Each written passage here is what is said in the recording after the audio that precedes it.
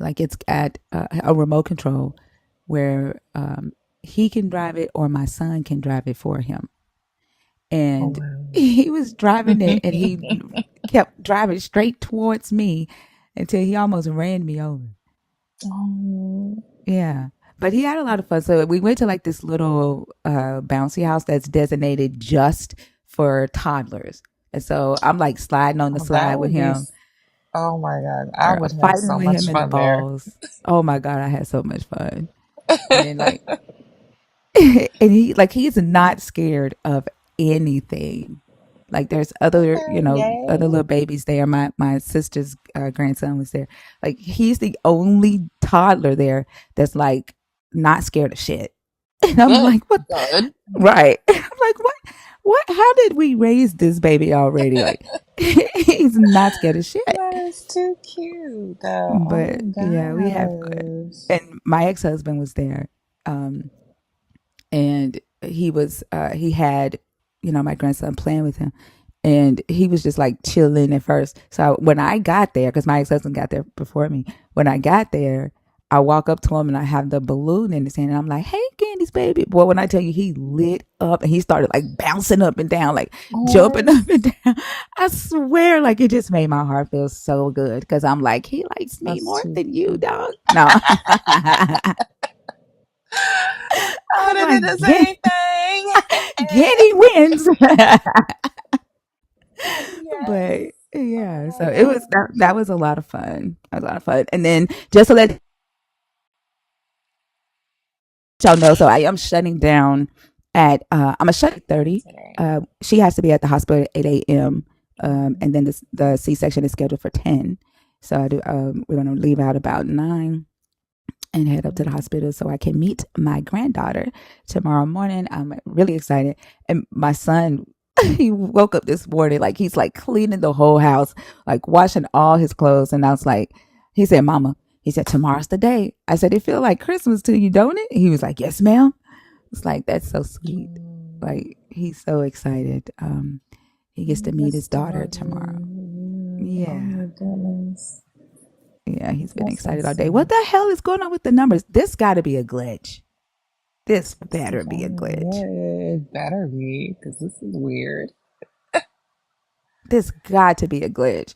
Like, there's no Y'all, way. well, let's like right now, let's get these likes up to 10,000. Make sure that you are sending the heart knees and team bracelets, um, as well as um, send the host her let them cook No, I'm gifts. gonna fix that. That's wrong. Oh, it is? Oh, Yeah, okay. that's from last live. But Oh, okay. this definitely yeah, this definitely has to be a glitch. We're just gonna keep on moving because TikTok Hmm. has an issue with their um, showing the number of viewers. So we're not gonna pay attention to that. We're just gonna keep on Okay. going. Want to say what's up to the YouTube audience. Thank y'all so much for tuning in. I hope y'all had a wonderful weekend. We are back at it uh, tonight. Got some new questions. We're gonna talk about those new questions here in just a second. I kind of want to talk about Dr. Phil's ass for a minute. Did y'all see Yeah. that he went on Piers Morgan? You see what he did? I didn't see it. I mean, of course we discussed it, but I didn't see it. Oh my God. He's backtracking now and saying that he never wanted to endorse your boy and that Hmm. he did it out of rebellion against Kamala and her campaign against VP Harris. And he said that he sent the speech to VP Harris's campaign first and was like, I will say this at your speech if you at your rally if you want me to. I will come and endorse the Harris campaign. This is who I really want to endorse. And he was like, they text back and forth, and then because they thought he wasn't serious at first. Then when he showed them that he was serious, he said it just went crickets.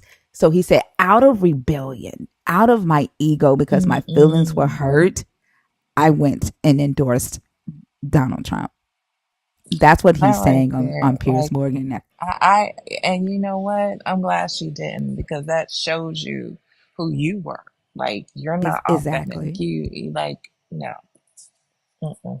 But this is like kind of weird to me because after his speech at Madison Square Garden, he Mhm. made a TikTok video and he was like, "Oh, I just did something that is really important, and America did what I didn't think that they should do, and blah blah blah." Like he was so proud of that speech, but now you're backtracking, right? Either your pockets have been hit, right?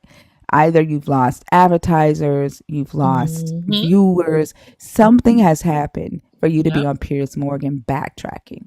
Yep. Or there is something coming that he's Something trying to cooking. separate himself from. Could be. You never know. Like something cooking. This just feels like an episode of Scandal. Ooh. Remember Where's when B they six fixed when they thirteen? rigged the election, and then the news about the Yes, rigging was getting ready to girl. come I out, and everybody started swear. like doing image control and going on shows and like trying to fix their image. This just feels like that. Oh, yeah. Something something Something's is cooking. it's brewing, and like because it's just been really quiet, and then like the And moves that people have been making, it's something just don't feel right. Trump hasn't been himself. You know what I'm saying? Because normally he He's would be loud, like he's a loud very person, loud. Yes. very flashy, very We've boastful. always had. New Yeah, Yorkers something just know feels off. Trump is very loud. And then did y'all Mm. see the memes with Tim Scott and your boy? That Who? shit was funny. Tim It's Scott like and who? I think his name is Brandon or Bruce or something. Like I don't know his name, but it's the two black men that capped for Oh Trump, yeah, and they didn't and get a seat in the they didn't cab. get a cabinet. So Like coming up, like I could have told y'all dumbasses that. Like yeah, seriously, the man, like we have been through this too many fucking times. The man doesn't like y'all. What part of that aren't you getting? Y'all are literally putting your lives on the line. You literally your lives on the line for this man. He doesn't like y'all. We've the shit tried to is tell you. funny. Yeah, I it's just guess, looking at the. him being sued by the federal government for discrimination against black people wasn't enough for them. Mm-mm. But looking at the memes, that shit was just funny. Like people are funny. I swear they like the plethora of renditions of it. Like it's just funny. Hmm. Yeah. So yeah, so we have different questions tonight. I'm kind of Sounds excited good. about tonight's conversations. Um so this the first question is from last Thursday, free from Friday. Nobody chose that question. So I kept it up there because it is something I want to know. Why the different treatment, why the I different love blessings? that. Yeah. Yeah. Like did he want I it to was be harder? hoping they would, yeah, last Friday. I was thinking somebody would have picked it, but no one did. Yeah. Yeah. You know what? Um I'm gonna be honest. I think maybe. No, I'll talk to you on the back end about that. I'm gonna about send you a the message. question or Yeah, I'm gonna send you a message right now. okay. What's up, Rodney over there? Our solo nerd from YouTube. We need to get Rodney a group of nerds over there to chill with. So he would be in community with other nerds on YouTube. If you are watching, you can subscribe and become a nerd. I'm working on your benefits, getting y'all added to the Discord as well. And then Joel does something really cool on his live. He lets people from YouTube call in through Discord, and Mm. I might make that a benefit. Like if you are a nerd, you can call in and join through Discord. So yeah, just working on the benefits. Make sure that you hit the subscribe button so that you get that really cool emoji that Rodney has next to him. I love to see more of those in the chat. Just want to tell you that you are loved and cared for by many people. You make ripples in the lives of others you don't know. Oh, but they are there. Oh, thank you, love spreader. I appreciate that. You just spread love to me. I Well, that's appreciate you. Thank you. is that in Huh? the That's from YouTube. YouTube? Oh, Yeah. What's up, Miss Biggie? Biggie Bag. Okay, y'all. Is it really only 108 people in um, here, or is that a glitch? mm, like this is weird. I think it's a glitch. We're Um, gonna keep is trying. there anything that happened today? I don't know. I kind of rested today because I know it's been a busy weekend for me, so I rested today, but I'm not sure. I don't know if that's a Mm, glitch because earlier when I went live and I was mm-hmm. testing it so I could fix the microphone thing, Mm-hmm. and like as soon as I went live, there was like 140 people in it. Um, and I was only live for like 5 minutes trying to fix the microphone issue. But this to be at 106 and we've been live 15 minutes, this ain't normal. Not at all. I hope I'm Mm, not gonna have to shut down and restart, y'all. Like this is crazy. mm. I don't know. Yeah, oh, well, welcome. That means that you are definitely a part of our family since the new is gone from your nerd status. The what now? You are a veteran now. Who? One of the nerds, uh, the sub Oh, the new is vet. gone. Oh Yes. yeah. Awesome. Should I start back over? Let me think. I don't know. 108 viewers in 15 minutes. This ain't normal. I don't know if that's all that's in here though. I don't know if that's true. The numbers. Okay, we're just going. Yeah, I know is y'all. there I know. is there anyone in the We're just going to rock with it. yeah, like for now, let's see how it goes. Yeah. Because it could just be a slow start tonight. We'll see. Give it like maybe an hour altogether. Well, I'm on TikTok Live Studio, so there's not an update for Studio. Oh, okay. Oh, I was talking to somebody in the audience. Yeah, there's not an update. The Studio is updated. I uninstalled it and reinstalled it, so it shouldn't be an issue. But let's see. We'll take one caller and then see how it goes. Are you ready? Yay, yay. All righty. Let's see who's in the box.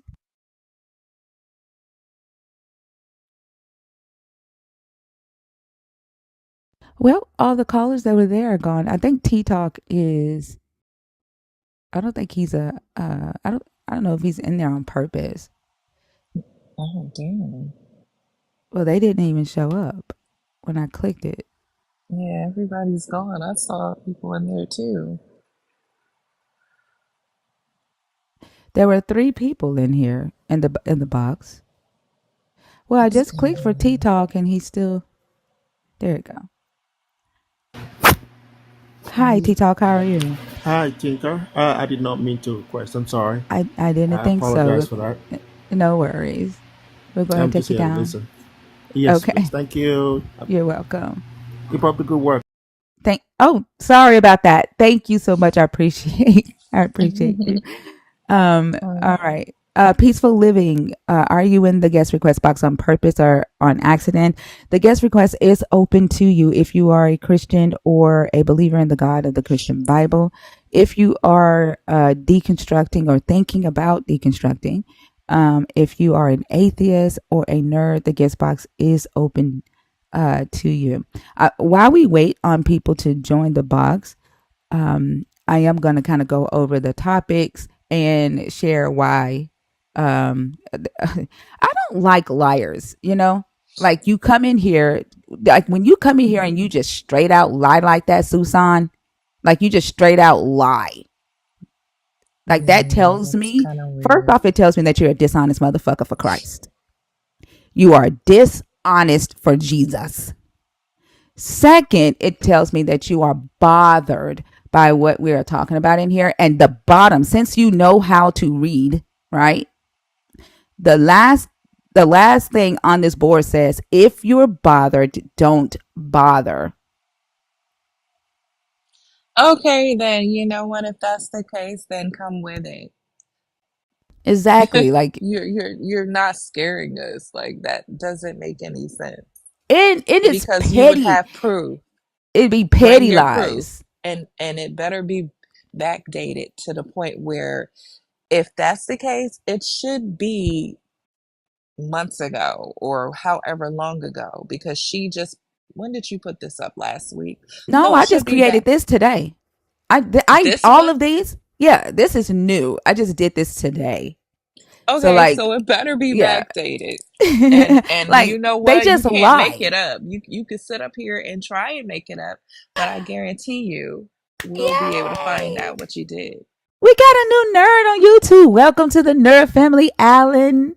Happy that you are here. Welcome to the community. You're lying, Suzanne.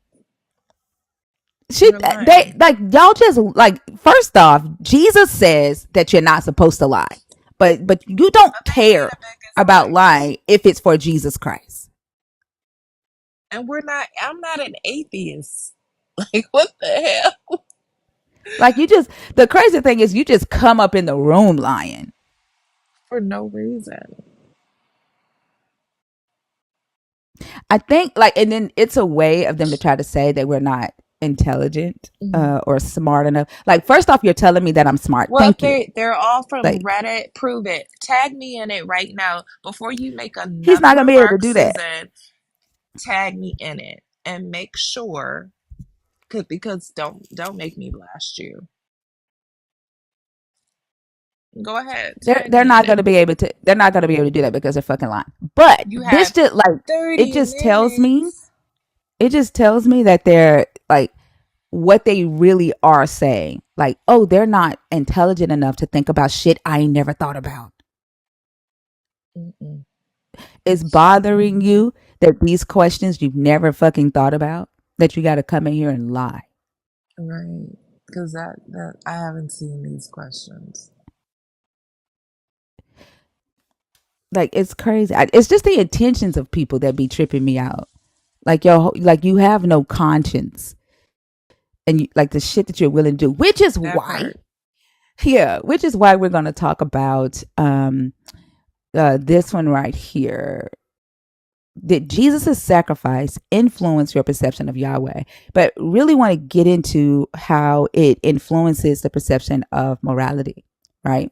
And how I think Jesus' sacrifice leads to the demoralization of people, of its followers, the willingness to demoralize themselves. But I think it has a lot to do with perception, loyalty to this God, loyalty to Jesus, fear of Yahweh, so that you don't ask questions, um and like a distorted perception of morality.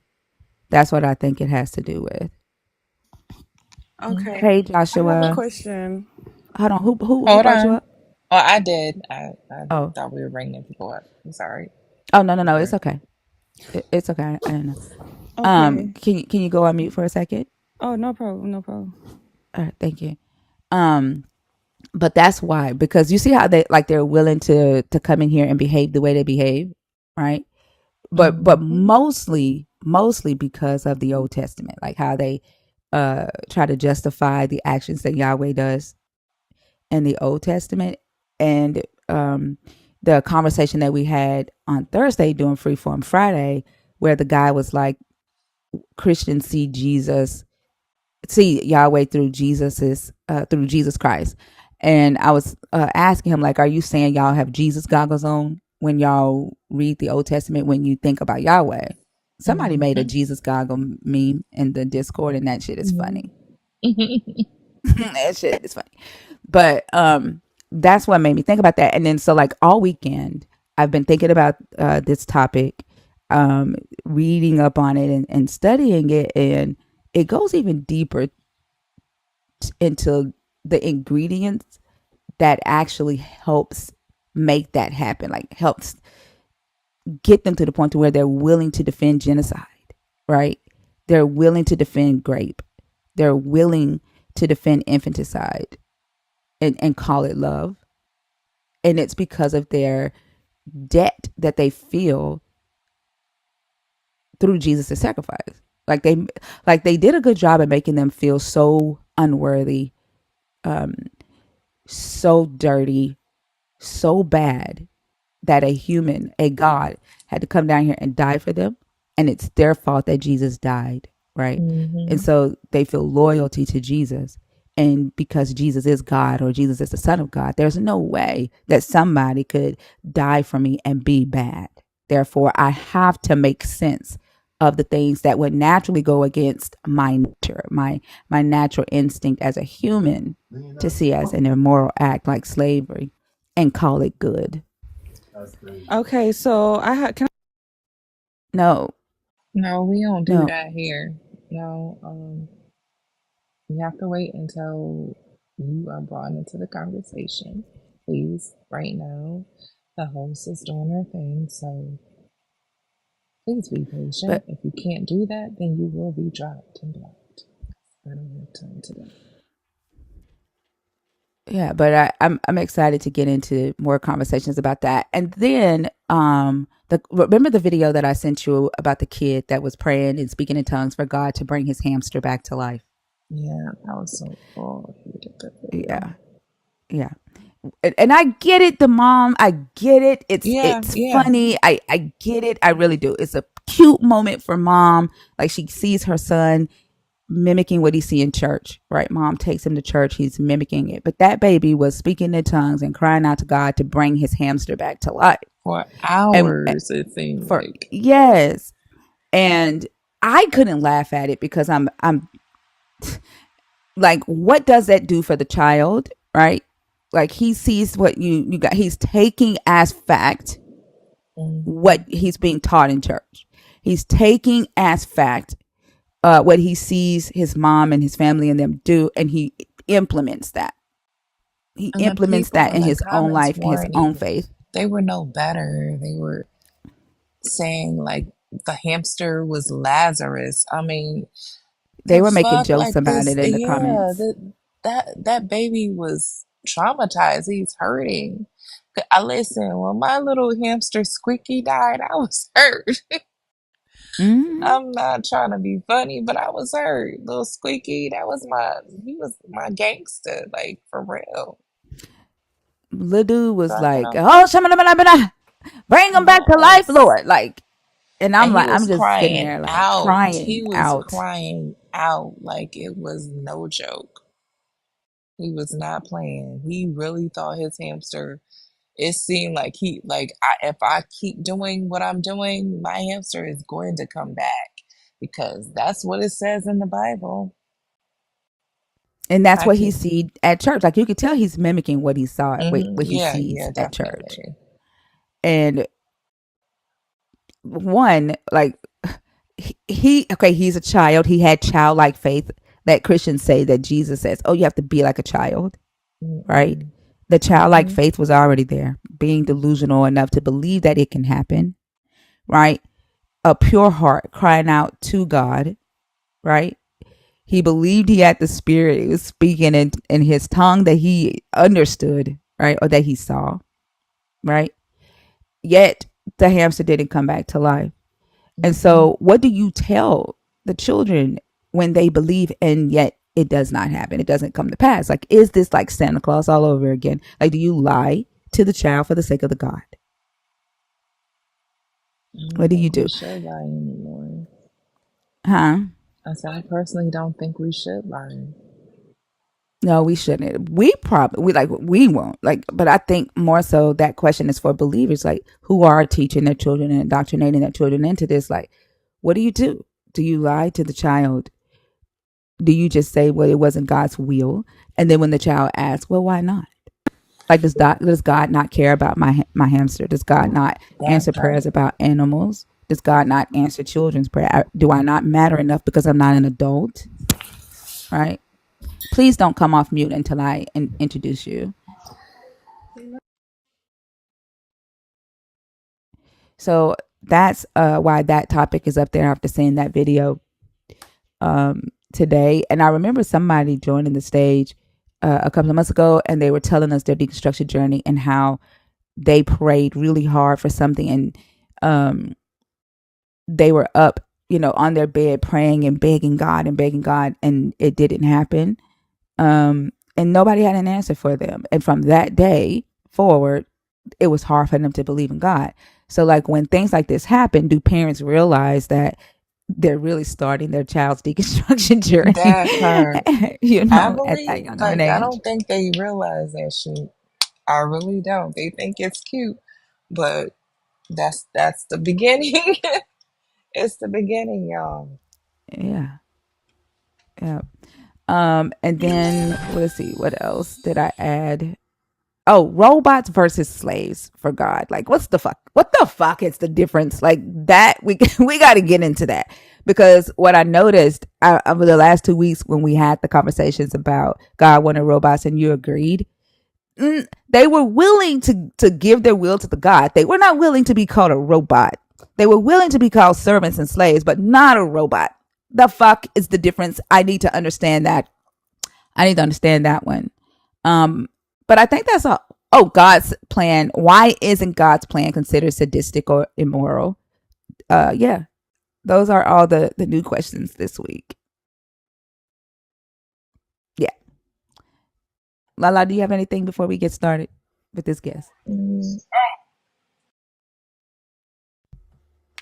You said no. no, I don't. No, I don't. All right, let's rock and roll. Follow CJ. Hi, how are you? Hey, how you doing? My girl would like to ask a question. I was getting ready to say the voice definitely has changed. Yeah, she about to ask. Yeah, it Wait, did. 1 second. Are y'all Christians? Are you deconstructing or are you atheists? I'm just follower of Jesus Christ. Okay, so you are a Christian. Okay, and which topic? She doesn't get to like come up and just ask a question. The way Okay. the show works, she can pick one of the topics You on the gotta read board one of and these and discuss start about a that. discussion. Okay, I'm about to hand her the phone. Okay. You gotta read those and discuss one of those. Yeah, pick one of those. Okay. So it says here that God violates free will. And in what part of the Bible does God violate free will? Because if he was to violate free will, you guys wouldn't have the will to even speak what you're speaking out of your mouth right now. Well, So, free will, the mhm. definition of free will, right? I know you think that free will is choice, right? Except, let me ask you a question. Does your God have free will? Of course, he's sovereign. Right. Your God has free will. There are no consequences to anything that your God does, correct? I mean, he has consequences by making us. That was a consequence because look at his creation. Well, His who's creation enforcing is the cursing him to consequence? his face. Who's So, enforcing the consequence of your God? who's enforcing it? If your God wanted to, could he just destroy the earth in a flood Yeah, without consequence? absolutely. Hmm. He Yeah. has. If your God wanted to, could he just like punch through three steel walls without breaking a fist, without breaking any bones in his hand? Come on, let's get As a human being or as a god? No, at your God, period. Your God has free will. So if he wanted to, could he just punch through steel walls without breaking any bones in his hands? Do you mean when he comes down in the flesh, or I are you mean, talking just about period. when he is Just period. God? Does he lose free will? Does he lose some aspect of his free will when he becomes a human? yes. Yeah, actually, he Say not does. my will, but So yours. then Because you he has don't have free will. If he loses Jesus parts of Christ. his free will, stop talking while I'm talking. Okay. We're going to have a civil conversation. Okay, There's no no need for you problem. and I. And you don't have to be childish either. I don't do childishness. Like this is a show for adults 21 and up. Okay. There's no need to be childish. Now, I will respect you, okay, as a human if you respect me. If you disrespect me, okay, I'm going to disrespect you back. I have no desire to do that. We can disagree civilly, okay? Oh my God. Okay, I'm listening. What's there? There's an issue with that, with me saying that. I said I'm listening. That's No, not a I'm big deal. asking. I'm asking. Is there an issue? Like I can tell that you're irritated by that. I'm just No, because I curious as just to why. feel no issue. Go ahead. No, I'm. Can you answer that question for me? No, not an issue. Not at all. Okay. When your God comes down in the human form. If your God loses any aspect of his free will, then that means he does not have free will, right? There is no cost to free will. The definition, can you go on mute? Because I can hear him talking to you in the background and it throws us off. Go ahead. Thank you. The definition of free will is your ability to make decisions based off of your own desires, your own intentions, without the presence of any type of constraint tied to necessity or fate, right? As a human, we make decisions based off of the choices that are presented in front of us, right? And those choices are influenced by some type of necessity or by some type of fate, meaning like some consequence or some expected end, right? Your God does not. Your God just decides to do shit and does it and does not consider any type of fate that it will face when it makes these decisions, right? So your God in this book would have free will, but you as a human do not. You have the ability to make choices based on the options presented to you. But because believers believe they have free will, right? That topic where it says God violates free will all the time, the reason why that's there, because in this book, your God hardening Pharaoh's heart is a violation of free will, right? Your God showing up in front of Paul as Paul is about to go and persecute Christians, right? Out of his own free will. Your God shows up, blinds him with this light, right? Puts him on his knees, makes him fall to his knees and tells him, I have chosen you, right? Against Paul's free will. Paul did not want to serve your Jesus until your Jesus came to him with this miraculous viewing, right? That's a violation of Paul's free will. He didn't give Paul the chance to come to him on his own and decide on his own not to persecute Christians, right? The free will of David's baby. Your God violated that baby's free will to live by killing it as a punishment to David. Go ahead. Thank you to whoever sent that last gift. I appreciate you. Thank y'all for the gifts. Go ahead, follow CJ. Okay, because you said a lot, so I have to digest what you just said, because before I can even get to the next thought, you're saying something else. So, yeah, that's how a conversation goes. Yeah, sorry, it's I'm sorry. I didn't know that. It's just long-winded. Well, It's okay. It's okay, okay. that's okay. Like either you can keep up with my long-windedness, or you can hop down. Like I'm not gonna change how I talk or how I think. No, I'm not don't gonna do like you. belittle myself for you. Okay, No, do so you. if you can't keep up with it, like there's no need to complain. Like I don't like complaining. Oh, that wasn't a complaint. That's just Literally, it was. what it is. If you know the definition of But let's stay on complaining, the topic. that was a complaint. Let's stay on the topic of Yeah, that's free what I'm will. telling you. That's what I'm telling you. Okay, Like you now can we either. don't get It's okay, yourself as Lala. host. Okay, It's okay. You can either participate in an intellectual conversation or you can act childish. It's up to you. I didn't say anything that was childish. I just said it was Okay. long-winded, so I had to digest what Yeah. you were saying. I mean, So let's like, do stay on the you? There, topic of free one will. thing that you could do if you're joining a discussion like this is you can take notes. Like I have a pen and paper here, ready to take notes when you start talking. Right. So that's one thing that can fix that. Okay, I'll take that into consideration next time. Just for you. Thank you. You're welcome. So you said something about Pharaoh and how God influenced Pharaoh and turned his heart. And I say that the devil is doing that every day. The devil is doing that all the time by influencing people to think a certain way, by influencing people to do certain things and turning their heart. So, I mean, you can either influence somebody for the better or you can influence somebody for the worse. So you can say that it's against free will, or you can just say that it was him influencing them.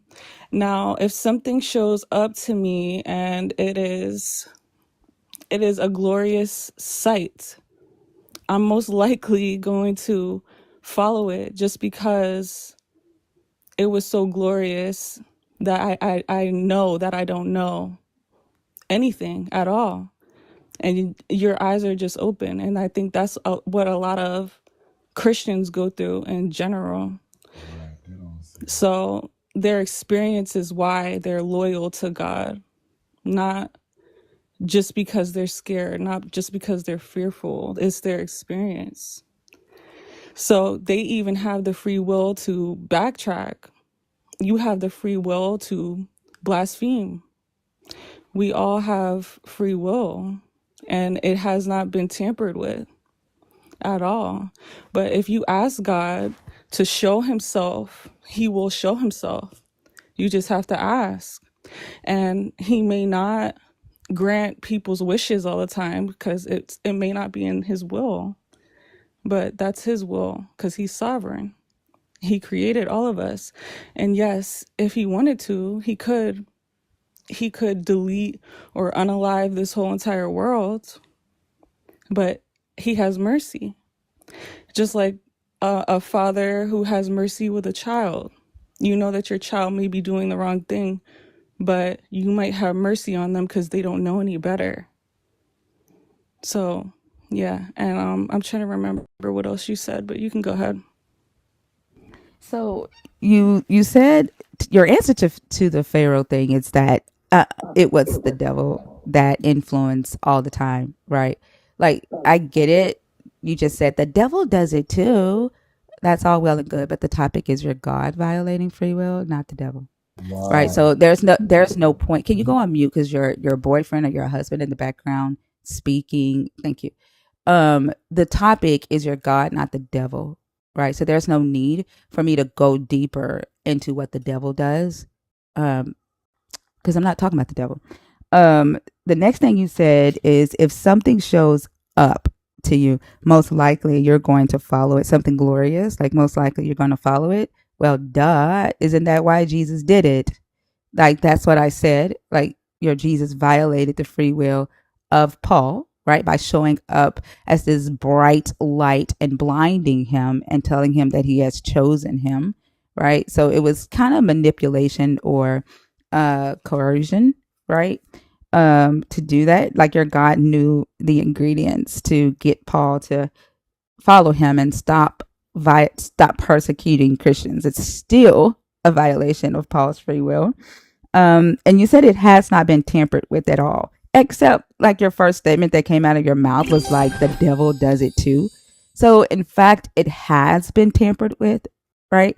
And because your God is all powerful, right? The devil that you believe exists can't do anything to you or in this earth without your God's permission. Therefore, when your God is giving this devil permission to fuck with you, your God is violating free will by proxy of the devil.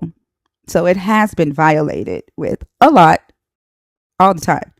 And you said he has not granted, just because he has not granted wishes, because it's not in his will. If your will, right, of what you desire has to line up with your God's will, right, then you don't have free will. It's his will that is done, not yours. Go ahead. Okay, so if you understand the spiritual realm and if you understand who God is in general, you'll know that he is all powerful. So his power may be too much for us to even fathom or understand. He's not going to just grant a human being that doesn't even have the mind capacity to pick up who he is. We have to take it in increments.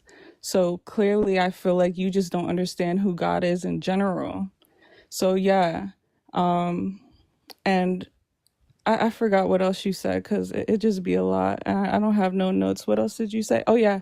You said I can't use the devil as a rebuttal, even though he's influencing people and making them have a will to go an opposite way. So that's still their own decision. If somebody tells me to kill someone, I still have the decision not to do it. But that could be an influence to me. If I'm smart enough to know not to kill them, I don't have to do it. So everybody does have free will. It's decisions, and you may be influenced in a certain way, like I said. But there's things that will influence you for the good, and then there's things that will influence you for the bad. I just feel personally that God will influence you for the good. And his will is better than my will. So instead of me doing what I want to do, because what I want to do is sin, what I want to do is not good. I didn't realize that until my eyes were open to that. So instead of me doing whatever I want to do, I try to follow his will because I still have a will. I still can go outside of his will. I can still do whatever I want to do. I can still, if I want to slap somebody, but instead of doing that, I have to forgive them. I feel like that is not sadistic. That is not immoral. Stick on one topic. Like you're trying to like answer all of these, which is why I think that you think I said that you can't use the devil as a rebuttal, which I said it doesn't make sense that you did, considering we're talking about your God. And it would help if you got a notepad because you're talking about things that I did not say. And I don't like to jump around, right? You picked a topic. The topic that you picked is God violates free will all the time. I'm going to ask that you stick to that topic. Okay, I just did. So God never violated free will. We still are freely out here sinning. We still are freely out here, like I said, blaspheming. And a lot of people are not being influenced by that. And if something shows up to you in the spiritual realm, like you can have a demon show up to you in the spiritual realm, and that may influence you to do certain things. So Jesus showed up to him in the spiritual realm, and that influenced him to be with Jesus because he was a light. So I don't feel like that is something that's tampered with. I don't, because he still could have continued to sin. He could have still been out here killing Christians. So, I mean, was he doing the right thing? Probably not. Would I rather somebody influence someone to stop killing? Yeah, I would rather that. I don't know. To the YouTube audience, is she addressing the topic or is she justifying why her God violates free will? Because you just like, even though you're calling it influencing, right? You're calling it, oh, he's influencing your will, right? It's still him violating it. It's still him changing your will, whether he's doing it through the devil or whether he's doing it through himself or some angel or some ghost. Like he's still violating your free will by changing it to match his will. Like whatever justification you put on that, that's not the topic. Like I don't care about why he does it. The topic just says he does it. Yeah, she just seems like Okay, she's all so over the place. are you not influencing people to go along with your will? Are you not trying I to mean, I influence don't know. There others? you go. I I'm could talking be, right now. but that's I'm not the talking right topic. I'm now. not This your is God God. talking. I So, could be. yeah. But that's not the topic, and I'm not your God, and I'm Okay, not but I'm the one. asking you, like, I let don't me have finish what I'm billions of asking you. people. I'm gonna mute you. I'm gonna violate your free will right quick. I don't have millions of people going around saying that God doesn't violate free will. That's why that topic exists because he actually does.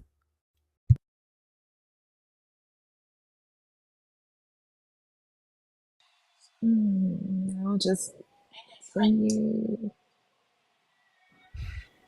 Okay, so you Okay. just violated my free will I did. willingly. But guess I what? did. God has mercy to not violate yours. God can just shut your Okay. mouth. He could kill you right now if he wanted Sure. to. Yeah. But he Yeah. didn't violate that because you have Yeah. free will Your to God But can't he agree kill. to wants Your to, kill God. yeah. Your me. God. Your God My can kill God, shit. I didn't say I Your was God God. can't kill shit. Like your Oh, you God is said a my character God. in a book. Yeah, your God is a character in a book to me. That's all. Your God is real to To you you. because he exists To in your you. head. He exists in your imagination and whatever spiritual plot you have, right? That's where your God exists. But I also find it funny that you say that you don't fear this God, like you don't serve this God out of fear. Yet the first thing that comes out of your mouth is God can kill you. God can shut your mouth. Like, do you ever think about things that your God actually could do, right? That is positive here in the physical world, right? Like, could he violate your free will in a good way? Yes, right. You Absolutely. He can't does it stop all the breathing if you time. wanted to. He's helping you Yeah, breathe. but you don't talk about that though. You don't talk about that. Like you talk about like this spiritual aspect of your God that you said yourself your human brain can't comprehend. I don't know what other brain y'all are using, right? If your human brain cannot comprehend this spiritual thing, which is interesting because uh that's something that I talk about on here a lot, like with your God being this immaterial source. Can you please go on mute? Because him in the background talking to you, like I know y'all, I don't know, y'all may be married, the two may have become one, but I still hear two voices, and that is really, really irritating. But one of the things that I talk about a lot on here is whether you as a material being, right, a finite human can actually engage in the physical realm, right, with this immaterial source you call God, and whether you can prove that. So the question is, what actually can your God do in the physical realm to violate your free will, right, in a good way? Without using another human being. Agree. I wouldn't necessarily say that is violating our free will. I wouldn't say that because a lot of the times when things happen, it's something that you desired in your heart, but it has to be something that goes along with his will. So it's not necessarily a violation. He's not going to violate your free will. He's a gentleman. He's not going to just do that. You have to ask him. Just like if you were to sit here and actually take a chance and ask God if he was real, he would most likely show you. But instead, you're spending your time trying to disprove him. Oh, so we So, get to the meat of the conversation right now. The meat of the conversation is not for you to come here and actually talk about the topic. You're pissed. You're pissed that I host these lives. You're pissed that I don't like your God, that I don't believe in your God. You don't like what we talk about in here. Right? And I've noticed several times that you've thrown out the word you have the free will to blaspheme, right? Like why don't you just say what you feel? I mean, you have the free will to do that. You say I can't. Just say it then. Like, say it. And then why are you talking through her? Like, you have a lot to say. He's the You Holy have you Spirit. have a lot to say. Yeah. Like, can you talk on your own? I mean, I He's her do allow men on the ventriloquist. show. He's her ventriloquist. He can't get his hand out her back. He's her, like I said, he's her Holy Spirit. he's not my Holy Spirit, but in the Girl, Bible, it please. definitely says Yeah, that since your you know husband is weird your is head. what's So been that's going what we on. go by. Yeah, whatever. But no, he's just listening to the conversation and he can kind He's of not see just listening, where friend. you guys are He's Holy going. not just Spirit, listening. activate. And Holy anything that I'm Spirit, saying is coming activate. from me. It's not coming from him. We can hear like we're not You can deaf, hear blind, and what dumb he's saying. I like haven't Jesus said said. one thing that We he can said. hear him in the background. He literally, when I said you can say what's really on your mind, he Hmm. yelled out, "Who said I can't?" What? Right? That affected him. So if you want, you can put him on the microphone. Like there's no need for him to talk through you. Yeah, We no, do he's not allow talking men through on the me. show.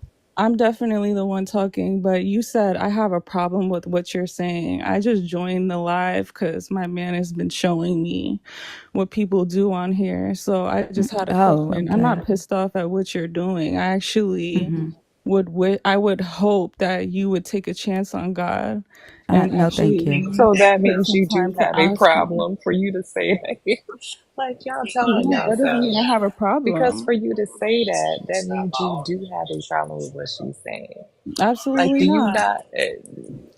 It's You not. have a problem with It's what I'm not. saying. You have a No, problem with what I'm Actually, I it, don't. it's Like we not. hear It's this not. I night don't after think night. it's You're not saying computing. anything new, and you're It's not not saying anything computing. coherent. It's not computing because if it was, like you wouldn't. If you didn't have a problem with what we were saying, then you wouldn't be saying, "Oh, I wish you would take a chance on my God. Please take a chance on him." You don't have to, and that's really up to you. You would just be I here for the personally, discussion. hmm And I you already know we personally, don't like him. So if she says that she said that earlier. So why would you then 20 minutes later say, I wish you would take a chance on him? because she said That that means I that you have a have a problem problem. with No, you Look, don't. Lala, Alan said, art thinker. Hey, at least that part of them is true to their faith. Women subservient to a man. Am I right? There you That go. I will say you are playing the part well. Go ahead, girl. Do this your whole thing. time. My man, Do he your has thing. allowed My me to say man, my my own man, my opinion. man. So I don't know what that exactly means. Just because I submit to my Uh, man doesn't And mean she that I said, don't have my own not opinion. I really. mean, I'm use your standing for my own opinion. I'm telling you my own opinion. He's saying human his brain, like if you opinion. can, like, Yeah, and this then is your my human human brain will help brain, you but understand what Alan guess said. what? We also have a spirit. When So God you don't was a always have to go woman, by Yeah, what we're not when you talking to you God in the think. make a spirit. woman, Yeah, obviously you're talking to me from a carnal perspective, but that's neither here nor no, there. Like, talking to if a you brain understood the spiritual realm, that's then you would imaged. understand a That's little what bit we're more. talking But to. you seem to go off of knowledge. That brain is damaged. Can't take it. Can't take it. Can't take any more Somebody's damage from background it. is loud. What'd you say, Lala? That could be mine. Is it mine? I said my his brain is That's damaged. Yeah, Lala. I think it's Somebody you. turned my mic Yeah, off. That's I Lala. thought it was you. I was trying to see who it was coming from, dude. I'm so sorry. Don't kick me. I think it was yeah, it's so follow CG. I think we have established that your God violates free will. You call it influencing your will, whether you think it's good or bad. You also believe that the devil can do it as well. I don't think there's much else for us to talk about. Are you done? Actually, no. You actually are showing a Well, damn. Lala said you're done. Wait, oh, my bad. That was Lala's free will. Now, follow CG into your ventriloquist man in the background. If you actually have free will your ass back up on this stage so you can finish that sentence. We'll wait. That part. Until then, please get these likes up to 100,000 as well as keep sharing the live. Let's triple these numbers, please, tonight. Subscribe. Don't forget that Thinker has merch now, so click that link in her bio.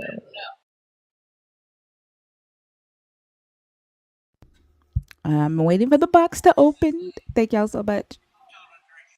And if you are in the guest request box on purpose, it will help us out a lot if you comment to let us know that you're there on purpose. Thank you, Mr. Curtis. That is so That was cute. cool.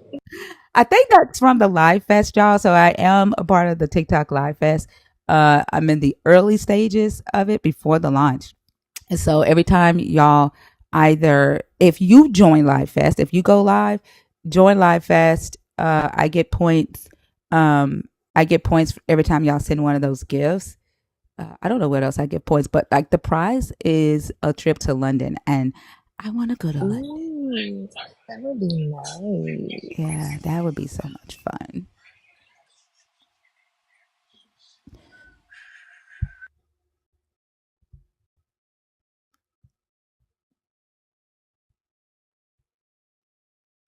I'm waiting for the box to open. Okay, I'll look. Hold on. In the meantime, hello. Sorry. Hey, I wasn't trying to Dudette. be rude. Hi, How are everybody in the you? comments. I'm good. Reset your gift goal, please. Yes, ma'am. Hello. Lawson, Hey, how are you? I'm good. How are you? Doing good.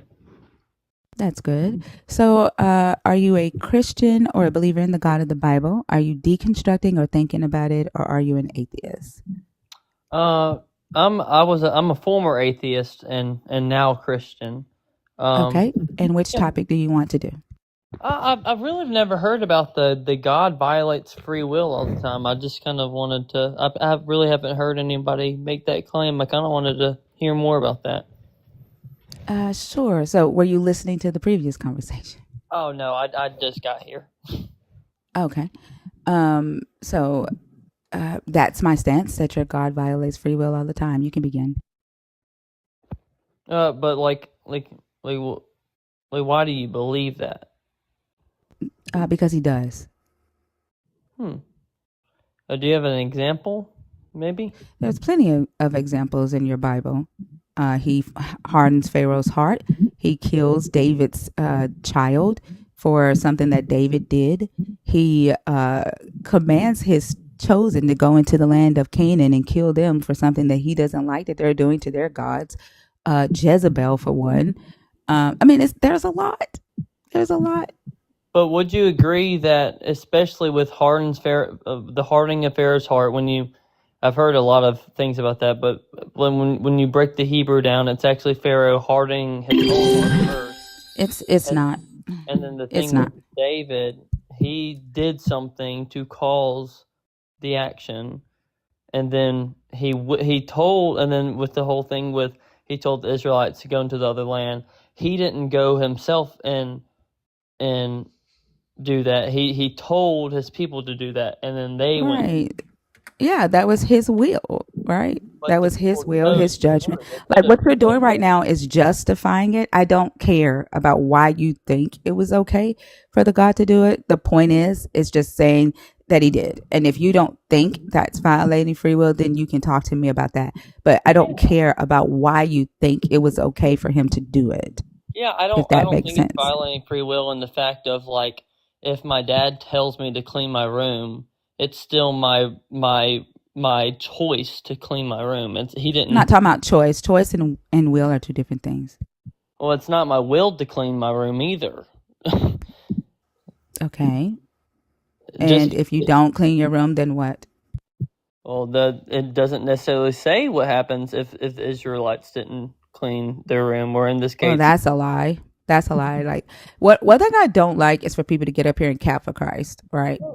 But if you don't clean your room, what does your father do? Does he just say, "Oh well, he doesn't want to clean his room"? It depends. Really, it does. Like, so what does your father do if you don't clean your room? I mean, I live on my own now, but duh. Yeah, but back in the day, I mean, there could be punishment, but there also could not be. It kind of depends. But the fact that your father has punished you for not cleaning your room? Yeah. Okay, so that's a violation of your free will not to want to clean your room. I guess we just disagree on the term of free will. You think free will is choice. Free will is the ability for you to make decisions without there being constraints of necessity or fate. Every choice that you make has a influence of necessity or some fate attached to it. That's not free. You don't have free will. You can make choices. You have the freedom to choose between options presented to you in life, but you don't have the free will. So you disagree that free will even exists? Yes, free will does not exist. Not even for non-believers. Violate something that doesn't exist in your. This is an internal critique, and the reason why I put that up there is because y'all keep saying you have free will and that your God won't violate it. I think it just comes down to a disagreement on the term free will. I kind of guess that's where it kind of falls. I guess you know what would help us out a lot. Mm-hmm. If you went and told that to your fellow brothers and sisters in Christ, that stop saying that we have free will when we really mean that we have the freedom to make a choice. I think in our context, I think in our context, yes, we do have free will, because at least from what I can see, that's what everybody seems to mean. We have the freedom to choose whatever I want, but except words mean things and they have definitions. Right. And so what we find a lot is that Christians try to use their free will to redefine words. Right. Free will is your ability to make a decision based on your own volition without the constraint of a necessity or a fate. You don't have that ability at all. You have the ability to make choices, right, on the options presented to you by life, but you don't have the free will to just do whatever you want or make a decision without there being a necessity or a fate attached to it. Yeah, I mean, I kind of see, I kind of see how you would define that. Like I said, I think it just comes down to just a difference in what we would define as free will. But I mean, That's why nobody else uses that definition but Christians. Right. And so again, words have definitions. Words have definitions. Please don't talk while I'm talking. Oh, there's a mic delay. Yeah. Words have definitions, right? And we are not obligated to accept your override of that definition of free will. So when you say it, we're going to say, nope, that's not free will. What you mean is choice. Just because you mean choice and want to use the words free will doesn't mean that everybody's going to let you do it. People are going to argue you on that because that's not the definition. I'm looking at multiple definitions right now. I just looked at it and looked up the definition of free will. It seems like even New Oxford and Scientific America can't agree on what it means truly to have free will. Or Marion. They read the definitions for me that you're getting. Hold on. Yeah, let me go back to it. Yeah, so New Oxford is what you're saying. It says a noun as far as the power of acting without the constraint of necessity or fate, the ability to act in one's own discretion. And another definition? A voluntary choice or decision is what Merriam-Webster. And that's all it says in Merriam-Webster? Yeah, it says a voluntary choice or decision. I do this of my own free will is the sentence. Give me just a second. But I mean, I'm on like my really decrepit iPad. So that's at least the one definition that I see popping up. Yeah, hold on. Yeah. Okay, give me just a second. Hold on before we move forward. Yeah. So this is Merriam right here. Can y'all see that? Mm-hmm. Now, I asked you if that was all that Merriam says, right? Yeah. Can you read number 2 for me? Can you read number 2 for me? Freedom of humans to make choices that are not determined by prior causes or by divine intervention. Now, that is necessity or fate. Why didn't you read that one? Because once again, I'm on my iPad, and that's all that's popping up for me. Because, I can show you, I can flip around my screen, but it just popped up the first definition of it. Did you just go to the first page of Google and I'd actually click into Merriam-Webster? I mean, no. I'm just Can you turn your screen on and show us what it looks like on the iPad? Yeah, how do I turn my screen on? Let me send you an invite. Oh, it does it. You don't have enough followers to turn your screen on. Oh, it's okay. But yeah, you can see the second definition there. Mm-hmm. And then Psychology Today says free will is this idea that humans can have the ability to make their own choices or determine their fates. Do you think you can determine your fate? Do I think I can determine my fate? Yeah. Do you think I think that so you can determine, okay, so if you are born, can you determine whether you catch cancer or not? Like whether you get cancer or not? Can you determine that fate? I mean, there's kind of studies coming out that says, yeah, actually, because of what you eat and other outside sources of how cancer. So you believe that a person gets cancer from what they eat? That's not what I believe. I said there's studies coming out that is a underlying condition of some of the. It's not like when babies are born with cancer. Is it because of what they ate in the womb? No, not at all. Yeah, so that's a stupid study. But can you determine? Can you determine whether someone else runs into you if they drive drunk? Can you determine whether they smash into your car or not? No, I cannot determine that. No. So you cannot determine your own fate. Can you determine if you, let's say, did not want to worship this God, and at the end you're standing before the God on Judgment Day? Can you determine your own fate and go to his heaven, even though you did not accept his son Jesus or his sacrifice? But in that case, I did determine my own fate because No, I said, and go to heaven, even though you did not accept his son Jesus or his sacrifice. Can you go to heaven regardless? See, that's just the fallacy of false dilemma. Because Can you determine your own fate? Lawson, Can you determine your own fate if on the day of your judgment you did not live according to this God's plan or will? Can you will yourself into heaven? Can I become a frog and fly? I mean, you're exactly. So you don't have free will. What you're That's doing a great is called one. something called the fallacy of false dilemma. It's called free will. Can your God turn himself into a frog and fly? I mean, if he wants to, I'm sure. Because your God has free will, right? Well, see, what you're doing is you're depicting something called free will outside of the natural norms of the earth. Well, can you pull that up for me? Pull up that concept, free will outside the natural norms. No, I'm just making. No. I need you to pull. You said it's called that. Can you pull that resource up so we can read the study on that?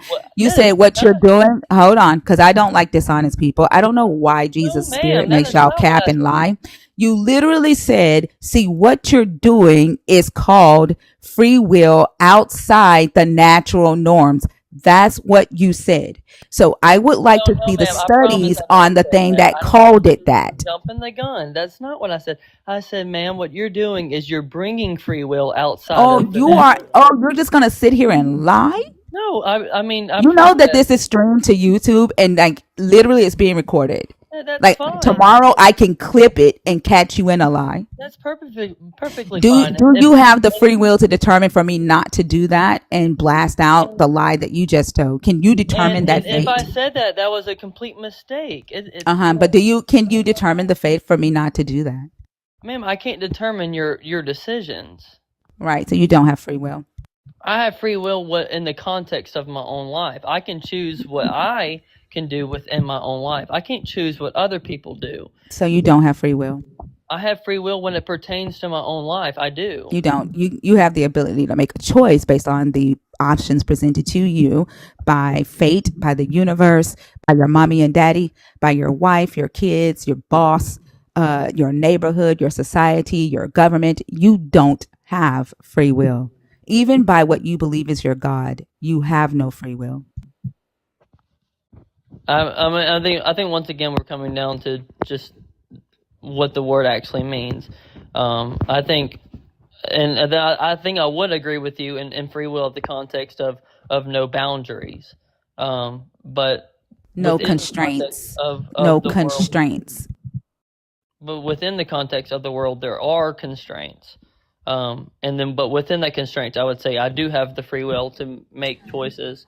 Again, you're just calling it choices, but nobody is obligated to let you just redefine words. Like, I get sick and tired of it, but that's why I put the topic there. I don't give a fuck about really arguing whether you have free will or not. The point is, your God violates this thing that you believe you have all the fucking time. Even just allowing you to suffer, right? Those of you that say you suffer in Christ, like unsolicited suffering, your God sends to you and you say, oh, he did this so that I could grow stronger. You didn't ask for it. It wasn't your will. It was his. So he violates your free will all the time. This thing that you believe you have. I don't think I've really... I don't know quite what you were trying to explain with the suffering for Christ. I mean, I'm sure that someone has. Do you pray for suffering? Do you will to suffer? Is that your will? No. Right. No. So when you have these unsolicited sufferings, right, and you say, well, God did this to bring me closer, or God has a reason for everything, right? So that was God's will for you to suffer. Not at all. God doesn't send you to suffer. That's not what God does. God he can stop it. Like that's the whole thing. He could stop it, but there's a reason why he did not stop it. It's not like he sent things to us. Just things like the natural order of the earth has consequences. And he can choose to stop it, but sometimes he doesn't choose to stop it. And that's So are you saying that there are no times in this book where your God has said that he would make the Israelites suffer for their wickedness? Oh, no, that's not at all what I'm saying. But then once again, if you read in the But context, you said he doesn't send suffering. You did say that. God doesn't send not suffering. suffering with the Holy Spirit now on the earth, because the Holy Spirit's on the earth. But I mean, we can have that debate. But yeah, let's talk about that. So when Paul says that he asked your God to take away the thorn in his side and your God said no. So your God did not allow Paul to suffer with this thorn in his side. No, God just denied Paul's request. God did So not. then he allowed the suffering by denying Paul's request. It's not that he allowed it. He just didn't save him from it. That's not allowing it. What is it then? Like if Paul says, God, please take this thorn from my side. That was his will. That was Paul's will, right? For the thorn to be gone, right? And Paul had to ask your God to allow his will to be done. And your God said, nope, I'm not letting your will be done, Paul. The thorn stays. But it was, I mean, when you read in also the context of scripture, that was Paul's own thorn. Like that's not something that God put on Paul. I didn't say your God put it there. I didn't say that. I said your God wouldn't take it away. Yeah, why should he? Why should he? Then what's the whole point of prayer? So if you get sick and you go to your God, do you ask him to heal you? Of course, yeah. So did your God put the sickness there? No. Okay, same thing. Yeah. If that was Paul's own thorn, Paul went to your God, same way you would, asked your God to take it away, and your God said no. Therefore, your God's will was done, not Paul's. I mean, I guess if you're saying like in fairy tale land, if we can just make everything perfect, then that's our own will. I guess I would agree with you. But fairy tale land, where is this fairy tale land? But I'm just saying, like if we could just if God is a genie and it's our will to just make him do whatever we want to do, I guess I would agree with you in that regard. But praying for your God to heal you. Yes, it's funny that you would say like fairy tale land when your Jesus literally told y'all that you can lay hands on the sick and they will recover. Your Jesus told y'all that you would be able to drink poison from a snake, right? And you would not die, right? Your Jesus told Peter that he could walk on water. Like it's funny that you say praying to a God and asking a God for healing and expecting that God to heal you, right? Which is called faith. You call that fairy tale land. No, that's not the expectation. I'm talking right now. Okay. Not the expectation, right, of your God telling you that you can walk on water, right? That you can just lay hands on those that are sick and they'll be healed, or that you can raise the dead. That's not fairy tale land to you. Not at all, because when you're talking about at least the confines of an actual real God, like fairy tale land, it would be something that is not actually real. And I think that's where this whole entire discussion would just come to a point, is at the end of the day, you believe what you believe, and at the end of the day, I believe what I believe. Once again, my view is God is not obligated to do anything for us. I believe that he can heal the sick. I believe that he can make people walk on water. I believe that he can allow me to drink poison and not die. But nobody said that he was obligated, did I? I never said your God was obligated. I said your God is choosing not to, right? Answer your prayers. Your God is choosing for his will to be done, not yours. Your God is choosing to allow you to suffer. I never said your God was obligated to do anything for you. Yeah, but I guess I don't see your argument here is because of course you don't. He chooses to allow us to suffer doesn't mean he put the suffering on us. Therefore, except he allows the suffering. I never said he put it on you. He allows it, and by him allowing it and rejecting your prayer, your will for healing, his will is done. Therefore, he violates your own free will to be healed. No, that I think that's kind of honestly an absurd Let me statement. ask you a question. Do you have the will? Do you have the will to heal yourself? Do I have the will to heal Do heal you have the myself? free will to heal yourself? No. Then you don't have free will. If you have to go to your God for healing, right? Then and your God gets to decide whether you get healed or not. But your will is for you to be healed and you can't do it. You don't have free will. Your God is your constraint. But I guess, but then, and that same thing would be, can you grow wings and fly? If No, that's your will, well, no, you no, can't. Therefore, you don't have free will. That doesn't make any exactly. sense. That You like, don't have free will because you can't grow wings and fly. well, we're bound to the Exactly. law of physics. Like that's like, Right. so we do Yep. have free will in the You don't. as part of like the constraints that we're You in. don't. Again, you have the ability to choose between the options that the universe presents to you. Like you're literally proving my point. I don't see how that. But once again, I mean, we're just going in circles with this. But Yep. Also, you have the free will to not allow yourself to believe false things, even though there's information in front of you. You have the free will to not lie, right? To not be disingenuous or dishonest, but you choose to not use that. Since you believe you have free will, you're choosing, right, to be dishonest and disingenuous. when was I dishonest? Now you're You can go back and watch the YouTube video. I don't feel like recapping that for and you. I really don't think I said that. I said if I did, it's a mistake. That wasn't the only time, friend. That wasn't the only time. But let me tell you how long you've been on stage so you can go and watch your whole entire time that you've been up here and you can just like analyze yourself. Mm-hmm. Give me just a second. I'm going to tell you how long you've been up here. Yeah.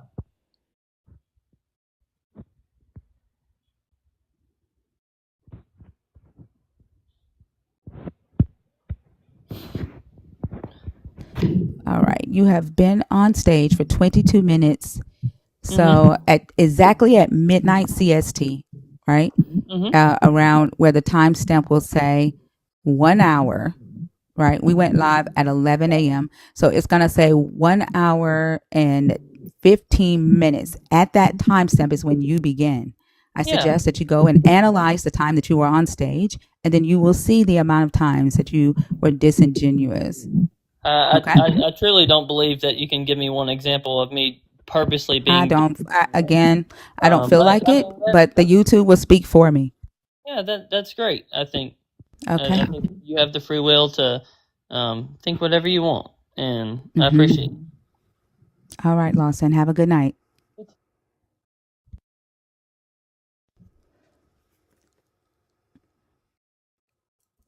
That's crazy. That was beyond crazy. Thank you, Mr. Curtis. Like, what? When you get to the point to where you're proving the point, like you literally said, can you grow wings and fly? That means you don't have free will. That you're absolutely right. That's the point. Y'all, if you come up here, please don't get us stuck on free will all night because I'm going to end up like outlining that topic if y'all get stuck on it all night because I'm not talking about free will all fucking night. It's either that or they go to the forest or Adam and Eve. like dang. All right, who's next? If you're in the guest request box on purpose, please put a comment in the comments to let us know so that we don't violate anyone's free will and bring them up accidentally.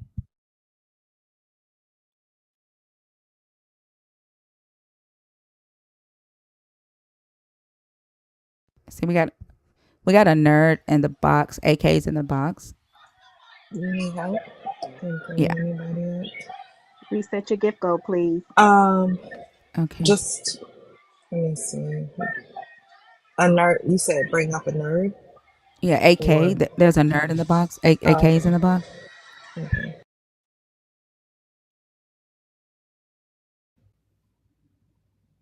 Hey, AK, how are you? I'm okay. How are you? I'm doing good. What you got? I Oh, I'm glad. Are you out the hospital? I am out of the hospital. I have to take it easy for a couple days, but I find out tomorrow if I have to have a spine surgery. And today's my Oh, wow. birthday. Oh my God. Happy birthday. Thank you. Thank you. Yeah, so what Yes, happened happy is birthday. I went in for a procedure. They put an epidural needle in to put contrast in to light up that nerve bundle that they believe failed from my previous surgery. And somehow the doctor messed up. And so I started leaking spinal fluid and they told me to go home. So I went home and then it didn't get better. Like it was awful. So I went back to I called my surgeon and my actual doctor. They're like, that sounds like you need a blood patch. That's what it's called. Sounds like you're leaking spinal fluid. And so I went to the hospital out here and the gentleman straight up refused to treat me for a blood patch. He's like, the only thing you have wrong with you is a headache. And so we chose to leave, which is great, and drove 60 miles into Anchorage. And when we got there, they were like, oh my God, you need a blood patch right now, and scheduled an emergency surgery. And they had to put 30 cc's of blood into my spine because my Oh my spine was losing gosh. so much fluid. But I'm doing so much better now. Wow. I'm glad that you're doing better. Um, and all of this around your birthday, that's nuts. Um, I And know, has your honestly, family tried to like get involved? there's a whole nother story with that. But um my mom brought a gift and brought it into the house and it had dog hair all over it. So She did that shit again? yes, you can't make it up. And then she wrote a birthday card that has a riddle. Like it's like you already have your gift and you'll find it soon or something. And I'm like, what is happening? But yeah, they one you want to hear the craziness really really fast. My brother's funeral happened. I did not take part of it whatsoever.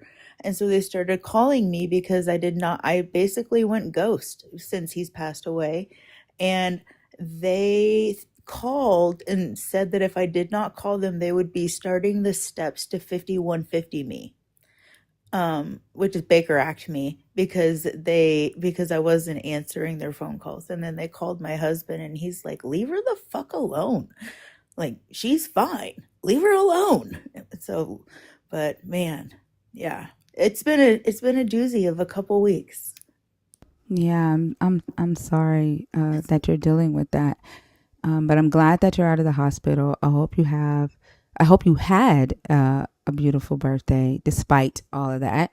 Yes, nice and mellow. So, and the only reason I was coming up is because I was hoping you would sing at least one verse of happy birthday to me because I freaking love your voice. Oh, But I hope that's sure. not over. I hope it's not overstepping. No, yeah, I got you. Anything for the nerds.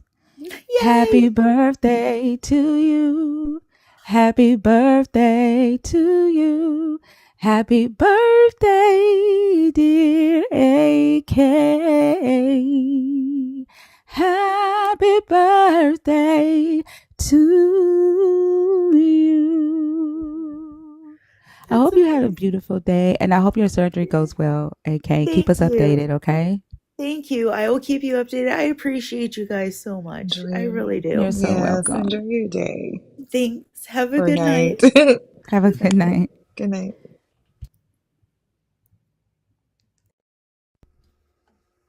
All right. If you're in the guest request box, please let us know. There was somebody named Ricky. Although you typed in all caps and got yourself muted, happy birthday to you too. Y'all, please keep in mind that caps are for mods and those with who have a vision impairment. So please don't type in Right. caps. But Ricky, I Also, don't know you. I oh, hope you go had ahead. a I'm great sorry. birthday. Go ahead, Layla. Also, mods, new mods, please remember to give people a chance Like, give them a few seconds because sometimes they're looking down right after they send something in caps, and we don't know if they are vision impaired. So give them a chance to see your comment that there is no caps, okay? Thank you. I muted them. Oh, then there's that. I can't go against, All do right. that. We don't go against each Can other. y'all take the text messages really quickly? Sure. Okay. I had Okay. I typed in the comments a couple of times that caps were for mods only. So No, there no, no. were I'm not. warnings Yeah, in the I got you. yeah. Oh no, I know y'all. I know y'all got that. I ain't saying that. It's something else that I needed to point out to y'all. Okay. Let's see who's in the guest request box.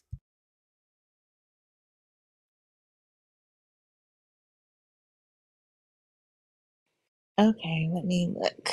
Let me check. All right. Mm-hmm.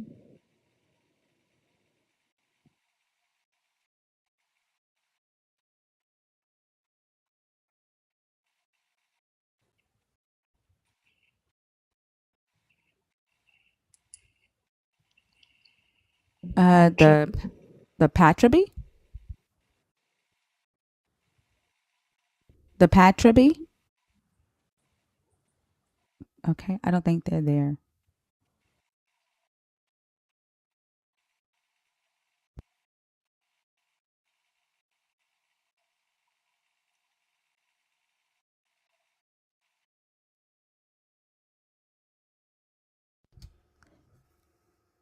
Brian Brown.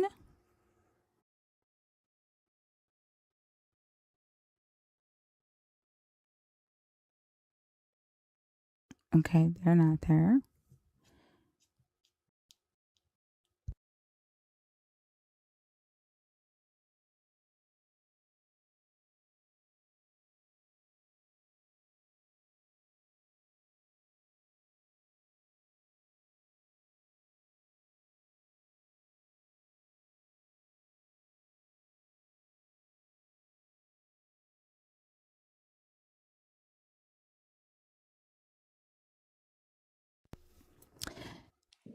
It would really All of help if. the Oh, right. go It ahead. would help if y'all would comment. Wolf Fox, how are you? I'm good. How are you guys doing tonight? I'm doing good. Are you a Christian or a believer in the God of the Bible? Are you deconstructing or thinking about it, or are you an atheist? I am a believer in the God of the Bible. All right. And which topic did you want to discuss? Now, I know you guys are tired of the last one, which was the free will. Are you guys up for chatting about that? I mean, we can, but after this one, I'm going to take it off the board for a while. Okay, I appreciate it. Go ahead. I was wanting to know, like, do you believe in free will, or you don't believe in free will, or are you wanting to know, like, I'm just curious your Uh, thoughts on it. so no, I don't think anyone has free will. I'm curious. Were you listening to the last conversation about that topic? I was. From what I recall, it was mostly the Lawson answering, the questions that you were asking him. And from that conversation, you could engage whether or not I believe if humans have free will. I don't like to assume. Clarity is power. That's why I asked directly what you believed. Yeah, I think it's just interesting because every time he would say that humans had it, I would say, no, you don't. Okay, I don't remember. I don't remember saying, hearing that part. So my apologies. But I also don't believe that we have free will either. So that was, I know. So you don't believe in the God of the Bible, No. and you also believe that we don't have free will. I believe in the God of the Bible, and I believe we don't have free will as well. Okay, so we agree. So then there's nothing else to discuss there. Did you want to pick a different topic since, that one's kind of been like beat? and we agree, or are you done? Well, I just wanted to ask you why you don't believe that we have free will. Like what? That's not on the. I'm sorry.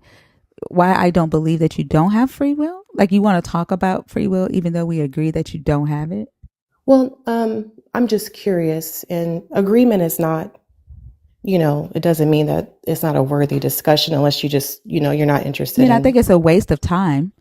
If we both agree that humans don't have free will, it's kind of a waste, right, of time to discuss something that we already agree on, Okay, right? that's fine. Okay, so let me see what other topics you have here. You have, does God love the Gentiles as much as his chosen? Why isn't God plan considered sadistic? Okay, what do you tell kids when God doesn't answer their prayers? I believe from my faith, because you can't please God without faith, there hasn't been any prayers that have not been answered that my kids have prayed for. I know some Christians and people who believe in the God of the Bible, Jesus, that God only answers some prayers, but I don't take that stance. I believe he answers every prayer when we ask and walk in faith. So, are you saying that you teach your children that whatever they ask God for, they'll get? Yes, I do. So, if some by chance your children experience a family member sick and dying, and they ask God to heal that family member, and that family member doesn't get healed and they die, then what? I don't believe that that person would die. I believe that they would get well if you ask whatever you You've never had believe. anybody die in your life. I have, but I didn't have children back then. And the So people that have whether died you in my have life. children depend on if they, so death depends on whether you have children or not. No, I'm saying that the people that have died, I didn't necessarily pray that they got better or that they lived, because these happened many, many years ago. As of recent, since I'm more mature now in my walk, I haven't had the opportunity to exercise that power. So then if you've not experienced a God healing anybody that you pray for, why would you teach that, that a God would actually heal them? Well, it says that whatever you ask God for in the Bible, all things are possible to them that believe. So if there is a circumstance, Lord forbid, where that has to be proven that what God says is true, then that's what I would teach my children. Believe, and they will be healed. And then when God does not heal the person, what will you tell them then? He will heal them. That's what I'm saying. There is no So other there's a option. viral video going around TikTok right now where a little boy is praying very fervently to this God to raise his hamster that he loves from the dead. Mm-hmm. The little boy is speaking in tongues, and he prayed for hours based off of what he was taught, right? To believe, to pray, and have faith, to lay hands, right? But the God didn't bring the hamster back to life. So is it that the God didn't want to answer that kid's prayer because that kid's faith isn't as good or as strong as yours and your kids? Probably yes, because you cannot please God without faith. So do you have to love the person that you pray to be healed? Yes, and love You does not necessarily mean love so isn't you a can't pray for someone that you don't love. well, love isn't a feeling. Love is an action. It's something that you do. So I don't have to Yeah, know that's you to not what love I you. asked you. So what I asked was, do you have to love the person that you're praying for and asking your God to heal? Yes, you do. Yes, because God is love and God And acts in so love. and so if you don't love the person, then you won't pray for that person. Well, I'm a Christian, so I love everybody. So Can you there pray isn't for any. Lala? Can you pray for Lala to be healed from her lupus right now? Absolutely. Absolutely. Lala, Okay. And then what's your full name? how long does it take? All you need Well, to know is Lala. You don't need to know her full name. Your God is intelligent enough to know who you're talking about. But like, how long does it take for that to happen? well, just like any seed, each seed has its own time to come forward. I plant the seed, God waters it, and He brings it forward with His power. So the time I asked frame, how long. it depends on God because God is the one that's bringing the healing. I am planting the seed of faith that she will be Mm-hmm. healed, and I will believe that and walk in it.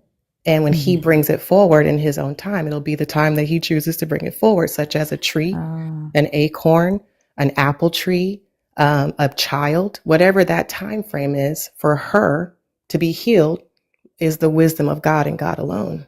I just do what He And told me to so, do. as many Christians who have come on this stage, right, and have said the same exact words that you said, right, and we've been doing this live for a year, nothing has Okay. happened. Nothing has happened with Well, Lala's lupus. well, So, like, is well, your I'm God sorry.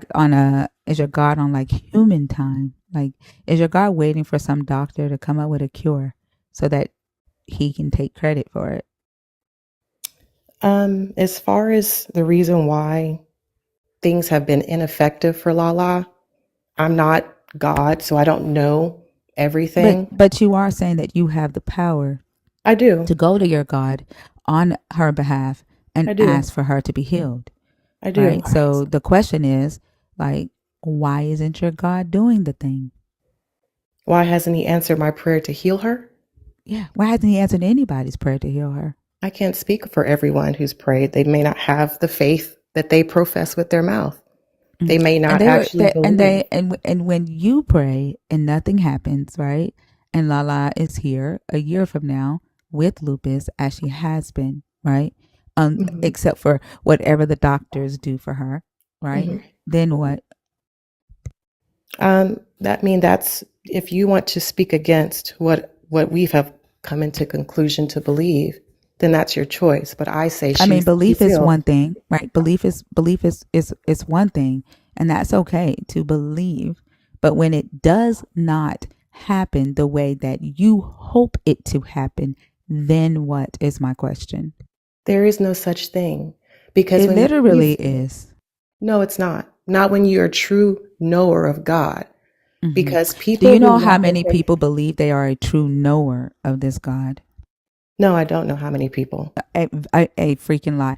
And I'm pretty sure that there are a lot of Christians in the comments, right? And in my guest request box that would disagree with you in saying that you are one of the most true believers of God. There's probably a lot of them in this comments that think that they are also a true believer of God.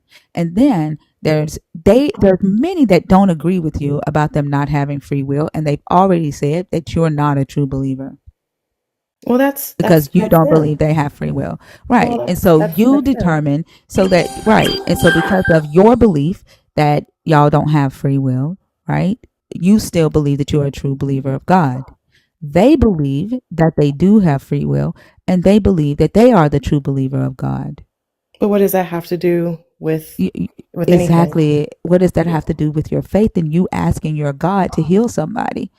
Who is Well, the true believer? Who's the true believer, Will Fox? well, that's the thing. We're separating the wheat from the tares. Now, I'm But not saying that who people. decides that is the question. Who decides who's the true believer? You who believe you don't have free will, or them who believe they do? Um, I can't speak for other people. God But decides you've that. been But doing that. You've been doing that since you've been on this stage. who did I speak for? You said that if it does not come to pass, that means they're not a true believer. Yeah, that's true. That's what the So Bible you are says. speaking for other people. So I'm why quoting stop what the now? word says, which is not me Yeah. So why speaking on their stop now? behalf. Well, I'm just quoting what God says. If they have a problem with it, then that's between them and God. But I'm repeating Your what the word God doesn't says. say anything honestly in this book, right? Like the book was written by humans. It wasn't written Okay. by a God. It was written by human beings, much like yourself, who believed that they were talking to a God. That's why the book says that it is inspired by God, right? Not written by God, right? They are human beings saying, oh, this is what God said to me. And it's usually a thought or a feeling that this human had. How do you right? know? It's not your God. How do you What know do you mean? that? I What do mean, you you're mean? so sure about something you really, what's your blood type? I bet you don't know. Why would I tell you my blood type, and what does that I mean, it matter? doesn't matter. But my point is, you don't even know yourself. You Yeah, don't I even did. know. What the, hold on. How did we get to blood type? My Because point I is, said that a human wrote this book. Like it's like the fact that you are questioning that. Do you actually think a God wrote this book?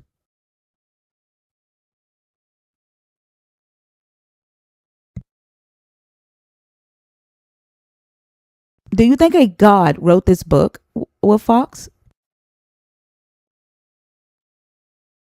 can you hear me?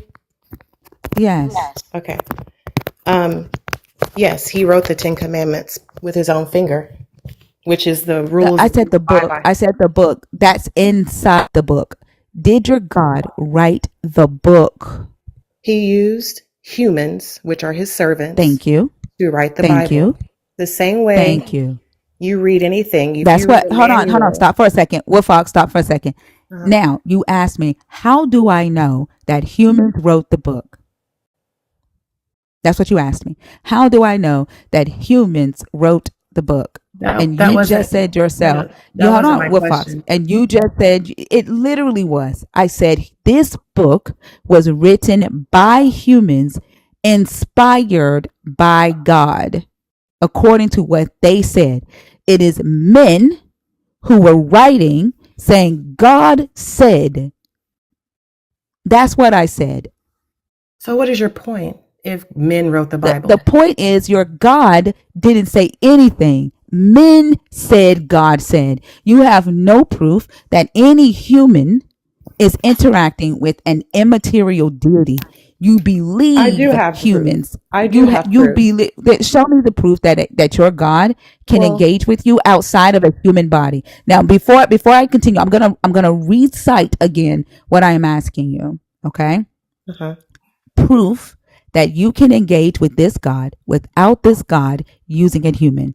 Prove that you can talk to this God without this God having to talk to your mind, to your heart, or through another human being. Prove that I can engage with God without him talking through my heart or mind. What other avenue is there? Exactly, Wolf Fox. Your Well, God you has to use humans to talk. Your God speaks through other humans. Your God is considered to be immaterial. There is no proof that a human ever engaged with a God other than the testimonies or claims of other human beings saying they did. Okay, so are you saying that you don't believe in things that you do not see? Is that what you're saying? That things that you Some do not things, it see depends on don't. what it is. It It depends on what it is. depends. It It depends. So depends that on what sounds it is, yes. But I okay. don't believe, but when it comes to an all knowing, all powerful, immaterial deity, no, I do not depend on men or women or humans, period, to tell me what a God said or what a God wants. Uh-huh. Okay. So, do you believe that you exist in a world that is interdependent on everything that exists here? Or do you think you're this sole free agent?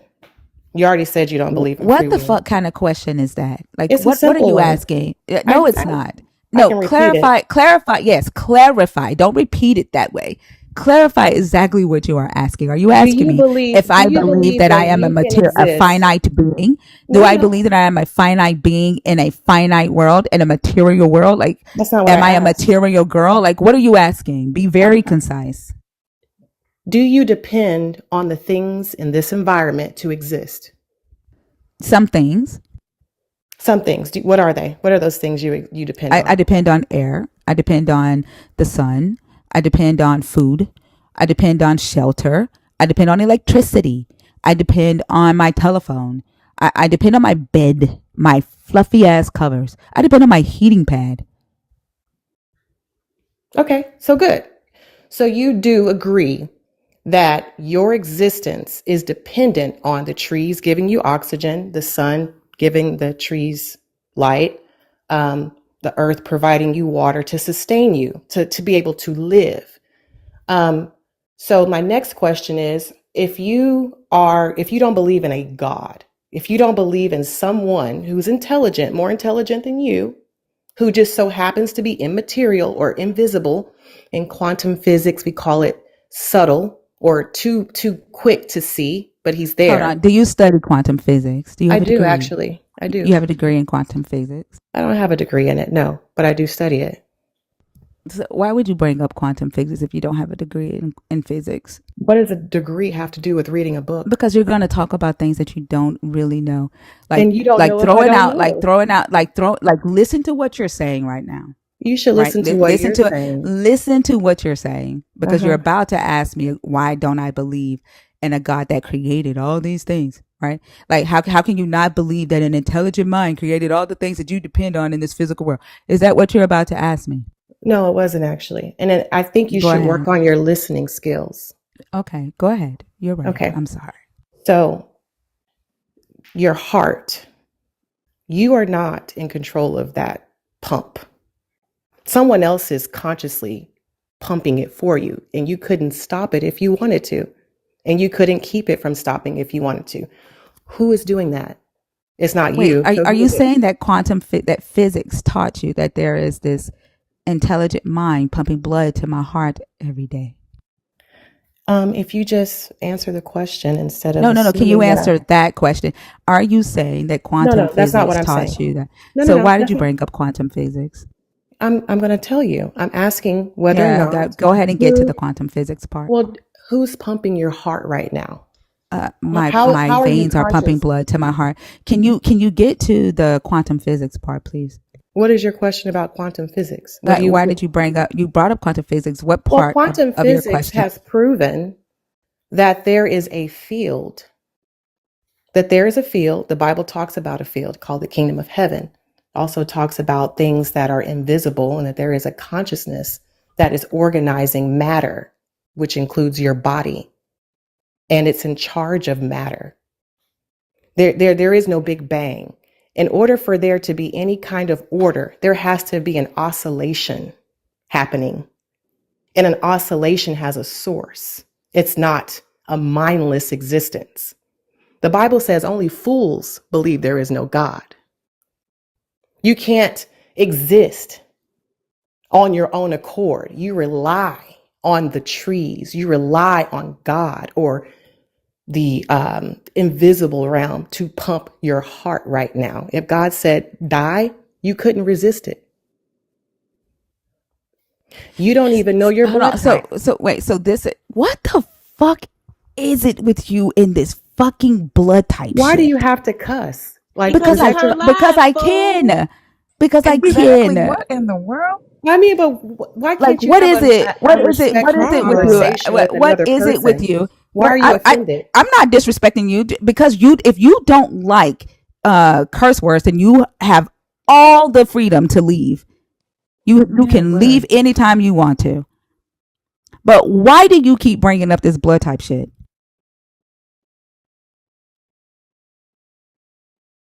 I'm mute, fool.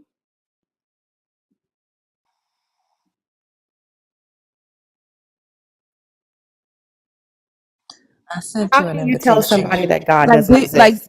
Do you I didn't tell nobody that God doesn't exist. I said I don't believe in your God. Why are you taking that to be a blanket statement for everybody? Well, I apologize for assuming, but based on your position and your posture, it seems as if you think people who do believe in God are somehow stupid. Based on how you that's what you believe. That's how you feel. Talk to people on here. That's how you feel. No, you just don't like the fact that I speak confidently about my stance. Like I've not belittled you one bit. You don't like the fact that I'm not whispering when I talk to you, right? You don't like the fact that like I said, like I just matter of factly say that I don't believe in your God.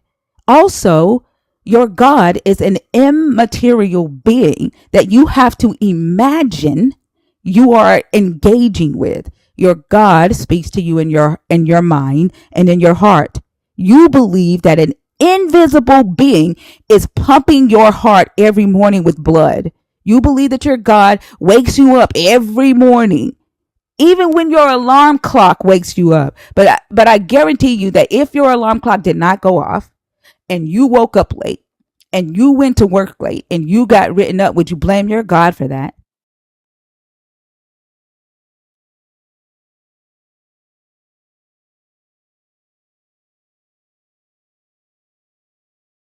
Would you blame your God for waking you up late, Wolf Fox? Oh, somebody keeps muting my phone or something. No, I would not blame God for me being late. That doesn't sound like Why a. not? If he pumps blood to your heart every day and he wakes you up every day, when you wake up late, why is that not his fault? Well, I mean, I'm not an animate object either. You know, when you have a relationship with the creator, there's a give and take in there. So Oh, so based on sometimes you wake yourself up. no, only God wakes us all up. So But okay, based and on so my when you wake up late, when you wake up late, when your alarm clock does not go off, right? And God wakes you up 10 minutes later than your alarm clock and you get to work late and you get written up. Why is that not God's fault for waking you up 10 minutes late? Are you serious about this question? I I am mean, like, very I serious. mean, because it sounds Very like you're trying. serious. Well, I it's am kind of a very silly serious. question. It's It not. really Does your is. God wake I you up expect every more day? out of you, thinker. I Does your expect God more than wake you up? that. Warfox, you're about to crash out. There's no need for that. Does your God wake you up every day? He does. He wakes you up every day too. All right. So if he wakes you up every day, when you wake up 10 minutes late, when your alarm clock does not go off, is that your God's fault for being late? No, it's not, thinker. It's Why not. It's not? not. Why not? Because it's just not his fault. I mean, Why I don't know. not? Who woke you up late? He didn't wake me. It's not about waking up later at a different time. The Why point, not? Why well, not? because the point of it is that God is the one allowing me to live another day. Yeah, but so your How God I doesn't organize my necessarily life. wake you up every day. Then he just like He doesn't does. He kill you wakes in you your up sleep. too. He wakes you No, up no, every day no. too. What I hear you saying, right, is that it's not that he comes by your house every day to see about you, right? He just doesn't come to kill you. Therefore, you wake up. Is that what you're calling waking you up every day? I don't understand what you're asking me. He So doesn't come by to kill me. because you don't want to give him right the credit for you waking up late, right? That's of your own I mean, only volition, somebody really right? immature. Let me finish. Let me finish, and then you Uh, will understand what I'm saying, right? You wake yourself up late. That's what you do. That's not your God. You don't want to say that's him, right? Therefore, he also cannot be responsible for being the one to wake you up every day, even when you wake up on time. So basically, what you're saying is he allows you to live. He just doesn't come by your house and kill you while you sleep, and that you're grateful for. Am I correct? no, you're not correct. So then, explain to me how he's not responsible for when you wake up late. Thinker. Your name is Thinker. Mm-hmm. You're You're desperate to getting make ready. Crashing a out. point He's that's not a crashing point. Wolf out. Fox. Wolf No, Fox. you're desperate. Listen, I know what you're about to do, right? You can't answer that question. That question fucked you up. Not Listen, really. listen, Not really. listen. I get it. What you're about to do, you're about to try to pivot, right? To focusing on me instead of the question that I asked you. And I'm going to tell you again, this is a very real question. And I call this question the alarm clock. Okay. I really want to know, how is it that your God is not responsible for waking you up late if you are to give him credit for waking you up every day? Can you answer that question? It's a stupid question, Thinker. It's not his Okay. fault that I Or you wake up. All can't you answer. have to You're say is I don't have It's an incapable. a dumb answer. question, Yeah. Thinker. I Just say expect you're more out of you. incapable of doing so and move Yeah, I mean, on. but what I is mean, God? yeah, Is yeah, God the okay. one that I should blame if I'm late Do to you work? really No, let that's a silly I question. I'm hope you sorry, can it hear is. yourself. Do you give him credit for waking you up every morning? Of course. So then do you believe that he actually wakes you up every morning? Yes, I do. Except for the days that you wake up late. He wakes me up when I'm late too. Okay, there you go. So he woke you up late. Okay, and what is your point? The What took point you is, so long? What took you so long? What took you no, the so long question to was, it to just the say question yes? was, do What I took you so blame long? him for being late? Yeah, That's what like the you give question. him credit. You give him credit when things are good, right? When shit goes bad, then you should blame him. Give him credit for that too. But what took you so long to get there?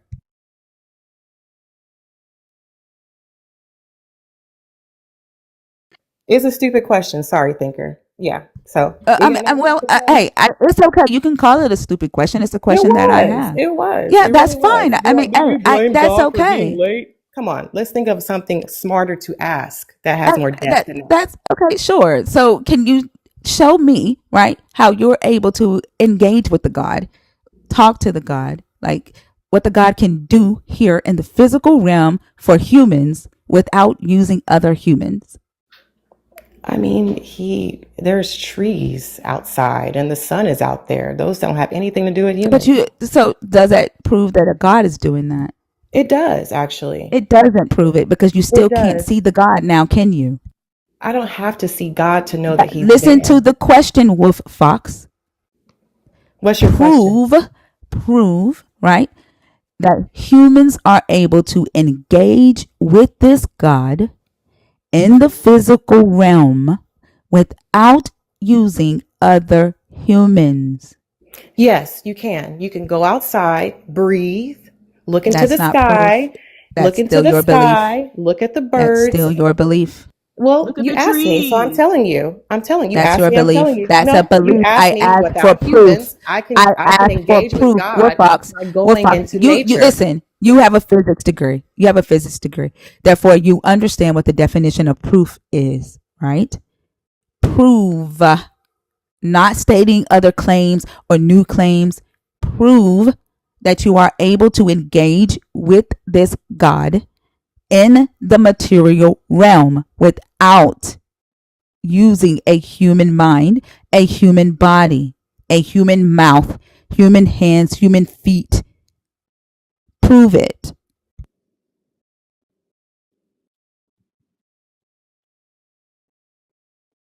Somebody keeps muting my phone. I guess they were threatened. So you're asking Oh, me, nobody's threatened. Cut that well, stop bullshit muting my out. phone then. You Stop gonna being quit talking scared. over you gonna Let me quit talk. talking Don't over be thinker. scared. You gonna Don't quit be talking over intimidated. thinker. Don't Like I be said, Wolf intimidated. like I Fox, said, Don't you be gonna nuance. stop you gonna stop talking over thinker. It ain't got nothing to do with nobody being scared, ho. Quit talking over thinker. This I is her wasn't talking space, over. ho. I wasn't This is talking. her space, ho. You delusional You're so asshole. typical. You're Do so that. You're going to typical. end up getting blocked. Stop. I don't want Yeah, to be, I Okay? mean, you're going to end up getting yeah. restricted. Don't do it. Don't do it. and She's and not worth and that. Yeah, you're so That's and not typical. worth it. You're so I'll be typical. typical. I'll be typical, but at least I'm not dumb. At You least are I'm not typical. cuckoo. You At are. least You I'm can't not gonna even. lie to my child and tell her that all she has to do is pray to God and he'll give her what she wants. Like, what kind of mother are you? Are you not gonna What kind of take her to mother the are doctor? you? Are You you can't even not gonna take articulate her your to words. the are you not gonna take your daughter to the Stop being hospital when scared. she Unmute gets my sick? mic.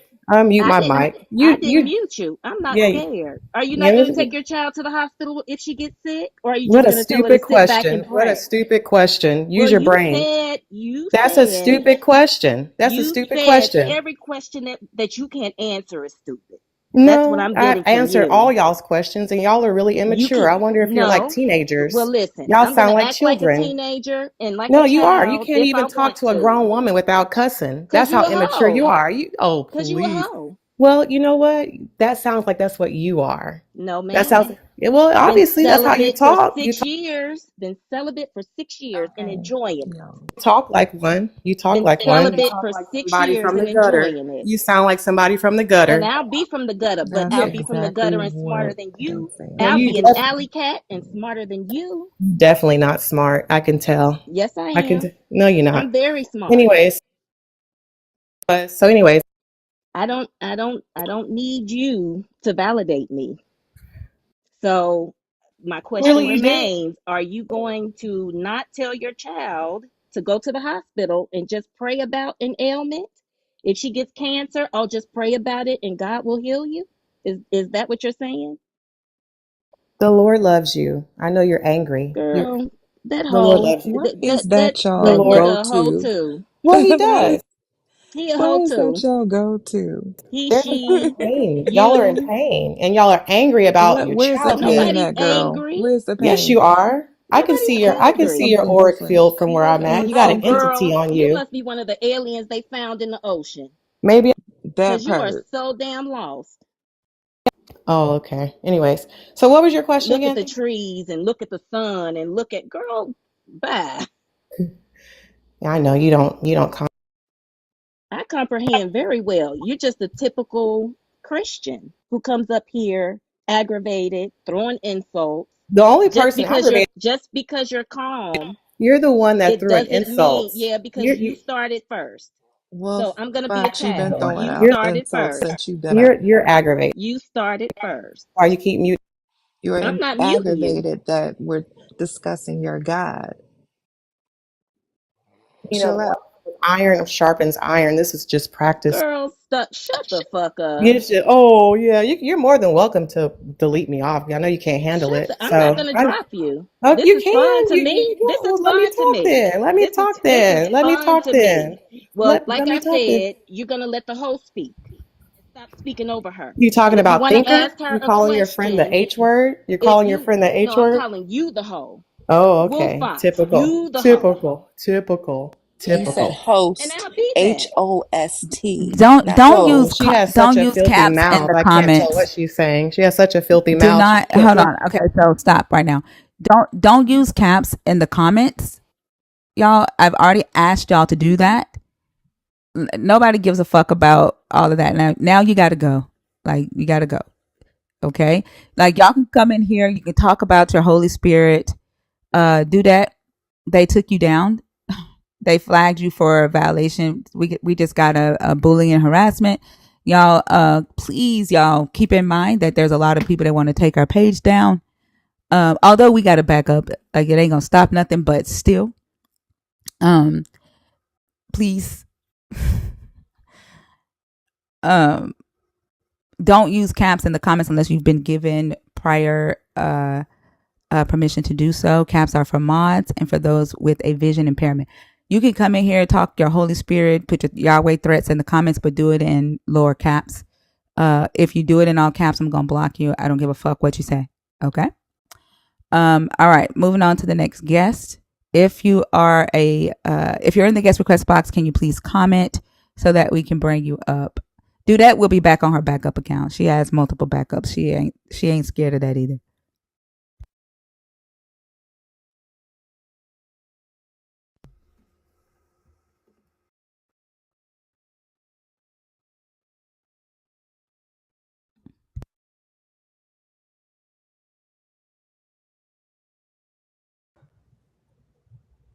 Hello? Kelly.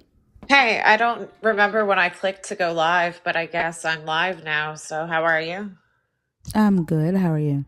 Good. So, when I first came on here, I was like, oh my God, this girl is such a bitch. No offense. And then somebody called me out and was like, oh, your page says you're unapologetically yourself. And then I was like, maybe I just didn't expect this. I was Wait, you going were through, calling me a bitch? yeah, like as a term of endearment, of course. Like, I was like, damn, she's ripping these people apart. And I didn't want to get on here, but now Oh, that yeah, like I'm kind of like laughing because it caused me to listen for the past hour and a half now, and I never would listen to something like this. So I really think that I appreciate your intellect and I find you highly intelligent. So I'm well, thank very you. I appreciate yeah, I'm like, you know I what? This is appreciate like it. talking to my husband. Like my husband is like an atheist and I'm a believer and I can't argue with him about it. So it's just interesting. I would like to talk about choose a topic. If you're bothered, don't bother. Let's see. How about what do you mean by robots versus slaves? Well, so the last couple of weeks, that question said God wanted robots and you agreed. And ultimately, at the end of the conversation, most believers would just say, you know what, you're right. I can't argue with that. But they did not like using the word robots, right? They all agreed that the goal is for them to submit their will to this God, right? in order to get eternal life back, you have to be willing to either align your will to God, become the God's servant or slave, as they would all say, I'm a slave for Christ, right? Right. So they're willing to say that they've agreed to become What's God's the difference slave. between a robot and a slave for Christ is your question, right? Is that what you're asking? Yeah. Yeah. Yeah, you Like, know what does what? it matter? Before I listened to all this, I've never really thought about um I just moved and I can't find a church to go to because it feels like that. So I can't really disagree with what you're saying at all. It would be really hard to have like a group of people that I would find that like believe in the same things. You did influence like my critical thinking a lot. I've never sat around and thought about it, but I just, how do I stay on topic here? Got my mind going like a mile an hour. Let's see. I don't think the slaves to Christ. They just blindly believe and follow, and they would avoid any conversation with anyone like you, I guess. They would avoid it. They would just find it impossible not to argue with you because Well, they try. you're questioning their belief system, and when you do that to any human, they get very defensive. And I just found it interesting how you were able to make some Christians like nasty. Well, Some that wasn't my goal no, to but I make them mean, nasty. you brought it out. You brought it out. Like they got nasty about it. I wanted to say to Lala though, I'm so sorry about your lupus. Like, I hope you're not. I hope you're in like remission right now and stuff. I am. Thank you very That's much. good. Yeah. And also, I don't want to prove or disprove anything, but I would have hope that. I would have hope that if I did pray for you, if that would be okay. I won't do it here. I'll do it No, in private. no, No, you don't no, want me to? no, Oh, no. okay. And Because yeah. not that I believe, right, that your prayer would do anything. Let me tell you, like, I literally have an evangelist as a mom. My Oh, you brother is a do? pastor. Yeah, I was a pastor's kid. Okay. So My like parents never literally shoved it my down my hold on, throat. can I Kelly, let me finish. Yeah. So like my mom is already praying whatever prayer that you would pray, right? My brothers. I was a missionary, right? So I'm not green to this God, right? But I don't consent to your prayers, and that's just it. So no.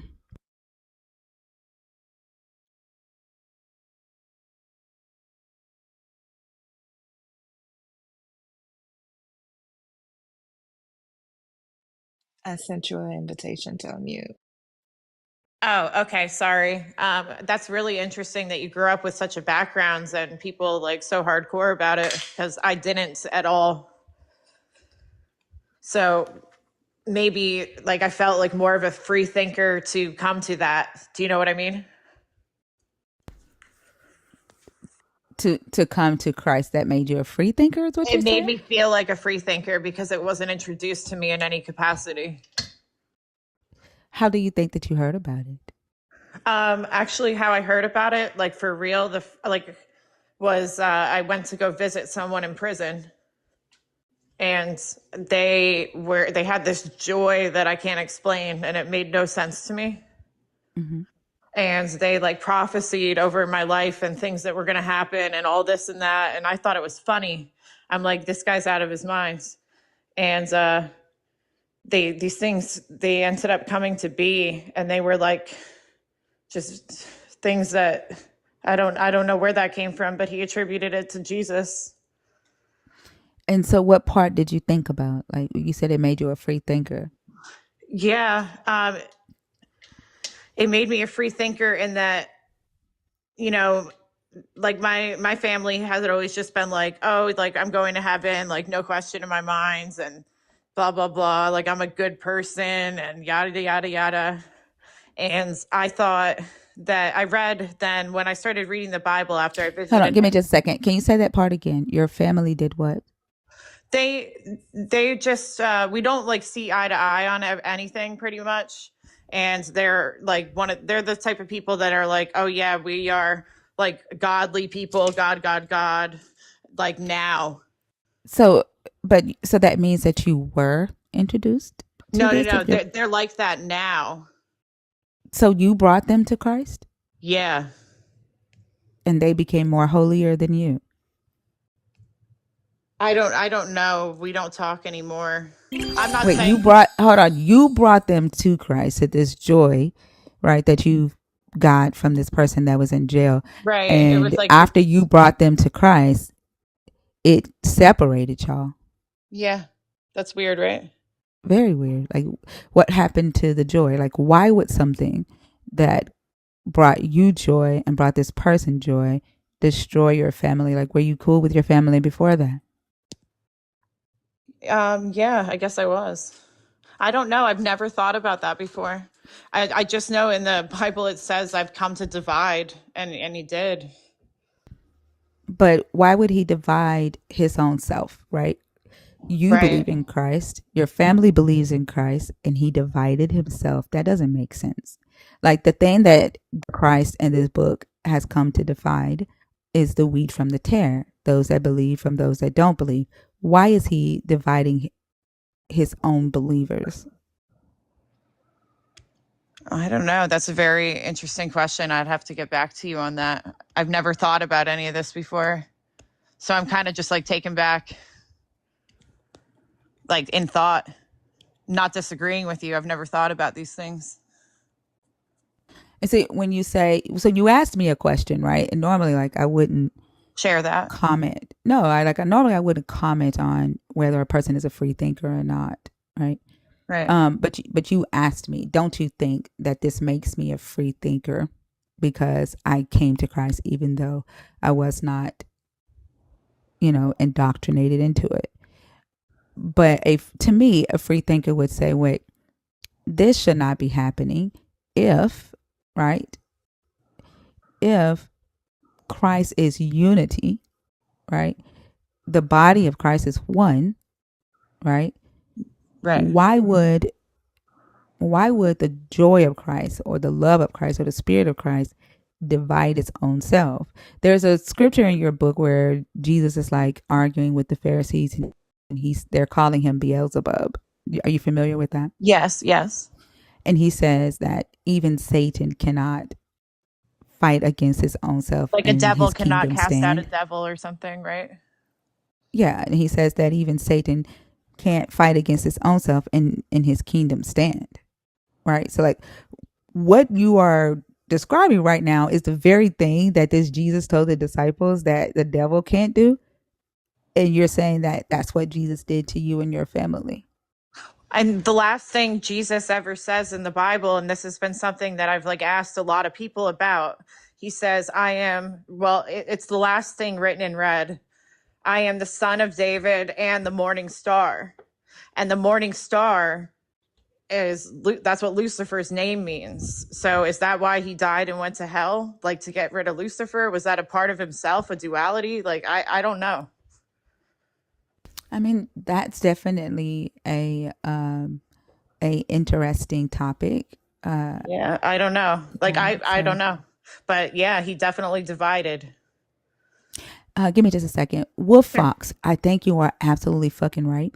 So I did the Bratz challenge, right? Where you upload a picture and it turns into a Bratz doll. And for some fucking reason, there is a third doll in every fucking picture. So I think you are right. Go watch. It's fun.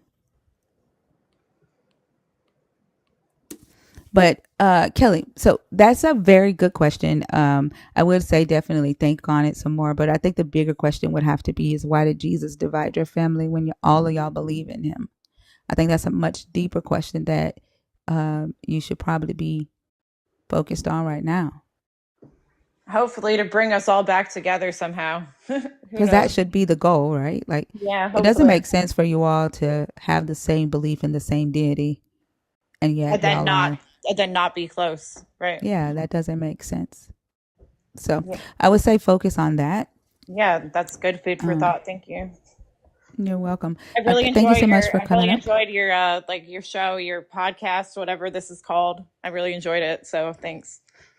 You're very welcome. Thank you for coming up, and I hope you have a good night. Okay. You too. And Lala, I hope you I hope for you to get a great doctor. Thank you so much. Yep. Have a good night, guys. You too. You too.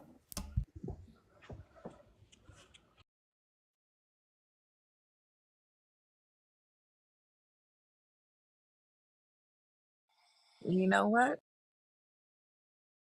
What's up? I'm glad, like, that was the first one that didn't say, oh, I pray that you feel better. No, there's a difference. I hope you get a good, that's what I need, a good doctor. Exactly. And she said, I hope. And then Gracie pointed out something. At least she asked for permission. Can I pray for you? Will that bother you? That's another thing that I like, is that she asked for consent first and then she fucking respected it. Right, right. That's After somebody you like said as a it, she didn't believer. argue Yeah, with you. exactly. That's somebody that if we knew each other in life and she said, oh, I'm Christian, I would trust her. I would trust her Right, to a certain same. degree because she respects boundaries. She respects boundaries of a stranger. She doesn't even know that I like. Ronald Smith.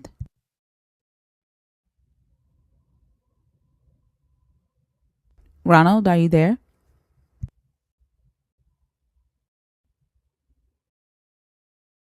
Okay, I think Ronald is accidental.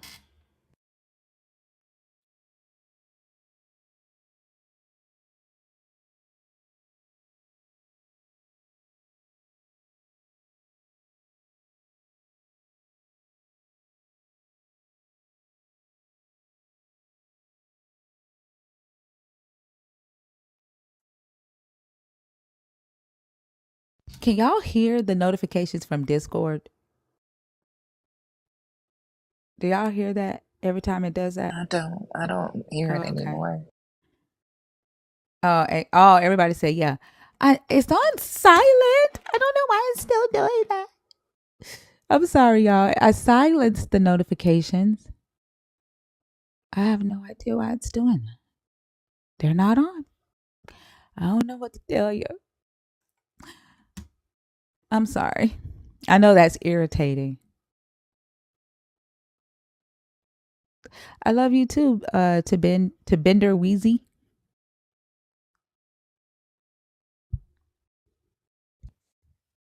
Oh, it's not irritating? Okay. Size of the Hi, are you there? Hello? Hello? Oh, I didn't request. Oh, okay. No worries. We'll take you down. Have a good night, Okay, okay? thanks. You You're too. welcome. If you're in the guest request box, can you comment? Help us move things along. I appreciate you. I'm pretty sure, Lovey, there's a lot of things about me that is irritating. You just haven't seen them yet. You just haven't come across them yet. So I could be a very irritating person sometimes.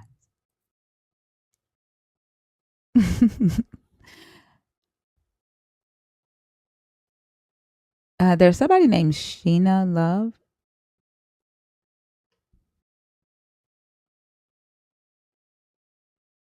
I know. I've been working on it, Just Some Human. I think we're getting good with the TikTok Live studio. Sheena Love, Hello, hi, how are you? I'm good. Hello, how are you? How is I, everyone? Doing good. I Before you I just begin, I need to know if okay. you are a Christian or a believer in the God of the Bible, if you're deconstructing or thinking about it, or are you an atheist? I am a Christian and I am a believer in the Bible. Okay. And which Um, topic did you want to discuss? I don't know all of them. I You can just only pick one. okay. Unfortunately, we don't have time to have you do all because Okay. sometimes the conversation can last a really long time, and there's other people in the guest Well, request I box. mean, we can talk about the Sheena, first Sheena, one. Sheena, Yeah. Sheena. Yes. I'm Yes. going to give you the rules of the live right quick. Do me a favor and mute because I would love to have a good conversation with you. Okay. The rules of the live is that the only people on this stage that can interject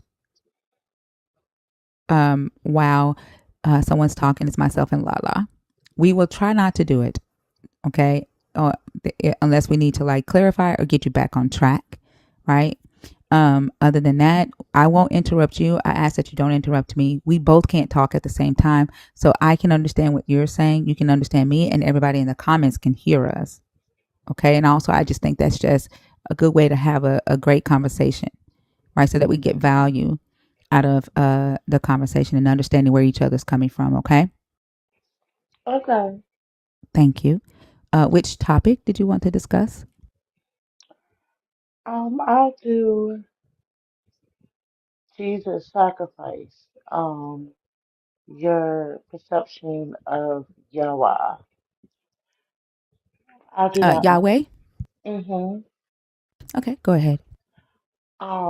I just want to say, like, I do believe that Jesus did sacrifice and died on the cross for everyone's sins, so that we may have everlasting life.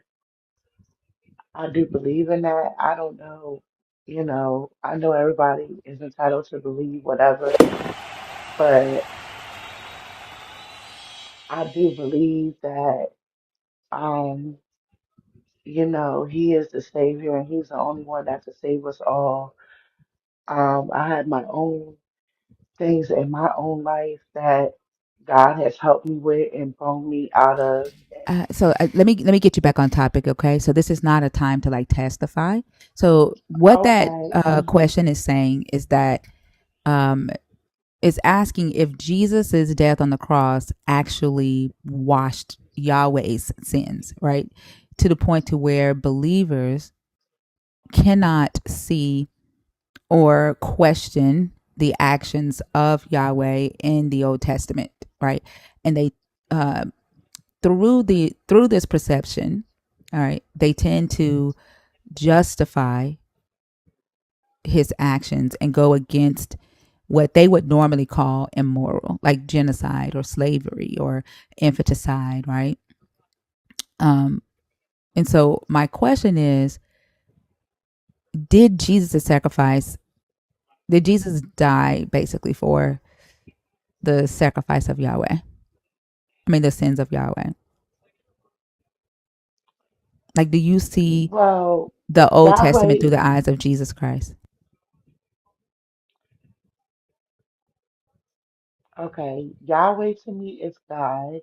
So I don't know what sins, or you, okay, so you're basically saying what God did in the New Testament, how he let his wrath down on the people so many times. So you're saying that by him doing that, he was committing sins. Well, I said according to human standards, like right, the things that we would call immoral, right? Like, do you think human sacrifice is immoral as a human? From a human perspective, would you say that somebody today offering up a human to a god would be evil or immoral?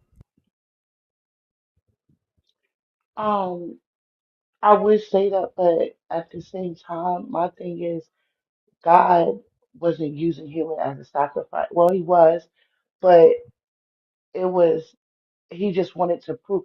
Really, he didn't really do that because he was really just trying to prove how much like his love was like for God or whatever. But he didn't allow What do you mean? Can you clarify that for me? okay, well, like I can't really think. I don't know if it was Abraham when he God had asked him to take his son and kill his son up or whatever.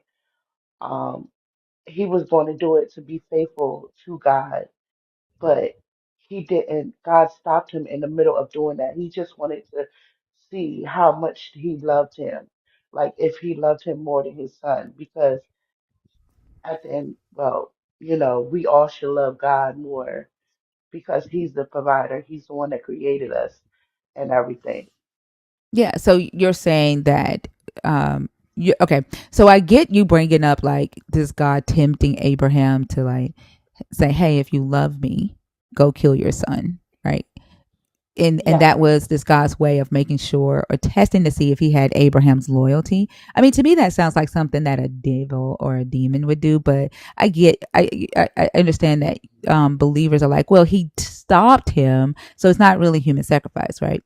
But in this book, there is another form of sacrifice that your God definitely accepts, right? And it's the offering of captives of their enemies, right?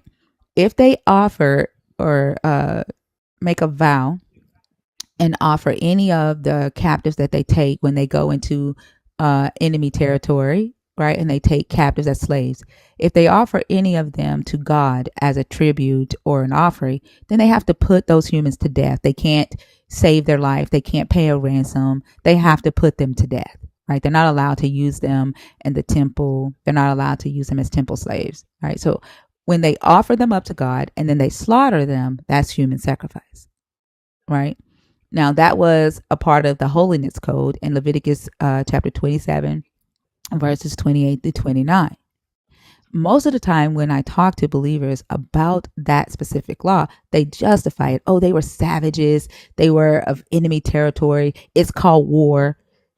It's still human sacrifice, right? Like if we found out today that America was in war and America took captives, right, of whatever land that we were in war with, and then we found out that 32 of those captives they slaughtered and offered it up to God, y'all would be terrified. Like you would be horrified that America would do such a thing. But for some reason, when we read it in this book, believers of Christ tend to try to justify that action as divine love or divine justice. That's what I mean when I asked, did Jesus, the sacrifice, actually forgive the sins of Yahweh through the eyes of the believers? Well, my thing with when God had sent them out to kill, like take over the other um like race of people or the company or whatever, the enemies or whatever. These were people that were evil, doing evil. They didn't want to like, live by God's ways or whatever. And, he sent them out to kill them. Now, it was one, I don't know if it was the Canaanite Knights or what group of people it was, but he had sent them out to kill them. And they killed all the men and everything, but they kept the women. And God had told them to kill all of them, but they did not do that. They brought back the women. And so when he brought back the women, he was like, God, because they didn't really obey what God had told them to do. But in a sense, they did still kill some of the women. He was like any of the women that had already laid with men. He said they were to be killed. But the ones that hadn't laid down with a man, he said that they could be saved. Okay, So so in this stop right there. So it's not the Canaanites, it's the Midianites, right? Numbers okay, 31. okay, Okay. okay, you're Now, right. okay. Now, out of the ones that he saved, that he said, take the what? Can you state what type of women he said to save?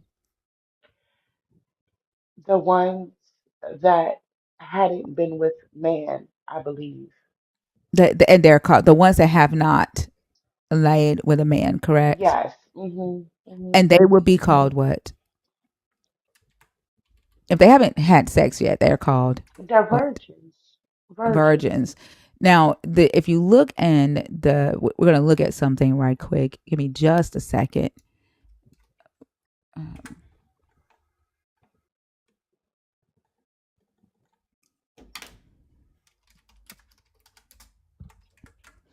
We're going to look at this from two translations here.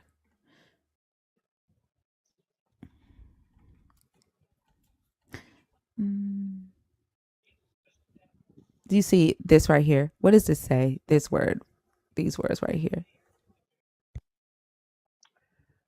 Women's children. Huh? It says women, children. So can you read that Oh, you entire want me to verse, read chapter it? 18? Okay. But all the women's children have not. Not you're putting a possessive on there. There's no possessive there. There's no apostrophe s. Okay, well, put all the women children that have not known a man by laying with him, keep alive for yourselves. What do Hmm. you think that says? What do you think that means when it says, but all of the women children that have not known a man by lying with him, keep alive for yourself? What do you think that means when he says women children? The women and the children. No, there's no and there. There's no Okay, and. When it says women children, what do you think that means? the woman children. I don't know, like So that means the children the that children are of the female. women. No, Okay, children that are women that are their gender would be women, but they're children. okay, Children that are girls, children that are female, right? Or young women, right? Young girls that are virgins. So okay. any young girl, right? Or young woman Mhm. or baby that was a virgin, they were to keep alive, all the way down to the infants. And they were to keep Okay. them for who? Who were they keeping these virgin little girls for after killing their mommy, daddy, and their little brothers? For the men, I guess, I believe. The Israelite men, right? Yeah. Okay. Okay. Or it So could your be God. So no, it maybe it says could for be your. for all the Israelites. Maybe he wanted them to keep them so that their souls could be saved and they Well, could this be doesn't have blessed anything by to with. do with salvation. Like if he Okay. wanted their souls to be saved, then why kill the little boys? Why did he kill all the little boys?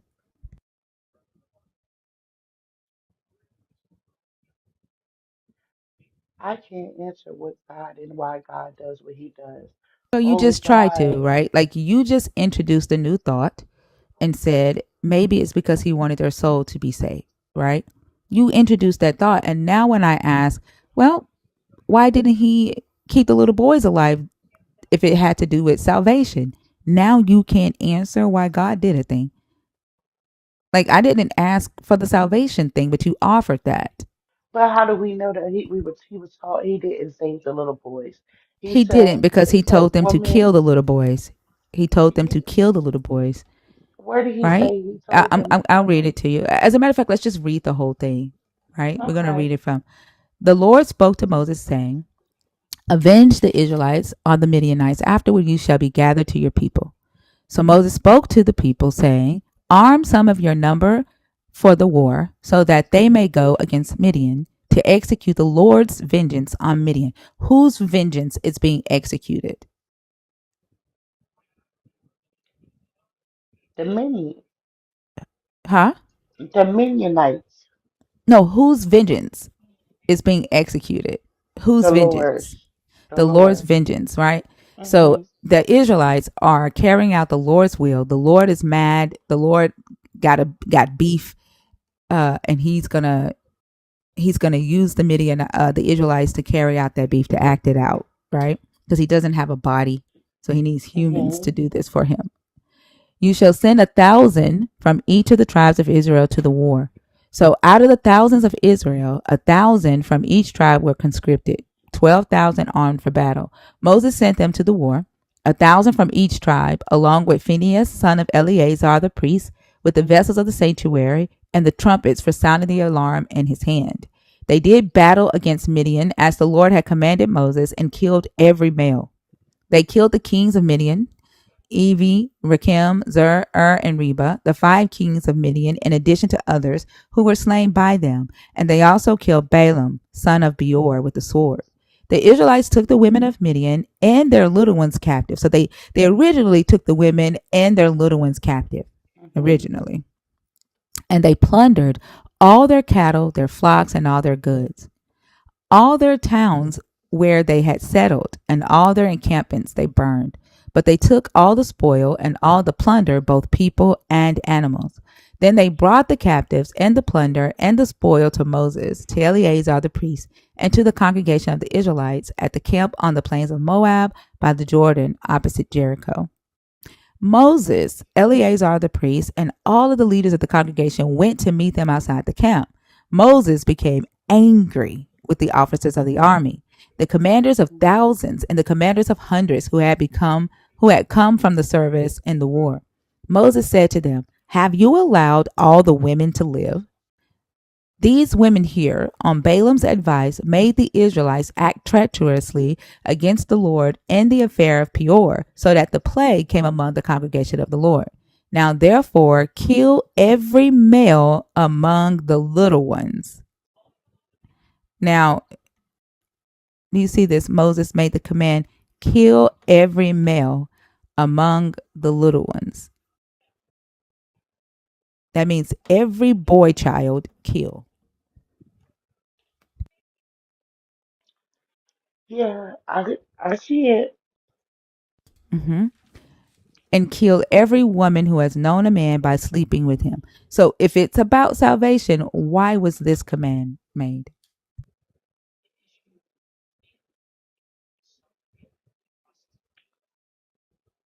I can't answer for what God does.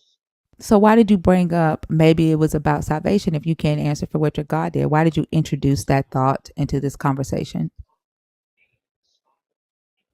God, I mean, God has a reason why He does everything, Yeah, but why did you, and His Sheena, thoughts and Sheena, His Sheena, ways. Sheena, Sheena, I'm asking a very direct question. Why Okay. did you, Sheena, Mhm. introduce that justification into this conversation?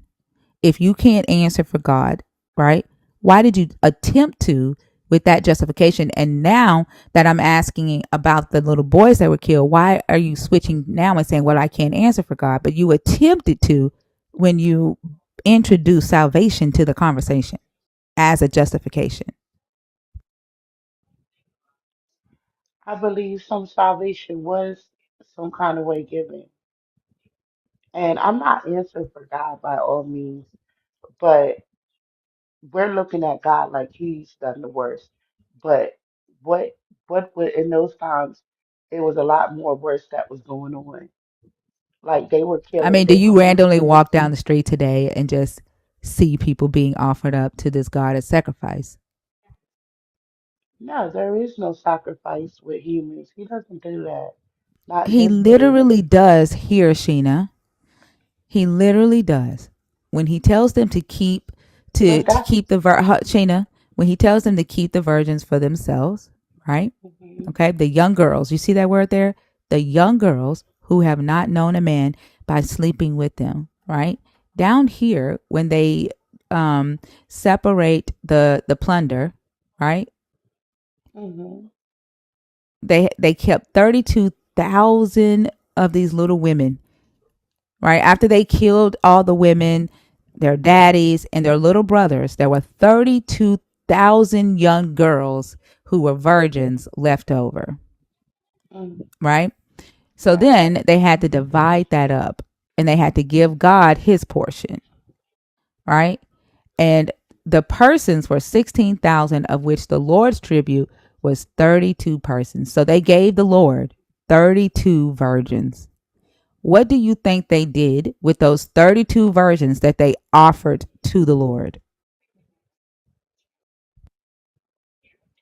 What did they do? Does it tell? Does it say what they did to them? Yeah, so let's go to their law and of what has to happen when people or humans are devoted to destruction. And if they offer humans to this God, what do they have to do? This is Leviticus 27, 28, and 29.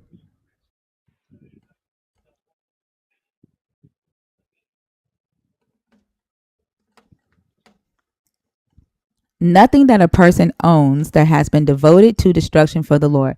This term here, devoted to destruction, means that something was put under a ban, right? A a judgment, a divine judgment has been put on that thing or that group of people, right? By this God. So if something that has been devoted to destruction for God, be it human or animal or inherited landholding, may be sold or redeemed, right? Every devoted thing is most holy to the Lord. No human beings, right? No human beings who have been devoted to destruction can be ransomed. They shall be put to death. So that means that the Midianites, because they were devoted to destruction, they were under the ban, right, by Mm-hmm. this God. The 32 virgins here, right, these 32 little humans that were offered to this God, right, had to be put to Mm-hmm. death. They couldn't be ransomed, right? They couldn't be ransomed. They had to be put to death because they offered them to the Lord. They were a part of the offering, the tribute to the Lord. That's human sacrifice.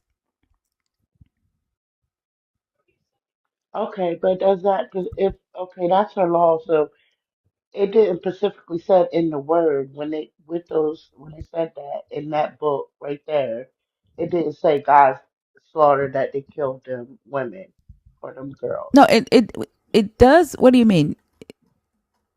This is Like, I Moses mean, speak. This is Moses speaking for your God. The Lord spake to Moses, saying, right, this is your God's divine judgment, right, on okay. the Midianites.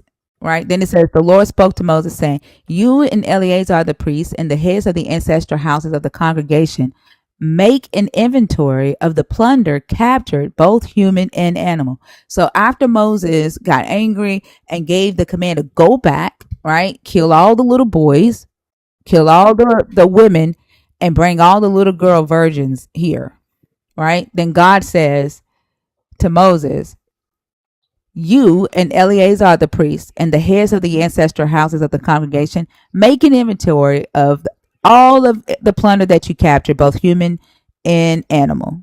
Go count every human, every animal that you captured. Then he says, divide the plunder into two parts between the warriors who went out to battle and all the congregation, right? Mm-hmm. So when you count it all up, right, divide it into two parts. Those that went out to battle so that they get paid for what they did. And then the second part is for the congregation, right? From the share of the warriors who went out to battle, set aside as tribute for the Lord one item out of every 500. Okay. So from the share of the warriors, the Lord got Mm-hmm. one item out of every 500, whether it be persons, oxen, donkeys, or sheep. Now, this is crazy as hell because I'm just now noticing this shit. Lala, I'm just now noticing that this God got more than 32 versions. Because if he took one person out of every 500, and he got way more than 32 versions offered up to him.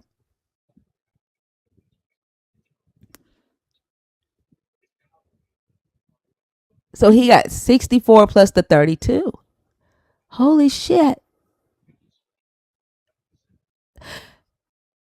The shit that you miss. Wow. Well, Um, we but can from the attest that the Israelites New half, you shall Testament. take one out of every he got more. He got more. But from the Israelites half, you shall take one out of every 50, whether persons, oxen, donkeys, or sheep, all the animals, and give them to the Levites who perform the duties of the tabernacle of the Lord. Well, no. I take that back. No. These are the instructions. Hold on. Then Moses and Eleazar the priest did as the Lord had commanded Moses. The plunder remaining from the spoils that the troops had taken totaled 675,000 sheep, 72,000 oxen, 61,000 donkeys, and 32,000 persons in all, women who had not known a man by sleeping with him. The plunder remaining from the spoils that the troops had taken. This is the total. The half share, the portion of those who had gone out to war, was in number 337,500 sheep.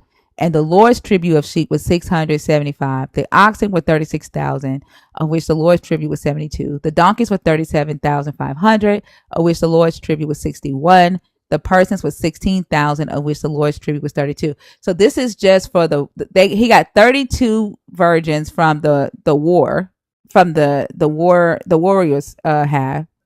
Moses gave the tribute, the offering for the Lord, to Eleazar the priest, as the Lord had commanded Moses.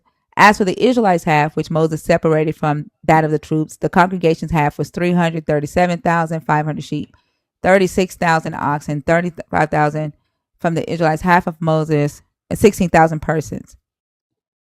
From Israelite half, Moses took one of every 50, both of persons and of animals, and gave them to the Levites. So one of every 50. So he got fucking way more.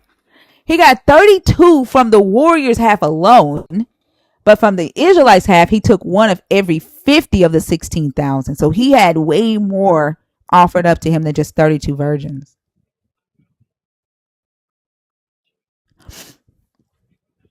What the fuck?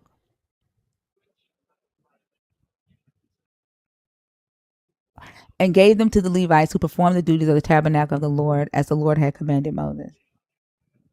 Then the officers who were over the thousands of the armies, the commanders of the thousands and the commanders of hundreds, approached Moses and said to him, "Your servants has counted the warriors who are under our command, and not one of us is missing. We have brought the Lord's offering, what each of us found: articles of gold, armlets, bracelets, signet rings, earrings, pendants, to make atonement for ourselves before the Lord." Moses and Eleazar priests received the gold from them and all form of crafted articles, and all the gold of the offering that they offered to the Lord from the commanders of the thousands, commanders of 10,000, 16,000. Okay. The troops had all taken plunder to themselves, so Moses and Eleazar priests received the gold for the commanders of thousands, hundreds of thousands. Okay, so they did what the Levites performed the duties of the tabernacle of the Lord as the Lord had commanded Moses. And here we go. When these are the votive offerings, right? So we can start here.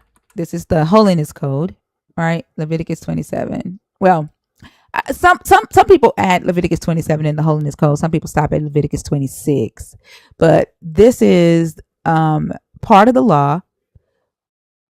It is the valuation that the God gave Moses on human beings when they offer humans to the tabernacle as an offering. What they would have to pay, the value that they have to pay of the human to get that human back, like to ransom that human's life, right? And so men, right, from 20 to 60 years of age, they would have to pay 50 shekels of silver, sanctuary shekel, to get the men back, 30 shekels to get the women back. And then it goes down by age. And right, the older you are, the less it is. The younger you are, the less it is. So when we get down to verse 28, and it talks about redeeming, like whether or not you can redeem humans that you have taken captive during a war or your enemy territories that are under this ban, right? That God has called a divine judgment on. Can you pay that price at the top to redeem their life, to save their life? And the answer is no. That no human beings who have been devoted to destruction can be ransomed. They shall be put to death. Does that make sense? Yeah, it makes sense. I see what you're saying, but I And so mean, God is today we would be God. like, yeah. And so the question that you chose, I hear you saying God Hmm. is God, like right after all of that. Like normally, if I told you that this was Babylonian law, you would say this is pretty evil, would you not?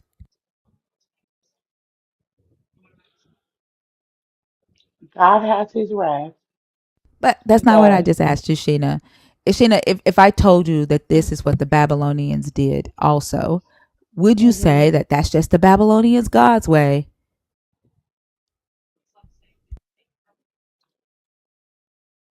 I mean, if the Babylonians did it, I mean, God can do it too, because He's God, right? I So I'm mean, I'm saying, like, would you just shrug your shoulders and justify it under the Babylonian gods and be like, but that's what the Babylonian gods required, so shrug shoulders.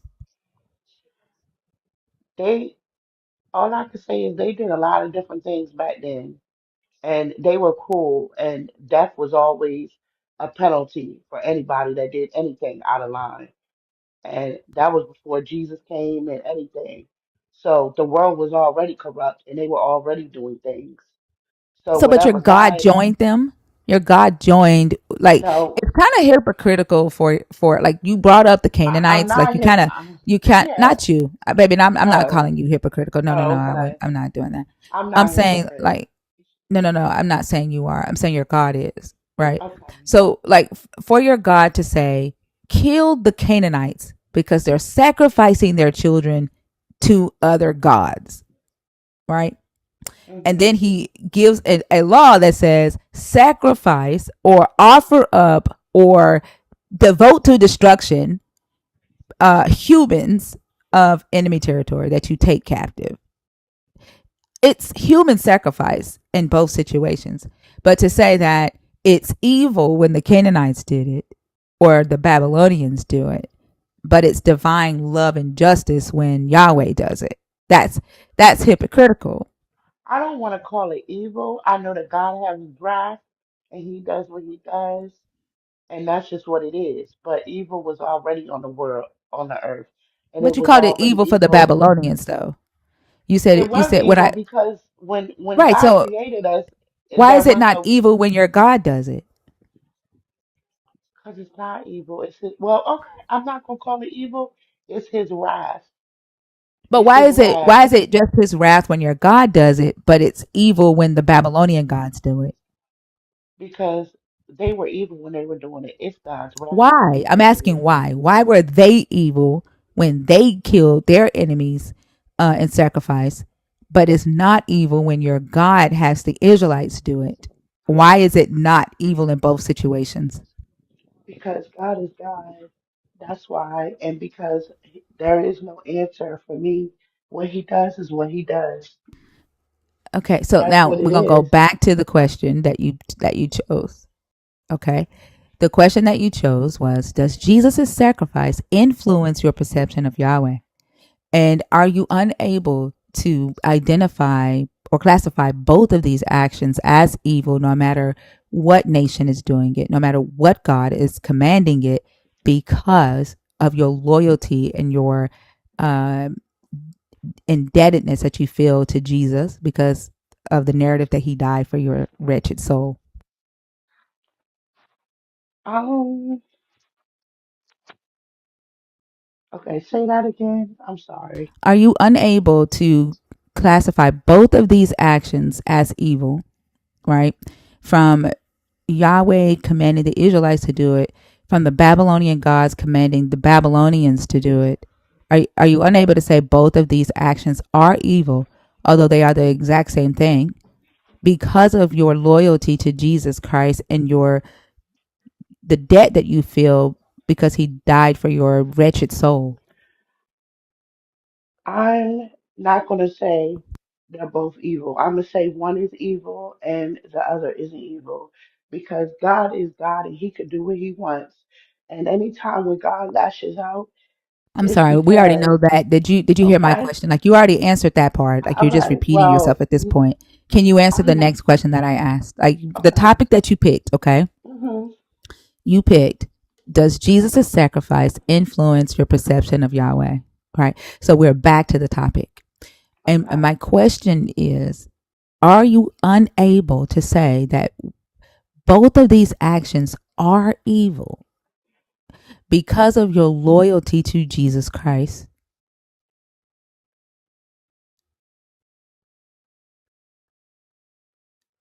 I'm not able to say I'm loyal to Jesus. Hmm. And this is So why you're willing to not admit, like, this is why you're willing to go against your own natural instincts to say that human sacrifice would be an evil thing because of your loyalty to Jesus. Like you're willing to demoralize yourself. when it's done, when sacrifices is done for evil, it's evil. But I don't think what God did was for evil. Do you know why they were killed? They were killed because they were evil. What? Because So what? How are little girl virgins evil? they were with the They were grown up. They were around it. No, they were little girls. There are people. They were young That's. girls. Hmm. Sheena, they were young girls when they were taken captive and offered to this god. How were they evil as young girls who had never even had sex yet?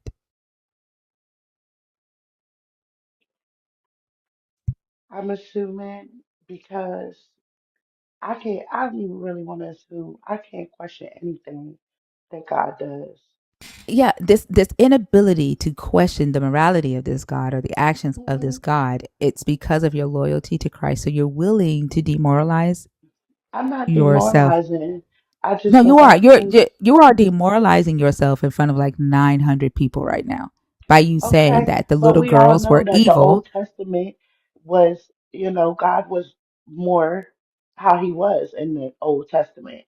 That's Right, why but he so created the New yeah, but Testament. the question is right, but the my question is, why are you unable to say that that was not good to sacrifice young girls or to even just, do you know that the reason why they were killed is because your God believed that Balaam had the women of Peor to sleep, the Midianite women to sleep with the Israelites, right? And they intermixed. Hmm. They got a plague, right? Hmm. They got a plague. They got a, we can say they got the clap, right? Hmm. Some STD from sleeping with these women. I don't know where the plague came from, but let's call it an STD. Well, we know that Balaam is evil anyway, and he was a god, or it was a god, I mean, whatever that was your God worshipped. used Balaam. I mean, your God used Balaam to lie to the Israelites. But let's get back to like, it doesn't matter. We're not talking about Balaam. Your God believed that Balaam convinced these Midianite women to have sex to seduce the Israelites. Right? Hmm. They slept with these women, and then they got a plague. A plague came on the people. It doesn't necessarily say what type of plague it was, but I mean, if you think about sex and then illness, let's just say it was an STD. But the act of having sex and intermingling with people that were under this ban, this devoted to destruction ban, that's what Hmm. pissed your God off to the point to where your God just killed everybody, including little boys who didn't even have sex. These little boys didn't have sex, right?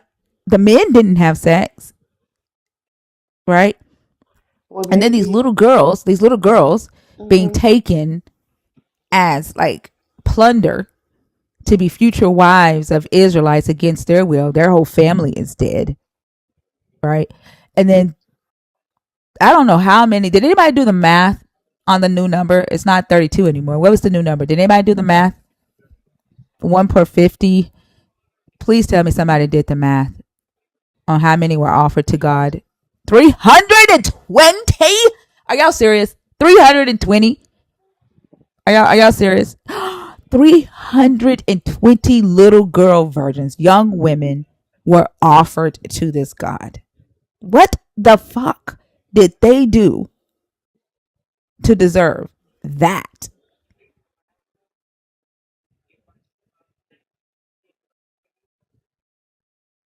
And you're not able to say that's not right.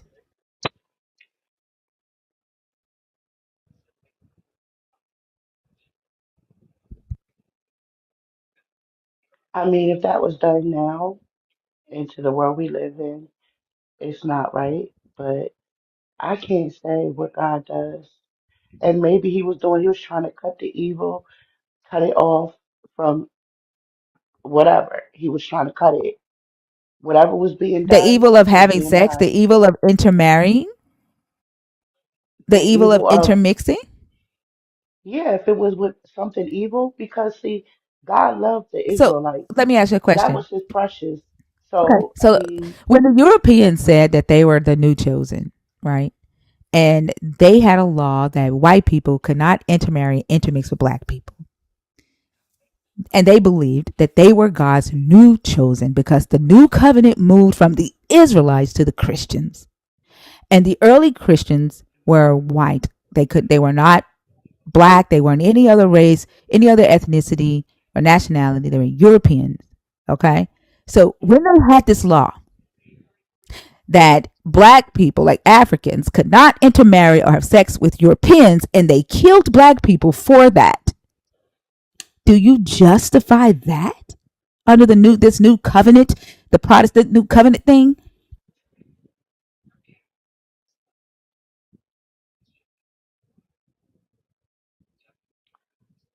All I can say is that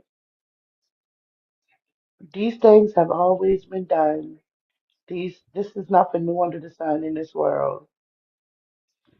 And That's not the question that I asked. I know it's not. I know, but I don't know Do how you any other justify way. when the Europeans would kill black people for intermarrying under the guise that they were the new chosen and America was New Jerusalem?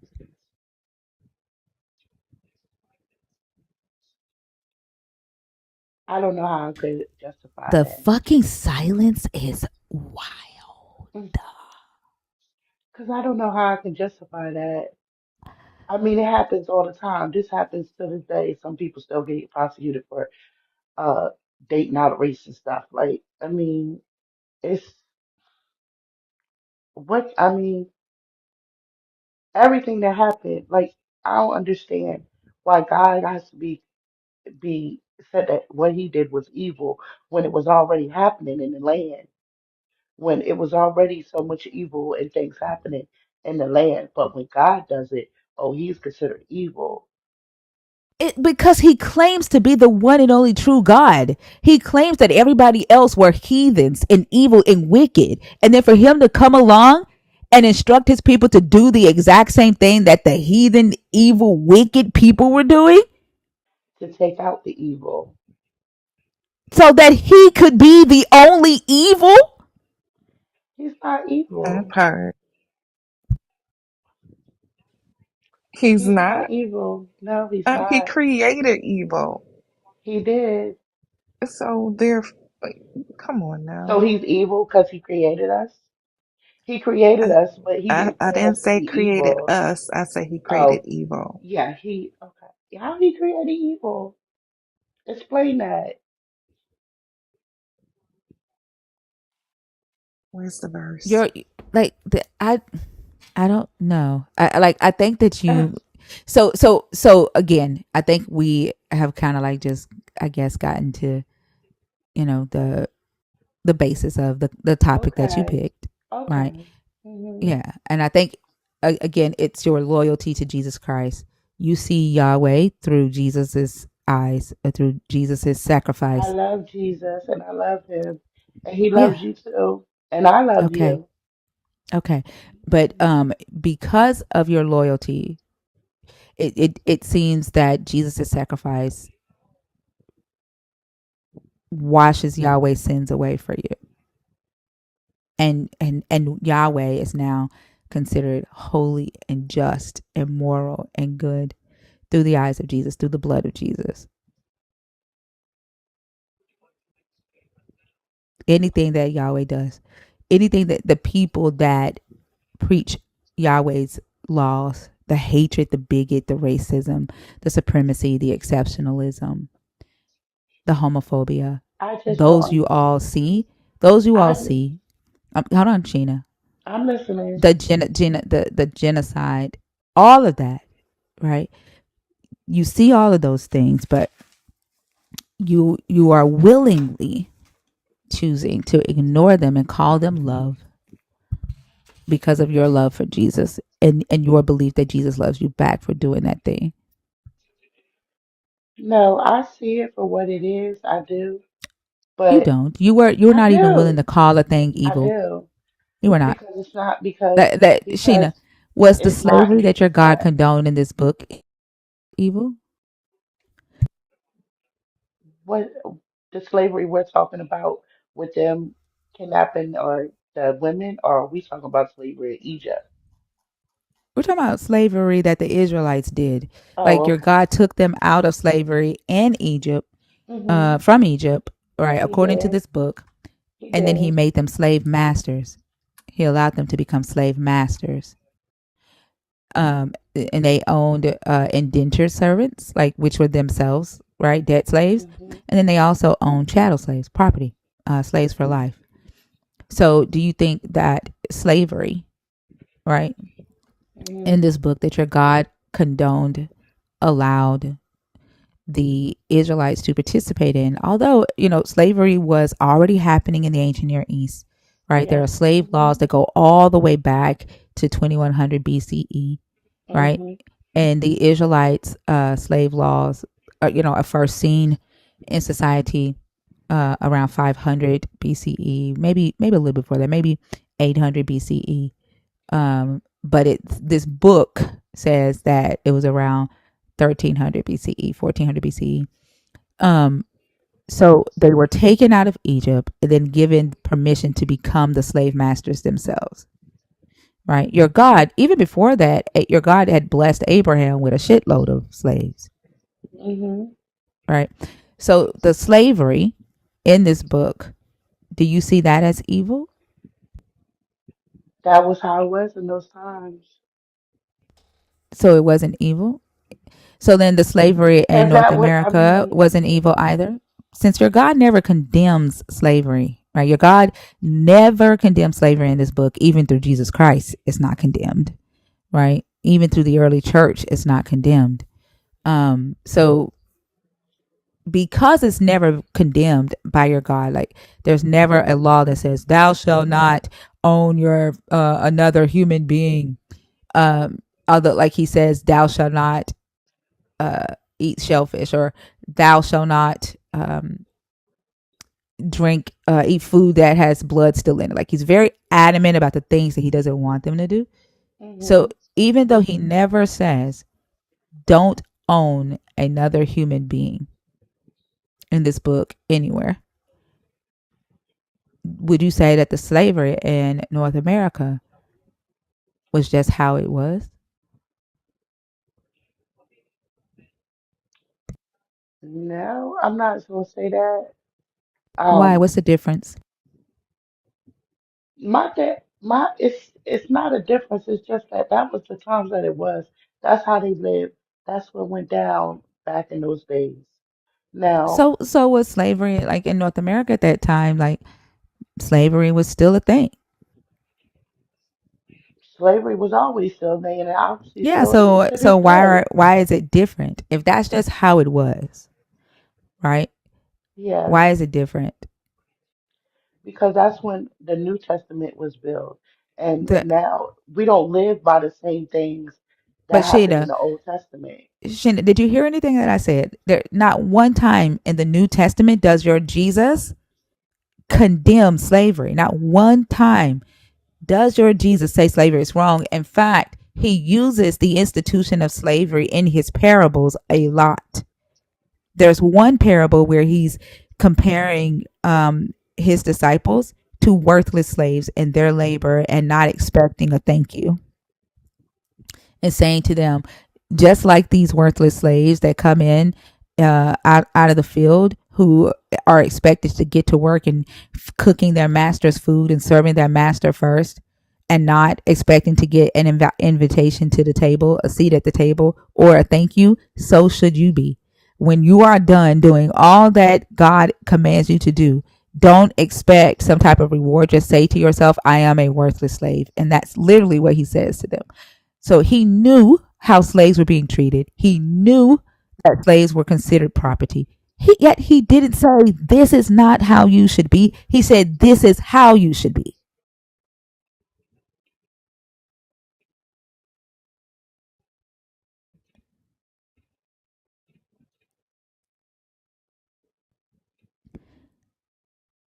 Um, I don't know if that's how God views them. That's how He views them. He also calls us, like, when we're in sin, dirty rags, and I mean, God has His way of describing people and how He views us. So I mean, But who's typically the one speaking for the God? Who's typically the one saying, God said that you are a worthless slave? He's speaking. When God speaks, He's speaking But when who's you're in. typically speaking the words of the God and saying, this is what God said about you? Who's typically the one saying that? God, right? Have you ever seen a God talk? Who's I don't usually have to speaking see for the how. God? Who's usually I don't. speaking for the God? Are you talking about a prophet? Like it's always like through God, a person? Yeah, a man. It's usually a man in this book saying, "This is what God said about you. This is what Jesus said about you." And You can then always even just even use in the random people in in the there. antebellum period, Gina, in the antebellum period, it was men, right? Hmm. It started out being men telling uh people that West Africans are savages. They're evil, right? They have African spirituality that is demonic, right? These are devils. They deserve to be chained up, right? They deserve to be gagged, right? They deserve No, to be they beaten and deserve to be hung. Like, delivered. That's what they deserve to be delivered. so With you see the mhm. slavery. So you think like Origin, right? That this God in the early Catholic Church who said that God gave them, right, the authority to enslave West Africans because they were savages, and that's how their souls were saved through enslaving them. You agree with that? No, I'm not saying their souls are slave or saved through enslaving them.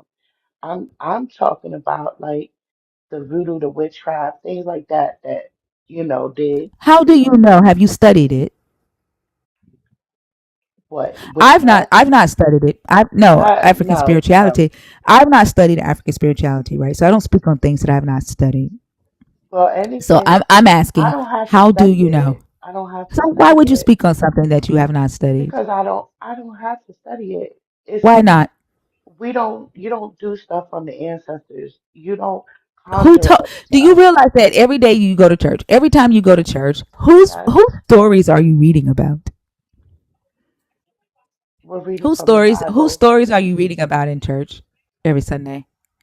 God's stories from the Bible. Whose ancestors are you commemorating when you go to church every Sunday and you read about David, you read about Josiah, you read about Hmm. Jeremiah, you read about Isaiah, you read about Adam and Eve, you read about Cain and Abel, Yeah, Saul, yes. Paul? Like, whose ancestors are you reading about Yeah, but and how are we thanking this God conjuring for? up? We're not What do you conjuring mean? up. Do you know how many people in our community think that they are Paul, think that they are Isaiah, think that they are Ezekiel, huh? Think that they are Enoch? Do you I know don't how have to. many of our people think that they are Jesus Christ returned? What do you mean Mm, conjuring up? Every day they are conjuring it up. So why is it okay for you to go to church, right? It's okay for you to go to church, read the stories, memorize the stories, pray over the stories, give honor to the stories, light candles to the stories, speak tongues over the stories of another group of people's ancestors, but you cannot even honor your own. And you just all of a sudden call that demonic, call it witchcraft, and you have not even studied it. You take the words of another human who told you that your history was demonic, who told you that your ancestors were demonic, and you're just like, okay, I don't need to find out for myself. Okay. I'm not saying that my ancestors are demonic. I'm talking about when it comes to some of the things that they done back then, like picking that up and doing that. I respect and I love my ancestors Some of and the I'm things that they sorry for done, what what they did they went do? You through. said you haven't studied it. I don't have to study it. So why are you Listen, talking on things that they've done and you don't know? Who I don't told you have to what they done? study Who told you? Where did you the get what they books. did? I got a lot from the books. What books? African American, like all of them. Like I had to learn about stuff. I had to learn about slavery in school. You have to learn about that stuff. So when they taught you about slavery, they also simultaneously taught you how wicked your ancestors were. No, Is that what you're saying? sometimes I learned on my own while I was So reading tell me, and what did you learn? I learned some of the things that they did. Like Like they what? were to them it was what they did because that's what they did in Africa. What And did they then do, love? What did they do? they they did voodoo and stuff. They Like did certain what? things. Like what? Tell me about it. What I was the don't need to voodoo? get they worship different I'm things asking, like and stuff. what? I don't have to get it. I don't want to get it Yeah, deep because I don't want to bring why any light not? to that. I don't What want to bring bring life any to light to what? that. I Like, don't want to bring any light are you to that. saying that they do human sacrifice? They sacrifice chickens on an altar.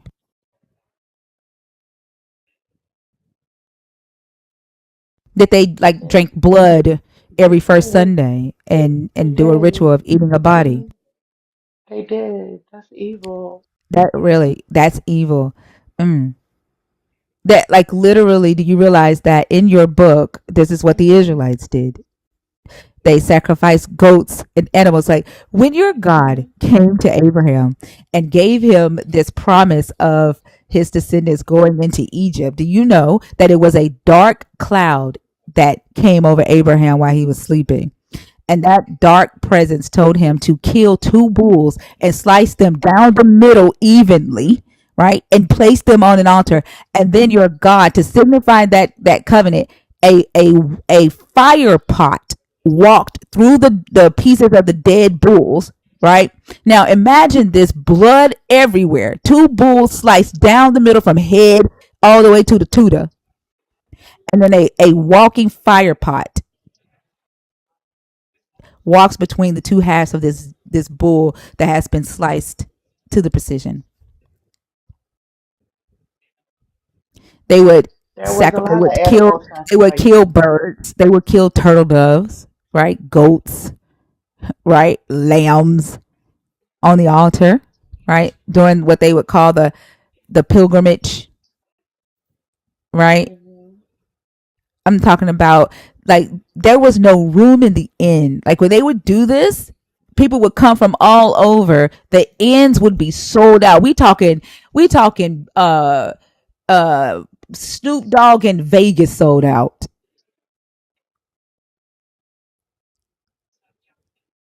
right? And they're slaughtering animals, mass amounts.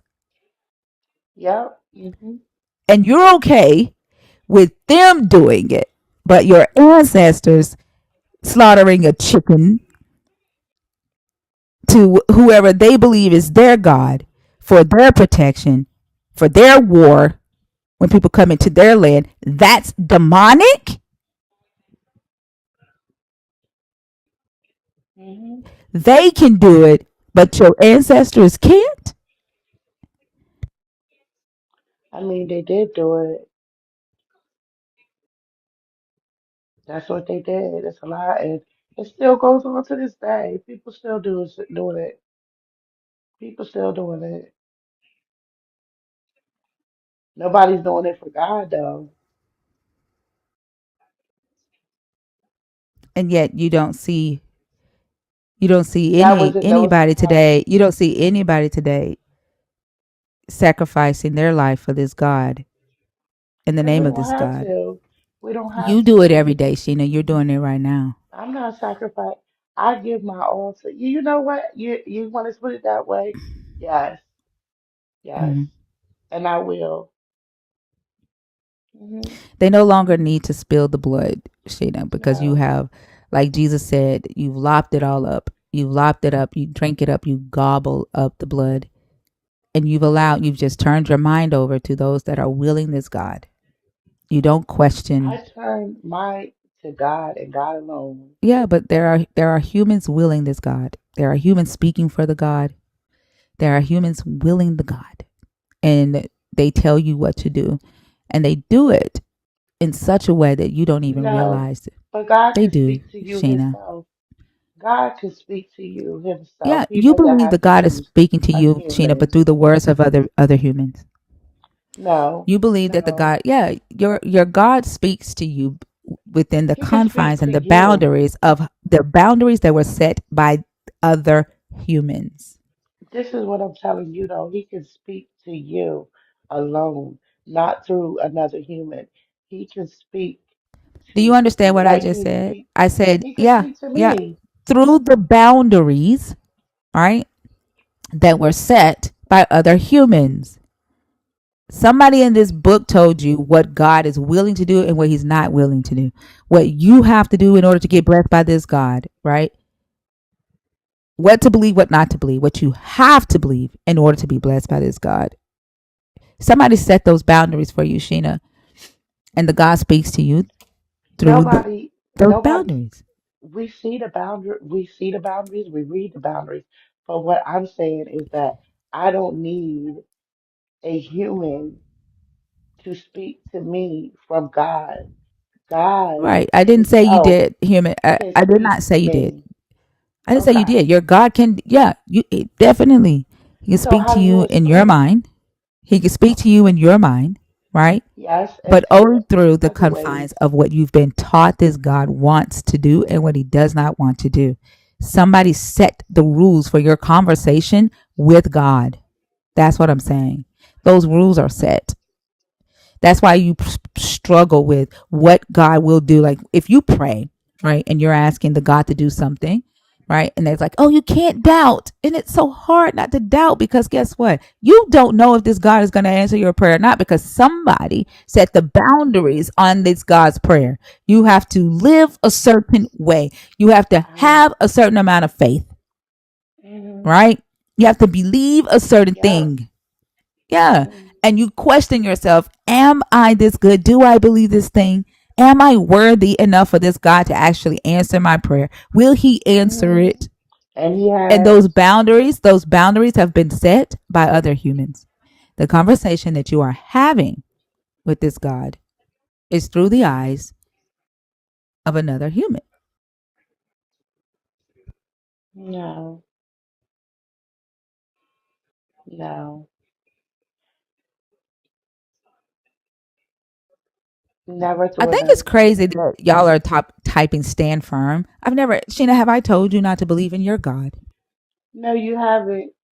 Like, what the fuck are they I'm telling going you to to stand believe. firm for? I just thought I had a What? faith Hold on, system Shayna. about What are you God. standing firm on? I'm What are standing you firm standing on firm God. on? Not On right. God. Nobody told you not to believe in your God. Like, I don't care if you believe in your God. The fuck? What is that going to do to me if she believes in her What? God? Like, what is that going to do? Okay, Golden, come up here and tell me what misinformation I said. What misinformation did I say?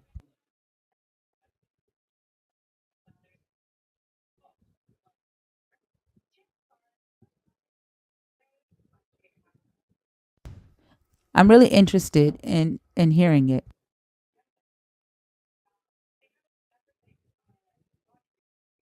Are you there, Golden?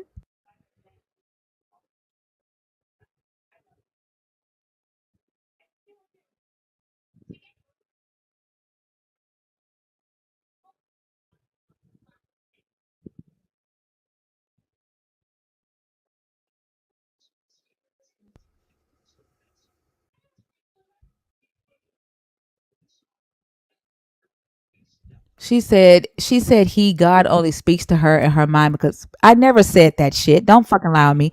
Now, if you don't understand what I say, just ask me to clarify. What I said was the conversation she has with this God in her head, the boundaries of that conversation has been decided by other humans. Humans who wrote this book, humans who said, you must believe this way, you must live this way, you must think this way. That's what I said. Don't fucking lie on me.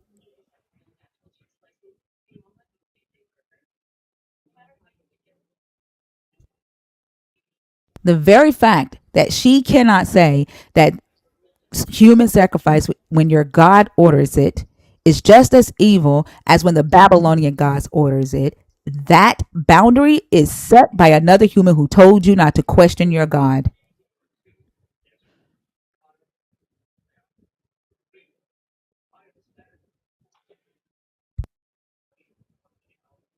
I don't. My thing is, I just don't understand. It's already been done in the land. It was already being done. But when God does it, it's considered evil. But when I see God does it, it was done because of the evil that was in the world. When He created us, none the evil wasn't supposed to be here, but it came here through Adam and Eve and what happened. And it really corrupt the world. It corrupt the image that he had for us and what he intended for us. So, I mean, I don't understand Do why. you know the thing that your God began to struggle with? Hmm. What? What was the primary He thing? struggled with. Yeah, like you talk about the evil in the world, right? Hmm. With Adam and Eve, which I Right. assume that y'all believe that your God couldn't fix it. He couldn't fix what No. Adam and Eve fucked up. It was Oh something that no. was so powerful that Hmm. your God couldn't fix it right then and there. What was the thing that I you believe think he could that have. might have been so powerful that your God was couldn't get a hold of, that he had to kick them out of his presence? What was that he just couldn't fix right then and there? The evil, What was the evil thing? the serpent, which was the snake, So which was the devil. your God couldn't control the serpent. Is that what you're saying? That was the evil thing. Oh no, he could control Okay, did you hear my them. And question? he, hmm What was the thing that your God could not control, that was so evil that he couldn't fix right then and there when they ate from that tree? it was the evil. What was the evil thing? The evil thing is that they ate from the tree that God specifically told them not to eat from, but they were So persuaded by the devil. your God couldn't put the fruit back on the tree.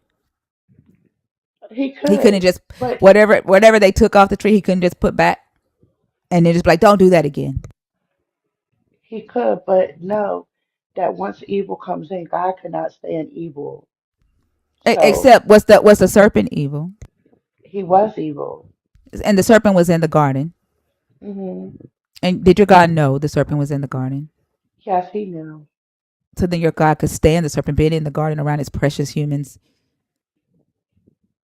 He He didn't do anything. He serpent didn't do knew. anything to stop the serpent being in the garden around his Mm-mm, precious brand new humans, right? mm-mm, He knew evil was around them, right? mm-mm. Okay. So then your God can definitely stand evil. He expected y'all to be able to stand it. He can't stand evil. For one, that's So what why he did he let hinted the us, serpent stay in the garden? because maybe he was testing his creation, Oh, so then he and can he stand evil already because he knew. can use it as a But test. yeah, we constantly go through tests. Right. We So he teach can people stand tests. evil because he can use it as a test. Now, y'all failed the test. Okay. Yes. You failed the test. Yeah. What was the Hmm. thing? What was the thing that he could not fix in you that was so evil? The fact when they ate that tree, that evil had set in, and God had to banish them out of the Garden of Eden. So Let me ask you this, where on your body did the evil set in? our hearts, So when they ate from the tree, in that day that they ate from the tree, does it say their hearts were open? Their hearts were open, and man could now know good from evil, good and evil. Was it their hearts that opened? it was because, yeah, to the we were What basically was the open to thing the that evil. opened? What was the thing that opened when they ate from the tree? They seen the truth. They seen they were naked. So the thing that opened that Hmm. allowed them to see was their. Their nakedness, and that they were aware. It was like where they was, they were just able to.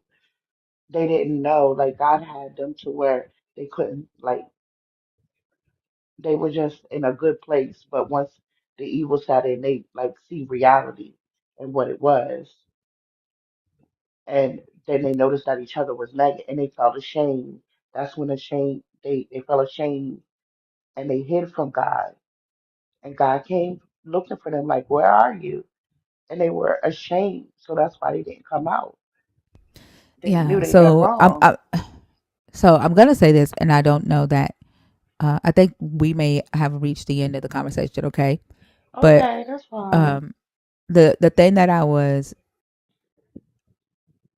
so their eyes were open, right, and they understood good and evil, right? And their eyes is symbolic for their conscious mind, their moral consciousness, right? The good and the evil. The thing that the God could no longer control was the human's moral consciousness, right? They could then wrestle with this God in their own moral consciousness. The God says, do this. The human says, no, I don't think that's moral. The God says, do this. No, I don't want to. I don't think, I want to do something else, right? So it's the mind, the wrestling with the God in the mind. And the God could no longer control that mind, right? And so he kicked them out, right? And saying that the evil, right? The thing that's evil is for you not to be in complete submissiveness to the God, giving your will to the God. That's why you get eternal life when you give your will to the God and you say, if God wants to genocide little girl virgins, that's just God. And when you reach that point, then you have given your will back to the God. Thank you for coming up, Sheena. I appreciate you. I hope you have a good night, okay? Thank you. You too.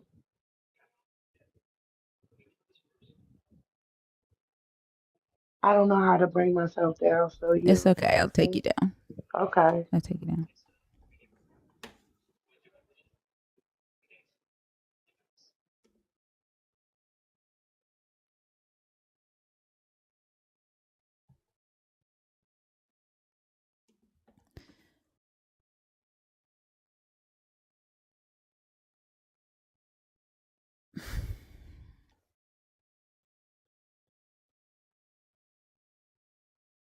Yeah, Lala, are you able to bring up Waved Out?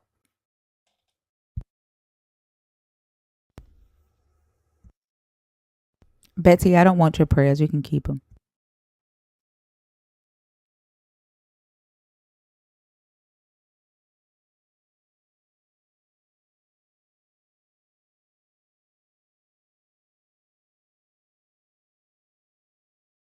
Lala, are you awake?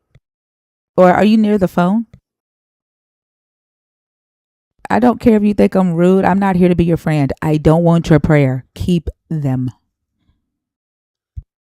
I think it's rude of you to tell me that you're going to pray for me. I didn't ask for that. And your will does not trump mine. I don't fucking know you. The fuck I look like wanting you to ask your God to make my will match yours.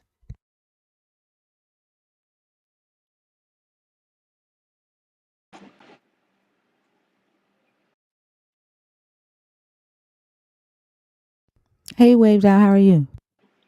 Hey, Pinker. I'm doing well. How are you? I'm doing good. I didn't want to take up too much time. I actually just came up here, if possible. I wanted to share something crazy about something that happened today, if you don't mind.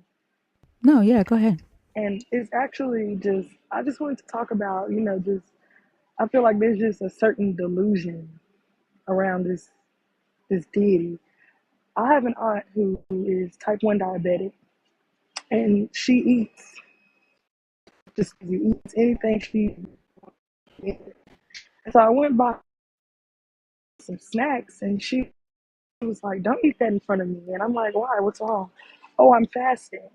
I said, "You're fasting?" I said, "Why?" "Oh, well, I've been talking to this new pastor and he says if I don't fast for a week until next Tuesday, that I'm gonna go to hell." And I was like, "What, Auntie?" I said, he told you that? And she's like, "Yeah, I believe it. And I just think that it's best for me to stop eating certain things so I don't go to hell." And I'm like, wow. Like this is what this religion is teaching you guys, that if you eat a certain way or if you change your certain habits that it prevents you from going to hell. Like it just sounds like fire insurance to me. And that's scary as hell and irresponsible of that pastor to do because as a diabetic, she needs to eat. Right. Right. My aunt, she's like one of those diabetics who she has to take shots every day. She actually has a shot that stays on her at all times. It's connected to her phone.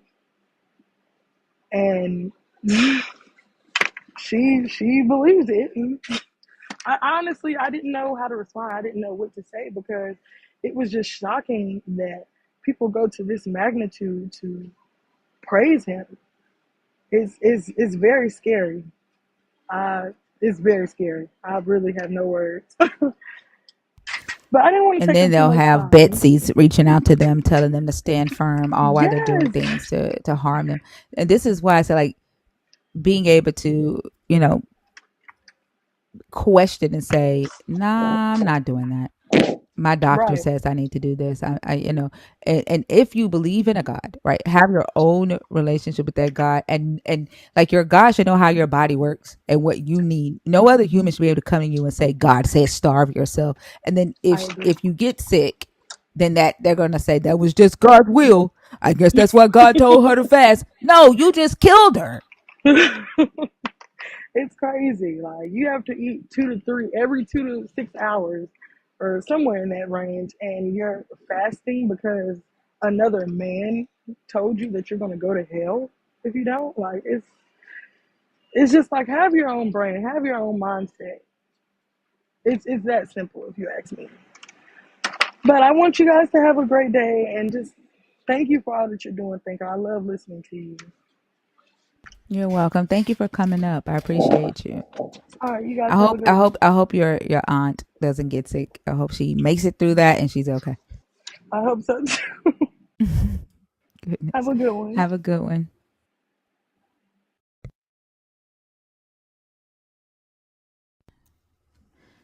Shit is dangerous. I told y'all what happened to my niece. Like that shit is very dangerous.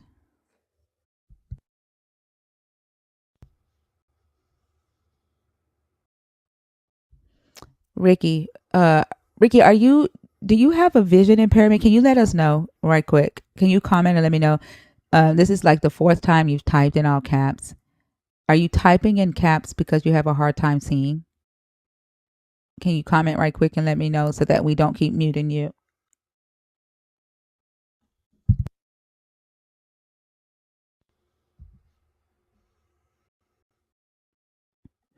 Okay.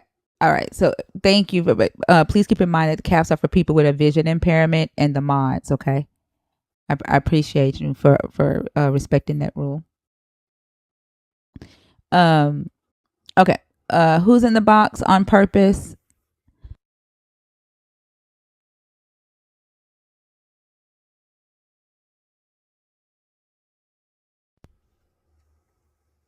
Ricky, did you hear us tell you happy birthday as well? Did you leave before we were able to say happy birthday to you?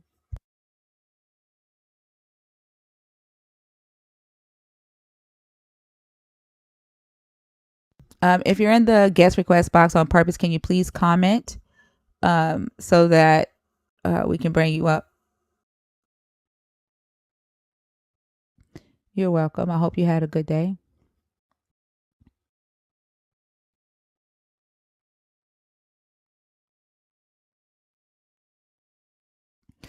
Okay. Joel? Hey, Thinker, what's happening? Hey, how are you? I'm good. I'm good. Thanks for doing this as always. And I just kind of stopped in, saw you were live, and so I wanted to check it out. Um, so this evening, I was part of a get together to kind of um, show solidarity between the Black community in Los Angeles, some community activists, and the Jewish community, and to talk about what we have in common and what our you know kind of shared experiences can bring to help deal with the current situation. And what cracks me up a lot of the times is how Joel, give me just a second. I'm sorry. okay. I hate to cut you off. Yeah, so During the week, the only people that can come up on stage and take us off topic would be a nerd, someone that you see the badges that they have in the community. I mean, in the comments. Um, they're subscribers to the community. They're the only ones that can come up here and change the topic. well, I'm not During trying the to week. change the topic. Oh, are you picking one of the topics on the board to discuss?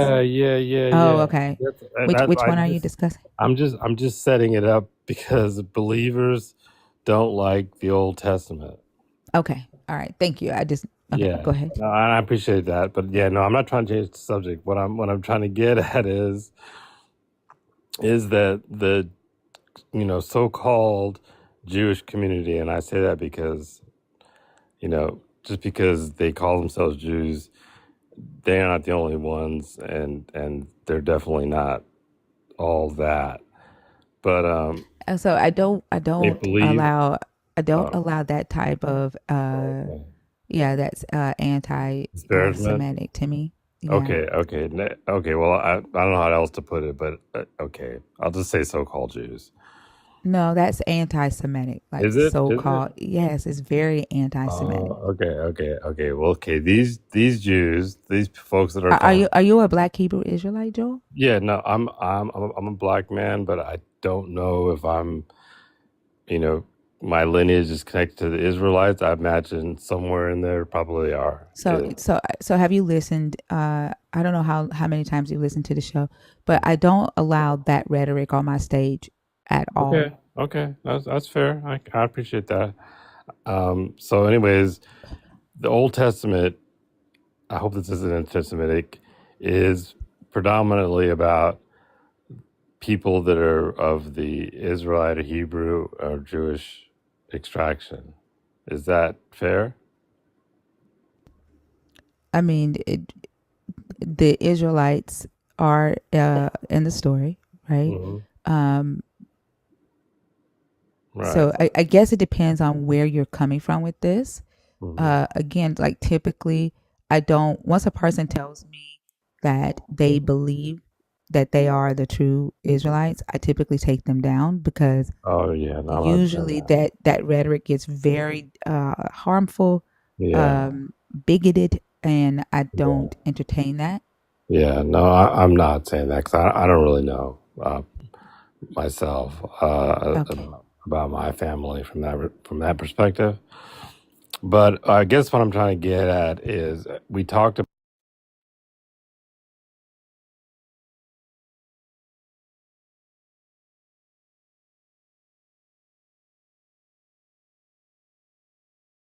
about the believers of the Christians. I'm sorry, you cut out on me. What did Oh, you say? are you referring to believers as Christians? Yeah, In Christians, Jewish people who believe okay, in the God of the okay, Bible. okay. So yeah, there were people talking about how they don't even understand that that the connection between the Old Testament and the New Testament, and how you can't really call yourself a believer if you don't truly understand.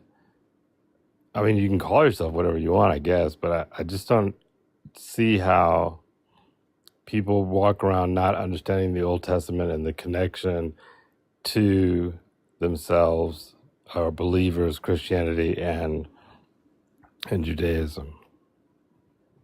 When you say connection to themselves, what do you mean? The connection, number one, the simple fact that Jesus was a rabbi. He wasn't like a anointed rabbi.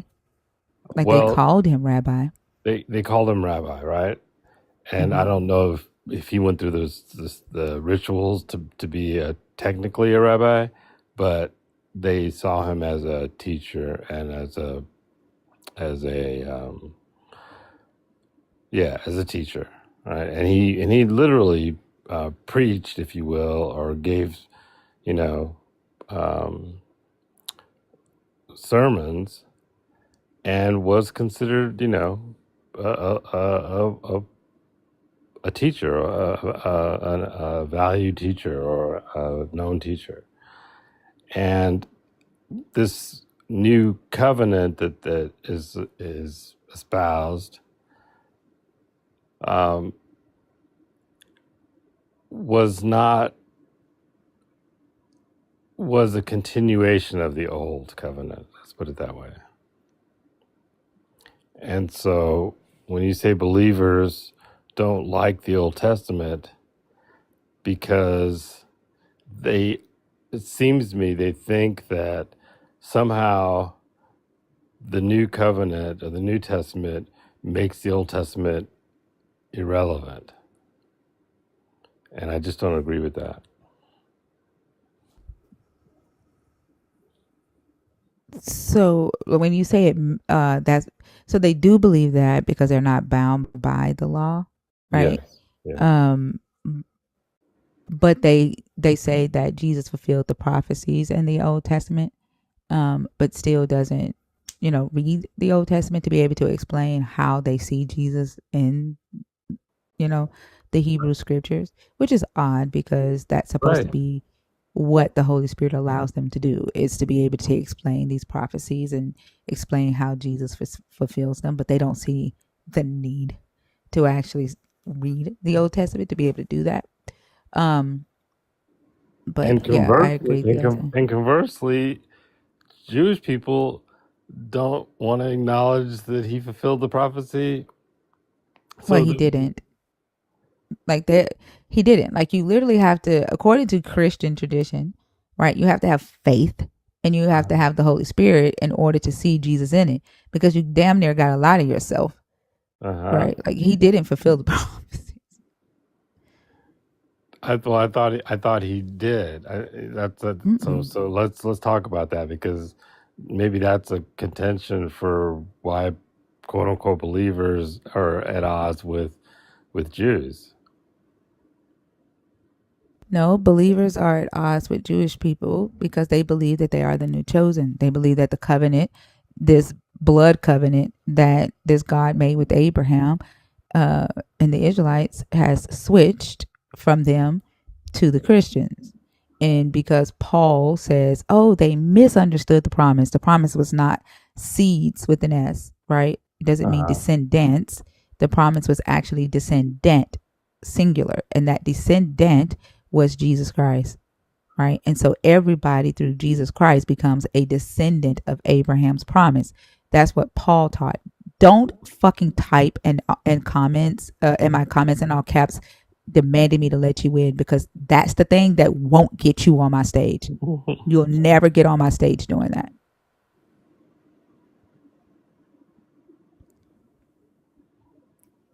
I'm sorry, I forgot what I was even No, saying because of that. you were talking about how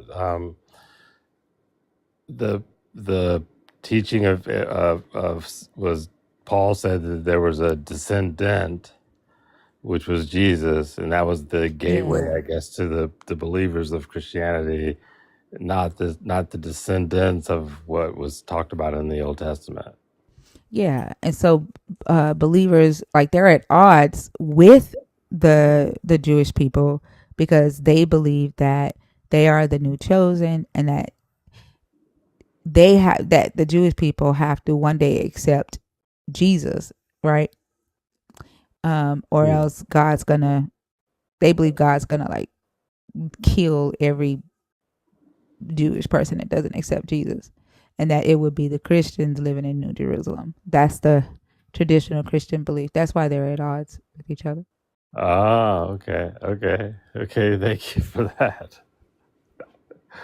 So, yeah. So I don't know. It seems like there's not going to be any way to reconcile that, because until what, Jesus comes back, or God kills everybody. What I mean, there seems like there's no way that that's going to ever be reconciled.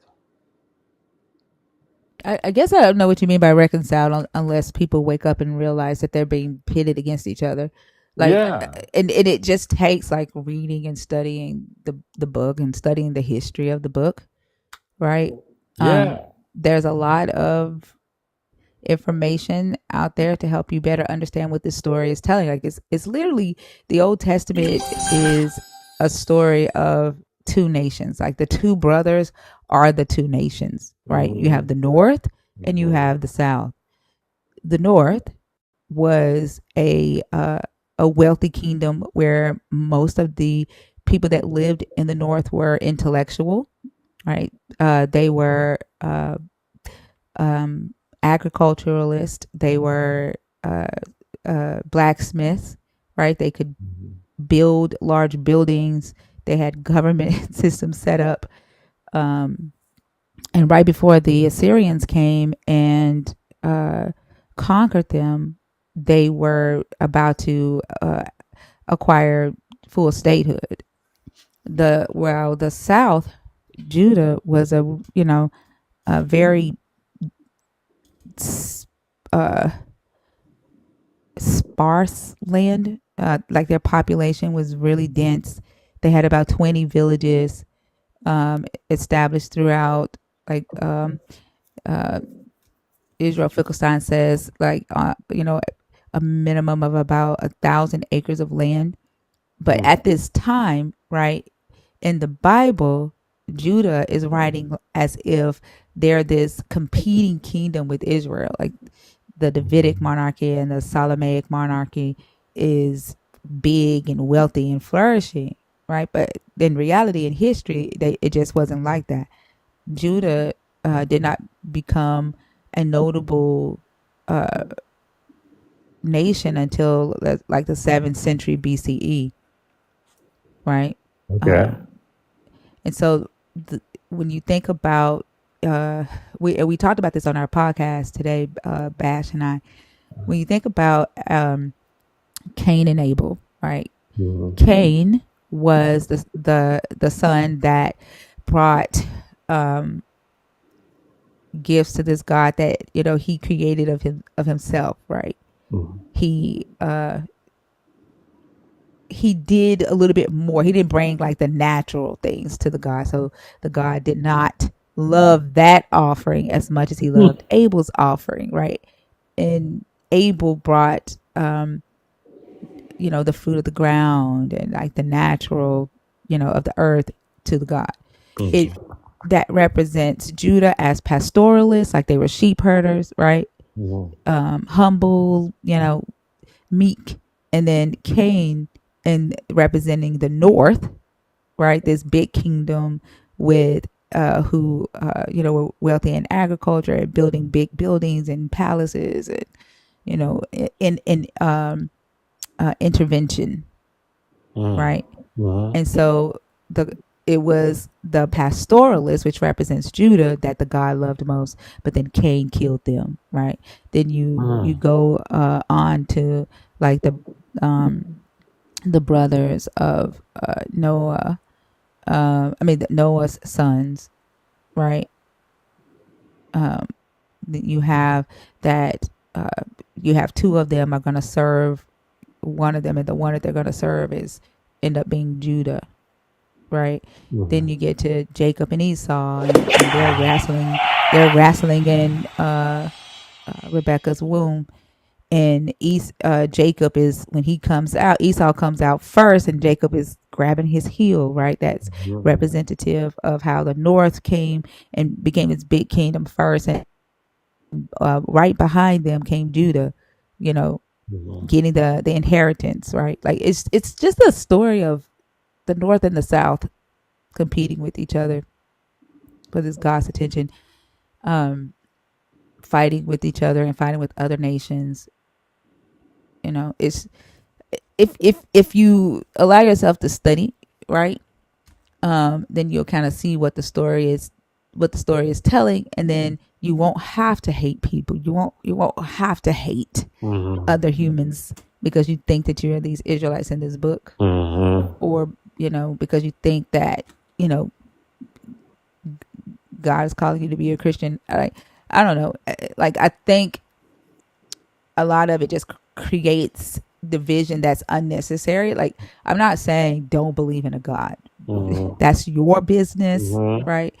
But when that spills into society and it makes you interact with another human in a specific way to where you are willing to either inflict or condone harm on another human for the sake of this belief in a God, that's when it becomes a problem for society.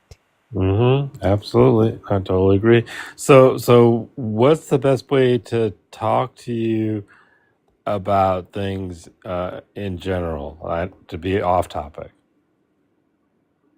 What do you mean? Say that again. Oh, What are you so talking? being a nerd is one way, and Hmm. then on Thursdays, I don't know if you were here this past Thursday. Hmm. A lot of the questions that I have today came from the conversations that we had Thursday through Okay. Freeform Friday.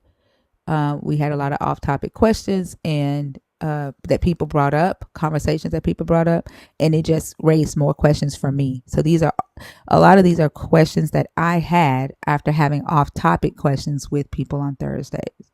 Okay, and so check back in on Thursday to bring up other stuff. Yeah. Mm-hmm. Okay, because I definitely wanted to talk to you about some other things as well. I appreciate it. You're welcome. Thank you for coming up. All right, thanks. Have a You're good night. welcome. Have a good night. Bye bye. Thanks. Where did Lala go?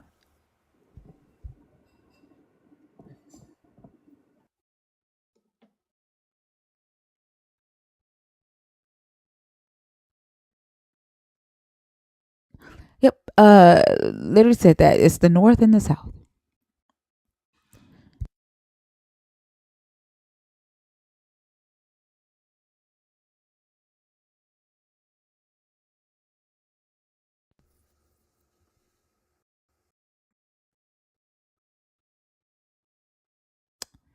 Where I can't get the box open.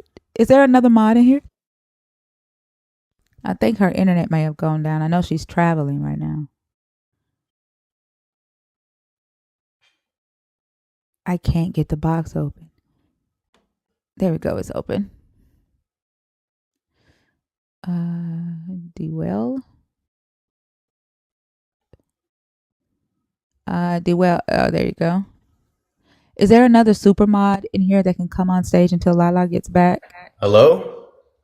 Hi, how are you? All right, can you hear me? Yes, All right, how are you doing today? I'm good. Are you a Christian, Yes, deconstructing, I'm a or an Christian. atheist? Okay, and which No, topic did I'm a you want? Christian. Okay, and which topic did you Well, I want to just wanted to discuss? talk about I just wanted to talk about your view on Christianity and No, that's not the topic. does you know have a There are 7 topics on the board. You can pick one of those topics, please. Oh, that's how it works. I'm sorry, this is my first time in a live stream at all, so I'm quite new to this. Let's see. Does God love the Gentiles as much as his chosen? Ricky, Ricky, I'm gonna warn you one more time. Caps are for mods only, and All for right, let me people with see. a vision impairment. Also, I am neurodivergent. You type it in caps, it's gonna take my attention away from the stage every time. Believers, I would I'm sorry, like to talk. Dwell. I'm Yeah, sorry. talking right now. Thank you. I don't want to block you, especially like your birthday today. Like, please respect the rules of the live. Only people who have been cleared, who have a vision impairment, and the mods may type in my in all caps in my comments. Thank you. The next time I'm gonna have to just block you. Which one do you want to discuss, Dwell? Believers don't like the Old Testament. Okay, go ahead. Well, what is your view on the Old Testament, and where does your statement come from? Well, my statement comes from conversations that I've had with believers and how they deny things and try to justify things. And they say All that right. the Old Testament does not matter to them because they're under the new covenant. All right. So, what would be something from the Old Testament that believers would deny or say, well, that never happened? Damn near all of it. Just pick something. But like, Well, let's be what's your specific. stance on the Old Testament? Like, you know my stance, right? What is your Well, I stance on don't the really Old know. Testament? Sorry? As a believer, do you like the Old Testament? Yeah, sure. Okay. So you wouldn't be a believer that disagrees with the Old Testament, right? Like, you believe that Jesus is the God in the Old Testament, correct? Yes, I do believe that. Right. And so everything that God does in the Old Testament or allows or instructs, that's Jesus Mhm. doing it essentially. That's Jesus, that's the Father, the Son, and the Holy Spirit. Yeah, and so that's Jesus. It's doing the things in the Old Testament. A Hmm. lot of believers will come up here and say that it's not Jesus, right? And still will I say that know. Jesus is God. Hmm. Well, I know, but a lot of people are misinformed. I will say that a lot of Christians, they just go to church and they don't take it up to themselves to actually read the context of the content of the Bible and really read the harder parts of the Bible and wrestle with it to come to like a deeper theology. But I'm very willing to discuss it. For example, the Canaanites. That's a very sensitive topic. It's not sensitive in here. Well, for a lot of Christians, but it used to be a sensitive Not topic to really. me. That Christians will just say out of their mouth the Canaanites were savages. Hmm. Like they'll just say it. And It's not sensitive for them. Like they believe the Canaanites were savages. They believe the Canaanites were sacrificing their children to Molech, although so, they so, completely ignore the fact that this Bible says that the Israelites were the ones who built the altar to Molech, and that the Israelites well, were sacrificing their children to Molech, and that your but the God, Israelites were built I'm the sorry, altar. hello, can I finish talking to Like I don't like talking at the same time. There's no need for us to have to do that. All right, for sure, finish. I'll let you Okay. finish. I'll let you cook. Well, you're not going to let me finish. I am going to finish, right? All right, go ahead. Yeah. There's no need for the Christians to deny, right, that this God allowed the Israelites to sacrifice their children as a punishment when it's written in Ezekiel, right? The Mhm. Israelites, Jeremiah tells the Israelites that God never told them to offer up sacrifices, right? When he brought them out of Egypt, he never said, Jeremiah says that the God says he never told them to offer up sacrifices or burnt offerings when he brought them out of Egypt, and that the only thing he ever said to them was to obey his will, right? Yet in Ezekiel, Ezekiel says that the God said, I gave them statutes that I knew that they could not abide by, and I defiled them through their very gifts and caused them to offer their firstborn through the fire so that they would fear me and know that I am God. Right? Mm. So, like, it's things like that that believers will completely deny um, that this Mm. God did or said. Yeah, can we go to that text? For what are you denying that it says it? No, can we go to the text and see what it says? But why? Why do I need to Because go to the text? so we can see and do exegesis on what the text contextually says. But I mean, you haven't told me whether you are denying that the text says that. Like, why would I go there? For what? You To haven't given me a see what it reason. actually says because you made the Why? claim. You're the one that Well, made just the claim. tell me whether you're denying that it says it. Relax, Like when relax. I asked you if you're denying it, you said no. There's no need for me to go there if you agree that it says it. No, because we can read what it actually says For to see what what, it talks about in the Dewell? context. Okay, are you denying that it says that? I said, let us go there and Then see what it no, I'm not says. going there. There's no need. You're not denying it, so there's no need to go there. Why? Just explain to you why. So, because you said it says that, your Absolutely. interpretation of that. Do you deny that it says that, Dewell? All right. What was the scripture you gave me? I'm sorry. Answer the question.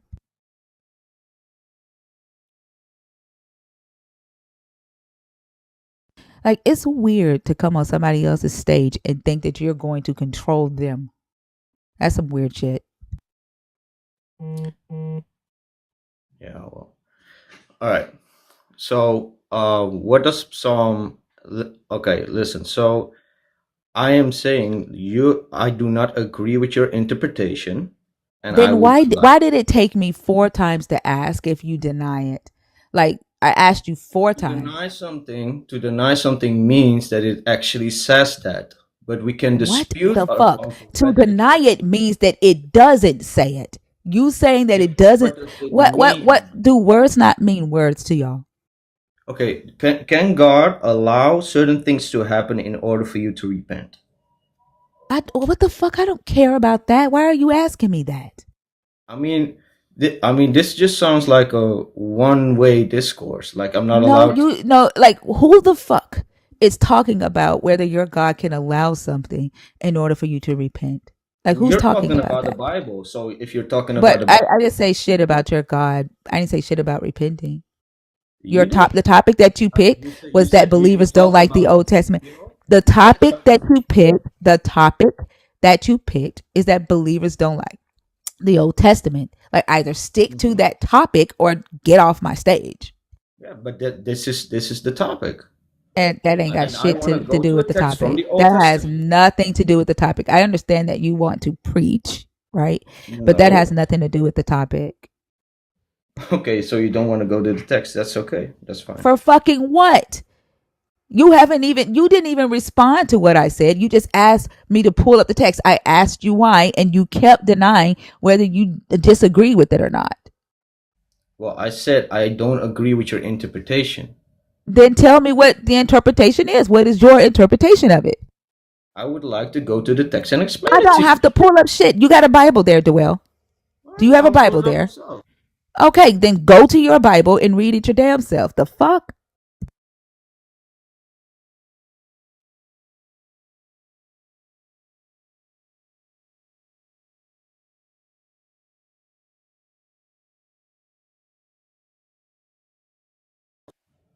Hello? Yes. Yes. Let me look it up on my laptop because if I go out the live, it will mute me. You don't have a Um, Bible. I do have a Bible, but it's in Dutch. I'm from the Netherlands. You don't. Do you speak Dutch? Yes, I speak Dutch. Okay, so read it, and just speak it in English. Read it in your Dutch and translate it in English. That's simple. Yeah. Well, for the audience, it might be nicer to have it in English. You're going to speak in English. You read in Dutch and you translate what it says in English. So can you give me the scripture that you were No, referencing? you don't agree with the interpretation. That means you know the Can you scripture. I don't give have to me give that the to you. scripture that you're No, I'm referencing? not. No, you don't agree with the interpretation. That means you know what scripture I'm You talking want to about. grab my No, Bible? I'm not doing the work for you. No. I have my Bible here, and I'm Okay, then asking go to you, the scripture that you don't agree that you're going to and explain I'm to me. asking you You're what that scripture I'm is. not doing the work for you. No. I'm asking you what that scripture is. And I'm telling you, you should know since you already disagree with the interpretation. Well, so I don't know by heart what the scriptures Then you how the reference, hell can you disagree with the interpretation? because I want to go there and see what it How says. can you disagree with an interpretation and you don't fucking know what scripture it is? All right. Can you give me the scripture or what? I said no. All right. So what does Psalm? So can I bring up another scripture then? Go ahead. So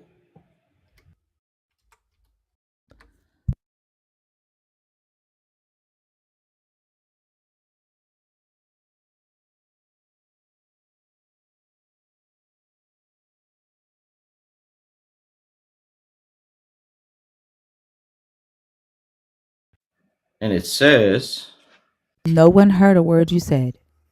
When you leave the app, we cannot hear you. yes.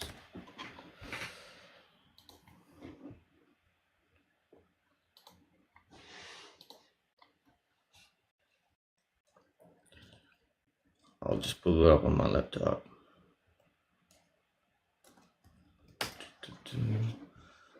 This isn't a debate.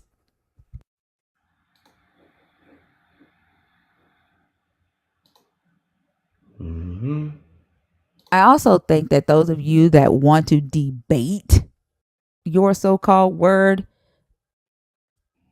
are weird. Like you should want to discuss your word or your belief or whatever, or the history. Debating it is fucking weird.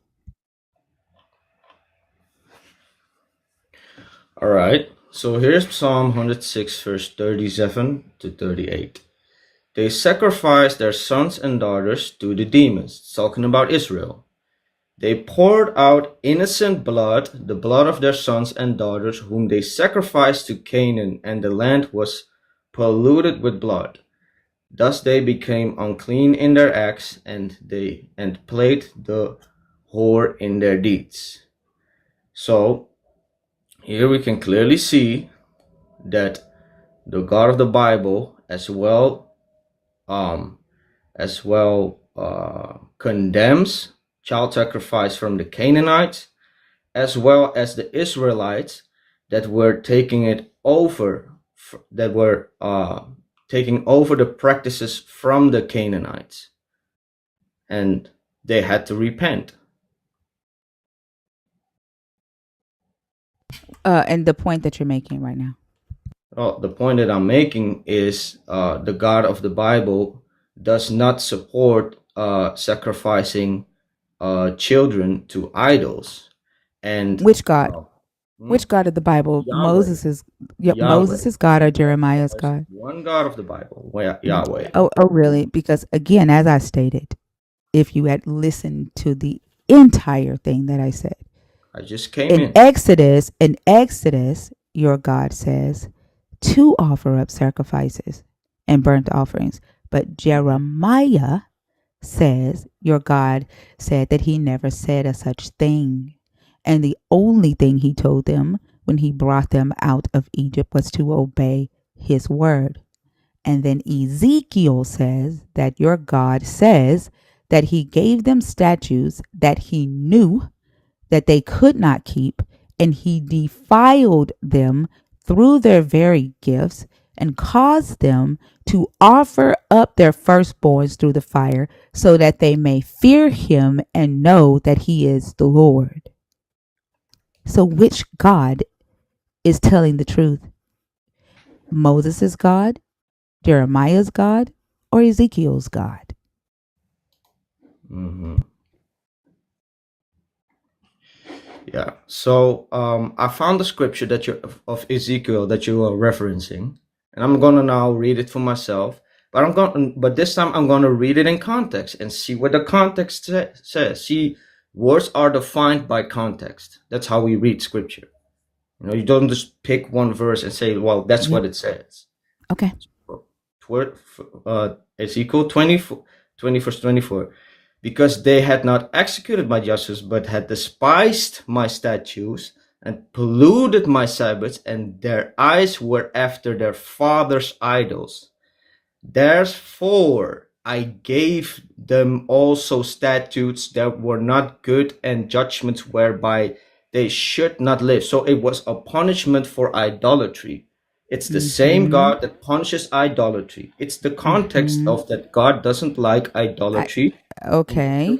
He punishes Dwell, I already said all of that. Dwell, Oh, you didn't.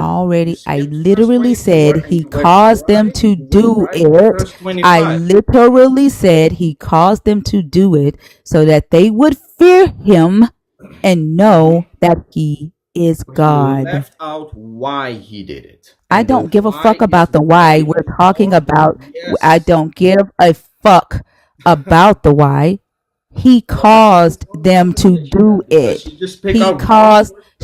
He caused them to do it. I don't care about the why. He caused them to do it. That's the point.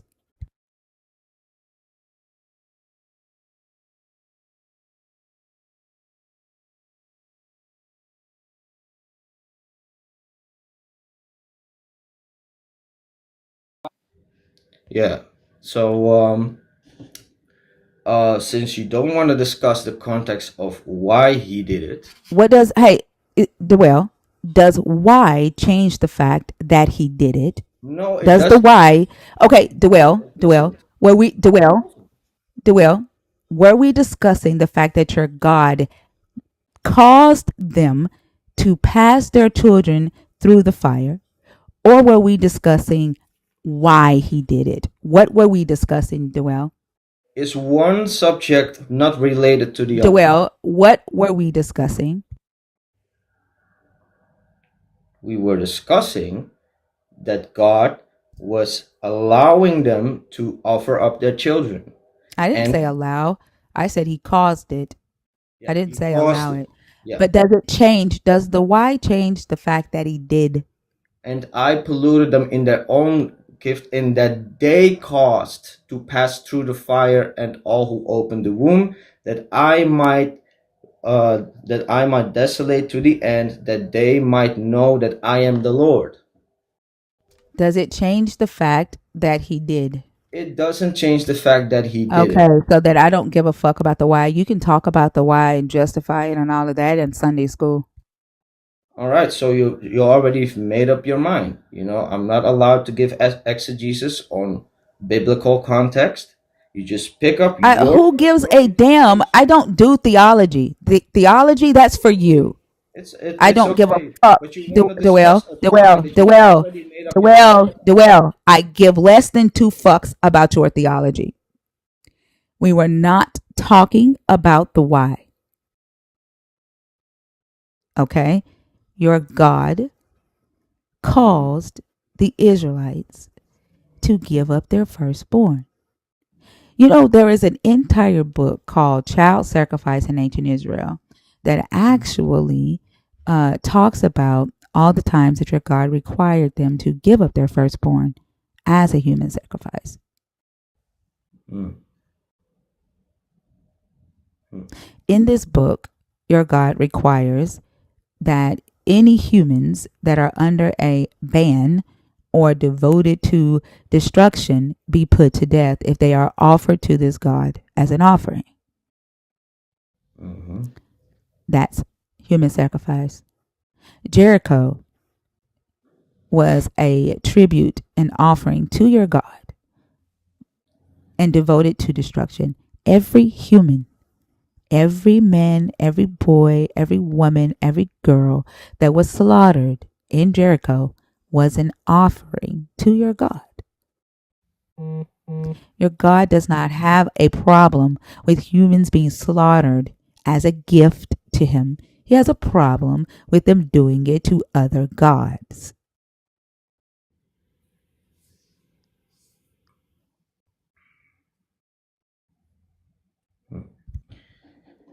All right, are you But finished? again, there is another God that Jeremiah says none of that shit is him.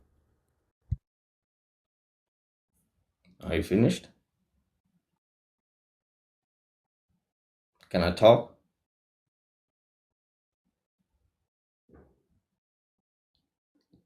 All right. So, if you look at the first statute that God gave the Israelites, it literally says, "You shall have no other gods before me." Now, to be fair, I am ignorant of the book that you've mentioned, so I will look into it. If you can give me the name, I will research it for myself. Um, but from what I do know, is that the God of Moses gave statutes to the Israelites of how to keep their commandments, and he did not want them to give child sacrifices. Period.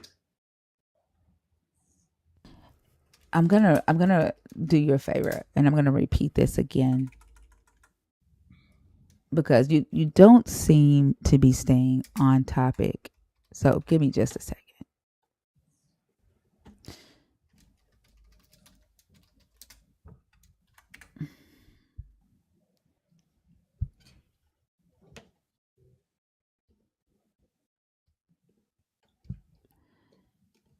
So first, let's go to Exodus 20, where the God gives these 10 commandments, and then he talks about the altar, right?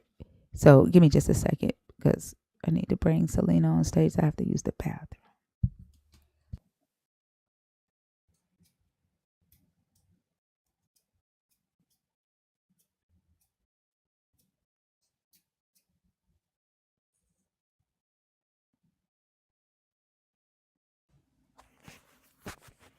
Hey, Selena.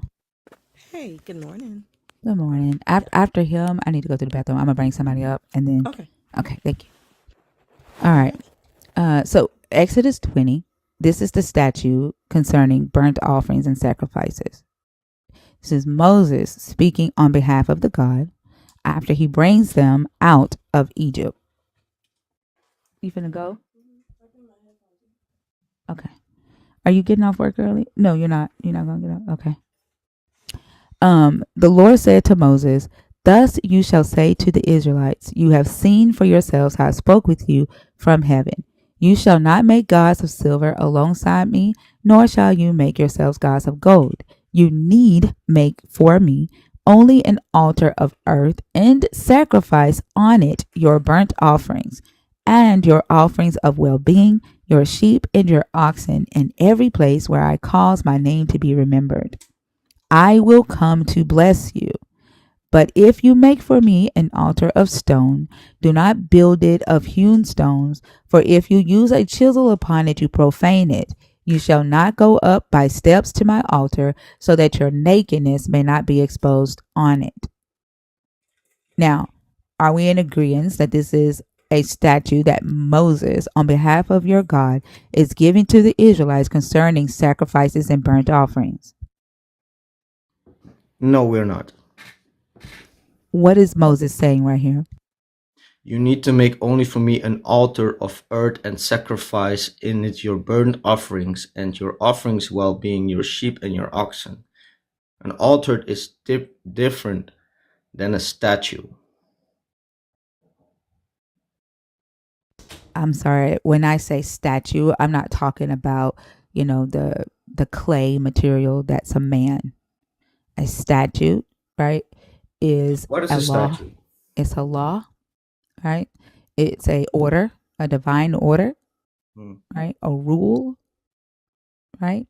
I'm not talking about a Not statue. statue. Where in the I'm sorry. scripture does it mention statues? You just read it in Ezekiel. Where? But okay, you just read it in Ezekiel, It right? says Where he said, "I gave." statutes. Why are you talking while I am talking? You've talked over me so many times. This is my stage.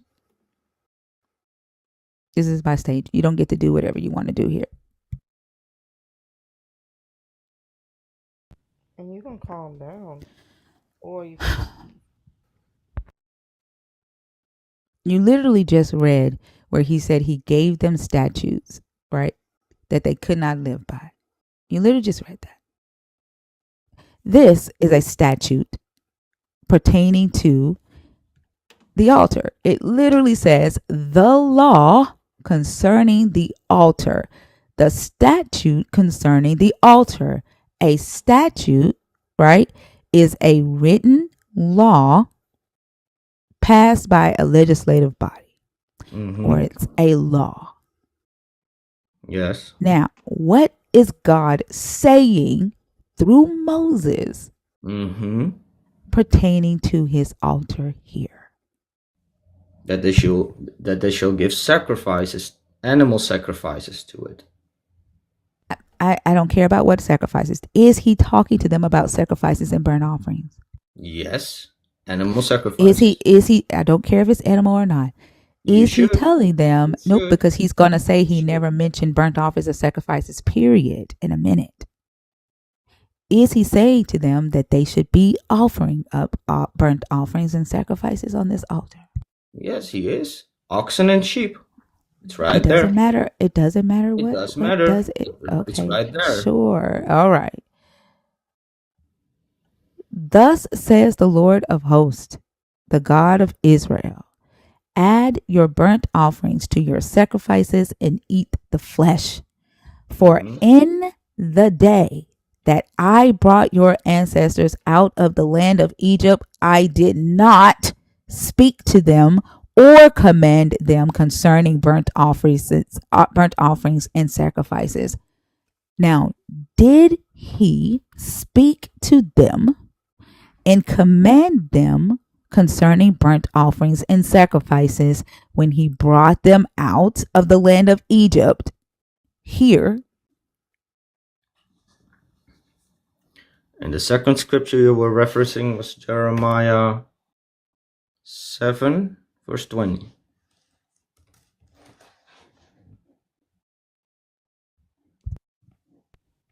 Can we go to the second scripture again? And it's Jeremiah 7, verse 20, 21. Yes. All right, let me go there. Okay.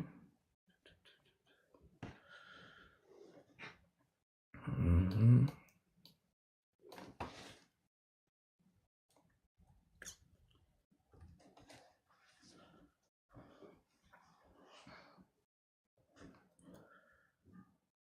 Mhm.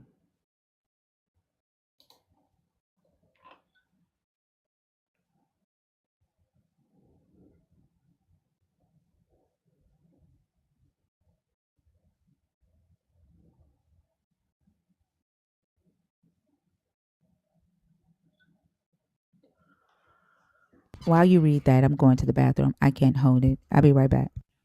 All right. So, what do you Talina, think? if you want, you can pick up if he starts talking. Okay.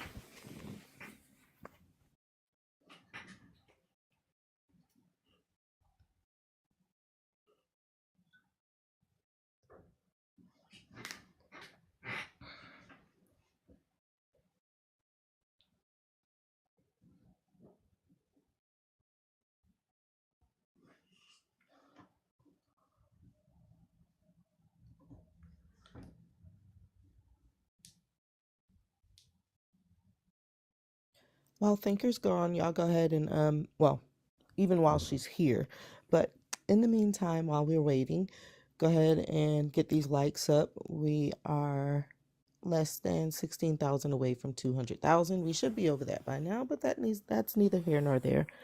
Help her. Well, we'll reset the gift goal when she gets back as well. But it's okay to continue gifting and share the life. All right, Aiden.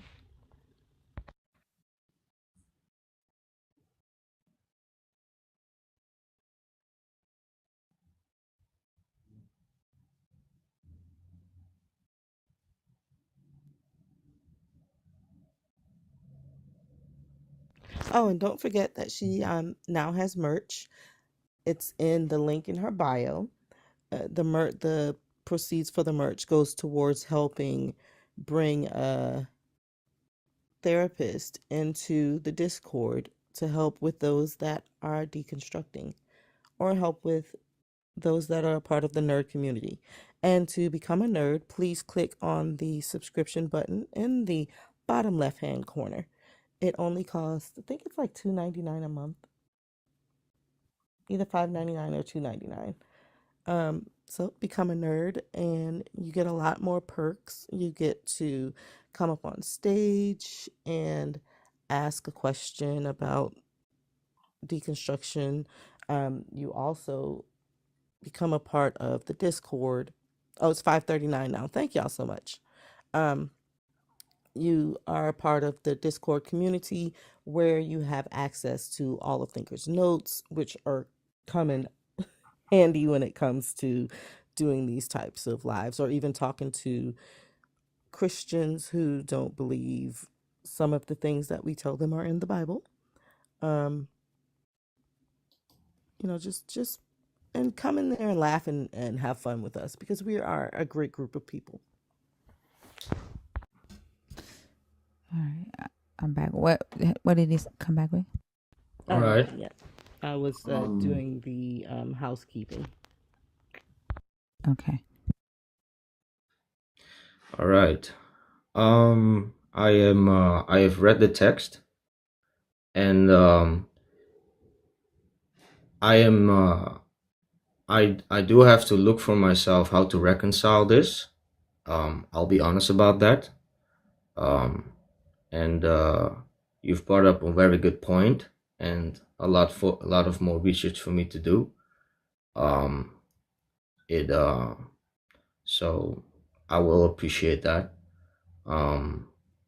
because it does say they did not. Hold on, what verse was it? It was verse 20 to 21. It does say, and I'm just going to be honest with what the text says. I'm not going to lie about what it says. It literally says, "Thus said the Lord of hosts, the God of Israel, put your burnt offerings unto your sacrifices, eat the flesh. For I spoke not unto your fathers, nor commanded them in the day that I brought them out of the land of Egypt concerning burnt offerings or sacrifices." I'm curious to what I'm actually curious to what the further context behind that is. And I'm gonna look into that. If you look further, right, into uh I think First Samuel, he says obedience is better than sacrifice, right? Jeremiah's God says the same thing, right? Jeremiah's God says, but the command that I gave them was to obey my voice, and Mm-hmm. I will be your God, and you shall be my people, Mm-hmm. right? Jeremiah says that. I think it's also in Hosea, right? So there's several times throughout the book where a prophet will say, "We know that it says this, right?" And Moses says this, but that's not how it is, right? Moses says that the God says that he will punish the children for the sins of the father from generation to the fourth generation, right? Mm-hmm.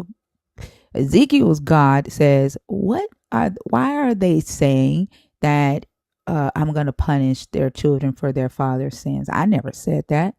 Tell them to stop saying that, because the person who sins dies. I don't punish children for their father's sins. Mm-hmm.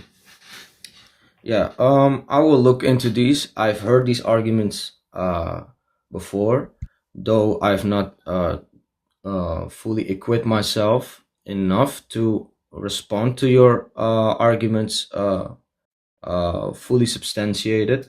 So I will do I will do more research on that. Sure. Can I get an apology for the way that you behaved and spoke to me earlier? Yeah, no, I apologize for interrupting you and for my overly passionate behavior. Thank you. I appreciate that. Yes. Did you want to add anything else to this topic before I let you go? Um. Well, I do found I did some I did some of my own research about the context of the Canaanites, and but and I have and for me personally, what I see a lot of when I look at the Old Testament.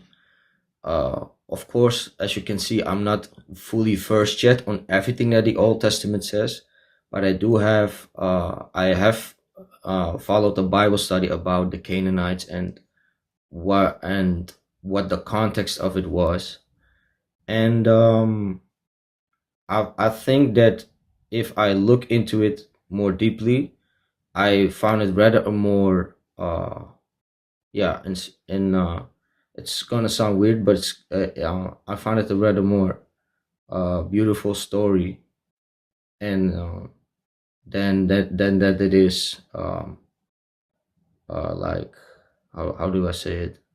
Than that it sounds cruel. What's beautiful about it? Well, the graphic content of it necessarily not. It's not well. I wouldn't say beautiful. You know, it's hard to bring in words how to phrase it. It's not necessarily beautiful, but I think how God used that event to bring about something more beautiful than that. What was it? What was the more beautiful that he brought about? Well, can we go to Genesis 15? Where Abraham's promise. When you leave the app, we can't hear you. Yeah, I'm sorry. You want to go Because to Abraham's promise in Genesis 15. Like, 15:13. what's the more beautiful that was brought about? Well, I want to get to that, but I would like to go to first to Genesis 15. Okay, go ahead and read what you want to read in Genesis 15. 15. I think it's 13 to 18. So,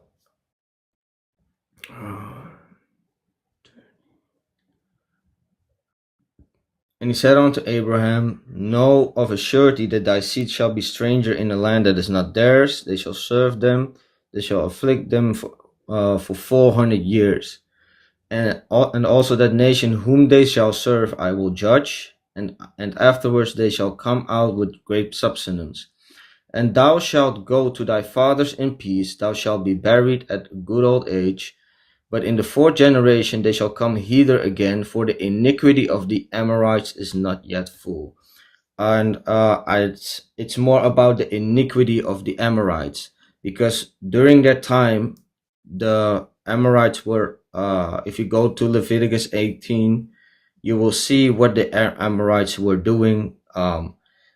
Temple prostitution, child sacrifice, a lot of stuff, sex with animals.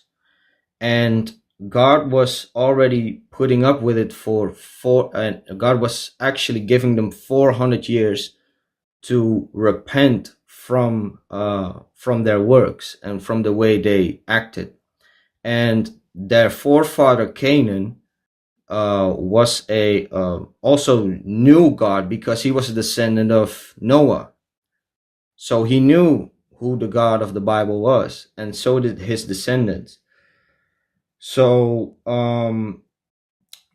if we then go to let's say, for example, Joshua, and Hold on for a second. So you do realize that the Ammonites are descendants of Lot and Lot's daughters. The Ammonites? No, the Amorites.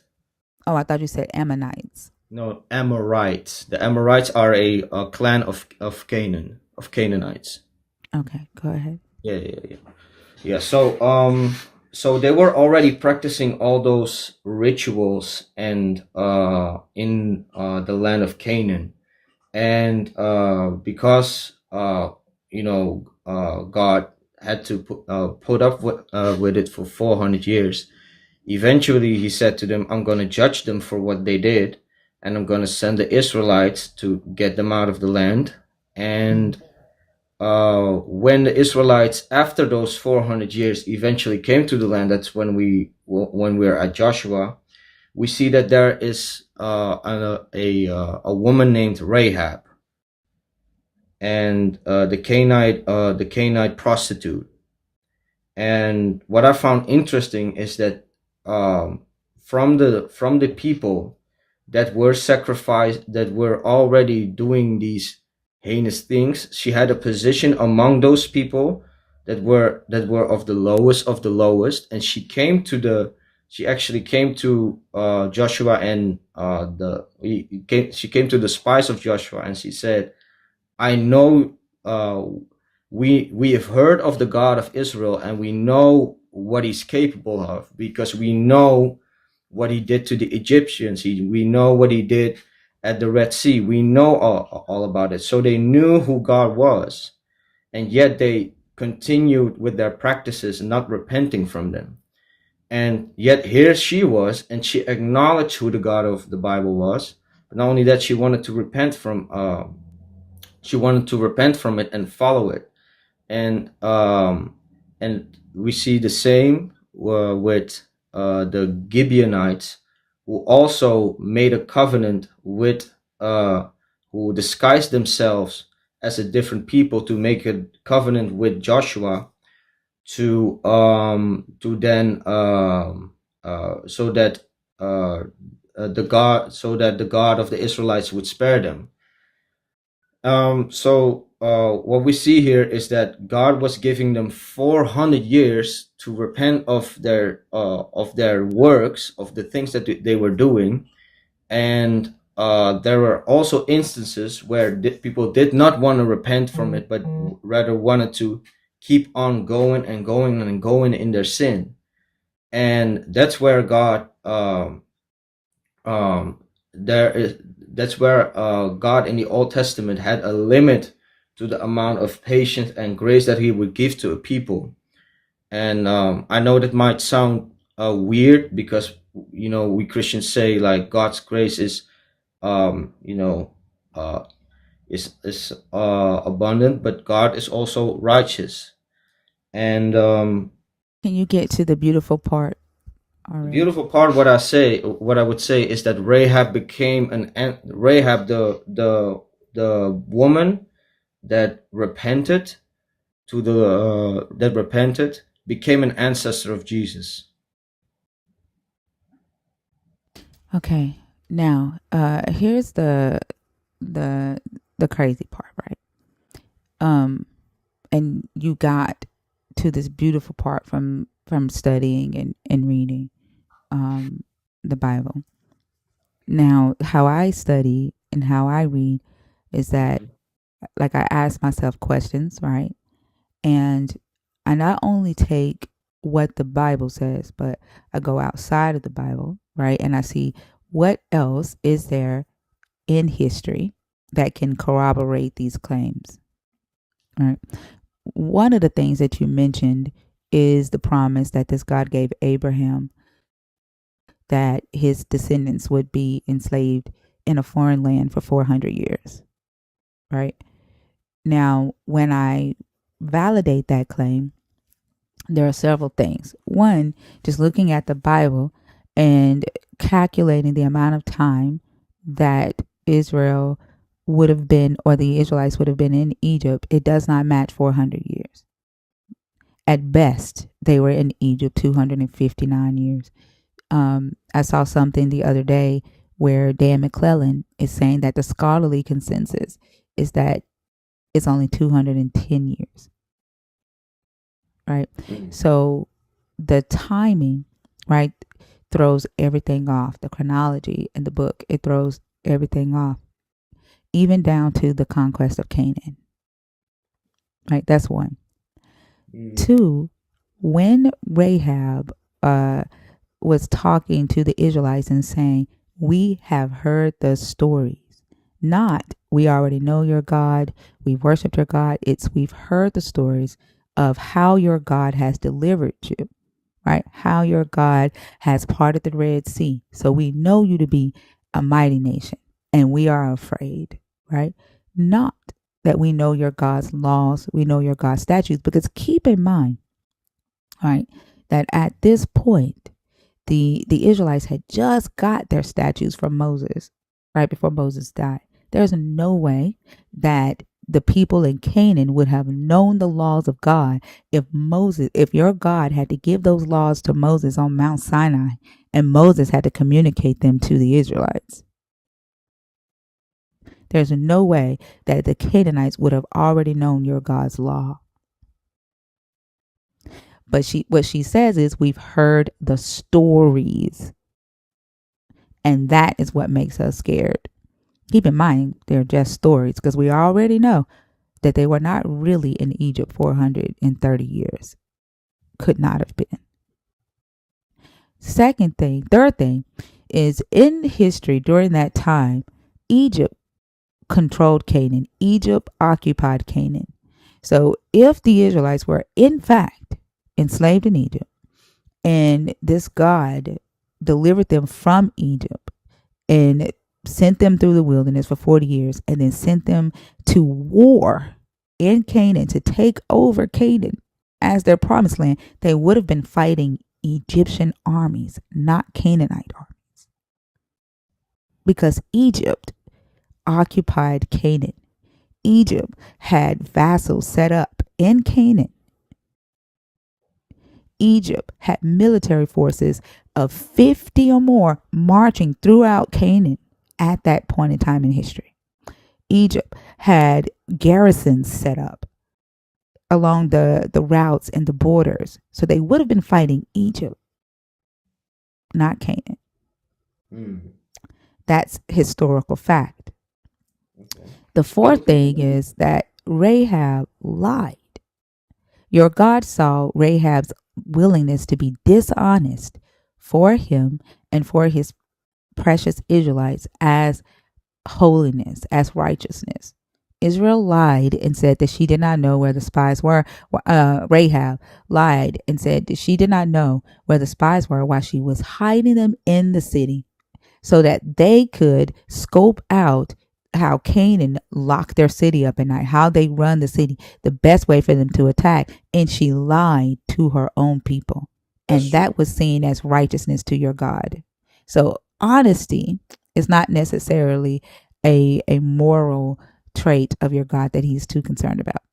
Because if you're willing to lie, if you're willing to do the dishonest or evil thing in the name of God, then that's holiness. That's righteousness to your God. Mm-hmm. And you're calling that beautiful. Not to mention, as I stated, Jericho, according to Joshua, was a complete offering to your God. Every life that Joshua claims that him and the Israelites took when they went into Jericho was considered an offering to your God. And that is what you're calling beautiful. Now, your definition of beautiful, right, and my definition of beautiful are two different things. Now, number 5, this story is told from a one-sided perspective. It's told from the perspective of the Israelites and your God. Canaan were savages. Canaan did this. Canaan were horrible. But have you ever read the story from the Canaanite perspective in the Amarna letters? If not, You definitely should, and I because will. there is another story. There is another side to the I story. do find it very interesting. I think that there's a lot more to learn, and I'm willing to, explore outside of what I know, and to see just for myself, like how I can reconcile all these issues. But what I surely do not want to do is run away from what the Bible says. This And is the what thing, though. If what the Bible says, right? The Bible literally says that they were your God tells Abraham, oh, they're going to be in a foreign land for 400 years, right? And then the Bible says they were actually in Egypt 430 years. And then your Bible says that Solomon's temple was built 480. You cannot talk while I'm talking, sorry. Dwayne.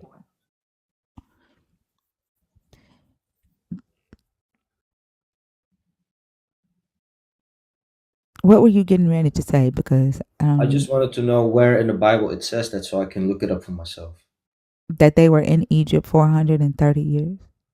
Yes, so and also where I can find the sources that stated that they were at least for 230 years, not 400 years in Egypt. So I want to Yeah. get all the sources that you've used to kind Yeah. of I'm interested to. Yeah. If you add up the patriarchs' time that they were in Egypt, right? Jacob, Kohath, Levi, Amram, right? And Moses, right? If you add up the time that they were in Egypt, you get 430 years. But you have to subtract the overlapping time of each son and their father. Because even though, I don't know if you live in the United States or not, but let's say you do. Huh? I live in the Netherlands. Okay. So you did not live in the Netherlands the same exact amount of time as your parents, correct? No, I don't. Yeah. Right. So you have to subtract the amount of time that your parents were in the Netherlands before you were born. Right? And that's how you add up the amount of time that you and your family have been in the Netherlands. Same goes for Egypt. When Jacob and when Levi went down to Egypt with Levi lived 137 years. Kohath lived 133 years. Amram lived 137 years, right? And then Moses was in Egypt 80 years. So you add all those years up and you get 259. I don't know how the other scholars are getting 210, but Other scholars say 210 now, no longer 259. Okay. But their lifespans are in the Bible. Okay. Well, thank you very much for this conversation. I will look into everything that you've told me, and just to better educate myself, and um, appreciate the other insights. I'll look into it. Well, I appreciate that. Thank you so much for coming up, Dwell. I hope you have a good Yeah. night. And again, I am sorry for the way I came up. That was just wrong energy. It was I, not nice. I appreciate that. Thank you. Yeah. Yeah. So well, I know it doesn't mean a lot to you, but God bless you, and I Yeah, hope I you have a don't do that. beautiful day. I don't believe in your God. So He just had to almost. He just had to. Good and morning. then starting off with, I know you don't want it, right? I know you don't want it, but I'm going to do it anyway. Like, Yeah. why do it? How much of a blessing can it be if you know that you're offending the person when you say it? The intention behind it is like, that's the thing. It's not a blessing Already. if you're intentionally doing it to offend. If you're intentionally doing it against somebody's will, like, that's crazy. It's just wild. Are you able to open the request box? I'm gonna see if it'll open. Okay. Oh, I see 25 in here. So let me take her out. All of them are not legit. You see 25, I see 28. Ooh. If you're in the guest request box and you're in there on purpose, can you please comment so that we don't go through the ghost request?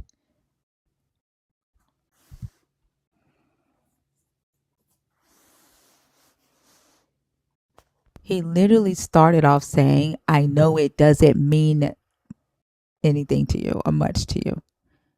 So yes, he knew exactly what he was doing. The way that some of you be trying to like justify their actions as if we don't know what y'all are doing. He literally started off by saying, I know it doesn't mean anything to you. Are we supposed to just ignore the ramp up to that?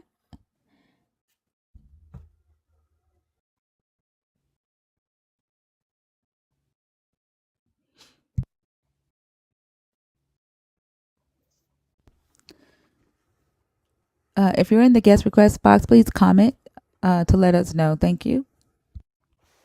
YouTube, what's up with y'all over there? Y'all all right? I feel like, what's that? Y'all all right? What is that? Oh. Oh man, what is that? Y'all all right? I can't think of, it's in my head. I don't know where I get that from.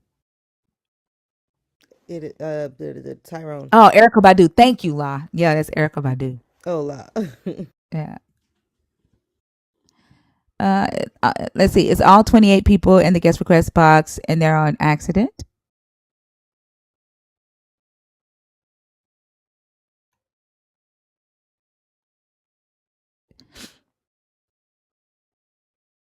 And also, are you coming up to talk about one of the topics or something about deconstruction?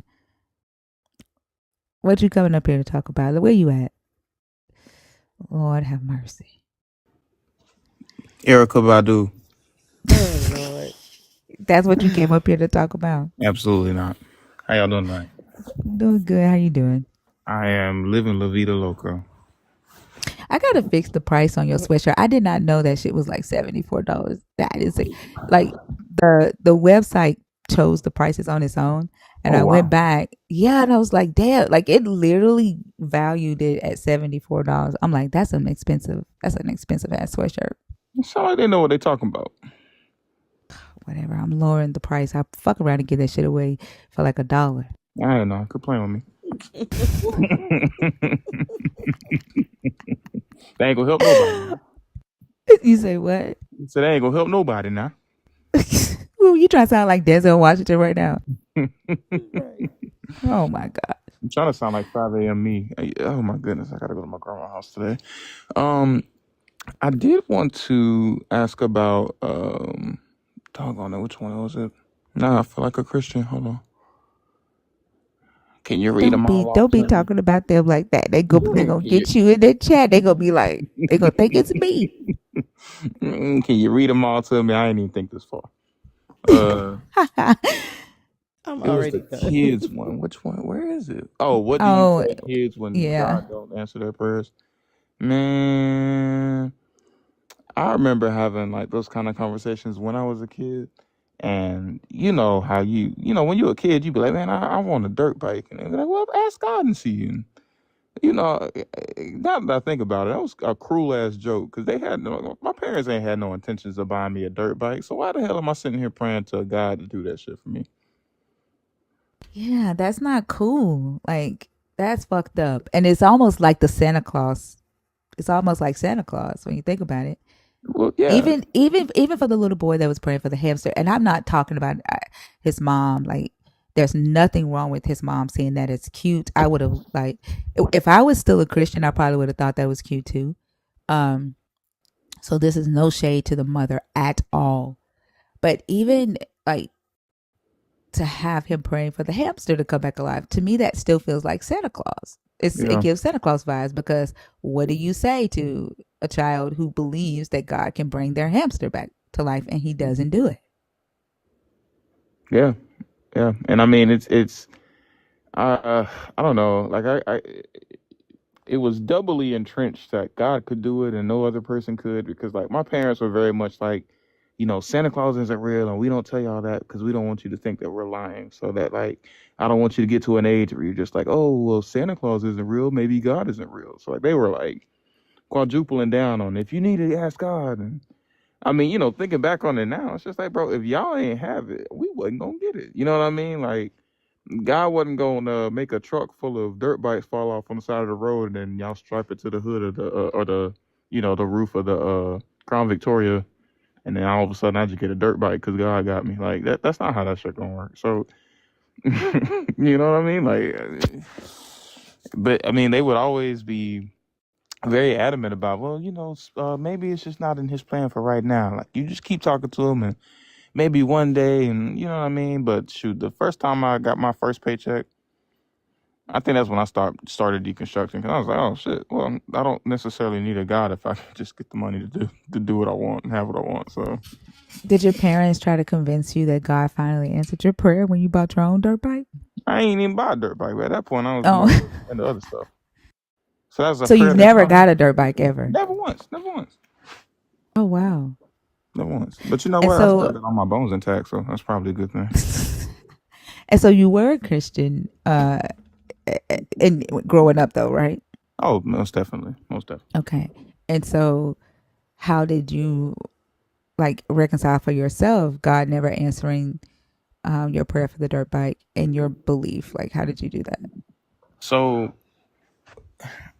I had this thing, which I don't think it's an uncommon thing, but I used to tell myself that like if I kept it a secret, then it'd probably be more likely to happen because everything that I asked for, I never got.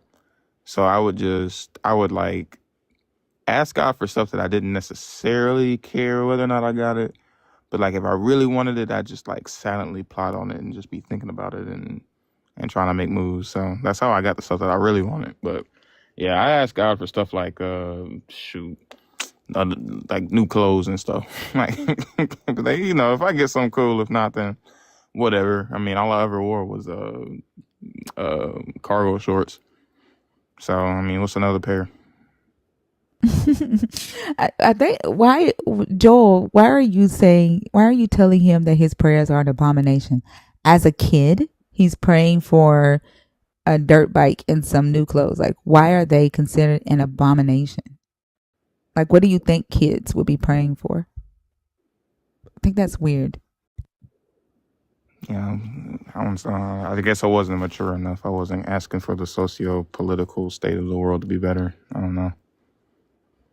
What do And you then, think? like, somebody just commented and said, you got what you needed and not what you wanted. Ooh, Like, Didn't God say that's an assumption. desires? thank You you. He need will give you the desires of your desires heart? of your Okay. heart. Okay. I thought I was reading the wrong Bible. Okay. I mean, I heard anything you ask in my name, but I don't know. Maybe I'm off. Yeah, that Anything. too. I don't know. I do not like. I don't hate the Bible. I think it's an interesting book to study and read. I think you hate that I read and study the Bible and I don't believe in your God. You're the one with hate in your heart right now, not me. You're projecting. Like, and then why are you here? Yeah, I don't like your God. You're absolutely correct. And the idea of your God is really the belief systems that you hold in your head, right? The actions that you carry out, the things that you say. You're absolutely correct. I don't like your God. You hate because God hates. I believe you. I think you're absolutely correct, Joel. I Ain't nothing think but you're robots. absolutely correct. Nothing but robots. Like, I'm gonna tell y'all this last prayer, then I'm out the way. Um, uh, it was Easter, and you know the thing is to have the dyed eggs or whatever. Well, I thought it'd be really cool to have a bunch of little chicks running around my room one day, just when they crack out of their shell and I come back from school and it'd be like, I got chickens now. So I took those little dyed Easter eggs and I put them in a blanket or in a towel underneath my bed, and I thought that would incubate them, but also hide them so that they'd be surprised. Because my mom wouldn't let me have chickens in the house. It's crazy talk. So I would pray over them for their health and their well-being at night when I go to bed, and then wake up and check on them, see if there's any cracks. And one day, my room smelled like shit. And I'm my done. mom was like, dude, what is going on with your room? And I was like, nothing. And eventually I had to come clean. She was like, dude, why do you have 7 eggs underneath your bed? I was like, I was trying to hatch them. She said, baby, they boiled. I said, huh? Oh my gosh. How long did it take to get the smell out your room, Oh Joseph? my God. I can't even remember. All I know is I was praying so hard about them eggs. I was like, man, just God, just please Aw. help them grow up to be real big and strong. And I was Oh. like, Boiled babies. oh my goodness. Oh my God. What did your mom say to you about that? Other than the She fact that these are boiled. she was just like, I'm so glad that you was praying, and like, but when you boil an egg, like that's it. You can't, they don't, and I was just like, oh, really? She's like, yeah, like, don't do that again. I was like, okay. But here's the thing, right? Like, could God make a chicken hatch from a boiled egg? I think that's you know how they ask the questions, can Mm. your God make a rock so heavy that he can't lift it? Mm-hmm. Mm-hmm. Can he make a chicken hatch from a boiled egg? Now, what would impress me if it came out fried? Ooh. Ready made. I'm telling you, boy, you just pop that joint in a towel under your bed for a couple of days, then boom, fried chicken. Also, don't feel bad. I grew up we grew up with chickens, pigs, cows, all the things Oh as yeah. well. And our chickens would lay brown eggs. So it was a while before I knew that eggs came in white as well. Oh, I only eat the brown eggs. I can't stand the white I ones. only saw brown eggs. they lay them I all get kinds like of colors over here. We get green, brown, I white, was beige. traumatized. Yeah, no. if religion needs me, Quincy, then religion is really, really fucked. Like you have an all powerful God. You have an all powerful God and a savior who gave up his life for you on the cross. And you sit up here talking about y'all need me? Like that's y'all are fucked if y'all need me. The Lord told me to tell you, you be a strong general in the army. Like You no. zealous. You're very zealous against the Lord, so you would be zealous for the Lord. We gonna we gonna change your name. Why they don't ever want to recruit me? Why y'all don't ever I want me? thought you was finna speak in tongue when you started, Me when you too. opened your mouth. You know what, y'all? Like, I've been up for too long. like I thought I saw the video. I saw the video of you casting out the Nephilim. Oh, so that shit was funny. Oh my gosh, that shit was funny as hell. And the funny thing is, the next day he came to my live, and it was a completely different energy. And I think he was just expecting me to continue on, and I just like gassed the shit out of him. I was like, dude, what are you talking about? Oh, you was trying to act like that wasn't you? Not necessarily that it wasn't me, but like, well, I guess yeah, technically it was. I was acting like it wasn't me. He was like, yeah, I remember you, and I was just like, huh? What are you talking about, man? Can you answer the question? He was like, "Oh, so you just gonna play now? You just gonna go to Right. Maka now?" That shit was But he was funny. too passive. He was just like, I am what you say I am. I know who I am in God. And I was just like, man, you're boring. You're supposed to yell and scream so I can be like, look at that spirit coming up out of him. You a trip. You got anything else before I bring up somebody else? Oh, no, I'm cool. And I appreciate and love you ladies. Y'all have a good night. We love you too. Have a good night, I Oso. love you too, Oso. Nice. Our big bear. Oh. No, you didn't. Oh my goodness.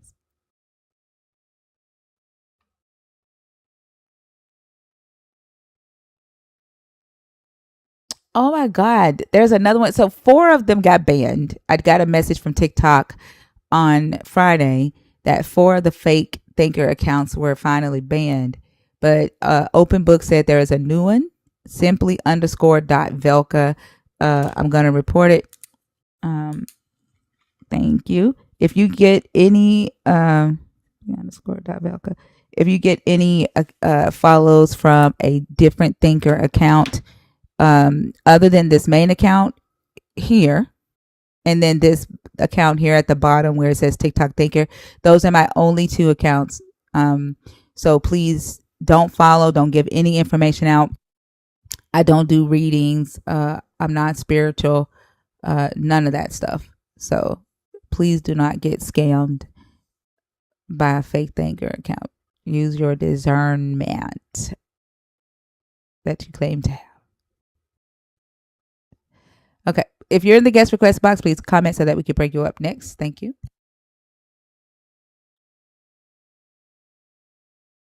All right, y'all continue to tap the screen. My finger is numb right now, but I'm gonna keep on tapping.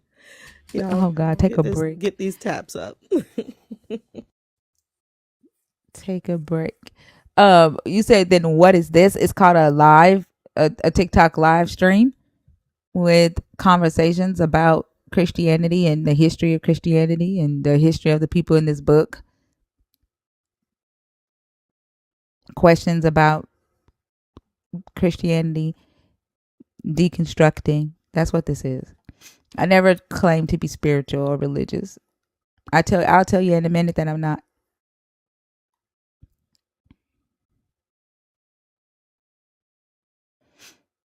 Open book.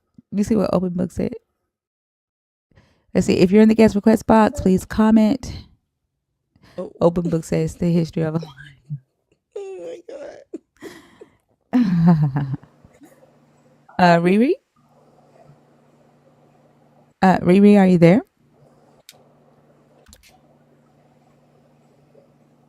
Okay, not there. Do you see Joel 2v27? Joel 2v27 in the guest request? Let me see. No. Joel, you're not in the request. Let's see. No, I don't see him. We don't see you in the guest request. Can you submit it again? Oh, there you go.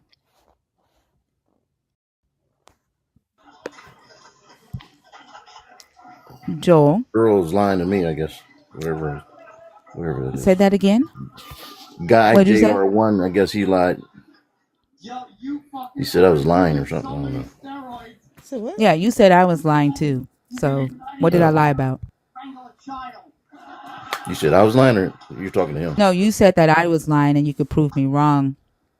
Yeah. easily. So what did I lie about? No, I was trying to figure out what is this, because you read the No, no, no, Bible, no, no, no. you read the What did I Bible, but lie you don't read the about? Bible. No, no, no. Joel, what did I lie about? What is it that you're going to prove me wrong about? Oh, everything. Okay, go Can ahead. you turn your If TV you're down? a Can you Christian, turn your it's TV everything. down? Can you turn your TV down? It's down. Thank you. Yeah, what did I lie about? No, everything. Okay, just start It's naming everything. something. Well, these questions over here, you don't believe in them, right? You just put them up there to get conversation, correct? Well, how do you believe in questions? Does God love the Gentiles as much as the chosen? These are questions, correct? How do you believe in a question? Are these questions that you put up? They're not How do question you marks. believe in a question? That's I don't even understand that. That don't make any sense. You're the one who just asked me if I believe in the questions. I'm asking you, how You does a put the person questions believe in a up. question? Do you not remember what you said? Don't tell me what to do, Quincy. Do you not remember what you said? You're the thinker, correct? Joel, No, I'm not the we're not about thinker. to do that with you. We're not about to do that with you. Oh, so hey, you can. Hey, You this is came, America. You can do whatever you okay, want. you little mother. I'm sorry. This is You TikTok. can do whatever you want to do. You actually cannot. If I And I, choose to take yep, you down right now, sorry. well, there you go. You can't do what Yep, you want to do this here. is America. And on this stage, we are dictators because we got the button. Bloop.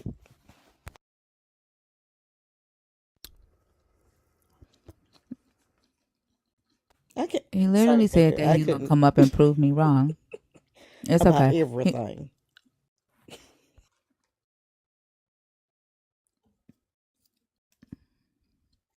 But like, he ask if I believe in the questions? He did. He did. That was Yeah. his first. Do you believe? You don't believe in these questions. Do you believe in these questions? Yeah. How do Sorry, you Joel. believe in a question? Joel said, "This guy shamed our name." Who said that? Oh, Joel. Is Joel Joel East in here? Bible. Yeah. Let's see who's in here. I don't care if there is a God. Like I don't discuss that. Like that's not important to me. Uh, Malaya, Malaya, Malaysia. Malaysia. Hi, how are you? Good ear. I'm good. Let's see. I think you got a spammer who's passing your video. Yeah. Somebody just said that there is an account, simply underscore dot Velka that's pretending to be me. Don't follow that account. Block them. I will report them after today's live. You asked a question in the comments, is there a God? So I just want to let you know, I don't have those discussions on prove your God exists. I'd rather talk about whether you're actually able to engage or with an immaterial source, right? Outside of like another human or yourself. Although that's not a topic on the board tonight, but I don't care to have the debates on prove God's existence, because I seriously think that no one is able to definitively prove a God exists or definitively prove that one does not. And then if someone does, right, you still have to prove that it is the God in this Bible, or disprove that it is the God in this Bible. And then you still have to prove that you're able to engage with that God. So it's not important to me to answer the question, does a God exist? I don't care if it does. Does that make sense? Do you feel like a goddess? No. Mm. What So you, what what kind of question is that? Why was that the next question? do you feel like the book is about you? That's what I'm saying. No, I don't. Absolutely not. Why? Like it's more of a higher conscious. Like it's trying to get you to a higher conscious No. level. Because I feel like the No. things that we're doing today in life is not what we're meant to do. Well, I think that's a different topic, but no, I don't think that this book is about me or to get me to a higher consciousness. So, what do you think the purpose of the book is?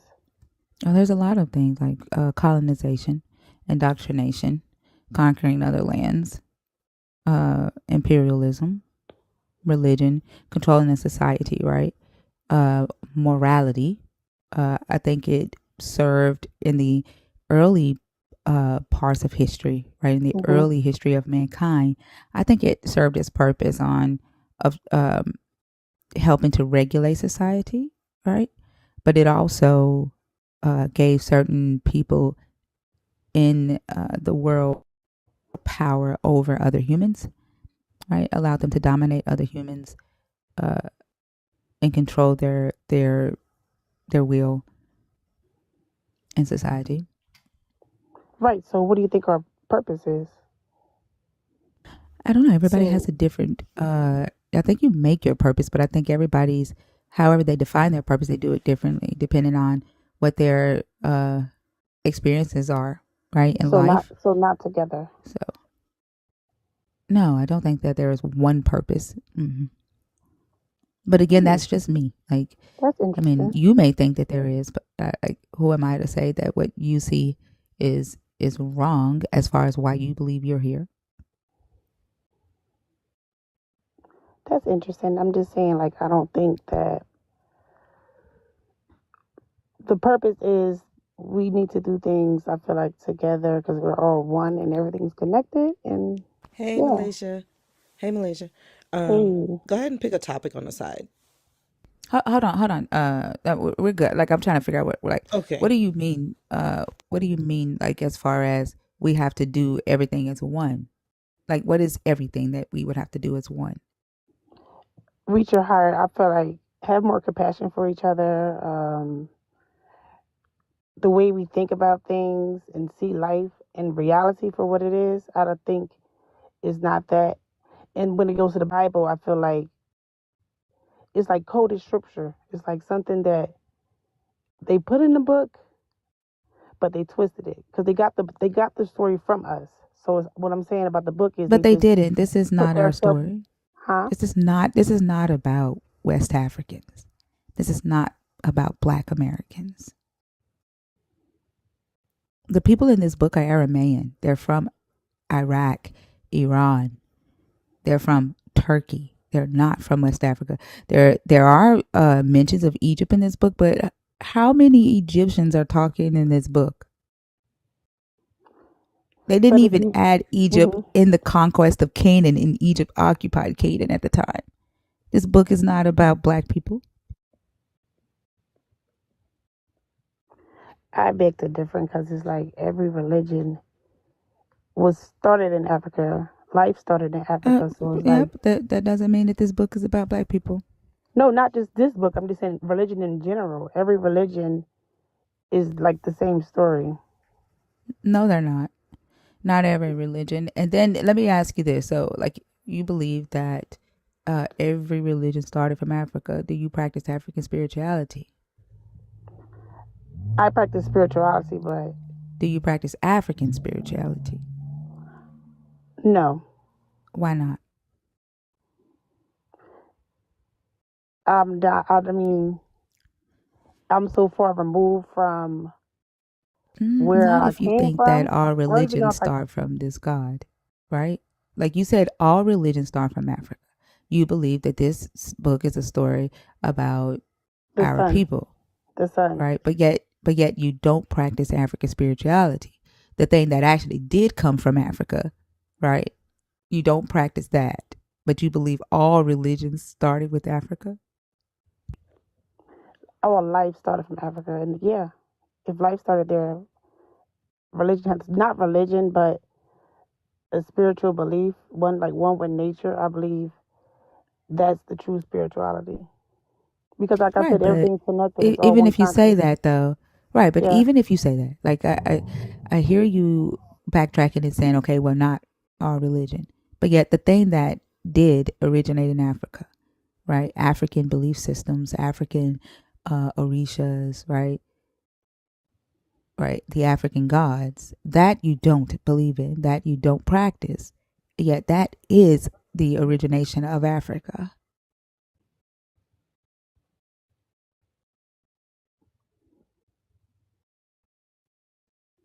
I How does just that make know. sense? No, I just know that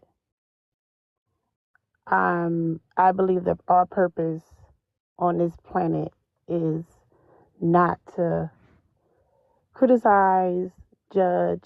It's actually to love people and as if it was you. Because if you love someone or look at someone as the same as extension of you, you would treat them as you want to be treated. So it's like we are so disconnected in society. It's just like we're missing the true purpose of our true potential. Would you treat a child predator as yourself?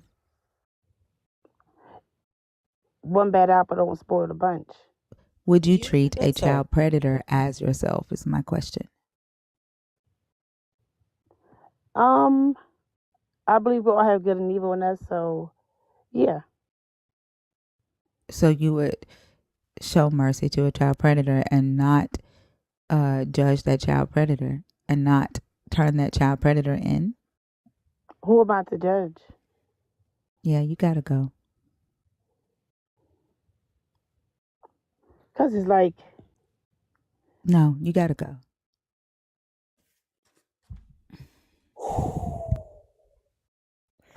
whoo? That shit is crazy. And that, ladies and gentlemen, is why the child predators get away with the shit they get away with. What the actual what?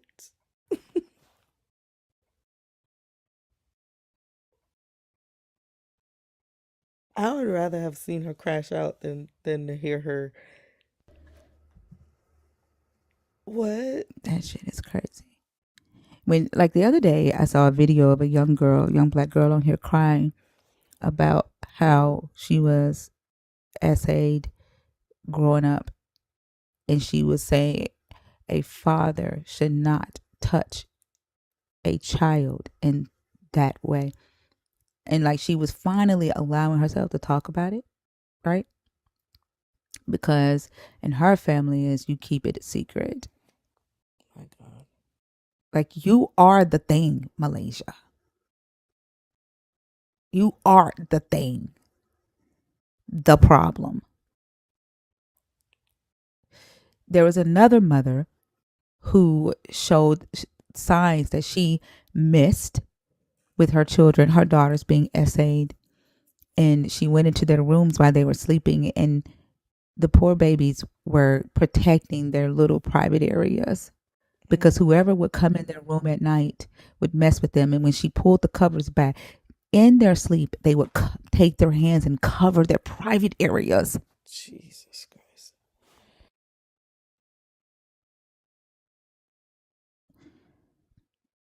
I'm busting temples. That's all I got to fucking say. Exactly.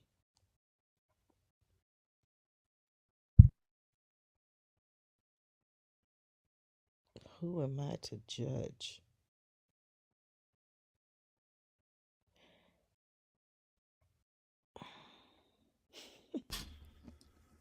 I'm going to ask the next person to come up here. Do not piggyback up on that. If you are the same type of person, stay off my stage. Don't come up here. No, sweetheart, your brain is disconnected. If you feel like you can't judge people that are harming children, you're disconnected. And you are too spiritual for this world, I guess. Because Oh, that is hello. I didn't utterly realize I was disgusting. up. Daniel, I'm in the middle of a sentence. Please don't. Mute until we introduce you. Thank you, love. But that is disgusting. And I don't care if you feel it's not. I'm telling you, it is. On behalf of a survivor, on behalf of myself, on behalf of every other person in here who feels what I feel or felt what I felt, you are a disgusting human being to sit here and say that you feel like you should be connected with PD3Os. That's disgusting. And I hope I never, ever, ever in life see you in person because redacted. I'm going to redact that part. Go ahead. I'm sorry. I'm going to mute now. I just told you don't come up here and try to piggyback on that. No, you can't, Daniel. No. If Oh, that's I'm why you sorry. came up here, then I need you I to just drop. no. Well, can I just say? I think the reason is because children are innocent, and Thank you. If I say no, god damn. People don't believe in consent.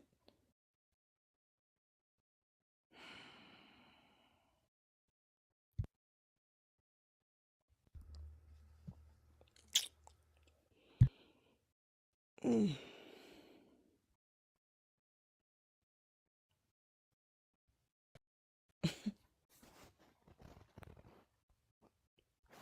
Oh no, I didn't hear that, Justine. That's good.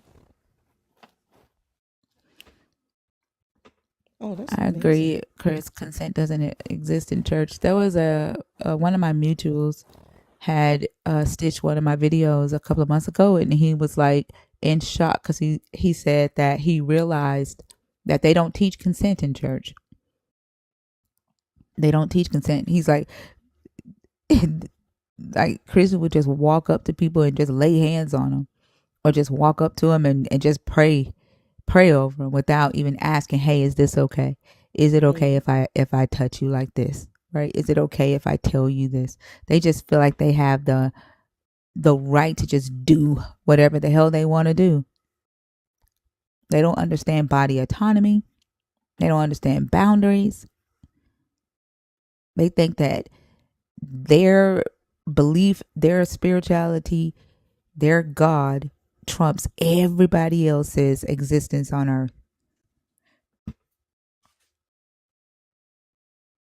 And that's crazy because when I'm working on film sets, the first thing, even if we are doing hair or makeup, we say, I'm about to touch you, okay? Or is it okay if I straighten up your shirt? Is it okay if I straighten up your hair? I'm about to wipe your like before touching a person, which is, if we're in a certain position, it's our job to touch them because we are about to fix something on them. We make it known that it's about to happen and proceed with the question of, is it okay? Even at the doctor's office, Even right? at the Like, doctor's office. yeah, they were like, is it okay if I do this? I'm about to do this. Like, they let you know.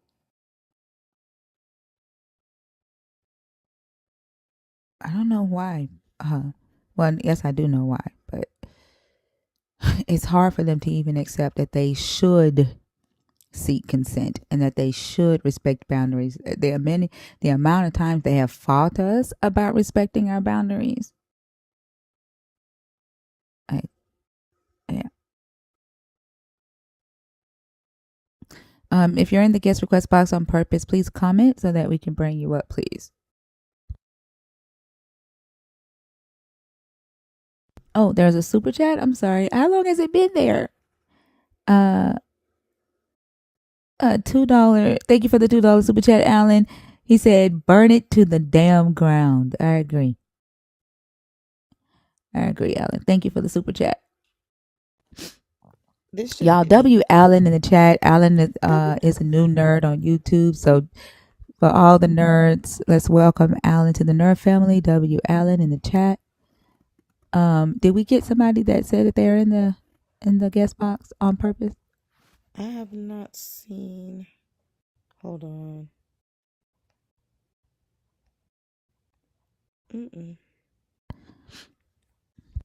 I think that's you, Salvation Ministries of Horeb. Are you in the box?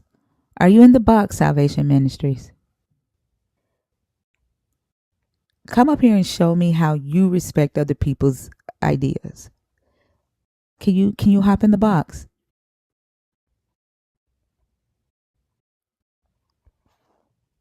But I was thinking, a lot of them may feel like, well, uh, God is the ultimate authority, so he owns you, and by proxy, we own you.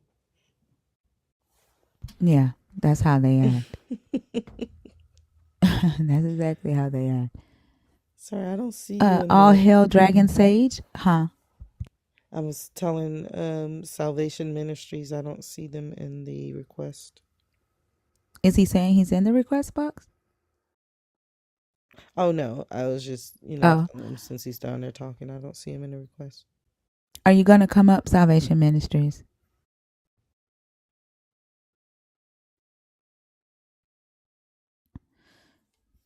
I mean, it doesn't make sense for you to be typing the stuff that you type in the comments, right? When I'm more than willing to have a conversation with you. You make accusations about me, right? And I ask you, come on stage and let's talk about it. Show me that I'm doing what you say that I'm doing. But when I ask you that, all of a sudden you leave the comments.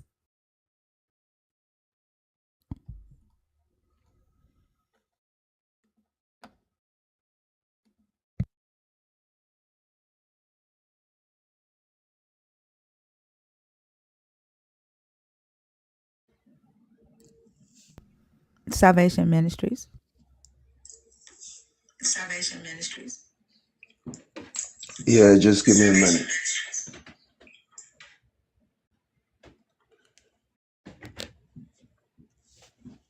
Can you give me a minute? How long is a minute? Do you really need just like 60 seconds? How long is it? Do you really need?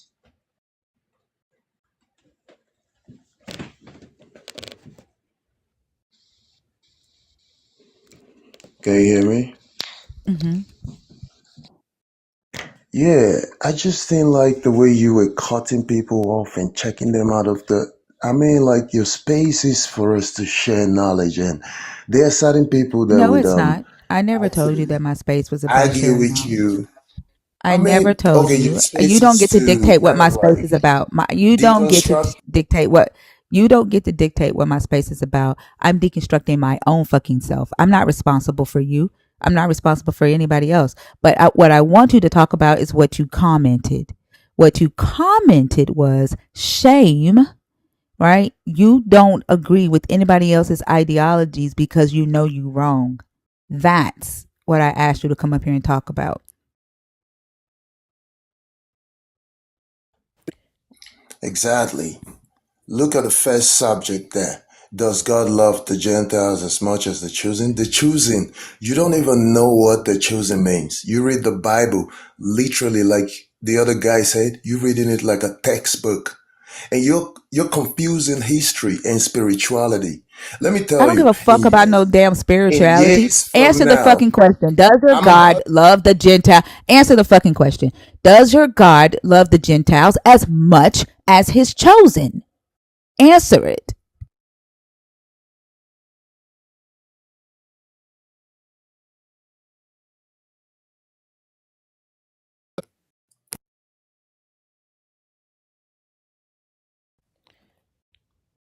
I was sending you an invite to unmute. You may go ahead and unmute again.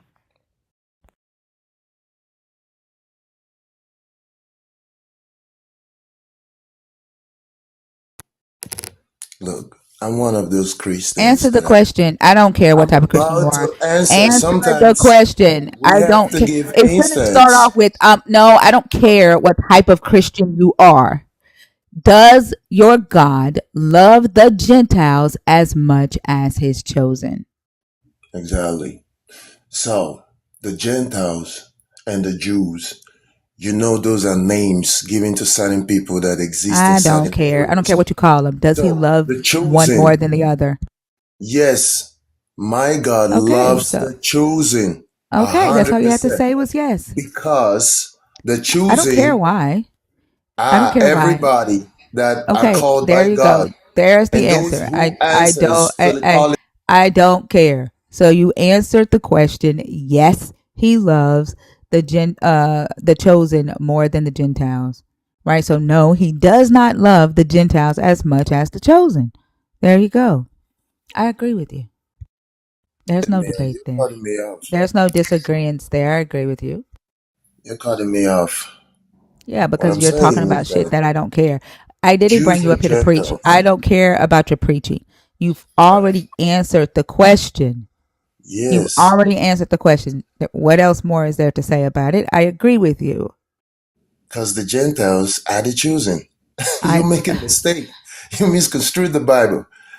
yeah, Why you sure. don't like seriously? When the Gentiles answers the call of God, he becomes the chosen. That's what I'm telling Oh, you. he Like you're mixing the becomes word the of God. chosen. He Yeah, when you becomes the answers to the chosen. call. Okay. So hold on. Let's do this. Okay, let's do this. So Yeah. I'm gonna reword the question. How about this? Mm. Does God love the Gentiles as much as his firstborn son, Israel? Israel. Hmm. A lot of people don't understand. It's all mixed up. You're mixing a lot of stuff up. Does God love the Gentiles, right? The Hmm. heathen nations as Yes. much as he loves Israel? Exactly, the choosing of the Israel that you mean there. That is what the Bible referred to it as choosing in the Okay, Bible. so answer the question. Does your God love the heathen nations, the Gentiles, the pagans as much as Israel?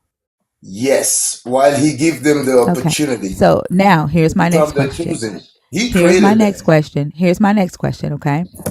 Why Hmm. is it that your God never threatened Israel with burning them in eternal fire, but he threatens the pagans to do that? Can you make a reference? Can you I just reference did. where in the Bible you see that? Where did you read that? That he threatens to throw pagans into eternal fire. Where did you see that? Do you not know your book? Unbelievers, those who Yeah, refuse to be chosen, exactly, we go exactly. to the But pit of hell. did he ever threaten to burn unbelieving Israelites in unquenchable fire for Of course, eternity? if an Israelite refused to answer the call of God, Hmm. they are not chosen. They will Hmm. go to hell. Okay, where does he tell them that in the Old Oh no, Testament? that's the law. That's the Where? law.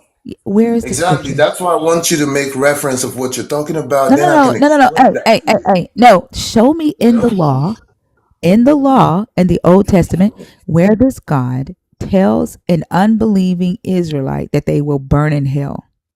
Where? I would think that there are a lot of references, but the one that comes to mind right now is where the Bible says, "For all are called, but few are chosen." So, what I would Wait, is say, that that's a it? generic. Isn't it all? Hey, hey, what I asked you for Hmm. was the law that says an That's right. unbelieving Israelite will burn in hell for eternity. Where does it say that in the law? When God refers and uses Israel, Israel does not mean the people living in Israel right now, or a certain amount Why of the fuck people. are you talking about right now? Yeah, Like none of because this book, none of this book is you're reading the Bible. none of this book is about right now. None of it is about right now.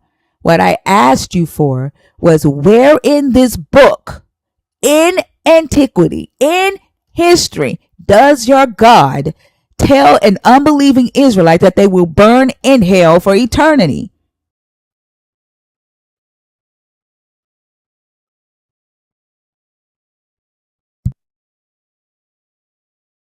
Also, it doesn't say all are chosen. It says many are chosen, few are. I mean, many are called, few are chosen.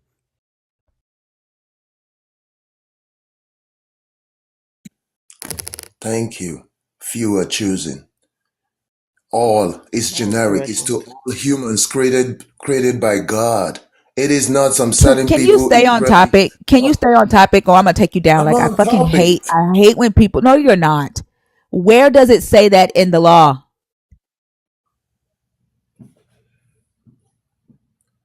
The lady just rightly said it. That's what I was Where does referring it to. say that this God will burn an unbelieving Israelite in hell for eternity in the law?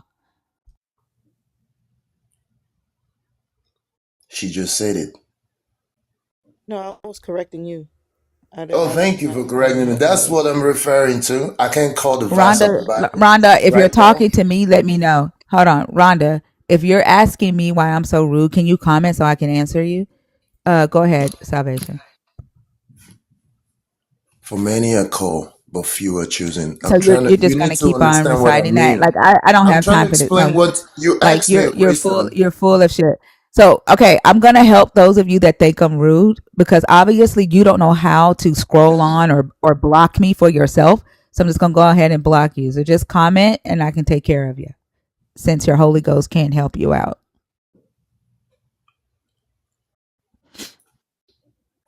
I mean, you should have enough power to like scroll along on your own, right? But you don't.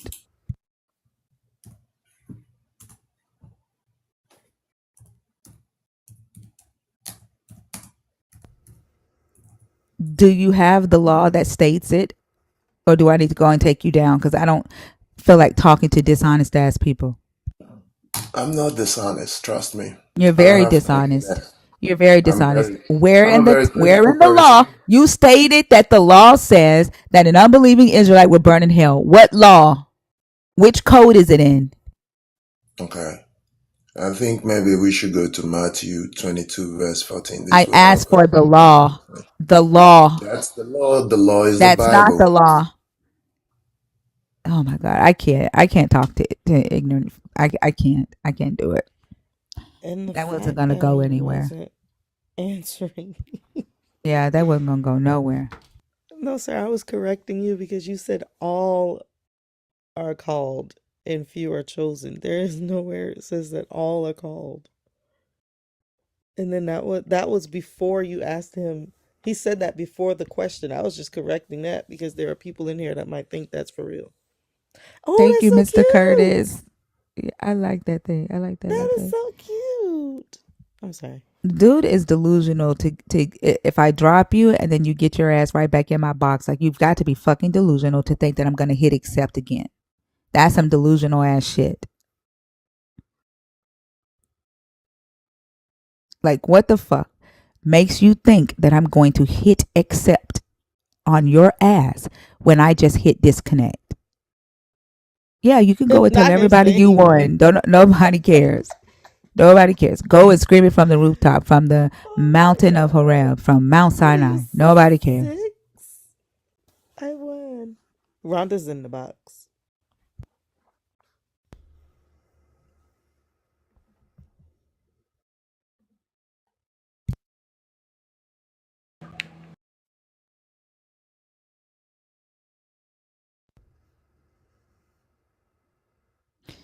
Okay. Rhonda, what happened?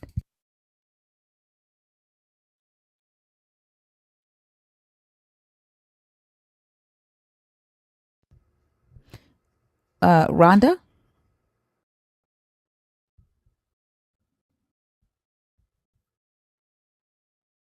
Okay, we'll move on.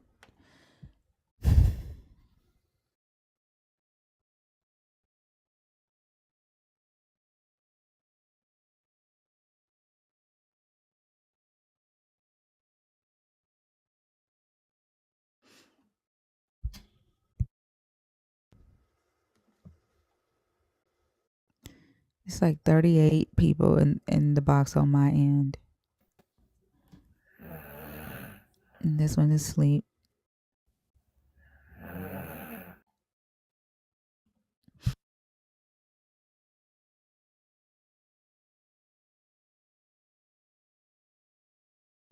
Yeah, but I think the private accounts only show up for me. So the 29 that y'all see aren't private accounts. That like it doesn't include the private accounts.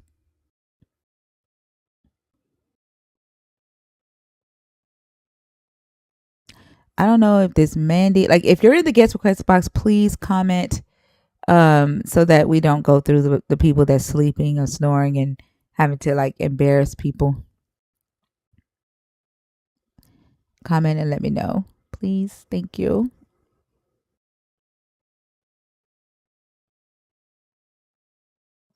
Dance Queen, it is streamed to YouTube, so all of the recordings are available on YouTube.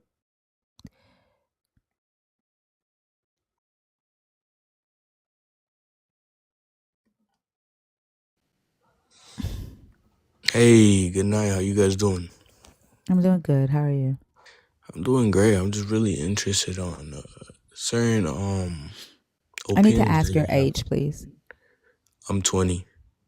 Okay, so unfortunately, you have to be 21. Do you see that host note at the very top? No. You see, 21. Are you serious? I can't speak on. I understand unfortunately, 18, but can you explain no. why?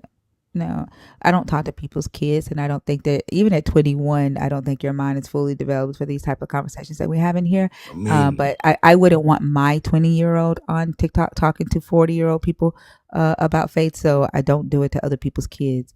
so you So don't believe unfortunately, that I have to I take you could down. be. I have to take you down. Can I Unfortunately, please no. talk though? Okay. No, you're Respectfully, not can I just 21. say an opinion? No, you're not 21, and you're not even respecting that boundary. Right? Good Lord, consent.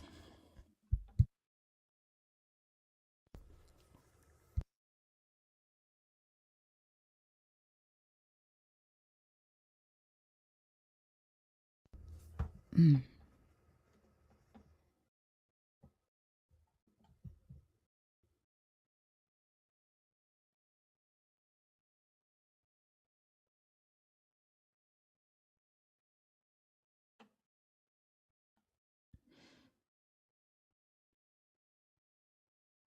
Let's see. It's Arc Thinker on YouTube. I don't care if you're filled with the Holy Spirit or not. You won't be talking to me. Go talk to 20-year-olds. Tell them what the Holy Spirit wants you to tell them. Or other rooms. You won't be talking in here.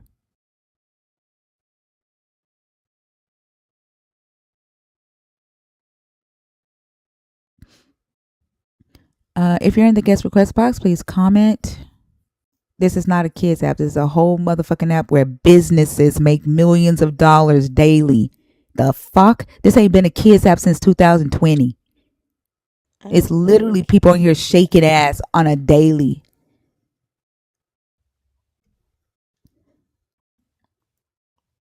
I don't understand why that's an excuse. It's so dumb for them to say that TikTok, a multi-billion-dollar company, is a fucking kids app where it's majority adults on this bitch. Like, honestly, I'm gonna tell you, my kids barely get on this bitch. Exactly.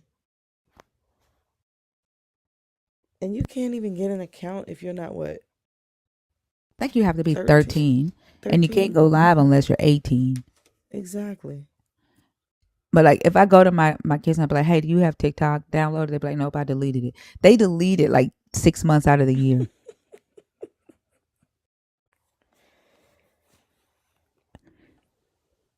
There's a lot of adults on this app that are talking about some real tough shit. A lot of adults using the app as an outlet for things that they felt like they couldn't say before. Like, for you to even try to say it's a kids app, like, I don't know. And what's the purpose of saying that? Is it because you want kids up here talking to 40-something-year-olds? It's to shame us for being on the app. It's to try to make us Oh feel man, shame. Yeah. It's the middle of the night. Kids should be asleep. Yeah. They always try to like instill shame because there's shame in Christianity. Like, you have to feel shame for just being human because you are a wretched human from birth. I guess. Right? The day that you're born, you're dirty. It's like a used car, like a brand new car. When you drive it As off soon for as you the showroom floor, you're automatically devalued. That's what it's like being a Christian human. Yeah. Immediately you're devalued. Still got the new car smell and you Devalued as a human. That sucks. Yeah. If you're in the guest request box, please comment and let us know.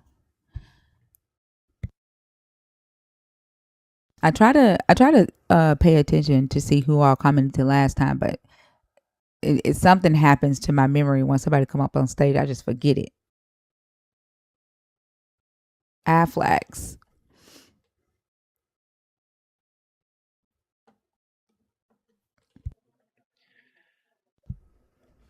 What's up with you, Aiden? It's like I wish that when I connected in that moment of silence, you know, that moment of silence before you connect and you can't hear nothing. I wish I didn't hear Aflax. I wish I ain't hear it. I really wish I ain't hear it. How y'all doing? I'm doing good. How are Great. you? This live has me so stressed out this morning. Like, I don't know if you see me in the comments arguing, but it's going dumb. Like, it's Yeah, going yeah. I peeped it. dumb. Oh my God. Oh my God. But y'all are doing good though this morning. Yeah, I'm doing great. That's awesome. Yes. That's awesome. Oh, okay. I see that y'all got a bunch of new topics on here. I'm excited. Okay. Um, you know what hits home, honestly? Why? Let me see. What do you tell kids when God doesn't answer their prayers? Mhm. Yeah. I Yeah. expected a lot more believers to pick that topic because I think we don't talk about how this religion affects children enough. Hmm. No, honestly, even my daughter, like, I don't. With my daughter, because as she gets older, she'll see what dad does, and it's like almost kind of mimicry. And she's kind of witnessed me kind of maneuver, but I've never kind of directed anything towards her for her to for me to confuse her in any capacity whatsoever, you know? And I think one of the biggest questions in the midst of me being a believer for a little minute, and she would catch me praying or doing whatever the case may be, she started doing the same thing. And, I didn't do nothing with it. She's an innocent mind. I'll let her maneuver as she sees fit until she gets older and she can question and maneuver however which way she wants to. And I'll help her through it. You know what I mean? But one of the biggest things that messes with her is like, Dad, I be sitting here praying and nothing happens. Nothing works. And she's such a stressed out child. She'll just sit there like nothing works. And that in and of itself is so damaging. And I hate the idea of, like me, myself as a dad, I never tell her I'm going to do something without following through. That follow through is important. So I just, Absolutely. like when you say you're gonna do something, do it. And for a kid, you might as well, if you're not gonna do it, say that you're not gonna do it. Don't give no false promises. Don't sit there and be like, oh yeah, honey, we're gonna do it, and then never end up doing it. That's just that false sense of not even the false sense, just letting the kids down. But that in and of itself, just to wind it right back, the sitting there of being, frustrated as a child, and then you as a parent, what to say in those moments. I genuinely don't know what to say sometimes. I really don't. I don't know what to say. Even back before deconstruct, I have no. I would just sit there and just be like, well, baby, I mean, I'm sure in the laundry list of things that he's doing, but then it would just feel disingenuous at its core. It would feel disingenuous. There was another video on here, and I shared this video on my page a long time ago, and I did think that it was I talked about, how the mom had to kind of like lie to the kid and convince the kid that he was talking to God. Like little kids that are genuinely expecting to be able to talk to this God, I it's cute, right? But to see the parent willingly like mess with the child's mind, I wonder if parents know the damage that they're doing, right? Or could potentially be doing. Let me say it that way. Because in this video, this kid was sitting in the car and he had the iPhone and he was like, Mom, call God. FaceTime God. I want to FaceTime God. And she's telling him that God is on the FaceTime. And he's like, no, he's not. And she's like, God is there. Talk to him. I don't see God. And like the kid is like crying. And the mom is trying to convince the kid that God is on the FaceTime and that he can talk to God and that God is talking to him. And the kid is just adamant, telling his mom, no, God isn't. There is no God on this phone. And eventually she like had to she convinced him, right, that God was on the phone. But to me, like, it's like you're willingly, right, messing with the child's mind and teaching the child to see things that he already knows he doesn't actually see. No, exactly right. Exactly right. I don't even play when it comes to my kids, when it comes to like Santa Claus, Tooth Fairy, stuff like that. I really try to keep it as real as possible because I don't want my daughter sitting here thinking that some, old man with white, white hair and everything and a big old belly finna come down the chimney and start dispersing gifts and stuff. And I try to keep the imagination alive in other ways because I think imagination is important, but it's the truth. It's the truth in what you just said. You can't. You've done in trying to help your kids in those moments, like what you just explained. You have effectively done your child a disservice by leading them astray, by leading them into something that you yourself can't even validate on an intellectual level. But that's a little bit deeper, without without talking to the specific parent in question. But I just, It's so it's interesting because they know, like they'll tell you in a minute. Like my little cousin had spent the night with me back in 2020 when he was spending the night with my son and my daughters, like they were watching my cousin's kids. And my son took the basketball from him, right? And he came in here to tell me that my son had taken the basketball from him. And I said, God said, give the basketball back. And that little boy looked at me and said, God ain't told you nothing. Like God, and he said, God ain't talking to you. And he was like maybe 4 at the time, yeah. right? And so like they know, right? Oh But then you literally have to convince them that what they know is not true, right? So you eventually like you're teaching them a lie.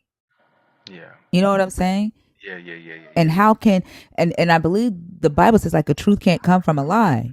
But literally you have to lie to these kids to and tell them that they are talking to a God or that you're talking to a God about them when they already know that you're not.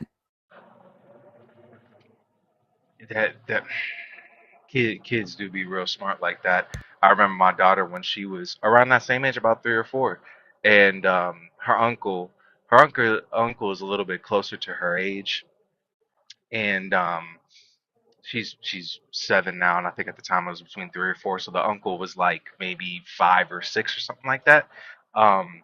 If not, he was like 7, her age now, and he hit her, you know, and then she turned to him and all of her sassy nature and was like, don't hit me. You don't see my dad hitting my mom.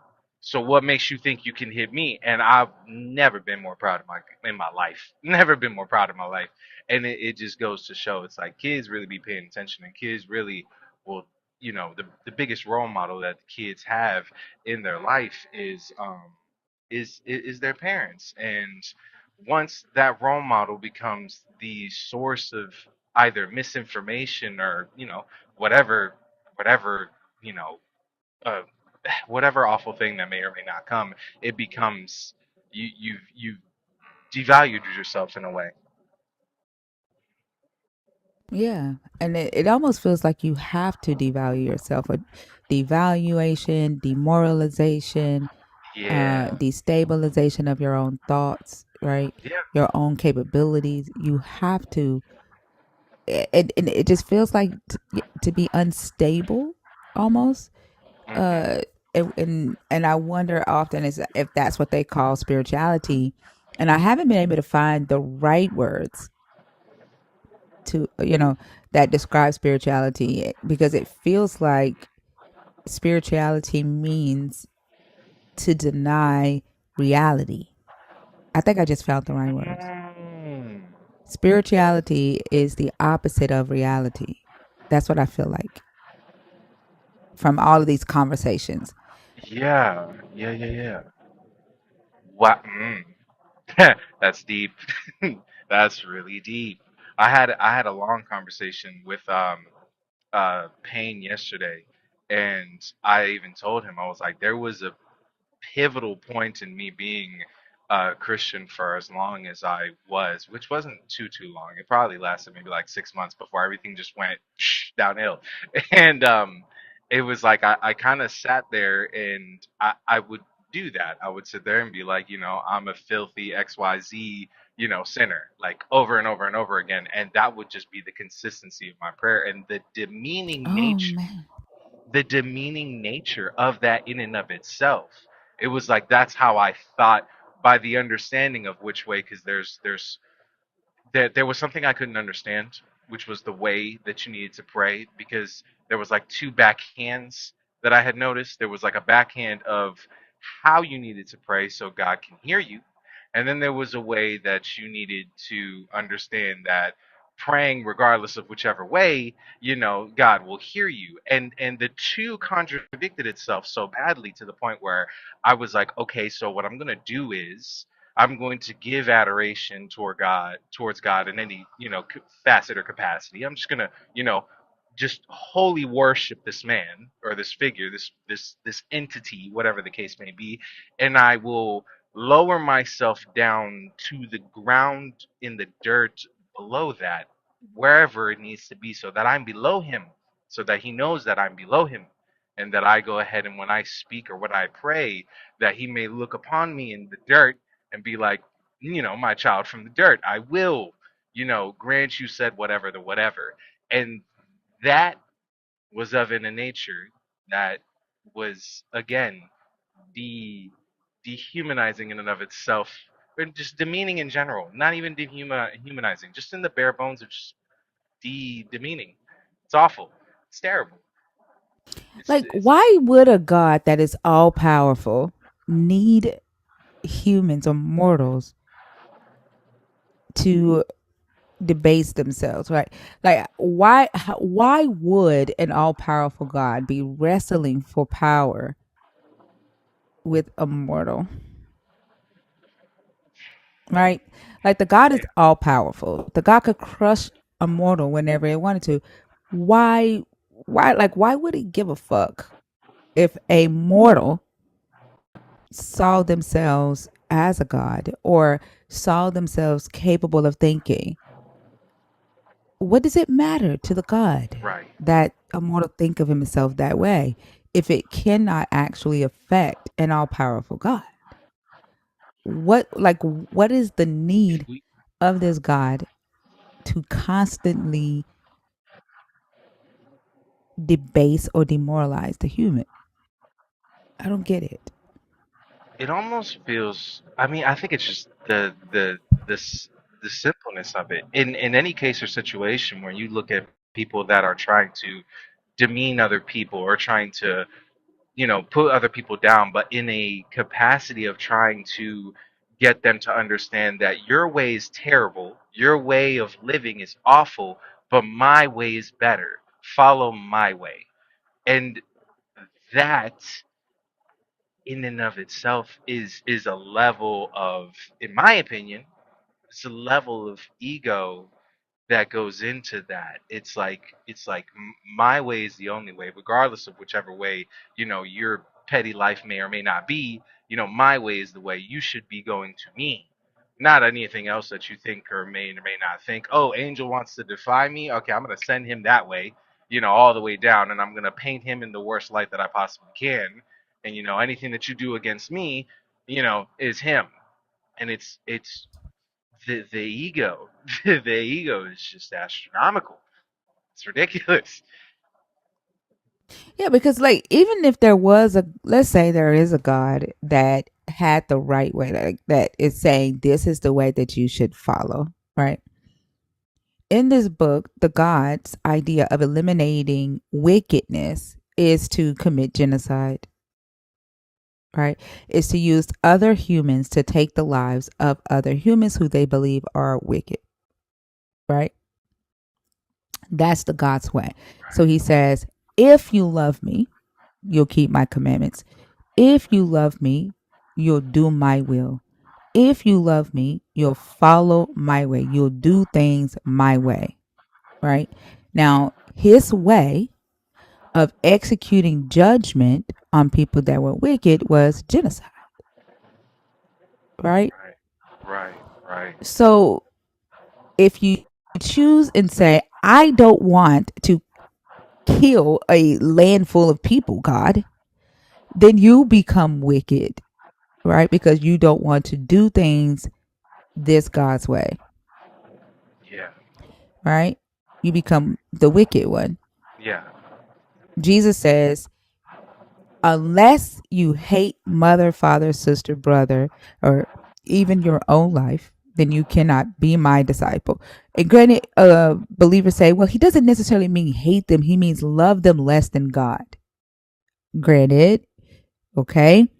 That means you have to love your own child less than you love this deity who you've never seen, this deity who you believe in. So you have to love your belief more than you love a child that you can see. And if you believe that your belief, your God, is telling you, right, to disown your child because they don't believe like you, kick your child out in the street, right? Act like they no longer exist, right? They're dead to you, and you believe that that is the God's way, then you're following the God's way, right? But if you say, no, God, I don't want to do that, that doesn't serve anything for me to kick my child out on the street, right? What that doesn't help my child, then you become the evil one because you love your child more than you love your belief. But why does a all powerful deity need this from mortals?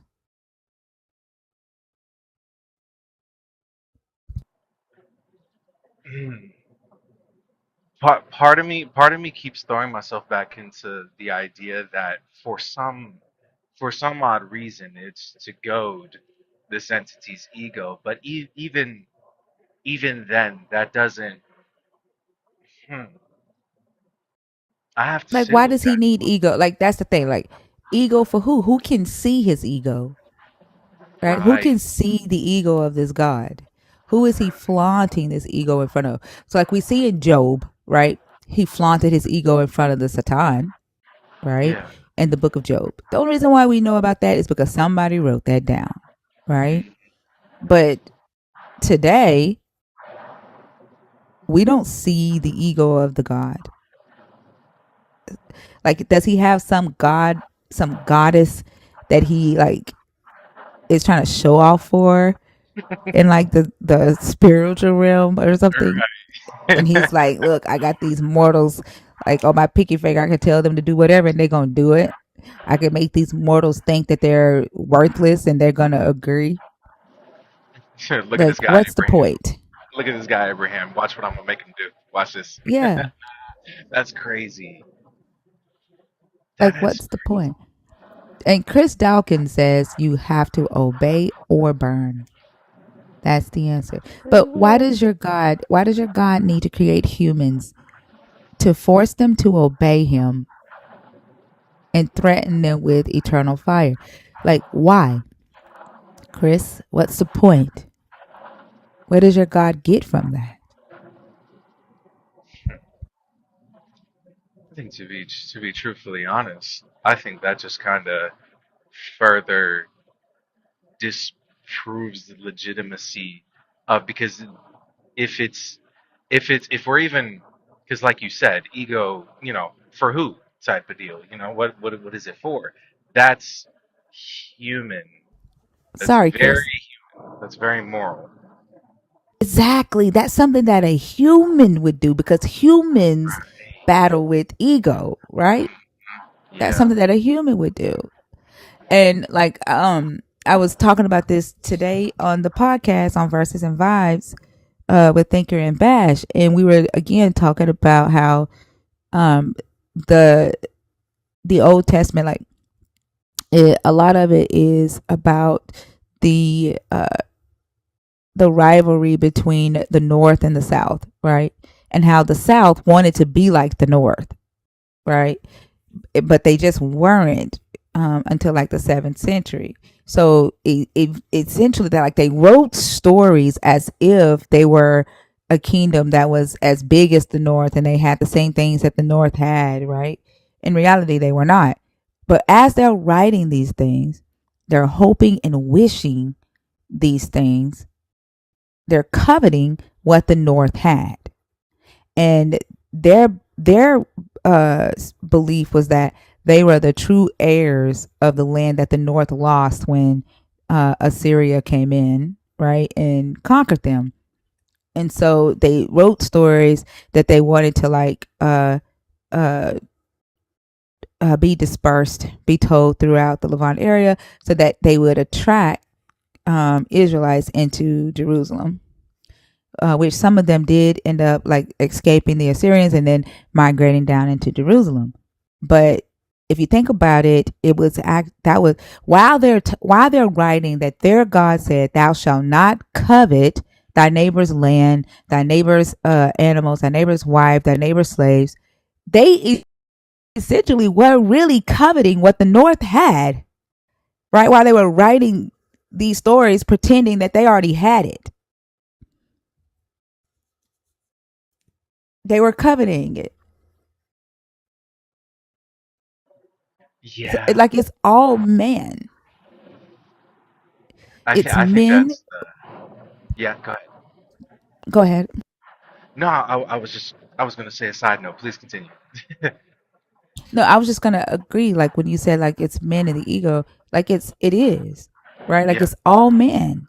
It's men coveting what other men had in antiquity, right? It's men and their ego, and like the man, the God is the man, and that's why like it's not a univocal book. It's perspectives or beliefs on what a God wants for men in this world from the belief perspective of multiple men. absolutely. I think that was the part where it wasn't clicking until it did for me. It was like I was still operating under the predetermined notion that there is a God in my head or in whatever capacity. But if you extend further beyond and be like, okay, let's put that aside for right now and just even look at it as a basis. Why? And if there is the God, why? And keep the question going, and then you get to where I just got to, where it was like, well, hold on a second, because to even try to sit here and want to do these things, yeah, it sounds like ego, sure, whatever, you could make that make sense, but why? Like, it's human, it's mortal, it's extremely mortal, it's extremely mortal. That is loaded. That is so loaded. That is so Yeah, loaded. like think about it. Like so, earlier we were talking to Duell about how one God says to do sacrifices, to build an altar, do sacrifices. Jeremiah's Mhm. God says, "Nah, I ain't never said nothing like that," right? And then Yeah. another time the God says, "I do punish kids from generation to generation." And Ezekiel, God goes, "Who said that? Who told them that? I don't do that." Right? That like so it's there's different Yeah. perspectives of the God, and it sounds like the God is contradicting itself, but in actuality, it's just different humans who are men who have different ideas of a God throughout antiquity. They have different hopes for their people, right? Throughout Yeah. antiquity, but it all has to do with like the one thing I can see now is like the ego and the coveting. I see that. Yeah. Now it just makes me want to think like the 10 commandments that he say don't do. Where the book like how is this book actually doing the things it say don't do in the 10 commandments? I mean, simplest answer would be it's not. Simplest answer would be I think oh my gosh, I wow, because me and Six Pain, we had a long conversation yesterday, and we even talked about the one of the contradictions that was thrown in the mix of things, and it was when oh my gosh, I don't want to butcher it. I think it was Samuel, and it was when um, the book of Samuel, and I believe that I don't want to butcher it. Sixpain might be able to throw it better than I did, but at it was the situation where God ended up punishing because of that fact of even what you just said. It was the God ended up punishing in spite of the fact of not doing a head count. That's what it was. They wanted to do a head count, or God said, "Don't do a head count," and said person did the head count anyways, and they were like, "Okay, slaughter." You know, it's every it's every contradiction and everything that goes against the word that is spoken supposedly from this God that gets not disproven, but it gets a contradiction. Almost damn near every single thing that gets thrown in the mix of like, hey, you shouldn't do this, hey, you shouldn't do that, hey, you shouldn't do this, gets a contradiction because it's like, follow it, like what me and C Spain were talking about. It was um, the contradiction of it and leading by example. If there is said God, then you would want, like you would do with your children, you would want to lead by example. You're not someone that's doing drugs or whatever the case may be, and you're trying to tell somebody else like, hey, don't do that. It's like, well, what do you mean? You're doing it, you know, and that hypocritical nature, and even as you mentioned about these different understandings of, oh, hey, you know, who said that, or who said this, when it came to different gods and such. It just further proves the notion of these multiple different idealistic point of views just trying to be pushed and leading everyone else that's just sitting there being fed this information to be like, I don't even know what to do. I don't even know what to do, but I'm going to stick with something that makes the most sense on a bare bones until you read the finer print. And it's like, oh no, what have I done? Or you get people like what's happened a lot in this live so far, which is just a lot of apologetic nonsense. And I hate to be Mm-hmm. so frank. I hate to be so frank and so passionate, but that's what's happened to me from being here so much is that I've ended up being so passionate about the nature of where your morality lies, and just flat out being intellectually honest about what you deem is unnecessary. You don't have to apologize for this God. You don't have to make it make sense. You don't. And if it doesn't make sense, stop trying to make it make sense. These certain things that get brought up to you as a believer, if these things don't make sense to you, stop trying to make it make sense. Stop trying to sit there and be like, oh, this is this and this is that and this is this and this is that, because then you end up looking dumb. Then you end up looking stupid. And then everyone questions your morality and your state of being. And it's like, I would never sit there in front of XYZ person that has committed whatever type of criminal charge and try to take up for them. They did it. I'm not going to sit there and try to take up for them. I'm not. And I can't, no, absolutely not. I just Absolutely love you, Aiden. I'm not gonna call you Affleck anymore. Like, I agree with you 100%, and I swear you said that perfectly. That I think that your brothers and sisters who believe in this God should be able uh to swallow that, because I like that's true. not. Look, La said perfect Ajax. God. Uh, But no, but that's true.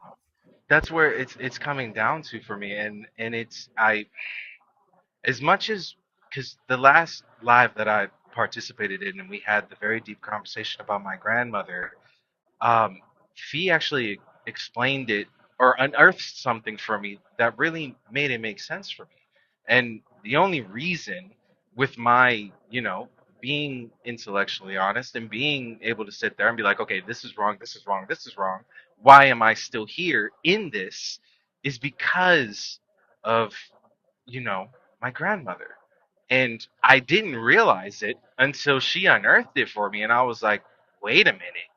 Oh my gosh, because the idea of not being here or being, unalived or whatever the case may be, and not having that perspective of being able to see her again was daunting. And it was, as y'all said, eventually by the end of my long spiel of the way that I felt, the the way that it's not sad, it's not off, it's sad, yes, of course, losing somebody, but it doesn't have to be something that have to come up with in a logical point of view of trying to see them again.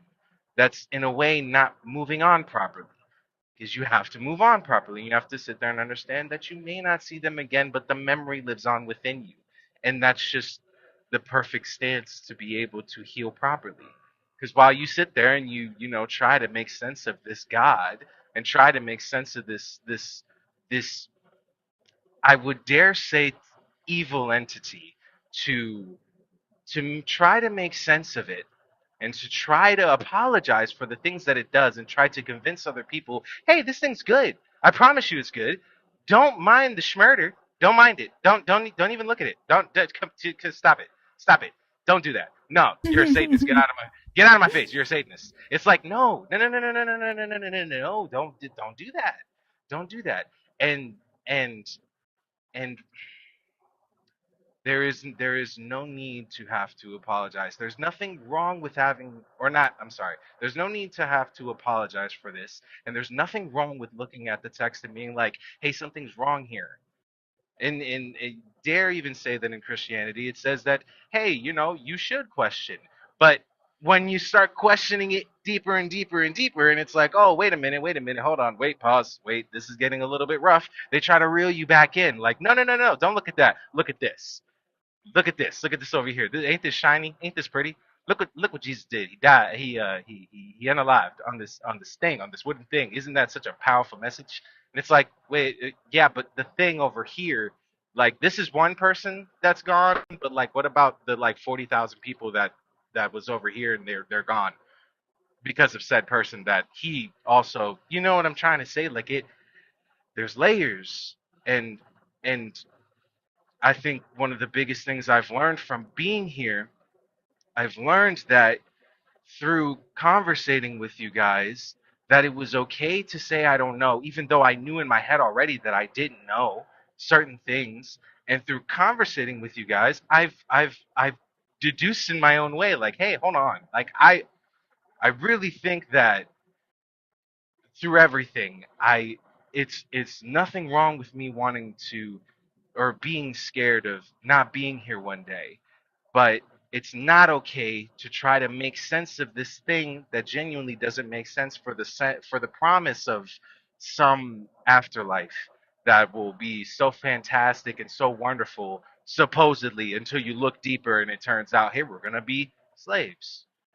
And that's just, and people want to fight it so badly, but the truth and reality is, you're not, you're trying not to look at the text. You're fighting with all of your body, and it's not that you're fighting for the sense of, let me try to word this properly. It's not that you're fighting for the sense of not wanting to, believe what's being said.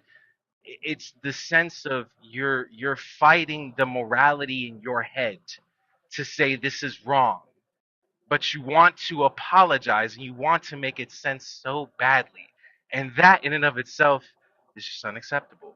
Be honest with yourself. Look at it and be like, no. I'm sorry, I'm going on a tangent, I'm sorry. No, I love what you said. Like they're fighting the morality in their head. Like exactly. Hmm. Exactly.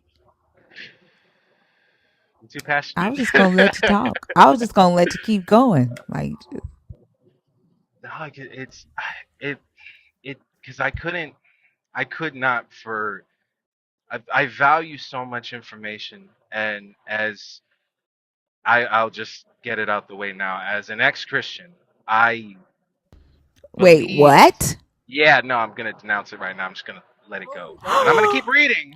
I'm gonna keep hold reading, and I'm gonna on. keep What? studying. But I'm gonna denounce it right now, because at this point in my life, Oh as my as I'm God. so as I'm so deep into this, I've realized that there's nothing wrong with thinking that something is wrong, and trying to sit here and trying to make it make sense for the sake of my own morality, when it just flat out doesn't align. It's just not it. It's just not it. Oh man, I'm so I can't proud do of this. you. I can't do it no more. I can't do it no more. I can't. I can't. I'm It so hurt. proud of you for for. I, Here. I'm proud of you. Nah, Six Pain said it right though. It's because of him because it started with him yesterday. Because me and him were talking for so long. We were talking for like 2 to 3 hours, and it just started to trickle in my head. I'm like, wait a minute. It really started when I first started joining these lives, and I'm like, hold on, wait a minute. Starting to hit harder and harder every single time. And then Six Pain, we start having conversation. I'm like, hold on, it's getting deeper. Hold on. And then now this live, it's like it's the nature of self-reflection, and I truly I feel bad. I do, because I know now what it's like to sit there and be a believer and try to make these things make sense. But even in and of itself, I wasn't allowing myself, even when I'd be on this live, I wouldn't even allow myself to try to make it make sense. I'd be like, you're right, that's completely understandable, I don't know, you know what I mean? And that is not wrong. And somehow we got lost in, Christianity, to sit here and say, hey, it's, if you say that you don't know, or whatever the case may be, or that you just want to leave it be and it doesn't align, you're clearly the problem. You're clearly not reading the scripture right. No, I'm seeing it. I'm seeing it, and this physical pain I feel in my heart is probably not a good thing. Nah, it's fine. No, it's literally not. Like, it's not a good thing at all. It hurts. So no, I'm denouncing it. I refuse. I refuse. I Wow, refuse. I'm I can't do it no more. speechless. I'm I can't do it speechless. no more.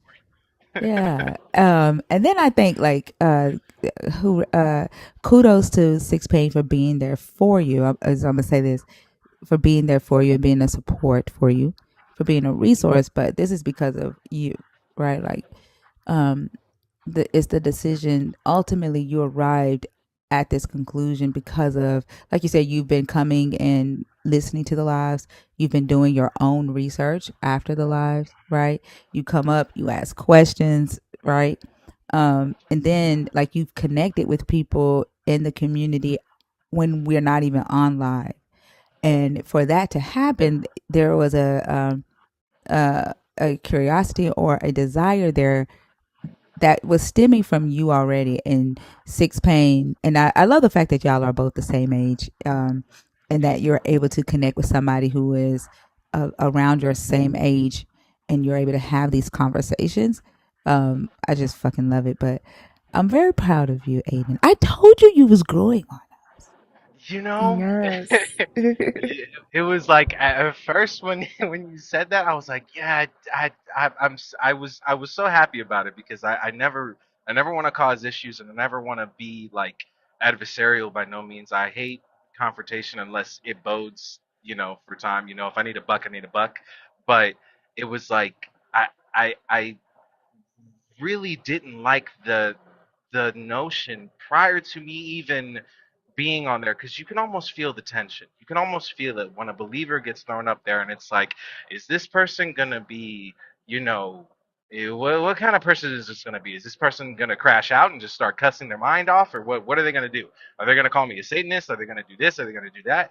And when I first came on, it was like in my head, I'm like, I'm gonna do my due diligence to make sure that when we have conversation, it'll be intelligent, it'll be honest, it'll be truthful, and I'm not gonna sit here and try to, make something make sense that I flat out don't know. And I'm not going to be ignorant and try to stick up for something that I don't know. And a lot of the time, that's what ends up happening. And that's why most of the time, these Christians, when they hop on the live, that's why they get looked at cockeyed, because it's like most of the people that's come prior to you have been cockeyed, like you've been wrong. So it's like you just like, I don't know what I like. It's a lot. It's a lot, and I just appreciate it. So when you said what you said, I was like, that means that I did myself justice in being able to be there and conversate properly and actually have an intelligent conversation and reach a point of honesty when it comes to the text, when it comes to these things, regardless of if the God is real or not. I don't subscribe to the setup that this book has. No matter how much you want to point me in this direction, that direction, this direction, that direction, regardless, I'm at a point in this text where I don't like what's going on and I don't like what I see, and I can't apologize for it. I can't make it make sense. So that's all I got to say. I truly appreciate the space to be able to speak these Oh, things. I truly appreciate it. this just If makes it only all Fee was worth here it. now. I thank you for sharing that. Right. Like I wish Fee was here to hear. Me But too. yeah, I love you so much and I'm so happy for you.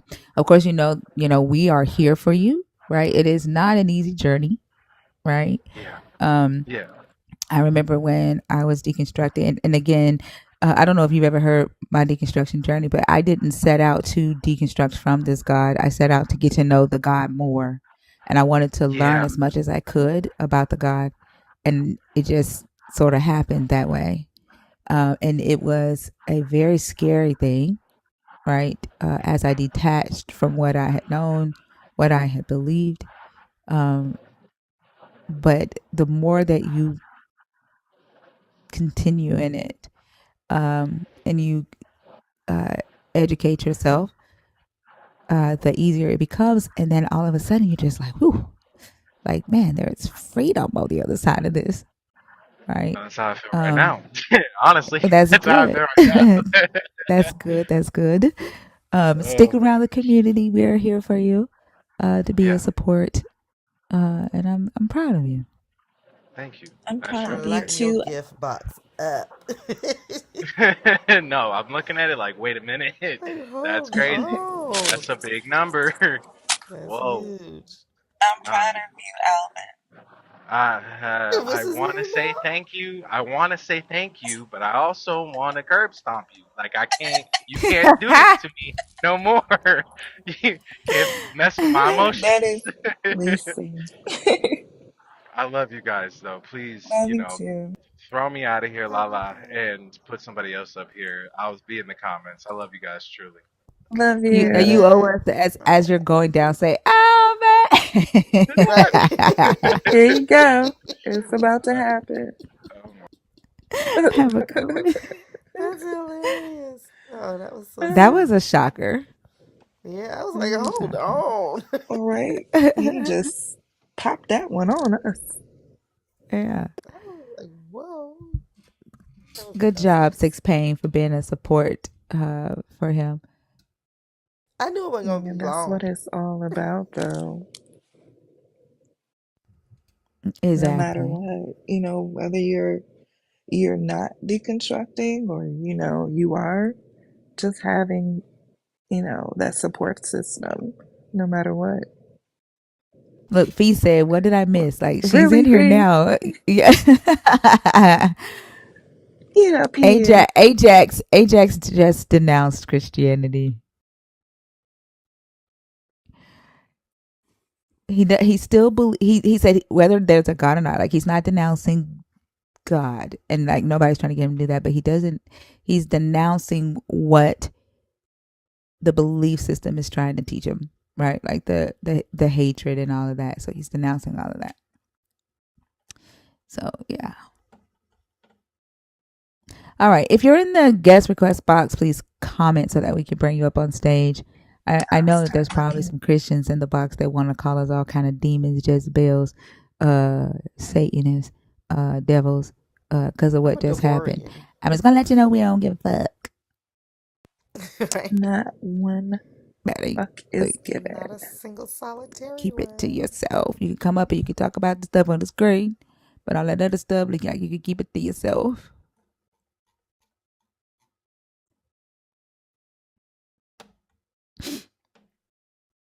Jeremy. Oh, I thought that said Jeremy. Emily. It did, but he wasn't coming through. No.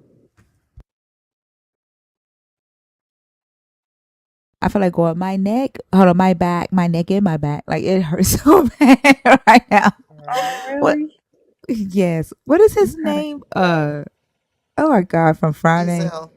Ezel. I feel like Ezel right now. My neck and my back. Like sitting in this chair. Oh my God. And I have the heating pad on, but.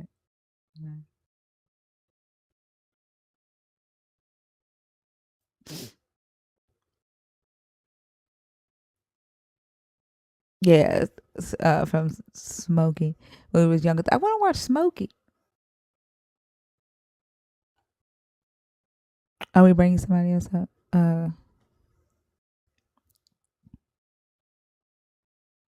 Hey, Mama Bash. I wish they would tag us in the comments. Let us know that y'all want to come up and have a discussion so I don't have to There's go like, through this. yeah, there's like 41 people on my end.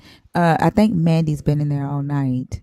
I don't think they're there, and they never responded in the comments. Eternal Truth, Greenwich. Eternal Truth requested.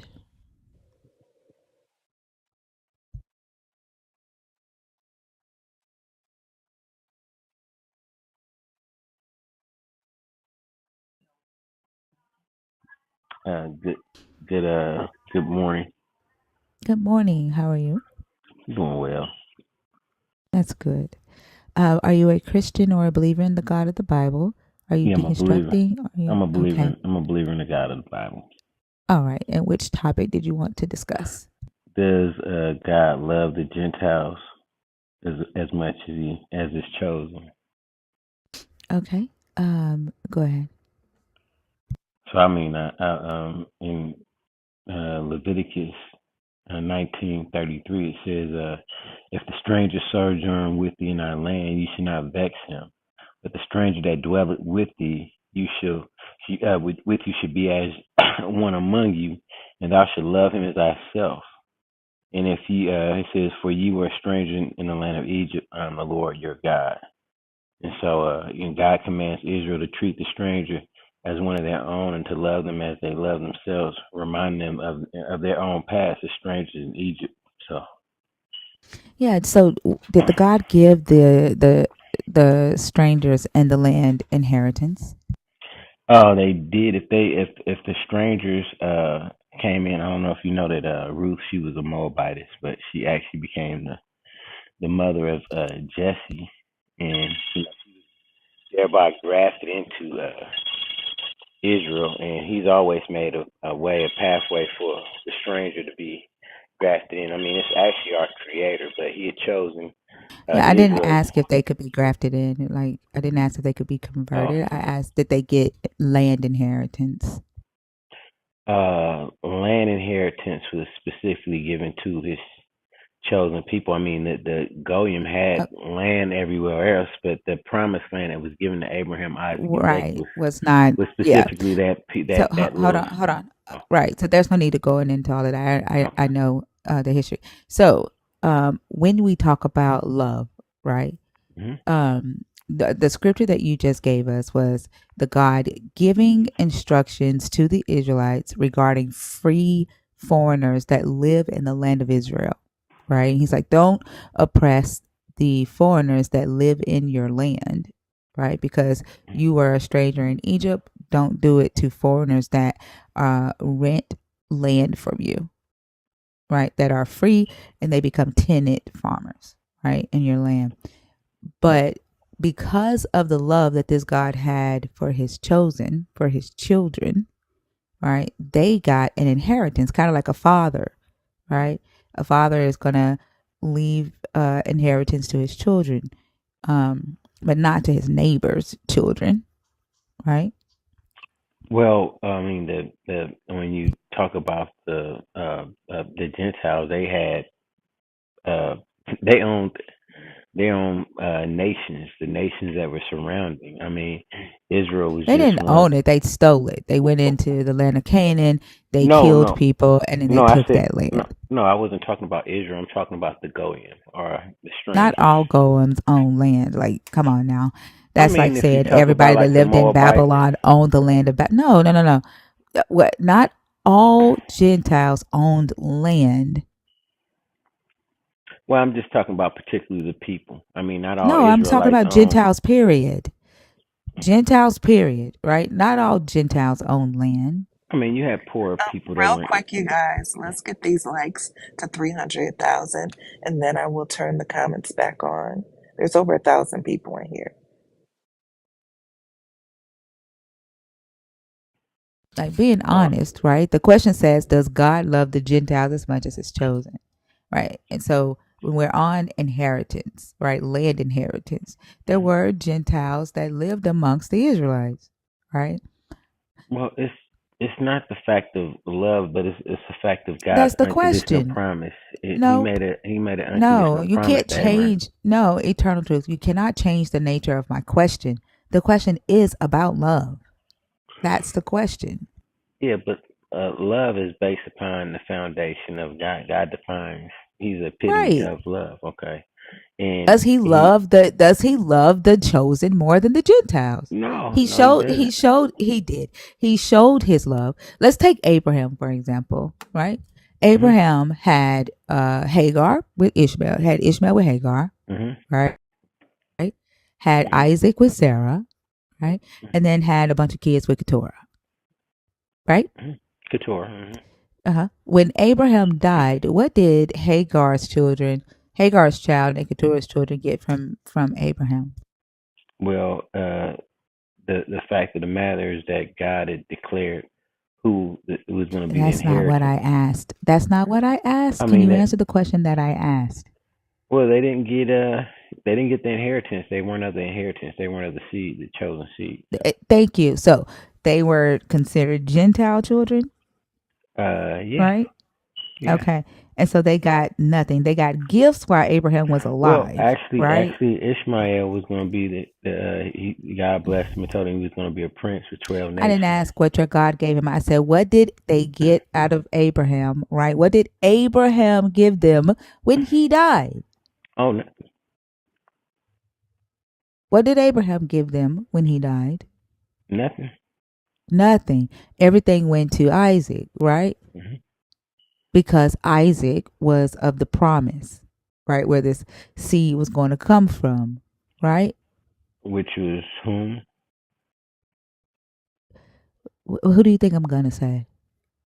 I mean, you said the seed. I'm just trying to figure out because God, when He does something, He had intent. So He declares the end from the beginning, and He Oh, had a please. Like this whole grafted in crap that Paul is literally saying that the Israelites misinterpreted the promise and that God did not mean multiple stars in the sky, but just one.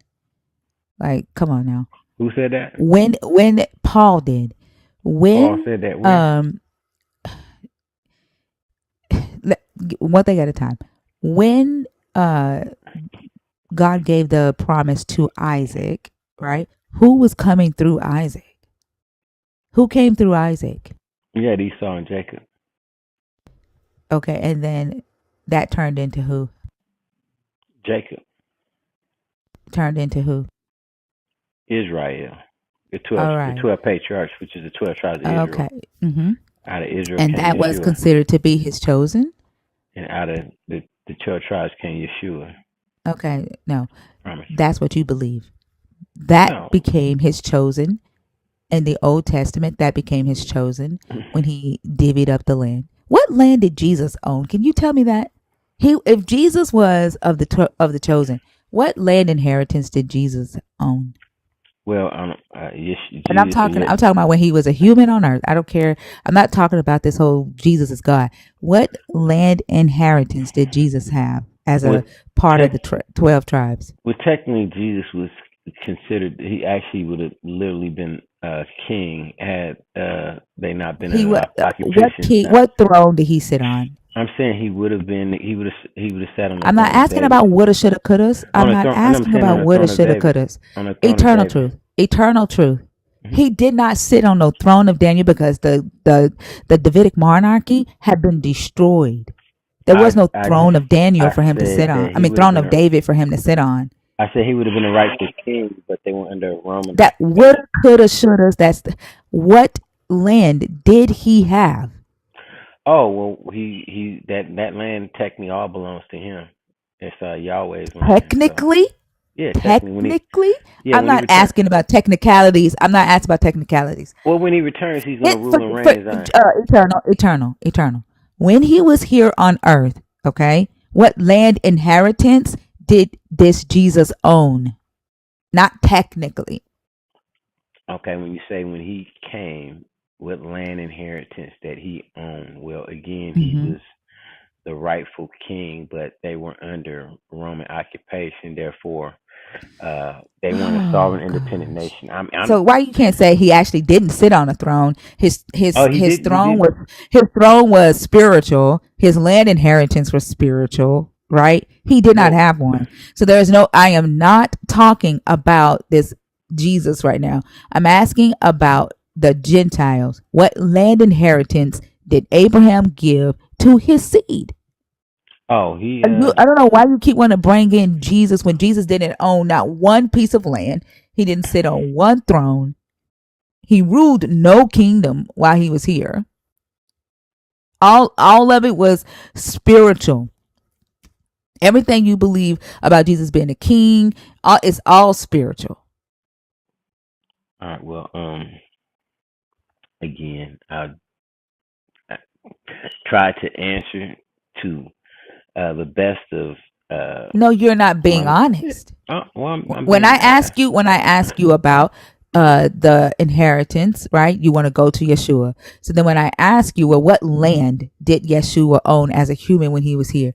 Technically this. He would Well, have this. I can show you by scripture. I mean, but I know that you probably wouldn't want that. But It just what seems. can you show me by scripture? What is it that you think I would want you to show me by scripture right now? I mean, I can show you that that land belongs to him. That he's going to rule and reign in Zion. He's the Holy One of Israel, That you the Lion believe of the the land tribe of belongs to him Judah. because you believe that he is the Messiah, right? But did the land belong to him when he was here? Legally. I mean, technically, the earth belongs to him. He's our creator. Legally, did the land belong to him? Legally, yes. If you mean legally, I mean it technically. When you say what law are you Technically. talking about? The I said Roman? legally. Yeah, yeah.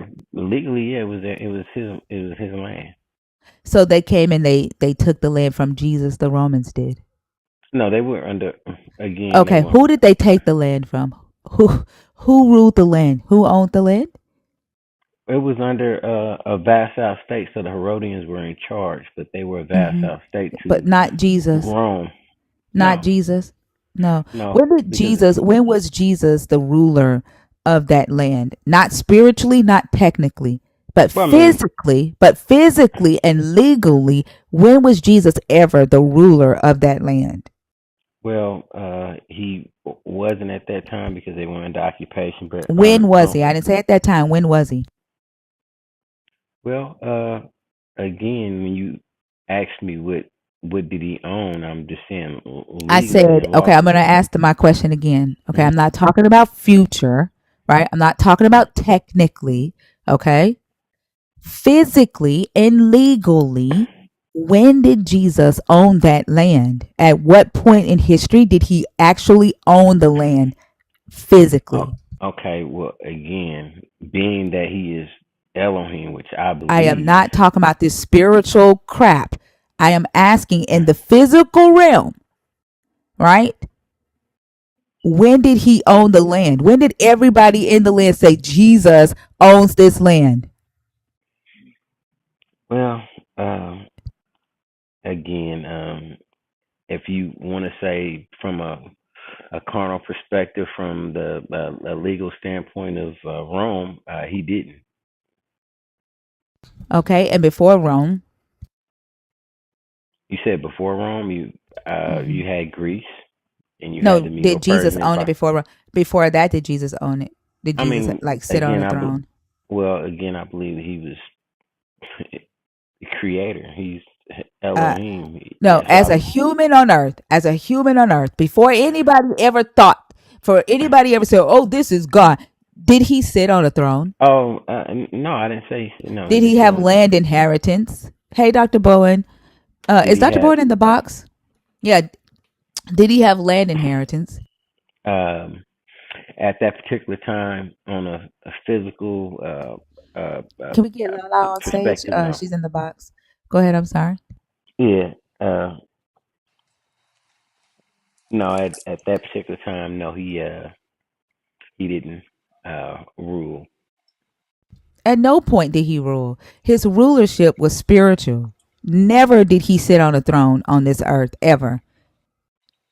Well, I mean, that was what they accused him. They referred to him as the King of the Jews, and so I mean that was it. But That was again, a slur. they weren't have they no. He asked him was he a king, and he stated, you know what I mean, that his kingdom was not of this world. So he A, stated that, a, a kingdom not in this world.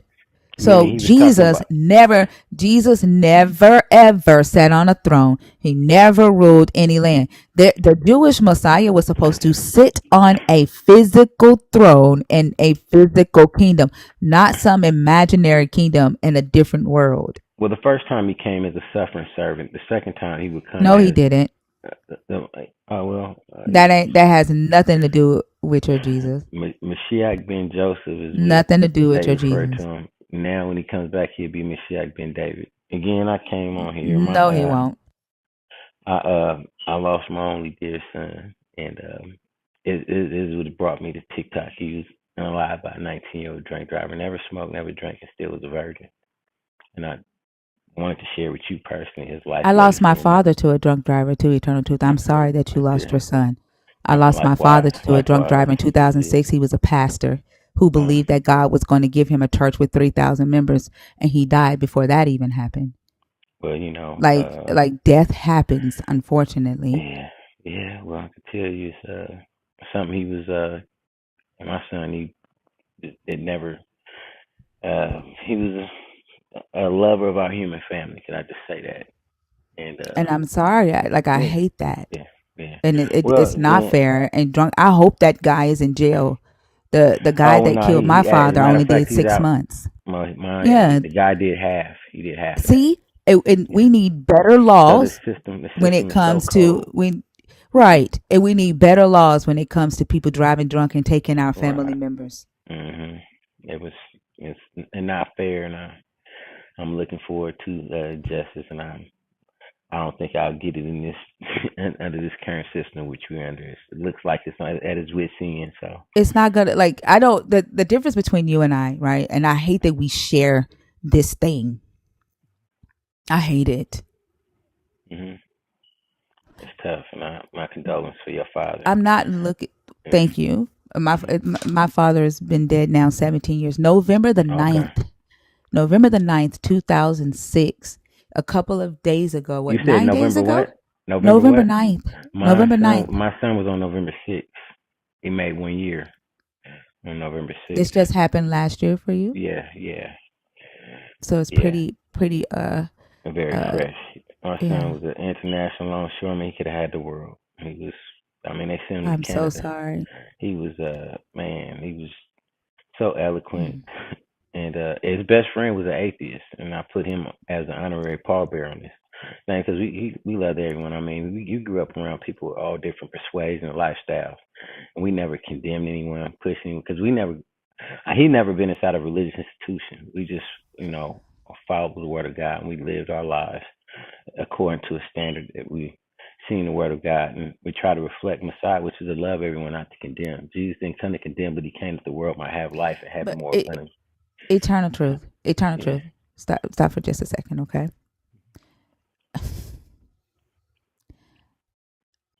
I understand that it's difficult, right, to experience this.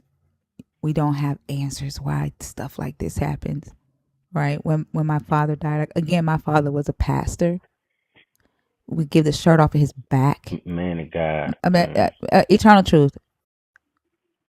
My father was a pastor. Mm-hmm. He would give the shirt off of his back on the weekends, on the nights that we were not using the fellowship hall. The people who did not have homes, the unhoused, we gave the fellowship hall to them to give them a warm place to sleep. Let me tell you, I was homeless. There were eternal truth. Please stop. I'm finish. Oh, you're okay. Go on mute and wait for her to finish. Thank you. What I'm saying is that when things like this happen to people that we see that are in our life, and we're like, man, they're really great people. They have amazing hearts. And it just does not seem right or fair in how their life ended. And I agree with you 100%. but we don't have answers. And for a long time, I tried to create an answer as to why this God would allow my father to leave without the so-called promise coming to pass.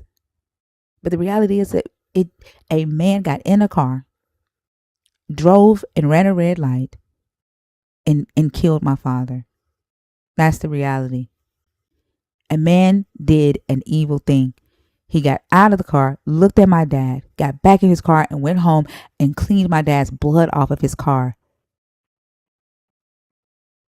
A man did an evil thing, a bad thing.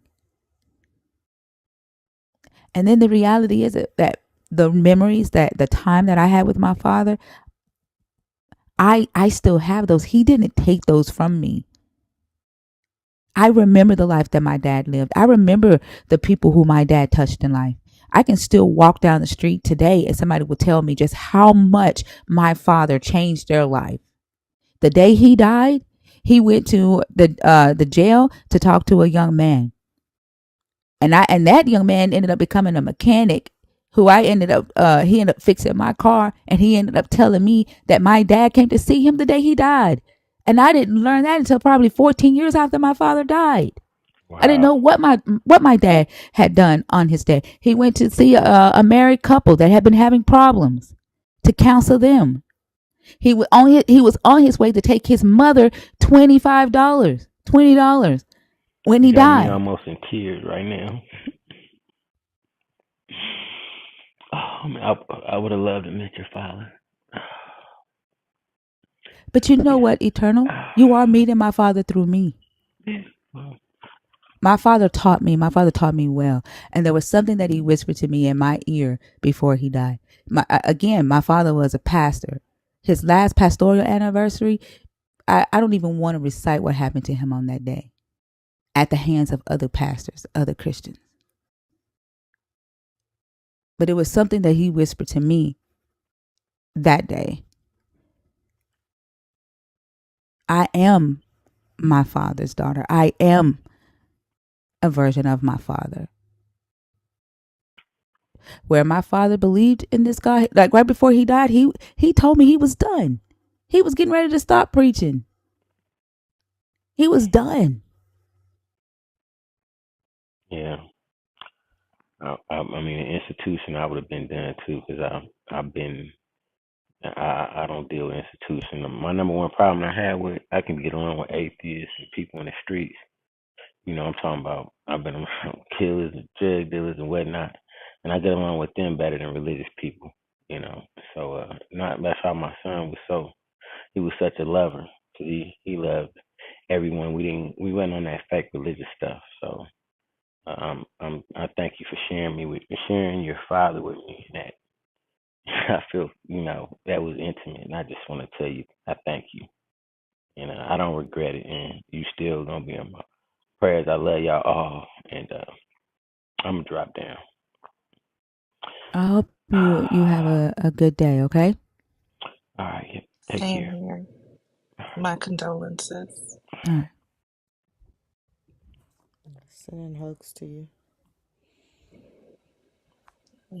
Who else did you say we should bring up? Fee is in the box. Hey, Dr. Bowen, how are you? I'm okay. How are you guys? I'm doing Good. good. Dr. Good. Bowen's in my box. Oh, that's right. Dr. We Bowen, you in beefing. Lala's home. We beefing. Y'all, I'm excited. I got 4 hours left to go. I'm excited till I get to meet my granddaughter. Oh my goodness.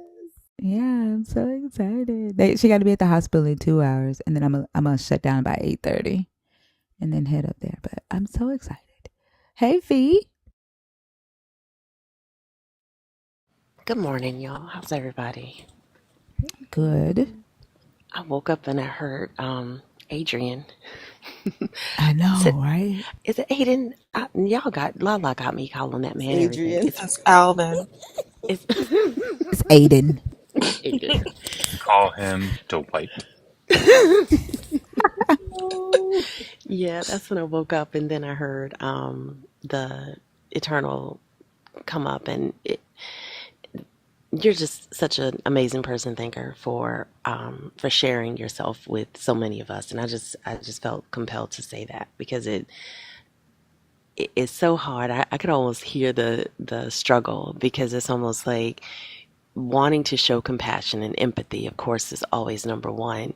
But when you identify that someone could potentially have kind of coated their grieving system with a promise that's never going to happen, it's heartbreaking, because it's kicking the grieving process down the road, thinking that you're going to get retribution at the end, or justice will come in some sort of way at the end because of this almighty God. And you sometimes don't even allow yourself to ask the true questions that'll get to the heart of the issue. Meaning, if he's so powerful, why didn't he stop it from happening? If he is so loving, all of those hard questions, you don't even ask yourself that, because this promise of retribution just kind of fuels you. But I think when you're driven by that, you don't really sit in the reality of it. Like you said, bad things happen. Just like the Bible says, unforeseen occurrences befall us all. And sometimes things like this is it sometimes looks like that, and it's just so hard, because I can hear the hurt in his voice, and it breaks my heart. And that's one of the most damaging parts, that not only religions, but a religious framework or religious mentality. And notice I'm saying religious, not spiritual, because I know that spirituality means something different to almost every single person that utters the word. But it just breaks my heart, because we know that in reality that it's very, very unlikely that retaliation or retribution or recompense will ever truly happen in the way that a lot of religious people have been taught that it will. And that's just sad to me. I think another thing that's sad, like they, I guess they feel not. I don't know how to say this, because I'm not talking about the gentleman that was just up here, but I'm reading the comments, right? And because I didn't allow the death to be the reason why I need to believe in a God, that now I'm not empathizing with people who have lost a loved one, right? And I think, and I don't know if anyone could have empathized with him more, because I've actually been in his shoes and lost a loved one to a drunk driver, right? And so to say that there was no empathy there because I did not say, okay, this is why I need to believe in a God, it's ridiculous. It's, if you have a hope, right, that you will see your loved one again one day in heaven, that's okay. That's for you to hope. I don't have to share that same hope with you. That doesn't mean I don't empathize with you and the loss of your loved one. I never once told him that he would not see his son again. I think what a lot of you are hearing is that because I don't believe in this God, and you've been given a promise of heaven, you've been given a promise of reconciliation, right? Although this book doesn't say anything about that. Like some extra biblical pastor has told you that. You think that I'm telling you that's not true for you. I didn't say that for you. I don't create your beliefs. I don't decide what you believe. Only you do. And I think it's also worth that couldn't be more accurate, because empathy is not telling a person that what they're believing is true. Empathy is doing exactly what Thinker did, and it's recognizing a pain in another person that you can either have experienced or can imagine experiencing yourself as a human being. That's what empathy is. But I think oftentimes, again, religion tells you to do things in a certain way. Empathy looks a certain way. Love looks a certain way. And I agree. I don't how am I going to tell another person what will or will not happen after they die when I have no fucking idea what's going to happen after I die? That doesn't make any Exactly. sense. There's nothing that you said to that young man that snatched his hope away. Not one thing. You were nothing but empathetic and kind. And I think because most religious people have no idea what that truly looks like, it's hard for them to recognize it. I agree. Alan on Agreed. YouTube with the $5 super chat said, I'm genuinely so sorry for your losses. Think you're in eternal truth if you're still in the comments. And showing extra love for Dr. Bowen. He's brilliant and a boss, truly. That's very kind. Am I missing another super chat? Like it says there was 3. Did I miss one? I thought I only read two super chats this whole live, didn't I? Did I miss what? I'm sorry if I missed another super Yeah, chat. I don't remember if you did when I dropped. Okay. I'm sorry to whoever sent the third one. Okay. Jason, hi, how are you?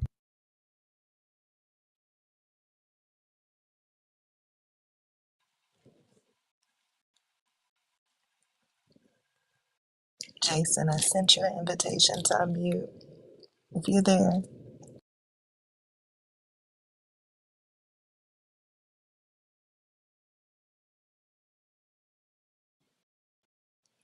Okay, I'm gonna drop him.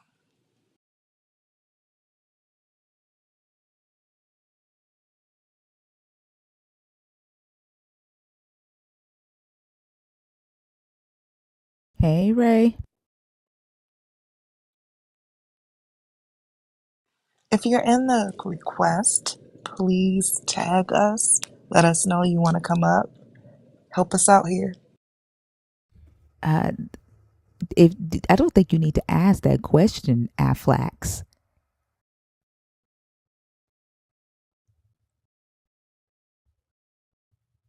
Every time you say that, I see that little duck.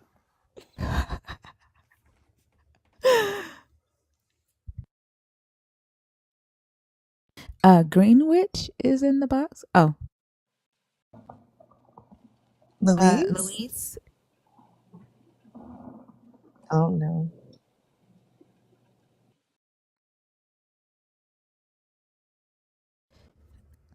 All right. So if you are a Christian or a believer in the God of the Bible, if you are deconstructing or thinking about deconstructing, or if you are an atheist who wants to come up and address one of the topics on screen, if you're an atheist, please make sure that you're not coming up to like talk about a different subject or to talk about your personal life. Make sure that you're coming up to talk about one of the topics on screen. The guest box is open. Please comment. But I did see some Greenwich in there, and I think somebody else commented. Okay, I don't see Greenwich on my end. Let me see if they're on my end. Yeah, I don't see them. Let's see. I think that's the only one that's commented so far. If I can get the box open.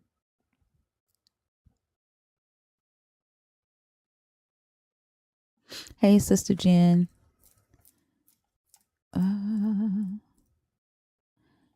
Let's see. There's Greenwich. Afflex just became a nerd, y'all. Oh, congratulations, Apple. Welcome to the nerddom.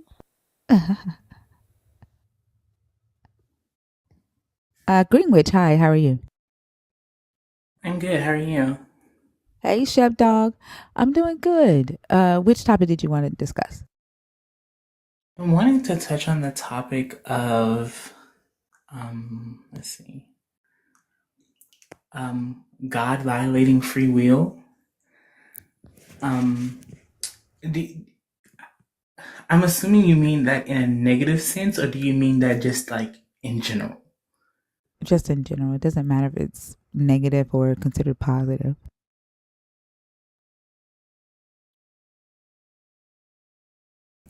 The reason why it's up there is because believers say that he won't do it, and he does it all the time.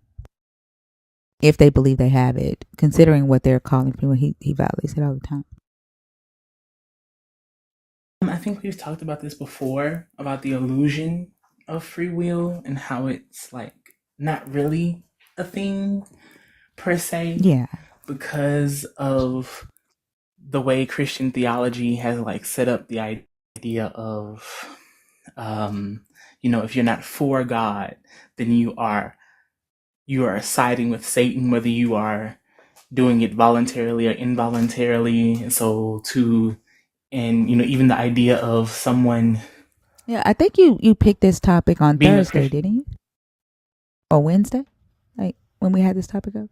I don't remember which topic, because when I looked at your topic board, it does look different. I can Two tell of them there's are a lot still the of them that same. look different. Okay, I can't remember if it was the free will or if it was the robots. Those two are the same. I just reworded the robots one a little bit differently. No, there's the believers don't like the Old Testament. That's the same, and God violates free will all the time. It's the same. And then I reworded the robots one differently, but I think we've talked about God violates free will. I think we've talked about that one already. I think somehow when we talked about robots, I managed to work free will in there somehow, because I honestly do not remember talking about God violating free will, honestly. So do you want me to pick another topic or continue? No, you can continue. But what I was saying was the illusion of it. We talked about that, and how anything that is not with Satan is anything that is not with God, the Christian God specifically, is obviously of Satan. And the idea that, well, you have to, even Christians who don't believe in certain things in the Bible, or who don't uphold certain things as objective truths, will be silent, because they don't want to be seen as going against God, which is demonic and all that good stuff. But at the same time, I would argue that it is not God that violates the free will most of the time. It is indeed the believers on God's. It is indeed the believers on God's behalf, or the believers asking God to intervene on their behalf and violate the person's free will, if that makes sense. Would you say that a storm, like a hailstorm, would be violation of a person's free will?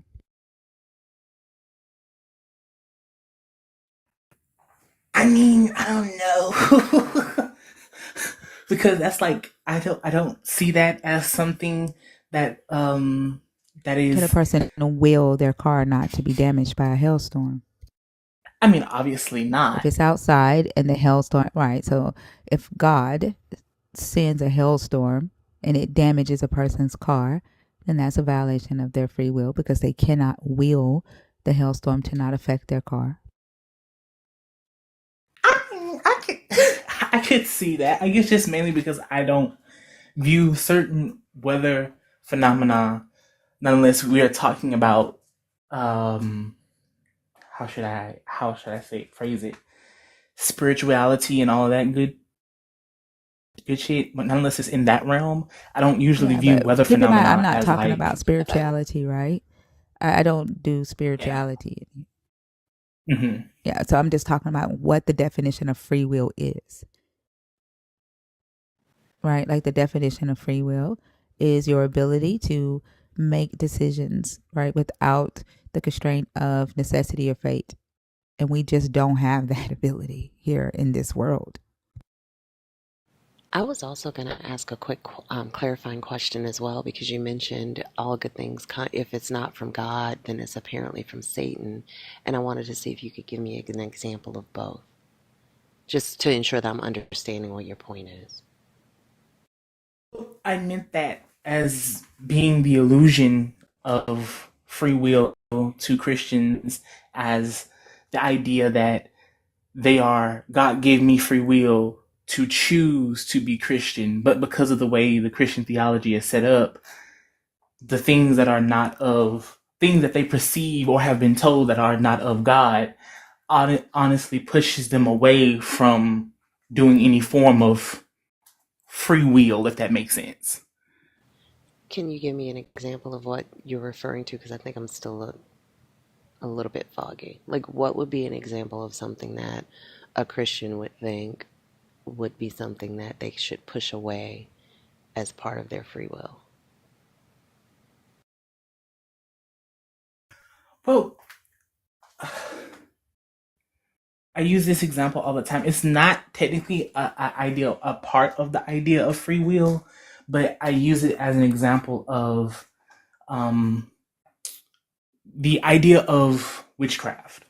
That idea alone, not in practicing it or believing it, but just the mere, whether it's on television and things of that nature, most Christians don't want that around them because they perceive it as demonic, and therefore they must make that choice of actively removing it from their lives,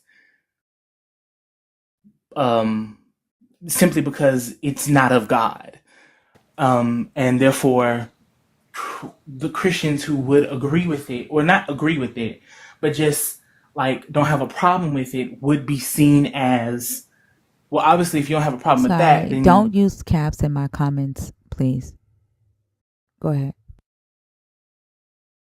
But it's like, obviously, if you don't have a problem with that, then you don't, then, you probably wouldn't have no problem with worshiping Satan either. Kind of that idea of, for them, there has to be a black and white, mainly because of what the Bible says, that they have to make that active choice, even though the way the Bible sets up the idea of Christianity to them, the way they interpret those scriptures, there is no gray area for it. It's very much either you're on this side or not. They assume that they have to make. Does that make sense? To It me, it makes makes, sense. I don't know. yeah, I understand what you're saying. I mean, I get the dichotomy. I think it's just kind of interesting because you can't simultaneously demonize witchcraft and then believe that there's power in the magic of, I mean, there's power in the blood of Jesus. I mean, Yes. power in the blood of something is witchcraft. Turning something according to Christian belief in the way that they try to juxtapose Christianity and all other belief systems, including like witchcraft and ancestor worship or any of these things, crystals and all of that. They literally do the same thing. They just call it Christianity. So if we're gonna pull the veil back or kind of lift up the curtain, it's the same thing. So this is just simply a matter of the vast majority of Christians refusing to see their religious practices for what they are and only seeing them through the lens of doctrine or through the lens of theology. So it's really not a difference if you truly look at it. To have Yeah. somebody comment, I don't believe in gravity, but the cup fell anyway. What? They commented, deep, I don't believe. They said, I don't believe in gravity, but the cup fell anyway. The fact that looking at the comments and even oftentimes talking to believers, you're not really sure if they're being serious or sarcastic is sad. Because I don't even know if that was somebody making a joke or if that's someone who seriously believes that that's a valid point. And that is truly sad. But about the topic of the witchcraft, I remember watching a video about how a historian talked about how, for the Catholic Church during the Middle Ages, the way that they set up this dichotomy of witchcraft, because it was kind of like an unknown thing that's what most people practiced in certain parts of Europe, the type of folk traditions and things of that nature. But the way that they set their dichotomy up was that anything from God would be beneficial. It's healing. It's things of that nature, meaning that anything that is quote unquote materialistic and things of that nature is from demons. It's demonic. All of it is a ruse. It's meant to confuse you. If you can't use, which I think is ironic, because there are many, like with the African American tradition, there are many African Americans who practice some form of folk traditions and things of that nature that do believe that God can grant you prosperity and things of that nature. But then there are others who indeed do view prosperity as a demonic thing, which is weird to me because they view it as it cannot be it cannot be asked for by God, from God, if that makes sense. It's like you have to make a pact with the devil in order to get it. But things of like healing, but I don't. It's like the idea of like healing is good, yes, but money is bad. So therefore, it has to come from demons. But as I ask people all the time, if we're going to stay with the idea of folk traditions and stuff like that, there are a number of people who use like protection rituals and things of that nature. They believe that these things can protect them, even though you would Unfortunately, Greenwich, argue. someone has paid to drop you, so I have to take you down. But I Okay, do want to ask you right quick. So this isn't your belief, right? Like you're not a Christian, correct? I am not. No, And so I do just wonder, like, is there a reason why you often argue from the Christian perspective on what free will is when you come up here? I never really thought that I do argue from the perspective of Is that what what you're free doing right will now? is. I Is am that what you're not. doing? I wasn't. I was arguing. I wasn't trying to. Oh, so do you believe that Christians have free will? I don't. I don't believe that they have free will. I guess I'm confused on what you're saying, because like when you're saying all these things, and unfortunately I have to hurry up because they did pay. I guess like when you're saying when you're saying all these things, and you're saying like how they view witchcraft, right? How Mm-hmm. what's bad comes from the devil and not necessarily God. You're saying that these are Mm-hmm. what Christians believe, right?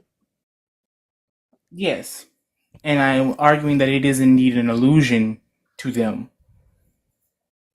Yeah. What I mean, I would argue that all of this is an illusion, right, to those that believe it, Understandable. right? But that's not the topic is like God violates the free will all the time. And so Yes. I guess I And was trying to figure out, right, like where you were coming from with the argument. Now I understand, because I was a little confused, because I was like, why is he saying this stuff about witchcraft when his name and says Greenwich? that's why I mentioned about how it is indeed humans that violate the free will. It's not the God, because I don't. Even though yes, you use the example of the hailstorm, I do believe that there is more of an active violating the free will requires a more of an active idea, and it is indeed the believers who actively choose to do that to people who are non-believers. I think that might be one aspect of it, but not necessarily the entire picture of it. If we take the definition of free will and apply the Christian definition to it, right, their belief to it, it's still like on a larger level, right, where a mortal can Mm-hmm. definitely violate that so-called choice of another mortal. But there are other things that happen in the world that are beyond the control of a mortal that would go against the free will of a human, or even that choice that a human has to make. There are certain things that happens, right, in a human's life that influences the options that are presented in front of them, and it also Mm-hmm. influences what choices they're going to make. So I would say that even on, a macro level, the humans so-called free will from a Christian perspective is violated every day.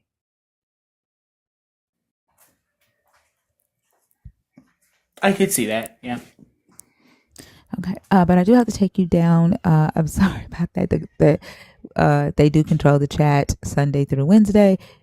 Control the stage Sunday through Wednesday. But I hope you have a great night, and thank you so much for coming up. Okay. If you're in the guest request box and you are in there on purpose, Biblical Bidet, thank you so much for the Chasing the Dream. If you're in the guest request box, please comment so that we can bring you on stage.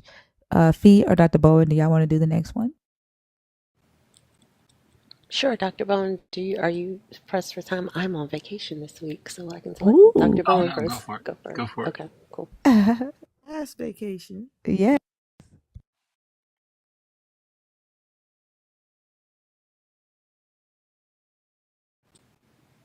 Do you guys see anybody? I see a black box right next to me, but I don't see a name. Yeah, they're not coming up. Aaron Sullivan.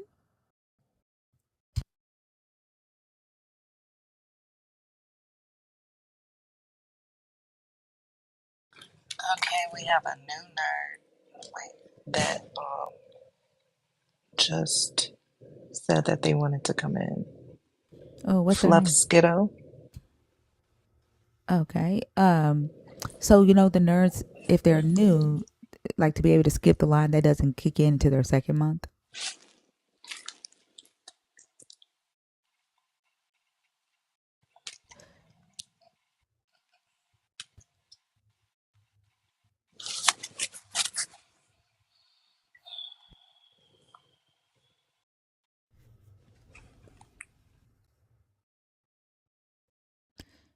If they're the only ones that's like commenting, letting us know they're there, then we can bring them up. But if they're in their first month, the benefits of being a nerd don't kick in until the second month because we don't know who got it from like what is it called, from randomness. You know what I'm saying?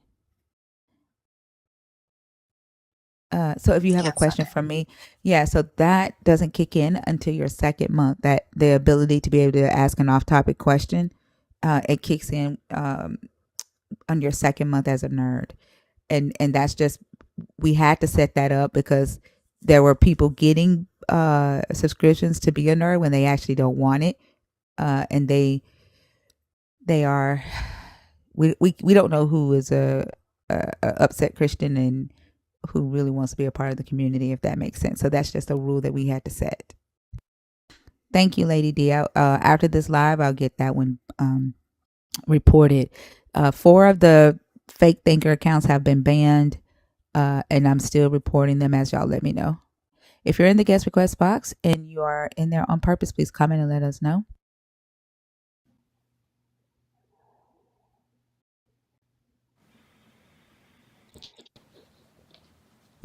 Jess? Hey,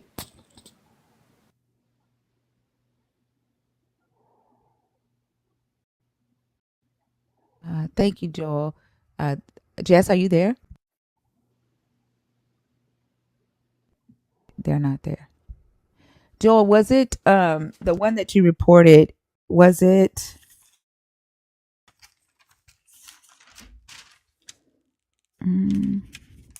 I know I wrote the name down. Simply underscore dot Velka. Is that the one that you reported? Go ahead, Fee. I know this person's here. hey, good morning. What would you like for me to call you?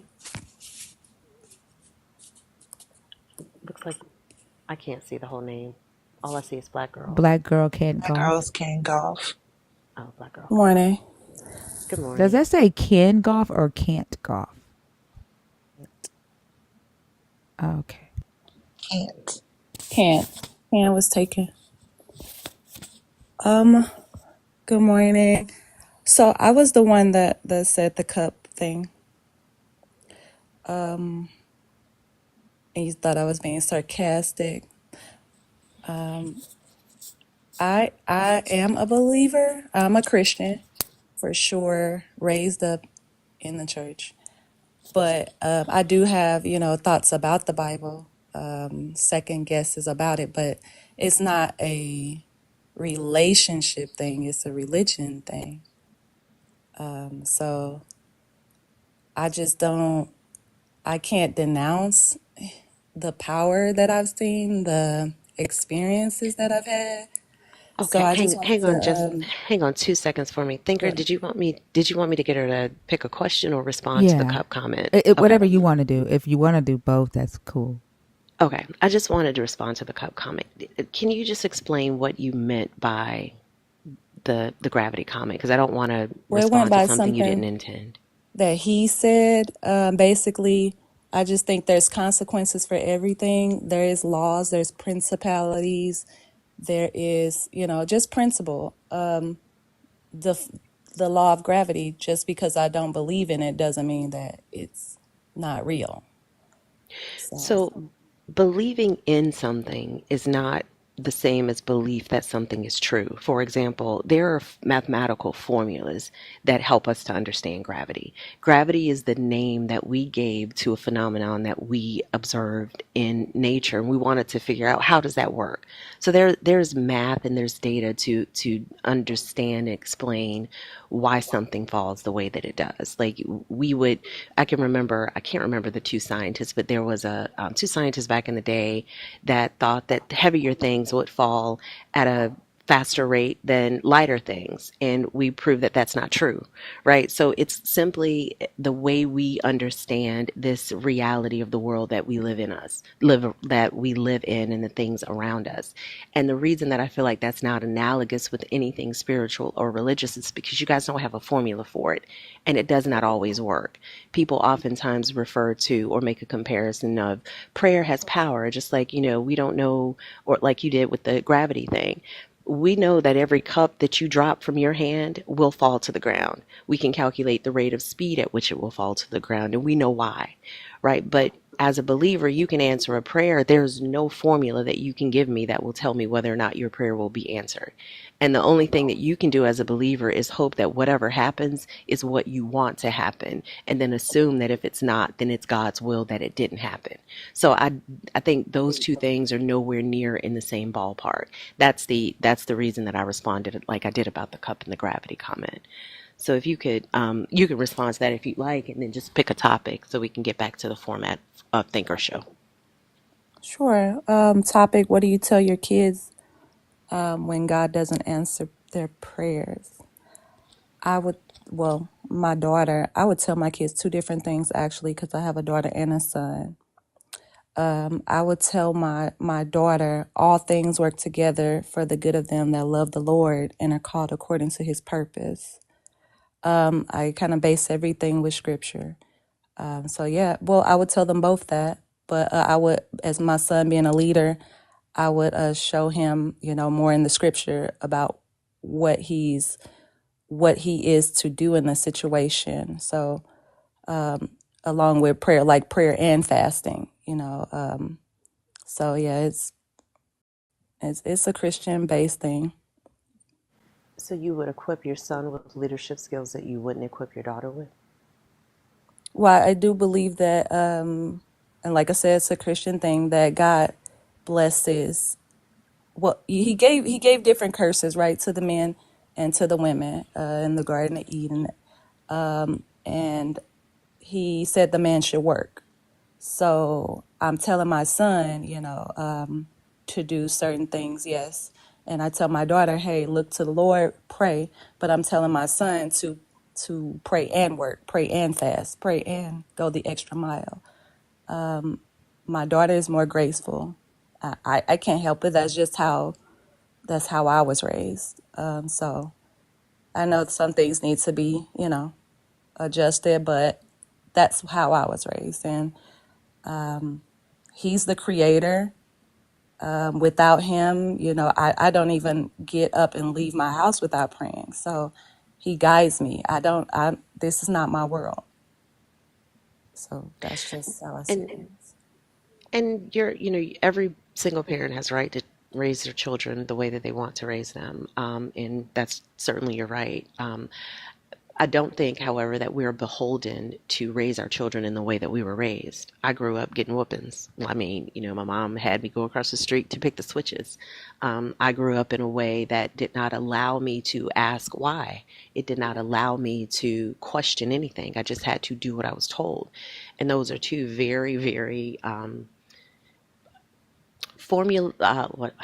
impactful dynamics of my childhood that I remember distinctly. And I intentionally, very, very intentionally chose not to employ either of those tactics with my child.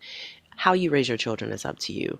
But when we talk about how you speak to your children about unanswered prayers, I'm wondering what that unintentionally communicates to them, right?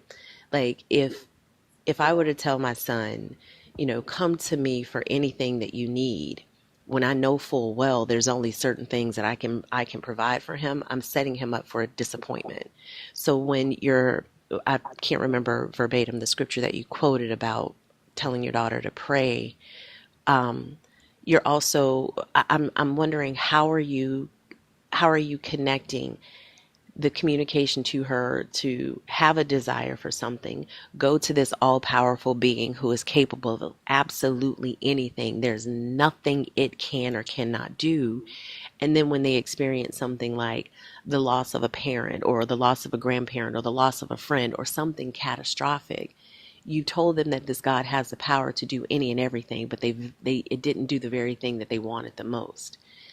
I wonder how I can, I know what that did to me as an adult mentally. We hear what it's done to a lot of other different adults psychologically. And I was just, that's the thing though. I think you're basing it off like life and death. We all know that even my children Black know. girl can't. Black girl. Yeah, sure. Don't interrupt while Oh, I Fee's thought in we the were middle having of a a sentence. conversation. My Yeah, bad. but you don't interrupt in the middle of her sentence. She's still talking. That's one of the rules of this platform. Is when a host or a co-host is talking, you do not interrupt them. thanks, Selena. And I was pretty much at the end of the sentence or my question. Yeah, just how do you jive that? Like how do those two things connect in your mind?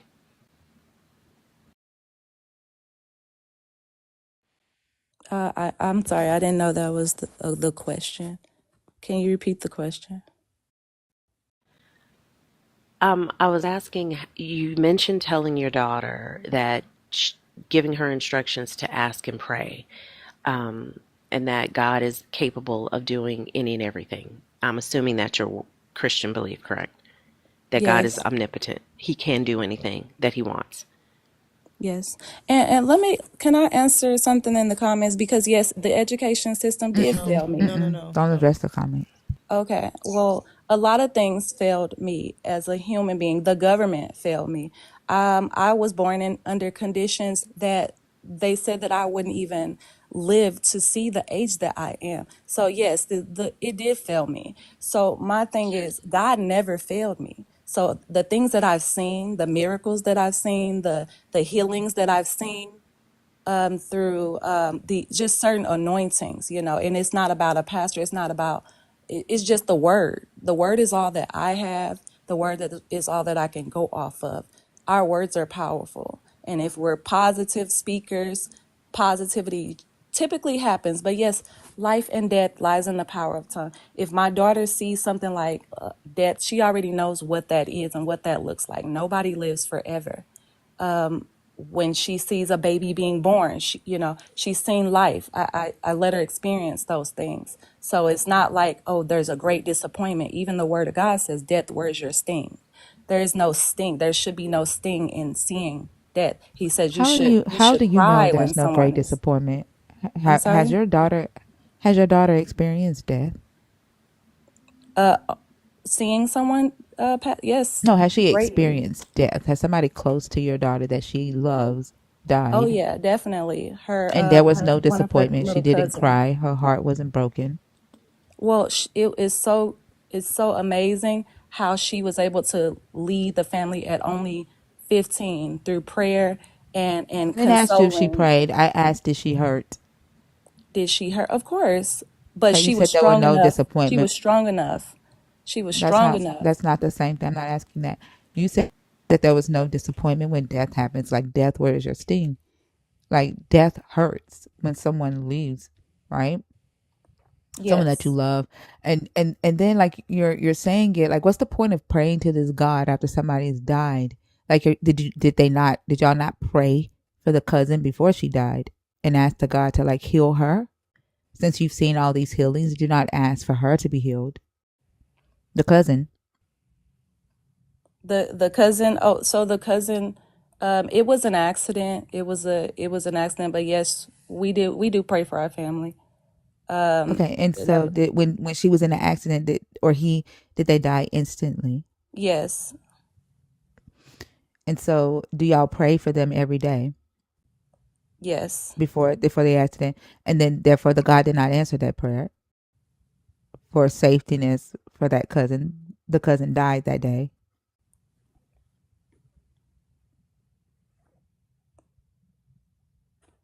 and that.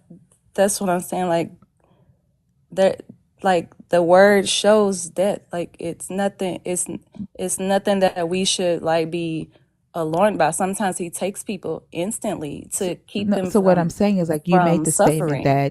you made the statement that there's no disappointment, right? Except there is disappointment because death does hurt. It does. When you lose a loved one, it does hurt. There is a sting that comes with it, regardless of how strong you think you are, like as a Christian or a believer in this God. So saying that death has no sting or death there is no disappointment with death, like it's just false. And it's also dangerous emotionally. Like, Thinker, you just shared, I believe, yesterday about the fact that at your father's funeral, someone told you not to cry because you had to be strong for your mother. And if I remember, you were older than 15 when your father died. So I think there's, from a psychological perspective, there's so much danger and damage that's done to not allow a human being to go through the normal human grieving process when someone loses us, when we lose someone. And oftentimes what religion does is it tells you to be sad means you don't have enough faith in God. I heard it so many times when my father passed away. If you shed tears and you grieve too much, oh well, that's an indication of a lack of faith. No, it's an indication that you're human. And when we are not given coping mechanisms and we are not given the resources and the tools that we need in the 21st century to be able to recognize the feelings that come with loss. And loss nowadays, it's from a whole lot of different sources that did not exist back in the days when this book was written. There was no cyberbullying that led children to unalive themselves. There were no drunk drivers in the sense that there are today. Cars did not go as fast. Like, it's so many things that are available now or around now that cause us to lose our lives that were not then. That book does not give you the tools that we need in order to get through that, not in a healthy What way. it does, So it says have your loins girt about. Like it tells you to put on the shield, the armor, just like a soldier. So yeah, it does have tools. the shield is not going to protect you if a car is coming at you at, 50, 60 miles per hour. My point is this: your shield is mental. Your Right. shield is a belief system that you've been told will happen. But in that shield, it doesn't teach you how to recognize the feelings that are in your body. It doesn't teach you how to get angry because something was taken from you. How can you simultaneously tell a person to love a God that you're also telling them took someone from you? Can you not imagine the contradiction that resides in the body of a person that has to hold those two belief systems so very strongly, and those two systems of belief are the source of their comfort? That I can see that driving a person absolutely insane at some point, because you're telling me to love God with all my heart, and you're also telling me God needed this person up with them more so than I needed them here with me. Does that make sense? Yeah, it does.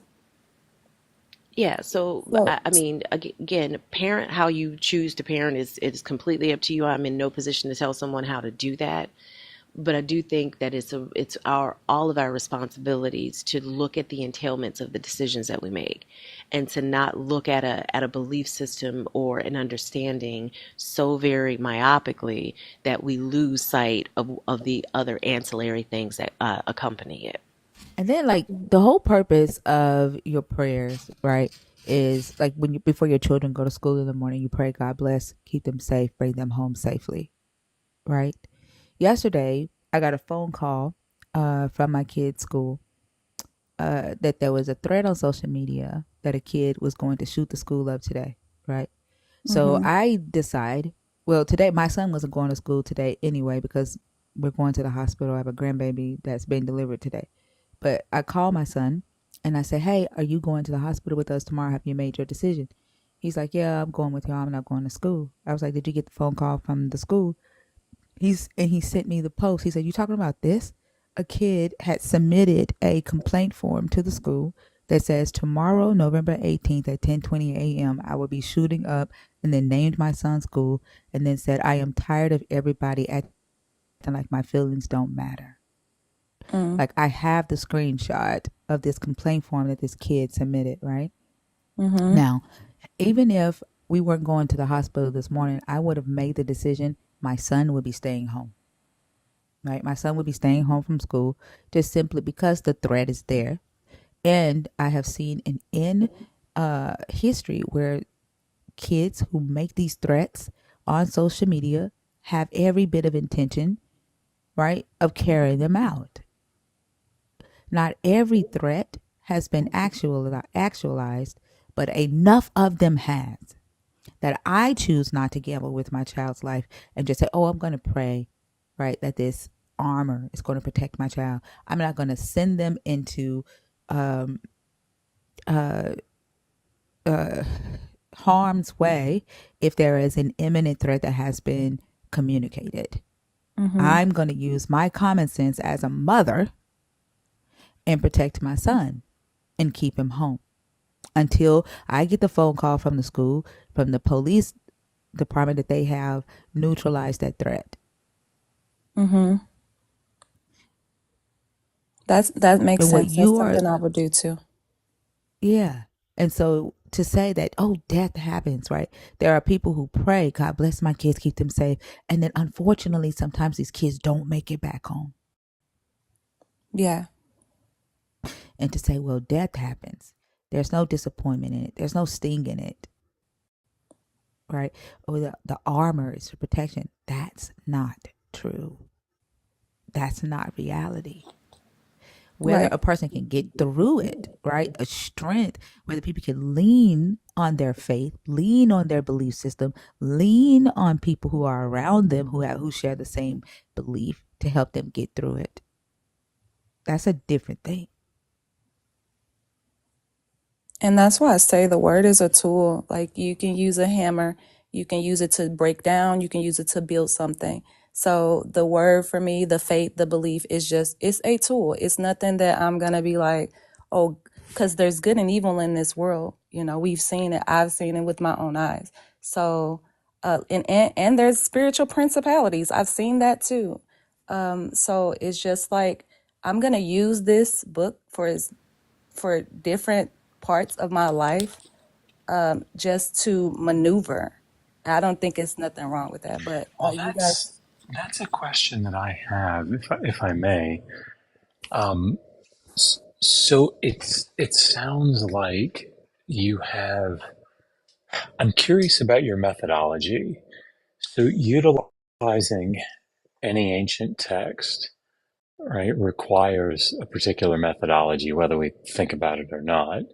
You know, like when I read Homer's Odyssey or I read the Epic of Gilgamesh, like when we do this, you know, there are certain ways that we approach ancient texts in the same way that we approach like Harry Potter, right? If somebody reads Harry Potter, uh, you know, that they approach that text in a way that they might say, I'm anticipating gleaning this general thing from this text, but I'm not approaching it to glean like scientific wisdom or something, right? So nobody reads Harry Mhm. Potter and then says, "Oh, when I get my magic wand, I got to make sure it has a phoenix feather or something." Like nobody does that. I hope. Um, and we do this with ancient text. I think the problem that, or the question, I guess, that I have is it sounds like you're approaching this set of ancient texts, what we call the Bible, in a way that you're looking to get things from it. And my question is, what is your methodology, that you have for utilizing that ancient text? And then B, how are you training your children, for example, to engage with that text? And I'll be very specific and then I'll shut up and let you answer. Sorry. I've heard you quote like Romans 8:28, or you mentioned a part of Genesis 3, but like those are parts of, they're different genres of this larger book called the Bible. And when you go to other passages, like Exodus 21 or Deuteronomy 15 or Leviticus 25, where it's talking about slavery, I would imagine that you would say, well, that falls under a different category somehow. right? Because you're probably not, I would hope, going to say, well, here, this says that it's okay to own slaves for life and pass them on as inheritance. Hopefully, like, none of us are going to take that text and go, okay, well, then we should be following this, right? That would be ridiculous. So what is your Have you ever had methodology? your own business? I try not to talk about my personal life like that, but Okay. Well, I was, go ahead. Well, go ahead and if follow you're, through. if, Let's say yes. Go ahead. if you've ever had your own business, let's say, for instance, no, I don't think slavery was okay. I don't think it's okay to be oppressed, but it did happen, right? So let's say, okay, I'm going to take it a different route. Let's say you are in prison. You are a slave to that institution. There's scriptures for that. While you're there, it says, obey your master. Don't go in there doing X, Y, Z, thinking that this is going to get you a different result. Does that make sense? Sure. So the New Testament passages that you're referring to are not really the ones that I'm talking about. So, for example, in Leviticus 25, this is just one of the more well-known ones. The chapter is part of divine commands to the Israelites being given at Sinai through Moses, right? And the law talks about the seventh year Sabbath and letting the land lie fallow. And then it says, if fellow Israelites become poor, here's how you take care of them. Don't oppress them. And then down in verse 44, it says, as for your male and female slaves whom you may have, you may purchase them from the nations around you. From them you may buy slaves. Verse 45 then says, and I'm doing this from memory, so forgive me if I miss a word here. It says, you may also purchase some of the tenant farmers that are living in your midst. Also, the children that they have born in your land, these will become your property. They can be passed on as inheritance to your children after you. You may make them serve forever, but you cannot treat your fellow Israelites in this way.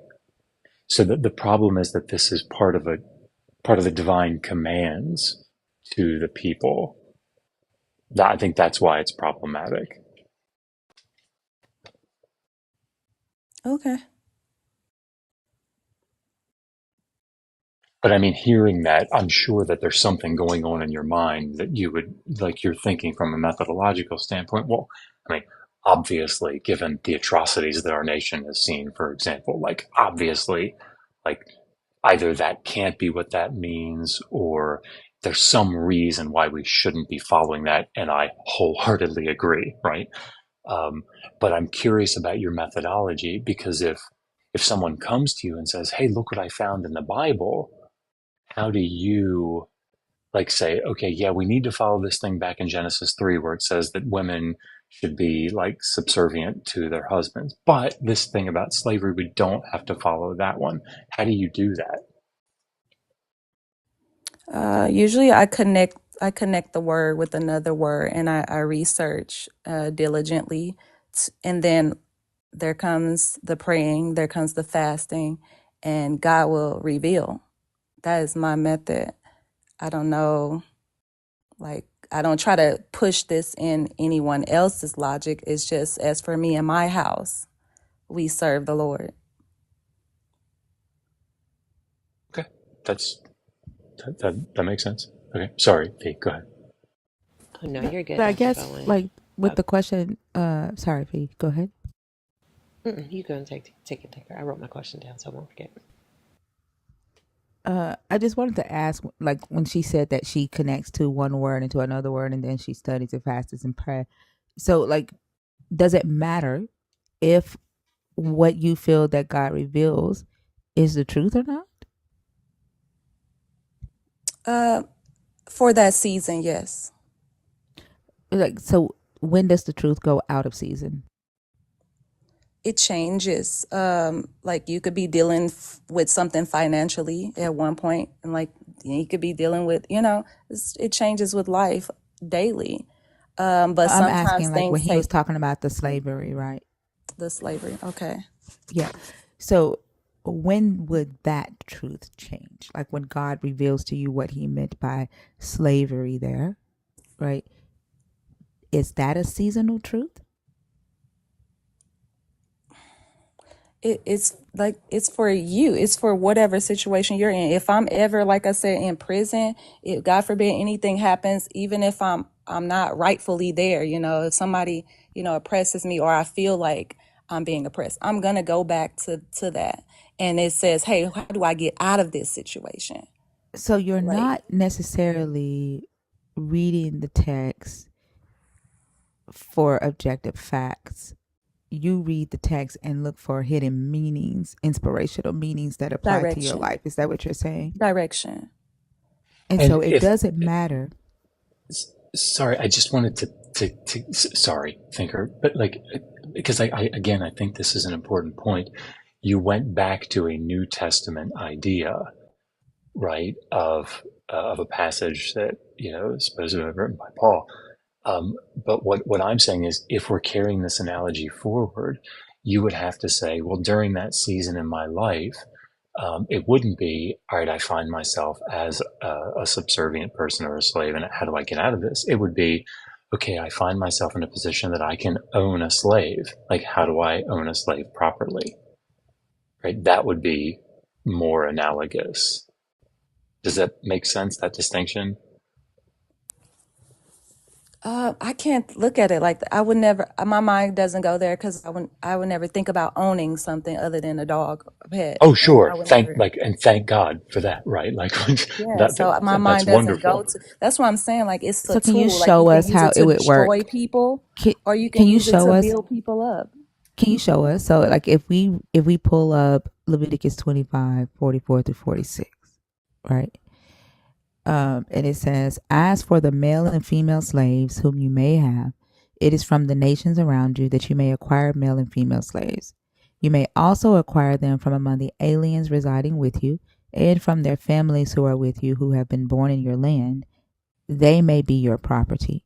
You may keep them as a possession for your children after you, for them to inherit as property. These you may treat as slaves. But as for your fellow Israelites, no one shall rule over the other with harshness. How would it work with this scripture here? Okay, so I can go back to I was looking at a YouTube video the other day. A woman, she said these slaves were dropped in her lap. I think she was like I mean she's deceased now, but she was telling her story, a documentary. She said they were dropped in her lap. Basically, they were runaway slaves, and some of them were sold to her husband, which had passed away, but now they became her property. She said she treated them like family.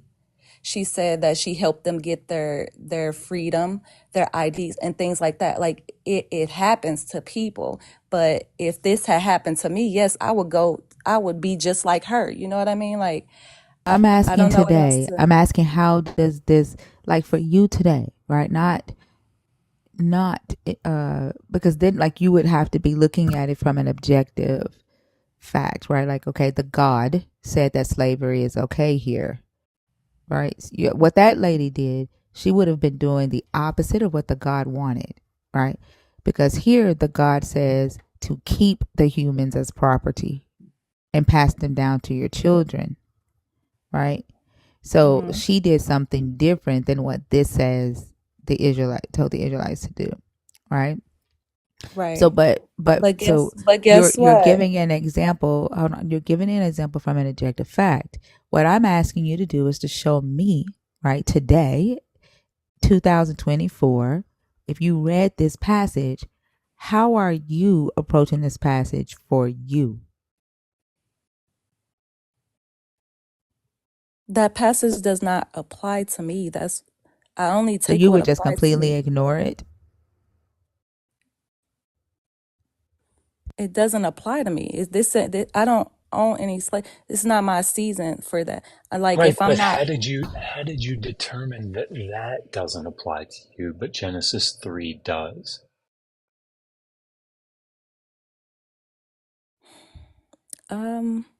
You got me there. I just look up Genesis 3. I'll show you how it applies. Which the whole chapter of Genesis 3 or a I think specific? What chapter were you referring to, Joshua? I think she's talking about where the curse, like it starts down, I think in verse 20 or somewhere around there. the curse about men should work by the sweat of their brow, and women. I feel like I need to pull out my Bible for this, but women will be It's cursed right like here. for It's right birth, here. childbirth. Okay, and I can barely see that. I don't have my glasses. Okay, let me try to zoom in. Is that big enough? Do I need to make it bigger? Is that big enough? Yeah, that's good. Thank you. Okay, you're Let me welcome. see. Who told you you were naked? Because you have done this, I curse amongst all the animals, amongst all the creatures. Upon your belly, keep strolling. Okay, stop right there. I will put enmity between you and the woman, and between your offspring.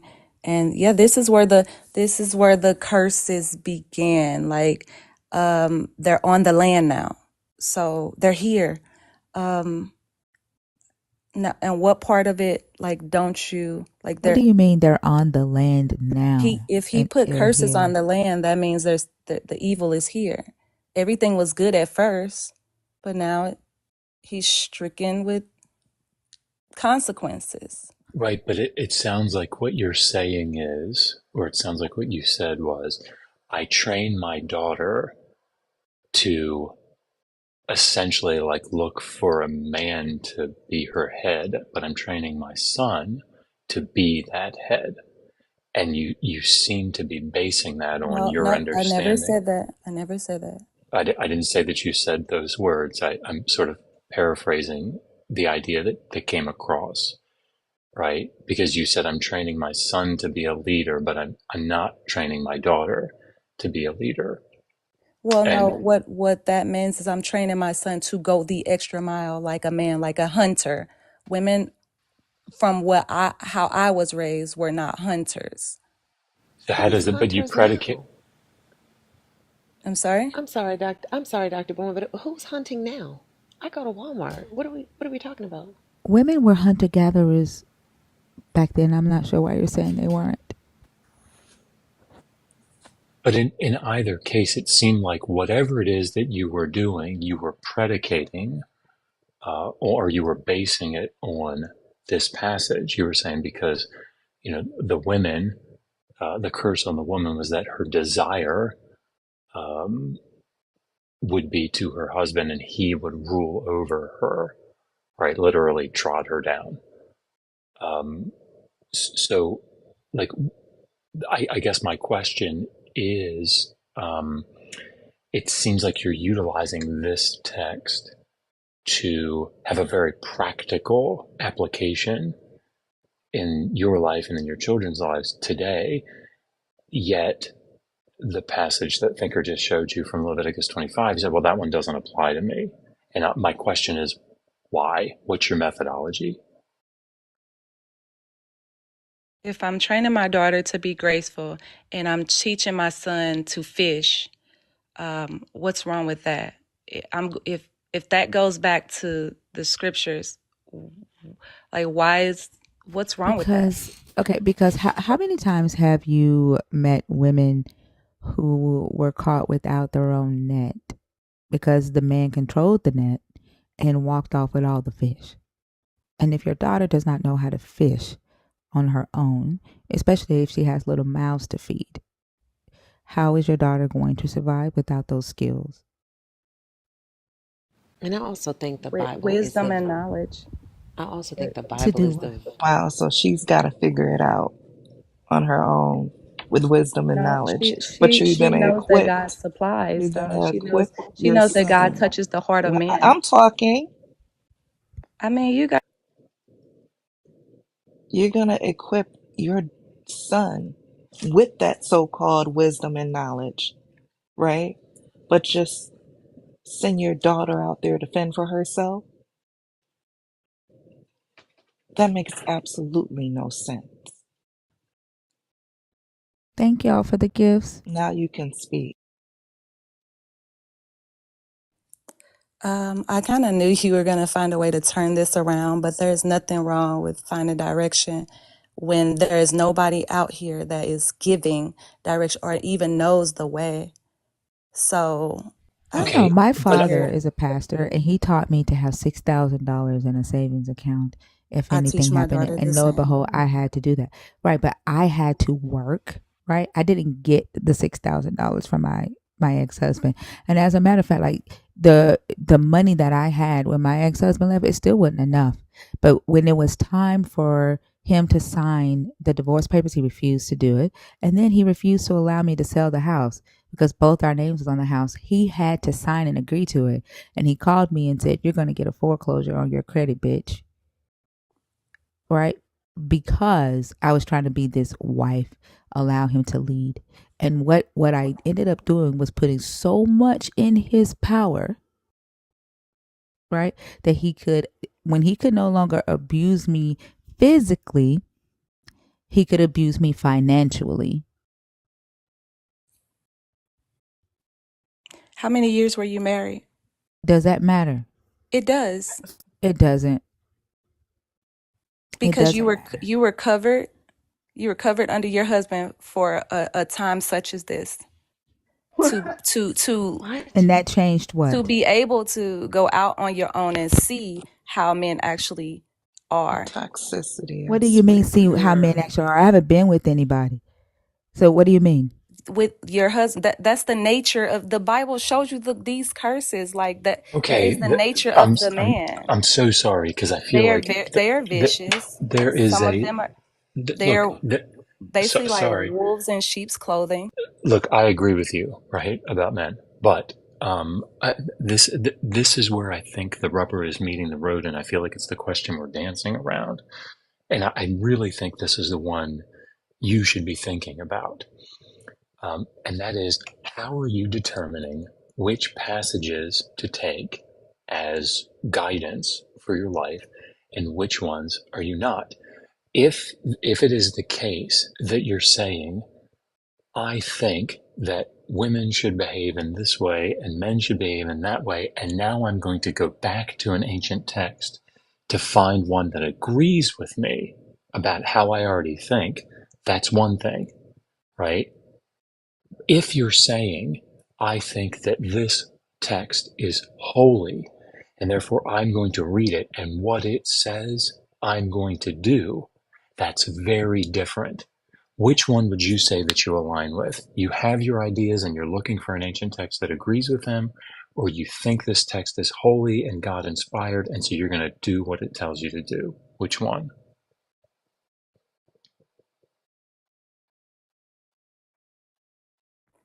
Um, Honestly, we do pick and choose which one. So it could be good for one instance, and I don't know, like it's the book. I don't know, like what do you want me to like? I believe in it. I believe that there's certain things that were foreseen that we should be able to pull from.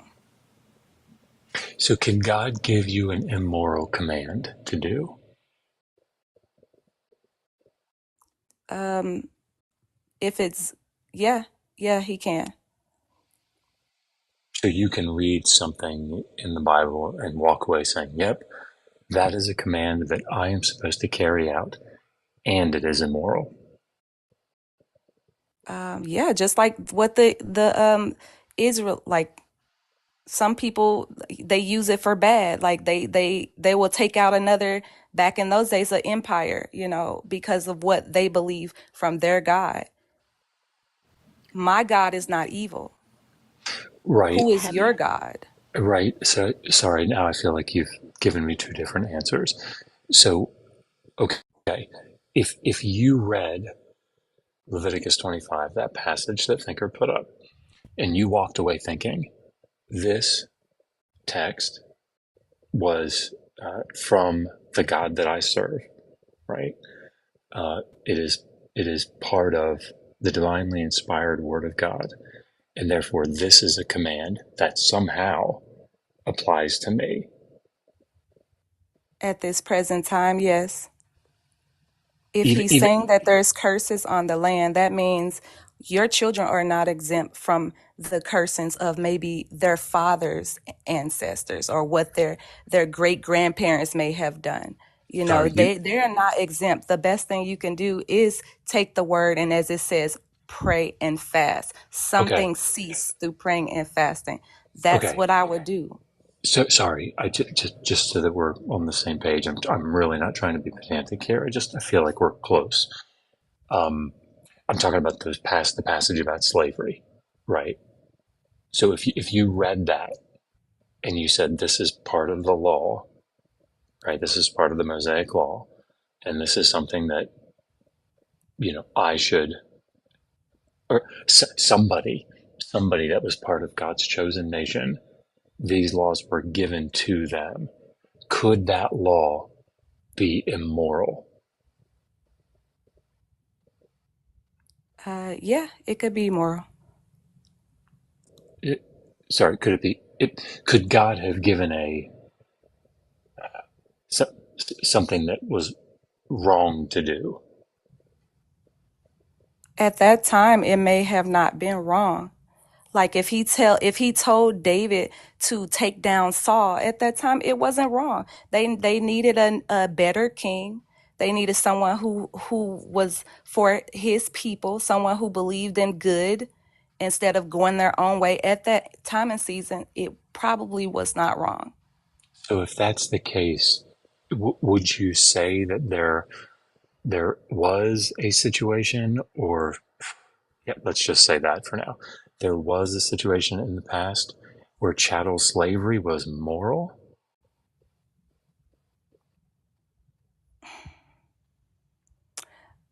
There was a time when owning horses was moral.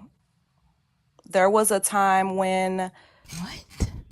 I'm just saying, like in those times, Did you really just do that? Yes, Can I you did. She answer the did. I'm question? making an Can, example. can Like you no. some of Can them you run just free, right? hey Some of them no run wild and free, hey right? can you answer the question that he asked you? He didn't ask you about horses. Can you answer the question that he asked? There was a time when that was moral. Yes, people owned slaves. Yes. So an act like owning another person as permanent property in and of itself is not wrong. There are contexts that you can think of where that would be the right thing to do.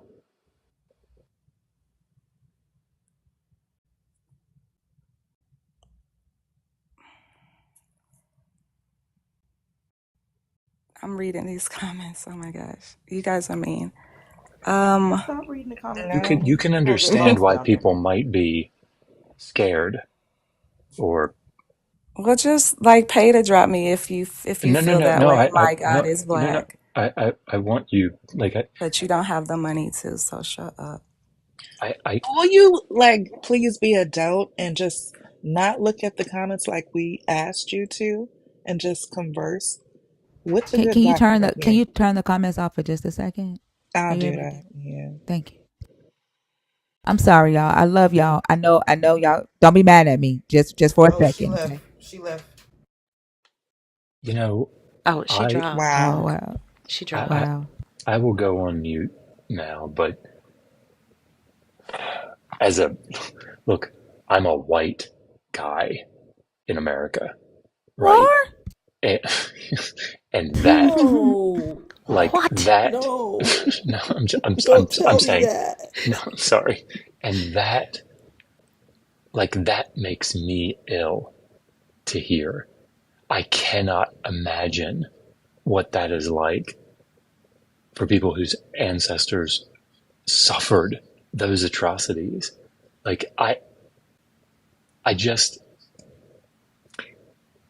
looking at an ancient text like this, and I'm going to shut up, but the question that I think we all need to be really wrestling with is, if we're going to hold an ancient text up as a guide, or maybe more appropriately in this context, as like a rule book of some sort. Like, Yeah, because they're definitely trying to use it today to take away rights of women. right? That's what I was gonna say. Yeah. Yeah. I mean, that's, sorry, go ahead. You go ahead, Dr. Bone. Finish your thought. I was just going to say, like, this is why I thought this statement about Genesis 3 was so telling, because it sounded, and you guys correct me if I'm wrong here, but it sure sounded like I'm treating my daughter differently, training her differently than I'm training my son because the Bible tells me so. Yep. And that's exactly that's the most Yeah. concerning thing for me because, I mean, to me, it's like if I went to my gynecologist today and he had a book from that dude that's considered the father of gynecology and all the shit that he was doing. Like, that's not what we're doing now. And if you're looking in a book, if you're referring to a manual for teaching your daughter, and in this manual it tells you how to sell your daughter, it tells you how, if your daughter happened to be raped, the punishment for the man was to marry your daughter. I wouldn't use this book to teach my dog anything, let alone my children. But it seems as though she's looking to it as the guidepost and the direction, but she also simultaneously has no idea what's in it. And that doesn't make any sense whatsoever. And in this climate where all of these legislative efforts are being made to take rights away from women and to get back to the time that what is talked about in this book, this is terrifying. And for it to be a black woman up here trying to say, yes, there was a time where slavery was moral. Like, be so fucking for real. Like, my jaw hit the ground when she said that. That is crazy. If there's a No, she's the context, second one tonight. Our first one, oh my, yeah, the second one. Our first one was worse. Really? Yes, She was horrible. horrible. She was horrible. That's like, I just don't understand it. She said something. I had written it down and I don't even remember it because I stopped mid sentence when she said that because I just don't. Well, I do understand it. I think it comes from a lifetime of never truly questioning any of your belief systems, which is what a whole lot of Christians do. Because when y'all started asking her, like when Dr. Bowen was like, okay, so if you believe this, then this would also have to be true. She saw the contradiction, and I think that's when she was ready to go. That breaks my heart for her children as well. and if I could, and then I swear I'll shut up, but like, I did an interview maybe a year ago, and one of the things that I talked about, and I guess we'll probably end up talking about them quite a bit this Saturday, Thinker, but I'm looking forward to it that. was, yeah, me too. But it's, I talked about the similarities that you see in the laws in the Hebrew Bible and the laws in the antebellum South, and about slavery. And one of the things that I said was, this really scares me because, like, Dr. Kip Davis and I just did a response to Dr. Carmen Imes, who went on Sean McDowell's channel and basically gave a long hour and 15-minute slavery apologetic. It was awful. And I mean, sorry, like, not even recognizing that there are two white people up on a stage for an hour and 15 minutes talking about why it's not the bad kind of slavery, like how that would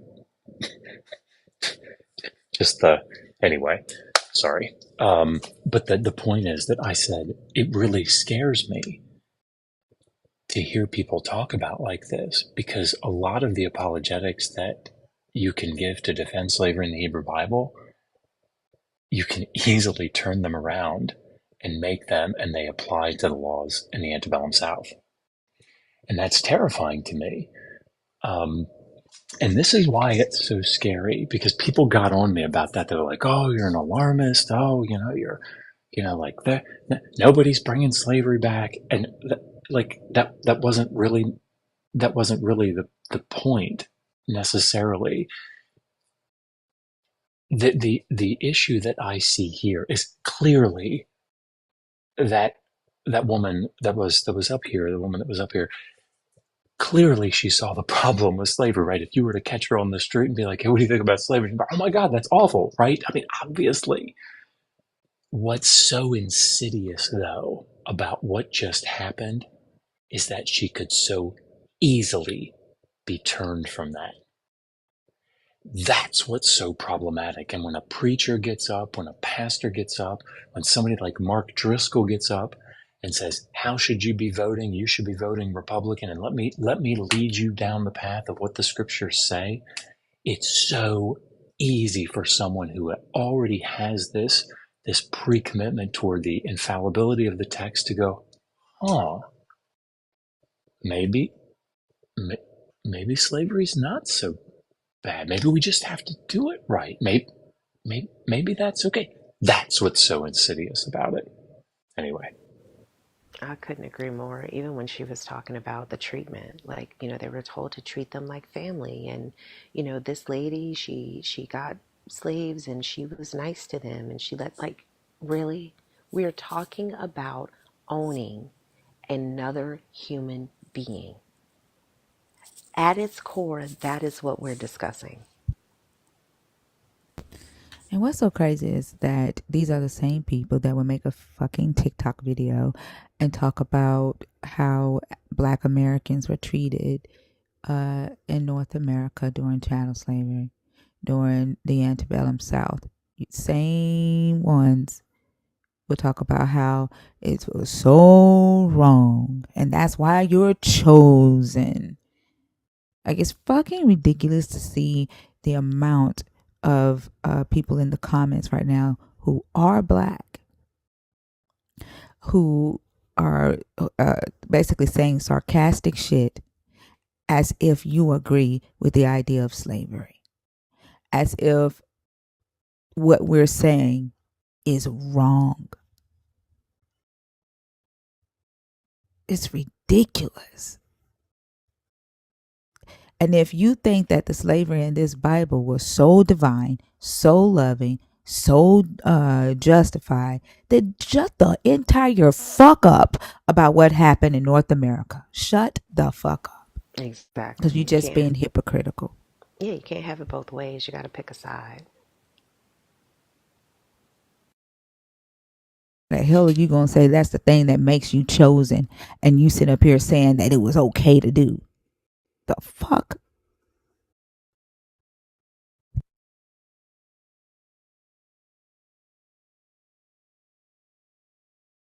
And then, like, what I don't understand, I get having a belief system. What I don't understand is the rejection of facts.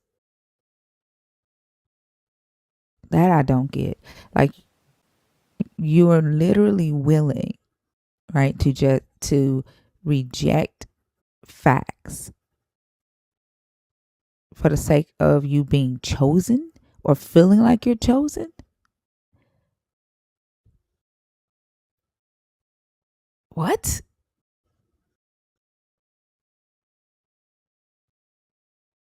You ain't got to be okay with slavery to believe you're chosen. Just fucking tell yourself that you're chosen. If you're gonna tell yourself that slavery is okay.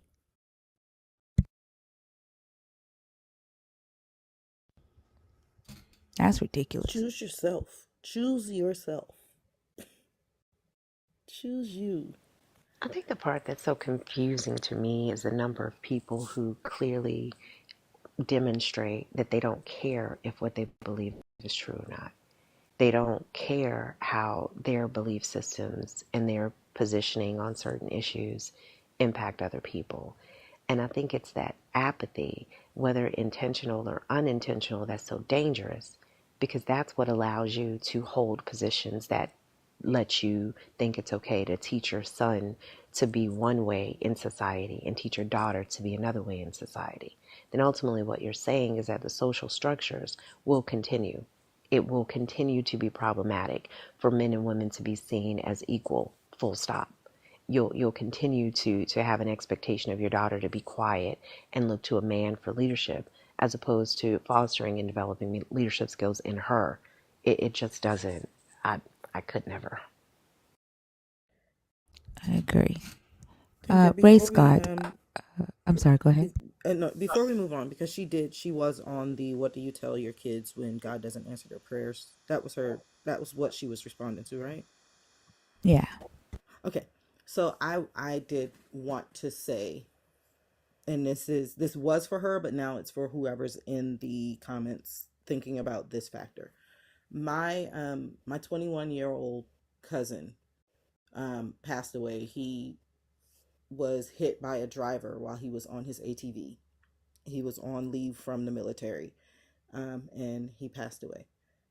his 5-year-old brother prayed and prayed and prayed, and then for his brother to come back because they were close. My cousin was the only child up until he was 16. Then his mom had my other cousin. And he asked his mom, he said, well, God's going to send him back because I prayed. He said, you said, God has to send him back because I prayed.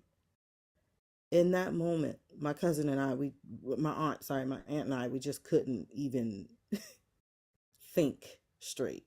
Because it's like, this baby is so innocent. And we've led him to believe something like this. And now that it's time to put the rubber to the road, now that it's time to put this belief in action, we can't. We can't make it do what we say it can do. Because in church, God can raise the dead. God can make the blind see. My grandmother was blind for most of my life.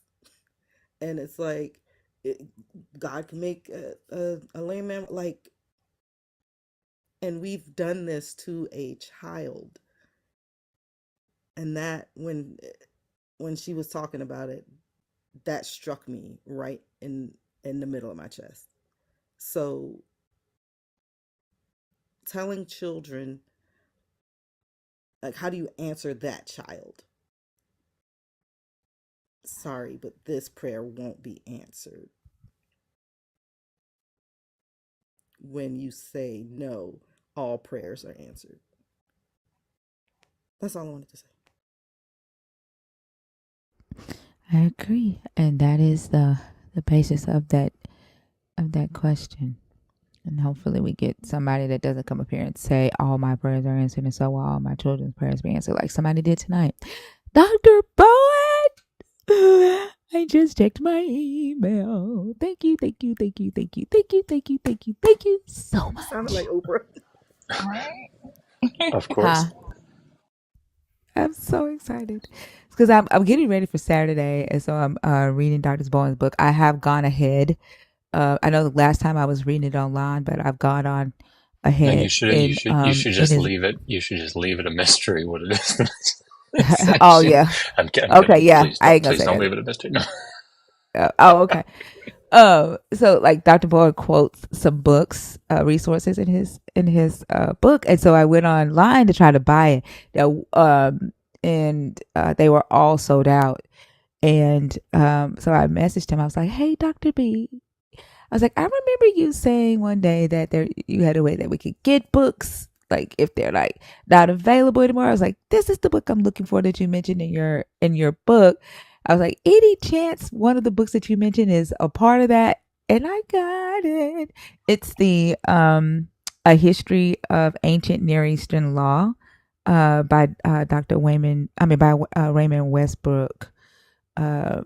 So it's 1,229 pages of legal cases from the ancient Near East, including Israel and Babylon and Assyria. That So is like so we can look nerdy, to and see. I love I'm it. so fucking excited. I'm so fucking excited. I cannot wait. And then there's the Oxford, like that book. I went to go try to get the Oxford one, and motherfucker, $5,000. I was like, that's gonna be in the cart for a second.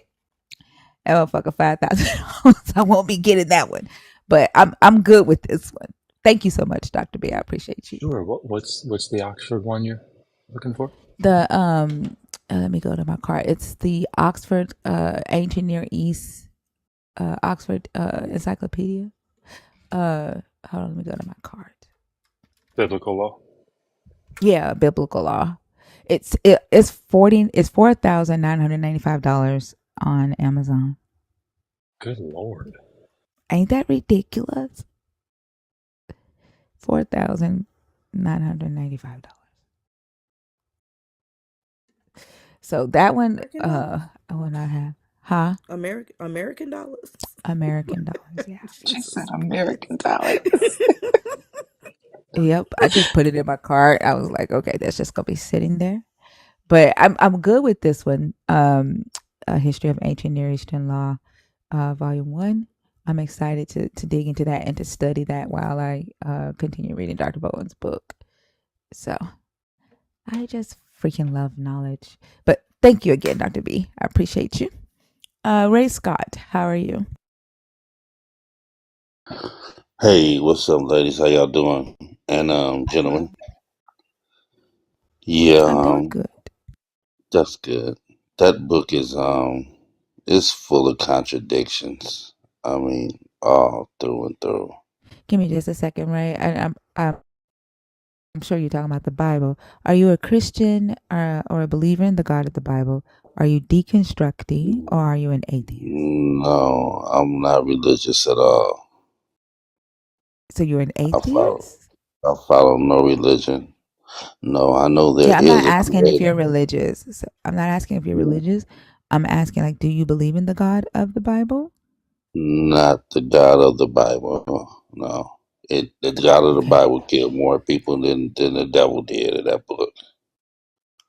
Okay, so the way the show works, if you are a non-believer or an atheist, you still have to pick one of these topics and discuss one of these topics, and be bringing some type of value to it, right? I only allow people to come up and talk about off-topic subjects on Thursdays if you're not already a member of the community.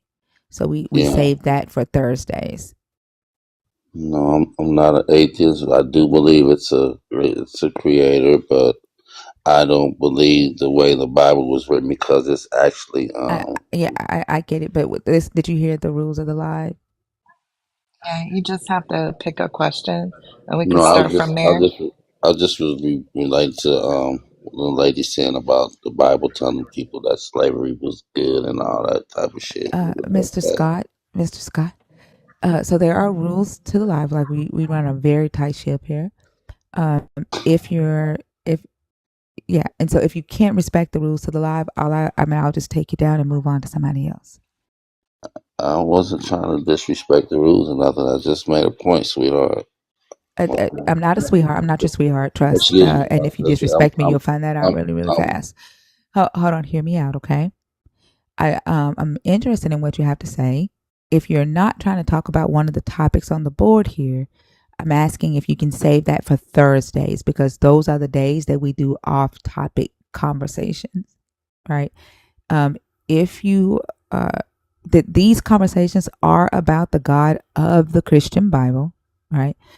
I understand you don't believe in the God of the Christian Bible, and that's okay, but you still have to be talking about it and by picking one of these topics.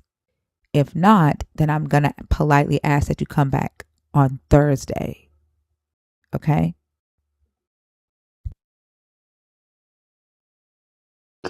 Okay, first let me apologize to you for saying sweetheart. I know some people don't like that, and it was not trying to, make you feel any type of way. I'm 60 years old, so I'm just respectful that way. It was no disrespect. Sorry for calling you that, my beloved sister. Okay, that's Thank number you. I one. appreciate that. And I can barely see your I can topic, so read I them was for just going I over. can read them for you Okay, if you like. All right. okay. The first one says, "Does God love the Gentiles as much as His chosen?" Number two, why isn't God's plan considered sadistic or immoral? Number three, what do you tell kids when God doesn't answer their prayers? Number four, believers don't like the Old Testament. Number five, robots versus slaves for God. What's the difference? Number six, does Jesus' sacrifice influence your perception of Yahweh? And number seven, God violates free will all the time. Which one did you want to discuss? Yeah, God violates free will all the time, Okay, go and ahead. there's nothing you can really tell a child because they'll find Hold out on, after growing. Mr. Scott. So you picked one topic already. God violates free will all the time. Is that the one you want to talk about? Let's talk about the children. Okay, go ahead. Um, let's go to me specifically as when I was a child. They used to get mad at me in church because I would ask too many questions. Like, if things don't sound right to me when I was a kid, I'll ask questions. And they didn't like that in Sunday school. I got kicked out of Sunday school because of asking questions. Why would someone believe in a religion that tells you not to ask questions, not to question things if it don't sound right? Like, for instance, Easter, Friday, Good Friday, Sunday, Easter. They tell you it's 3 days. That's 2 days. That don't make no sense. Wow. You Why? So, know? how old were you when they kicked you out? Probably about 7. 7? Yeah. he asked too many questions. It don't sound right. A lot of stuff it's a lot of contradictions in that book. Now, heard a lady up here mention that. I don't know which one of you ladies did, but it is full of contradictions. That book. It's actually people don't study etymology. They'll get tricked in wordplay all the time because the Bible is Holy Bible simply means Helios. Holy means Helios, and Bible means Biblios. Helios, Biblios. Helios meaning sun, Biblios meaning book or pages. So it's a sun book. It's all astrological allegory. And it's not meant for you to understand. It's for the elites to control the common people with. That's what it was written for. You should. I would never Okay. believe it. Okay. Right. Right. So it sounds like you're about to start like preaching or teaching, Okay, right? don't worry about Okay. it, sister. Y'all have a good day. All right. So then Okay we'll then. just move on. Yep. Just gonna move on. Okay then. I No please, more. please correct me, but when he said there are some people that don't like to be called sweetheart, what I said out loud was, yeah, they're called women. True. Right. True. I don't think he had like I don't know. Like, yeah. Like, Speechless. yeah. I'm very speechless because it's like you're preaching. I'm trying to get you back on topic, and you're like, okay, then bye. It's you. Some men just don't like a woman correcting and guiding, and those are the type of men that homegirl that was just up here are raising. And I'm gonna go back on mute. And then he'll go and say we kicked him off stage.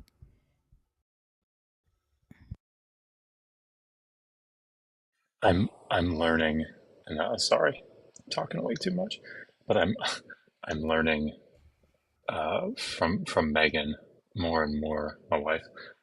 Um, it's just, and now that you like seeing it as a guy, it's just it's so obvious, but until you see it, it's not like his Makes you response. speechless.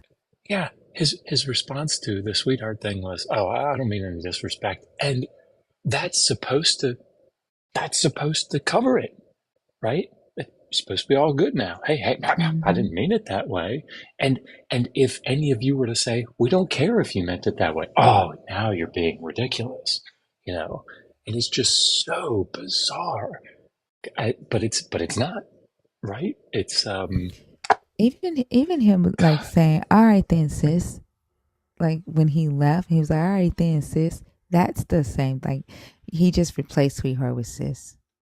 Like that was it's the same thing. Thought I was the only one that noticed that.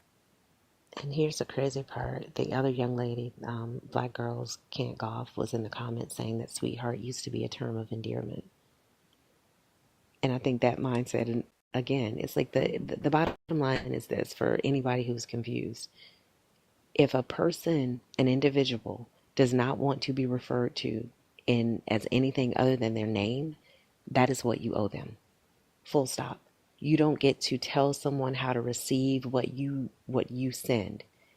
You may have your intent, but the impact I control. And if I'm telling you don't call me sweetie, I'm telling you don't call me sis, I'm telling you don't call me sweetheart, then your best bet is to call me fee. And you don't have to understand or agree with it. You simply have to respect my boundary. I don't know why that's difficult for people to understand.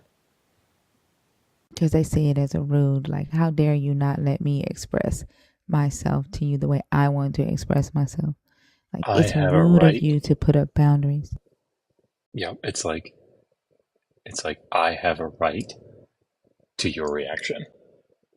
Exactly. I paid you a compliment. How dare you?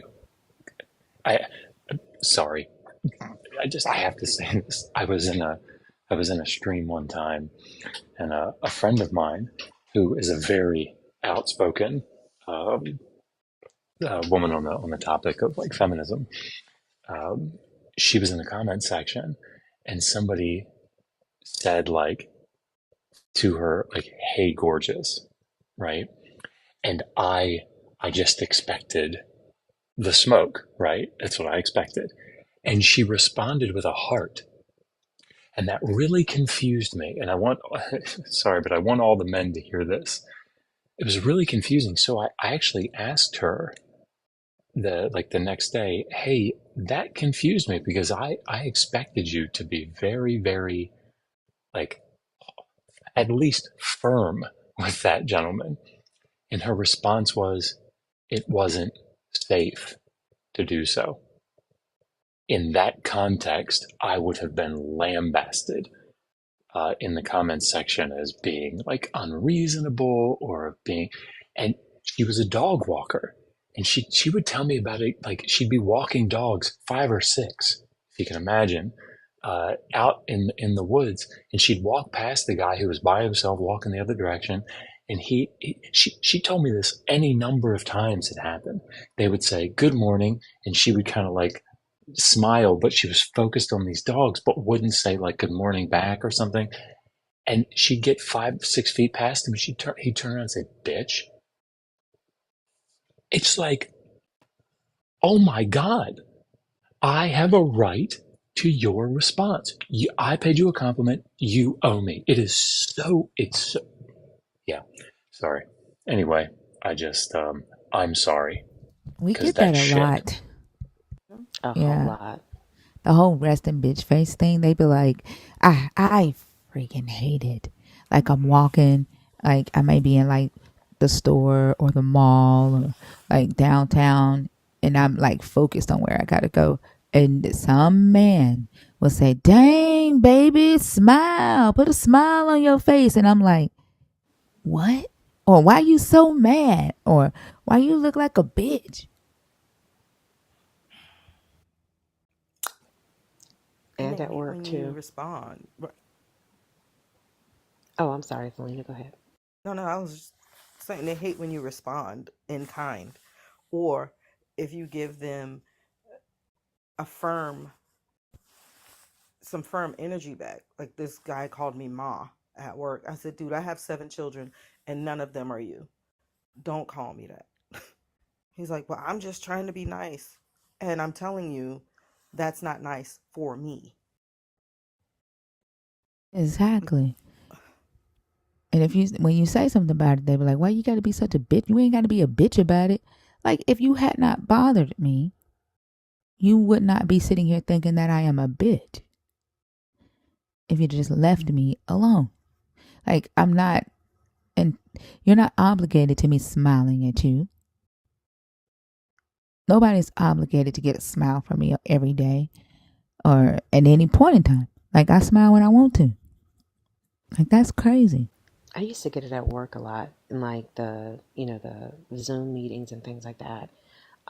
This one lady, a Caucasian lady who was, I think, she was probably a management level above me, um, actually said something in the meeting about my facial expression. Um, and she was fully, I guess, it was like a little side comment. And she regretted it immediately because that kind of shit I'm absolutely not going to let go. But I do think it is the entitlement. It is this this almost call and response that's layered with misogyny, specifically for men. If I call you beautiful, you're supposed to respond this way. Well, if I call you sweetheart or baby, it's supposed to be flattering to you. What am I supposed to swoon? Did No, you like, see, like, Lord's blocked this guy before I could say something to him, but he said that's why you got offended by sweetheart, because you're not. I literally told you I'm not. I literally said I'm not your sweetheart. You are absolutely correct. I don't owe you to be your sweetheart. and the very idea of being bold enough to say that is just, it's an insult to them. Like, make that make sense. Like, what?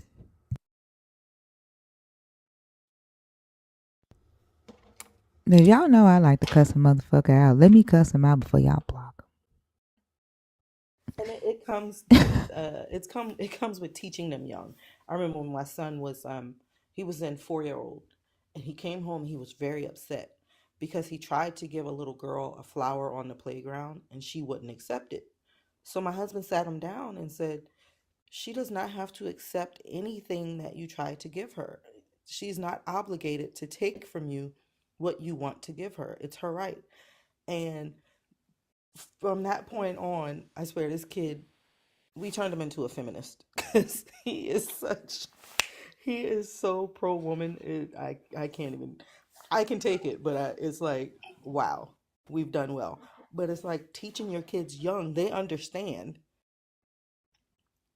but we want him. to teach them Exactly. the adverse. Oh, you have to go out there and hunt bear. What we hunting, sweetie? I don't know if But y'all remember that one guy that joined the live when we first started. He was saying that he teaches. Thank you, Junie. Thank you to everybody that sent one of the TikTok Live Fest gifts. I appreciate y'all. Y'all are helping me get points because I'm trying to go to London. I appreciate y'all. There was a guy that joined the live when we first started doing lives, and he said that he literally teaches his sons to be like the dog that has to keep the sheep in order. And he was like, the dog that keeps the sheep in order is more aggressive than a regular dog. And he said that he teaches his sons to be like that. And he said that it's his wife's job to teach his sons how to be more feminine. And we was like, well, what do you mean? He was like, when my wife massages my feet or give me a pedicure when I come home from work,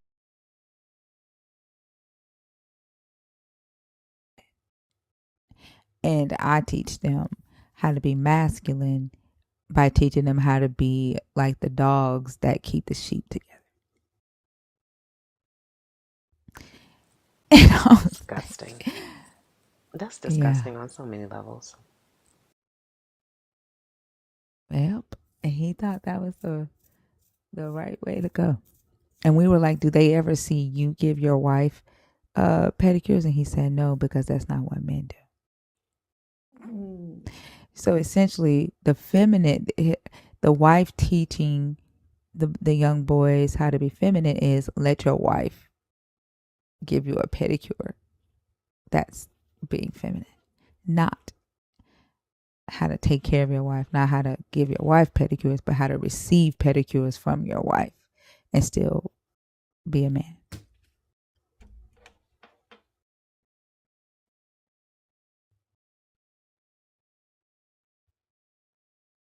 Yeah.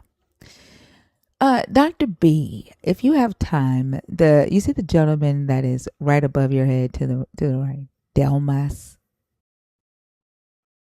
yes, ma'am. I think this would be a good conversation for you. All right. Yeah, I think I got some time. Okay. Go ahead, Delmas. What topic?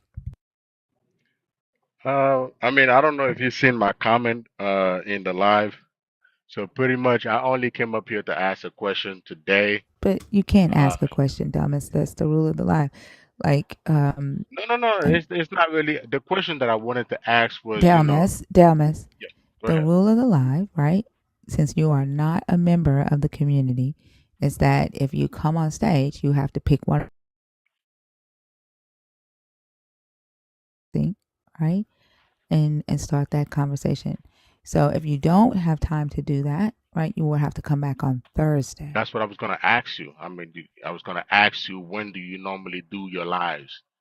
That way, I can, because I'm preparing right now a defense, like I was saying in the comment. So I just wanted to A know, defense of what? pretty much, like all the topics that I see right now, they pretty much fall under two topics for me in my studying. One has to do with the misunderstood Okay, God.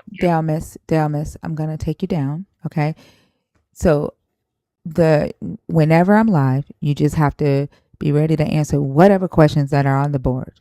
Okay. On Thursdays is the off topic days. Okay. You never know what questions are going to be on that board. Okay.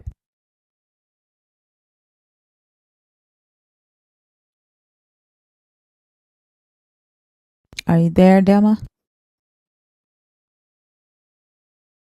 Oh, Lala took him down. It's I kind of did a weird. He said, I did a great job in that yeah. interaction. Yeah. W Dr. But I Boy think in the that would have chat. been a good question. Do y'all remember him, Fee? Do you remember him from Thursday?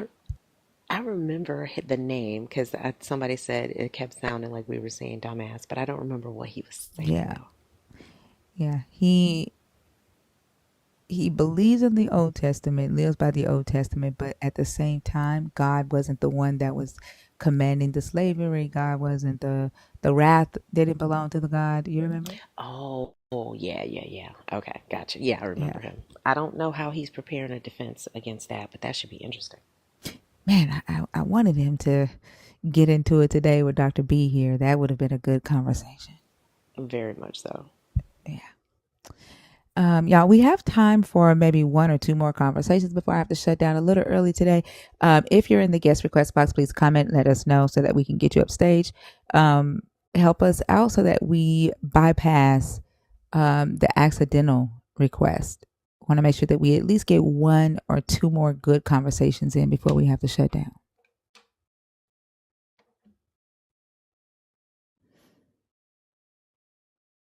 Not yet. We go to the after the I'm gonna leave here in a little bit and head to the hospital. She's already on her way to the hospital getting checked. She has to be there at 8. So she's getting checked in now, and then I'm gonna leave here in probably about the next 30 to 45 minutes. I'm gonna put pictures in the Discord as soon as she's here, y'all. I'm excited. Ryan Parker.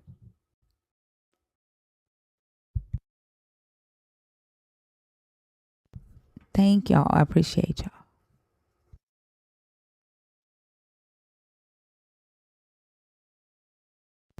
Let's see. Who's in the guest request box?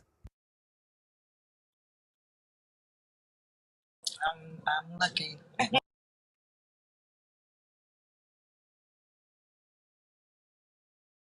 Thank you, Birdie.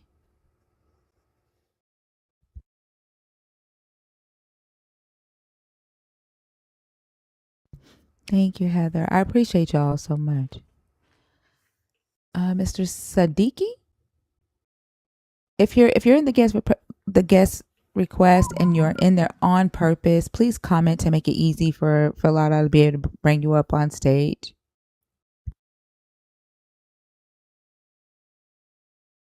Thank you, Maven.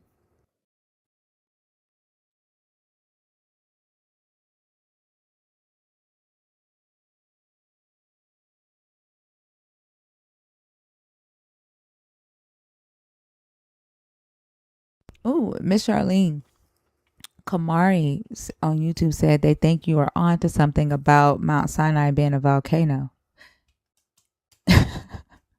Although that was funny when you said it, it makes a lot of sense. Ebony, not there. Come on, y'all. Don't waste the last 30 minutes of us going through accidental requests. Please comment and let us know who you are.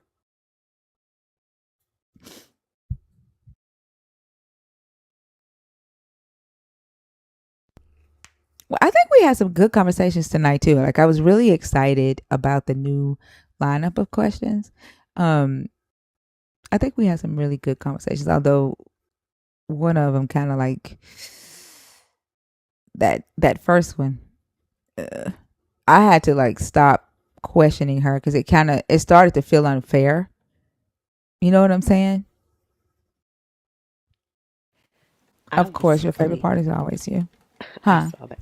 I was asleep, so I missed that first part. But I've been in lives where it kind of gets to that point where you're like, there's literally no way out of this. And it's like when the football game, like, what was the score? 56-2. Like, Mm-hmm. yeah. Just put the cheerleaders in at this point.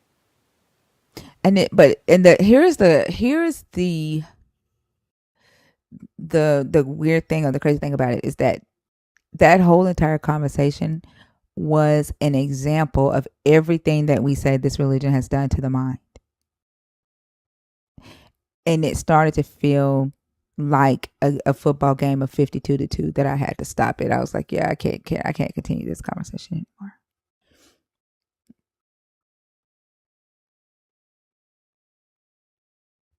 Exactly, angelic. That's what it felt like. Oh, Harry, how the hell are you back and you got blocked? Like, do you see how delusional it is for you to go and create another account and come back when somebody has told you they don't want you in their space? They don't give a shit about boundaries. They really and truly don't. Exactly. It's just like their That's God. Their God. Oh, you're not worshiping me, or you are now. I'm back. I'm back, bitches. Like they act just like him. it's stalkerish. Right, Cece. Paul Coleman, are you there?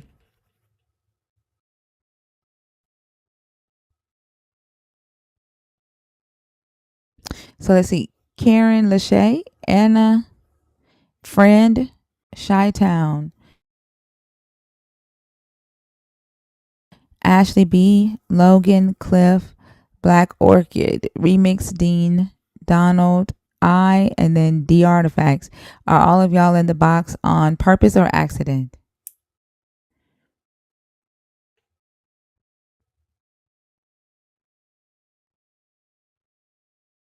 What's the natural consequence to a hailstorm um, damaging your car, Coco?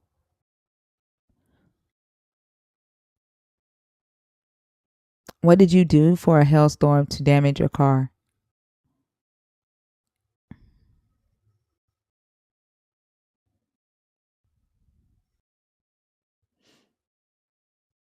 Out of all the people in the guest request box, nobody's here on purpose. I know, I don't think so. Watch, somebody's going to come up and they're going to respond. And it's going to be like, no, I didn't hear you say the comment.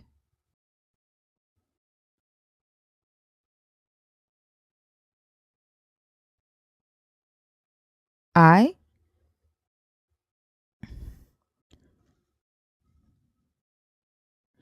It's still your God causing a hailstorm, right? It's not your will for your car to be damaged.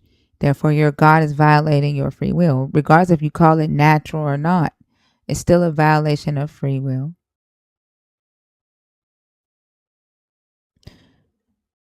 You can't choose to not be a part of the hailstorm.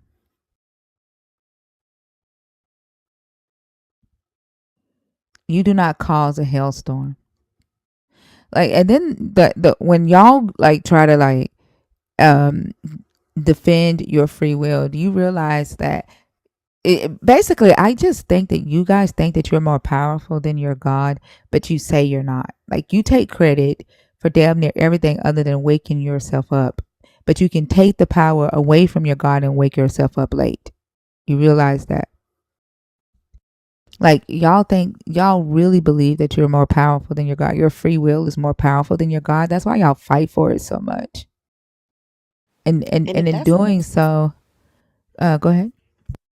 Oh, I was just going to comment on the her response to the hailstorm. So if our treatment of the environment is what causes hailstorms, what causes earthquakes? Did we do something to do that too?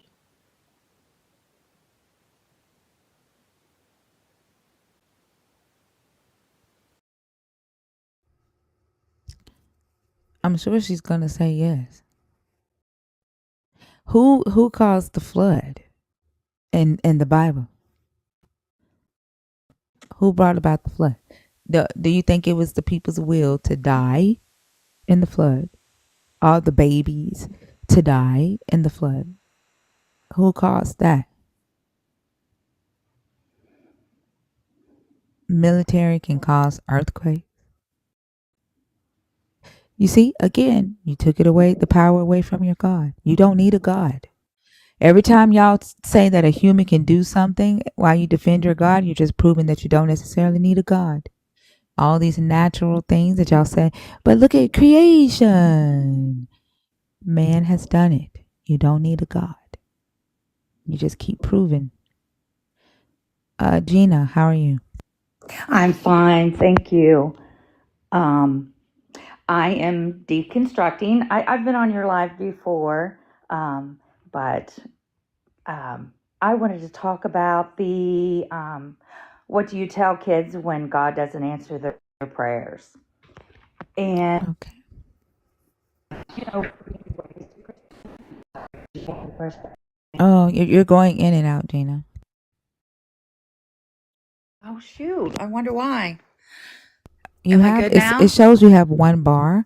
I can hear you now, but if you might want to like move around. It shows you have one bar. Okay. Usually, if I point my phone towards my neighbors, it works better. Okay, am I good now? Yeah. You said pointed towards your nose? My neighbor. Oh, I thought you My towards your nose. Oh, okay.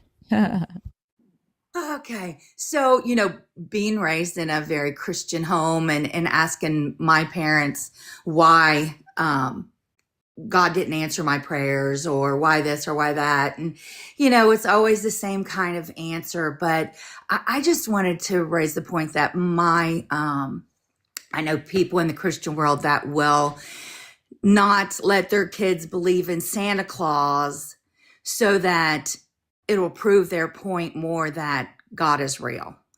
You know what I mean? So that they can say, listen, I'm not lying about Santa Claus to you. So whatever I say about God is you'll believe and trust. You know what I'm saying? Mm-hmm. And it's sort of, to me, now that I'm an adult, it's more of the brainwashing and doctrinization that, I'm not going to lie to you. And maybe they don't feel like they're really lying, but it is more brainwashing. I feel now that I'm in deconstructing. That's where I feel like is happening. I agree. If it's to me, it feels like manipulation. And Yes. when my kids were younger, I am guilty of it. I'm not gonna lie because I did believe in this God. And Hmm. in fact, I still have a child that is a Christian. And that's his right? That's his business. But yeah, I agree. When do you have children that you indoctrinated into Christianity as well? Well, okay, so when I turned 18, I said, "Okay, I'm going to hell. So I'm going to have fun until I get there." So when I had kids, I did not take them to church until they were about 8 or 9.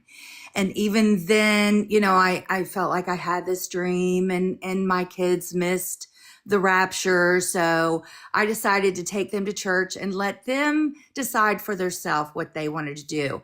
But I went into their class and I said, listen, I don't want you preaching this hell, hell, hell to them. If anything, tell them, God is real and stuff, but I don't want them scared. They're going to hell. So I did try to raise my kids differently. I didn't do the indoctrination. I didn't pound it into them. I just wanted them to experience things for themselves and decide for themselves. Did you give them other options outside of Christianity? One thing that Fee talks about a lot is, Fee, how do you say it? You say it so good. Teach a child to. Oh, What? teach a child one religion, you indoctrinate them. Expose them to all religions, you inoculate them. Oh my goodness. No, I did not teach them any other religion. No, my mother would have had a fit. Yeah, she would have. Yeah, I mean, even recently we took my niece and nephew to a movie, and it was a little Disney movie, and they had some other religion in there, and she loudly says, "Oh, why are they talking about that religion?" I said, "Mom, because your religion isn't the only one." And she's like, "Well, it's the only one that's going to get us to heaven." I'm like, "Oh my gosh, really?" In It's the the same middle of a thing. movie here?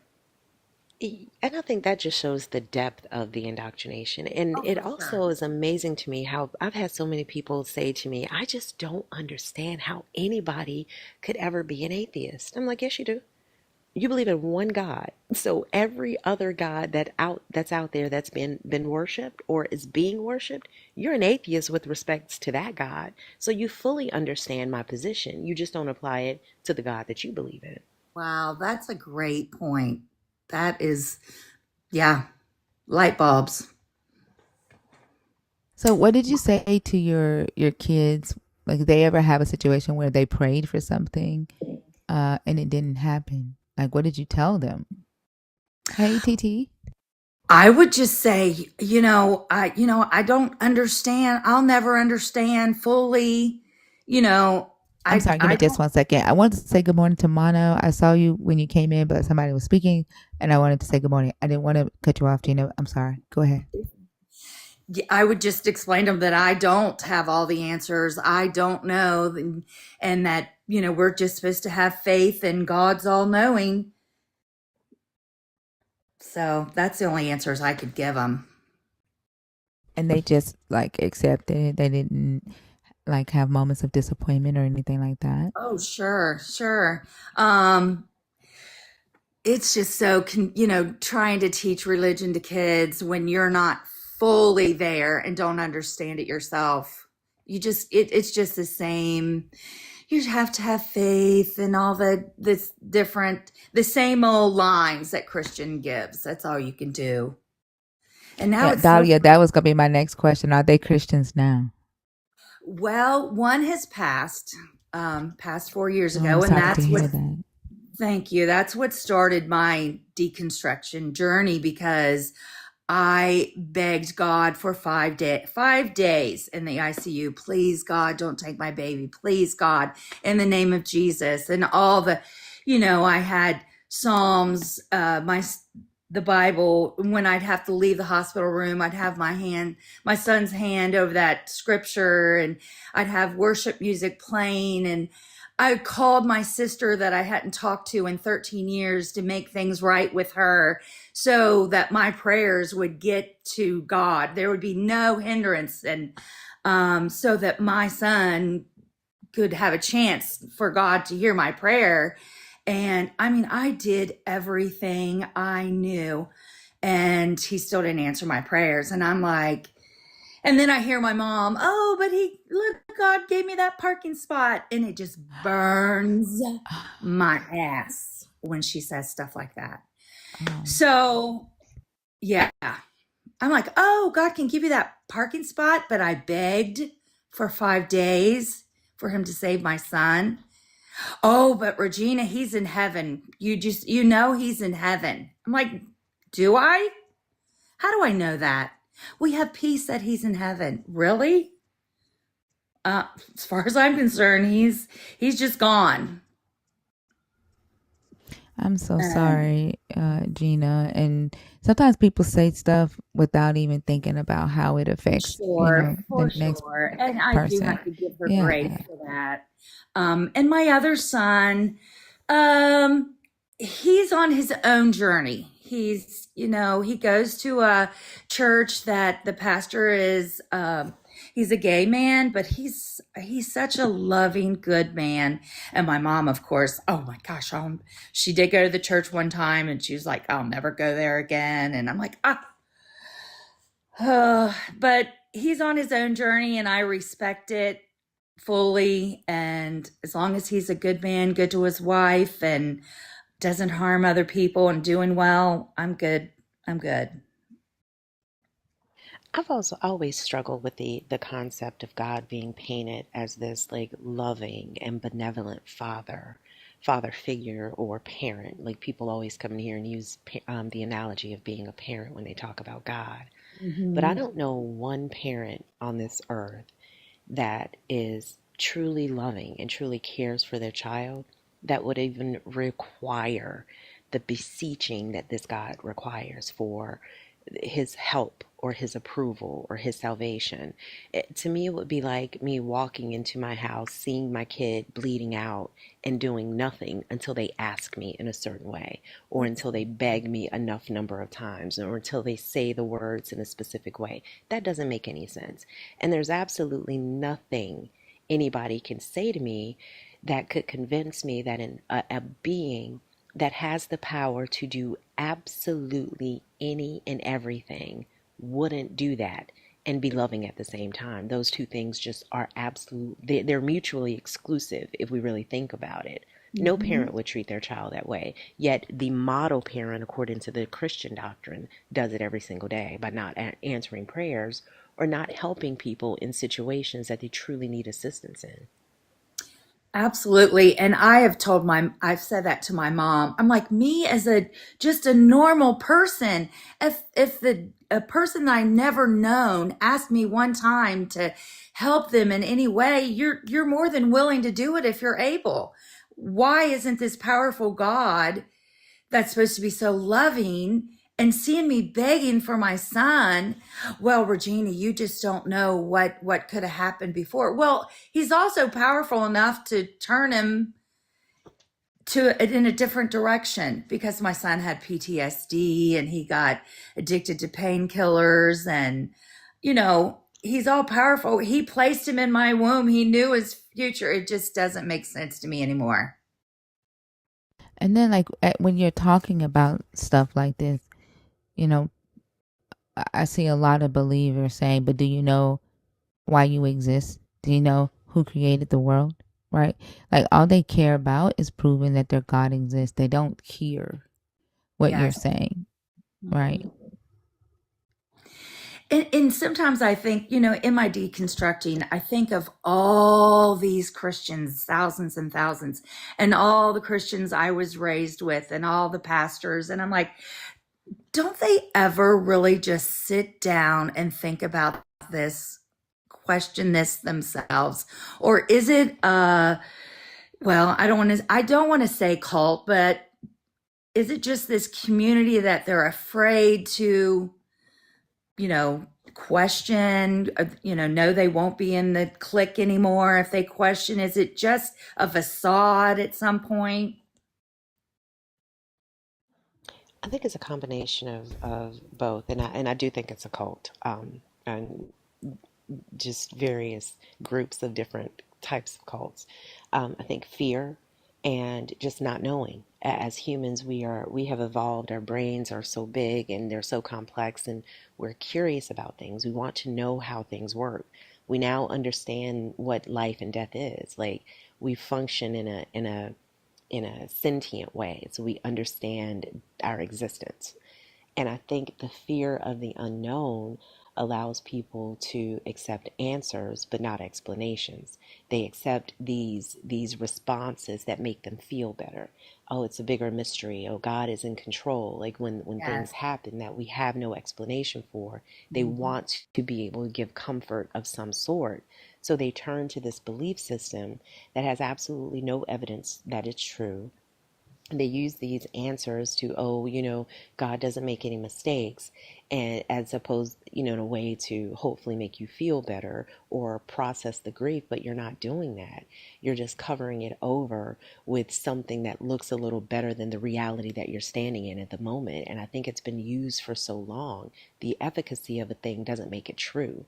And I feel like if you're deluding yourself to believe something to make yourself feel better, that doesn't take the pain away. It's nothing more than a temporary relief that you get from some sort of medication or drug that you take to take yourself out of the reality that you're living in to imagine being reunited in the future. It's a hope, but there's no evidence that this hope is true. And then when you investigate the source of the hope, i.e. the Bible and the Christian belief system, it completely falls apart. Right. I did tried to talk to a former preacher's wife. She's 90 years old, and just to see if she could tell me something to make me want to have hope again, or it's like, okay, I'm thinking wrong. I need to get myself right again. And I told her, I said, hey, I'm really mad at God. I'm really mad right now at God for not for taking my son, allowing him to die. And I'm really upset. And she was like, you stop thinking that way right now. You'll burn in hell forever. Not, a comforting, like, hey, we all kind of get that way. And it's okay to think that way, but it was immediately, you stop thinking that way or you'll burn it. You go and you repent right now. And I'm like, oh gosh, okay. I think I'm thinking right. I think I need to be on my own path. Yeah, like they should be able to respond with, hey, I've experienced this before. Here's how I went through it. Here's what helped me, right? But they can't because they automatically jump straight to the punishment. If you Yes. question God, here's the punishment. But they'll say, oh, he doesn't force himself on you. Mm-hmm. Right? He wants you to choose him. He wants you to love him voluntarily. Yes. He's a loving God, and he wouldn't force himself on you. Like it doesn't actually line up right with what they say. That's why I say it's almost as if there's this underlying, like, they're all talk about love and peace, right? The God is love, until you don't want the God.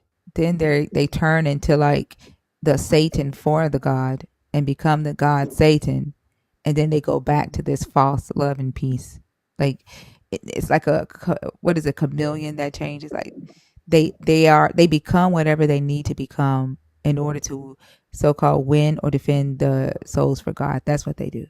They become whatever they need. And the crazy thing about it is that you, like, honestly, you can be what you need to be in that moment in time for yourself or someone else, and you could do that in a positive way, right? But a lot of believers, for some odd reason, choose to do that in a very negative way if you don't accept their God, They do it time and that after runs time. people off. It Right. does. And then when you start pointing out all of the problematic characteristics of this guy, it's almost like they morph into a defense attorney. And not even a good defense attorney, like one of the quarter-pointed defense attorneys that just like graduated from Anyway, law school. yes. Like, no, but he didn't do it because blah blah blah. Oh well, this person he this is they come up with every single excuse in the book to try to twist the facts to lead to this God being good and this God being loving. But the moment you tell me that this God has the power to do absolutely everything, and in the same plane of existence, we've got babies born that are suffering abnormalities, or you've got a group of people obliterating another group of people because a book written 2,000 years ago says that this land is theirs. There's nothing you can tell me about this God that's going to land on it being moral, just, or even real. Right. And when all that doesn't work, then they start crying and make you feel guilty. Oh, you're going to go to hell. Shoot. And I love you so much. Like, I'm Yes. doing this because I love you, and I want you to be like, when strangers come in here and say to us, I want to see you in heaven. Yes. That's why I'm willing to say the hateful things to you. That's why I'm willing to like cross your boundaries. That's why I'm willing to pray for you, even though you told me you don't want it, because I want to see you in heaven.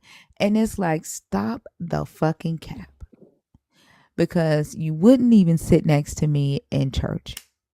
You wouldn't even speak to me if we were walking down the fucking sidewalk. You wouldn't look up from your phone and say, hey, how are you? It's nice to meet you. Right? Like, you wouldn't hold the door open for me, but you want to see me in heaven? Stop the fucking cap. Right. Now my response, thinker to that is quit lying, because God doesn't even want to see me in heaven, because if he did, he wouldn't have made a hell. He would have just put Oh, us all in Whoa. heaven. Whoa. Facts. And then, I mean, I just can't get past the sentence God wants or God needs. Just those four words alone are just perplexing to me. There, if I'm all powerful and I'm all knowing, there's nothing I need. And there's nothing I don't have that I would ever want, because I am all things and I control all things and I know all things. I can create anything I want. And if this is what exists in the presence of a God that can create any and everything that it wants, no, I don't want anything to do with that God. Somebody just said, God, like the whole God told me to tell you thing. Like, nah, sis, stop hiding behind your God for this bullshit that you want to say to me, because you too afraid to tell me what you really think about me, that you want to say Yes. your God told you to say it. Like, just say it with your own chest. Like, literally, if you think that God told you to call me and tell me that I am fornicating, right? First off, what the fuck? Like, you think I don't know that I'm fornicating or having sex outside of marriage? I fucking know that. Why would a God tell you to call me and tell me that shit? All you gotta do is pick up the phone and say, hey sis, like, I don't think you should be fucking that dude. Like, that's all you gotta do. Like, sis, you ain't married. Maybe save yourself for marriage. Like, say what you want to say. Stop hiding behind your God. Because coming to me and telling me that your God told you to tell me that I'm having sex outside of marriage when I fucking know that don't make no sense. Now that didn't happen. That happened a long time ago. My mama called me and was like, God told me to tell you that he know you fornicate. What? I said, Mama. I said, I just got finished talking to God about that.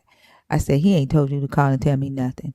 I said, did he tell you that I was praying for him this morning? That I was calling his name out this morning? You think I don't know? mm-mm-mm. And The somebody guilt. somebody in the comments saying, sheesh, this is dangerous. Dangerous for whom? Like, I've been a non believer for the last 20 years of my life. And all of the threats and the curses and the damnation that has been predicted to fall upon my life, it hasn't happened. Well, what is it that your God can do that makes this conversation so dangerous? I'm curious about that. And this is somebody in the comments, but I'm curious to know, what is it that they believe their God is capable of doing that would be detrimental to me, when it clearly isn't capable of doing things that could be beneficial for you, because you have prayers that it doesn't answer. So you got to make that make sense. Well, you got to make it make sense for you, because it makes sense for me under the realization that the God isn't real. But I'm wondering how they square that.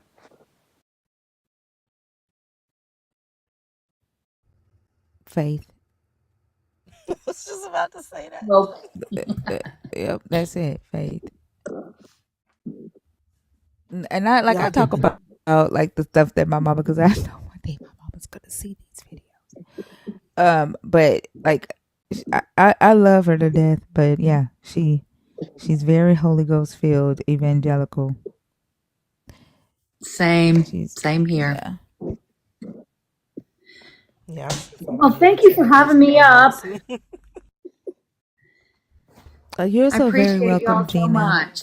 I appreciate you guys so much. I listen to you almost every morning, and Oh, I thank you. got my daughter-in-law listening to y'all, and she's like, her mind blown. She's like, "Wow, they answer so many questions for me.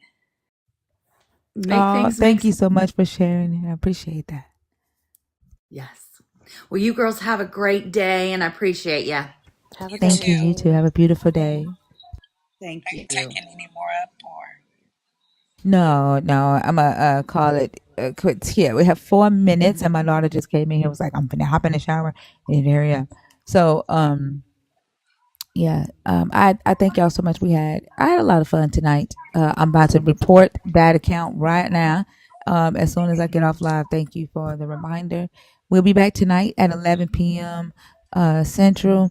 Thank you to everybody on YouTube, to our new nerds in the YouTube family, to our new nerds here on TikTok. Until next time, thank y'all for all the gifts. I appreciate y'all.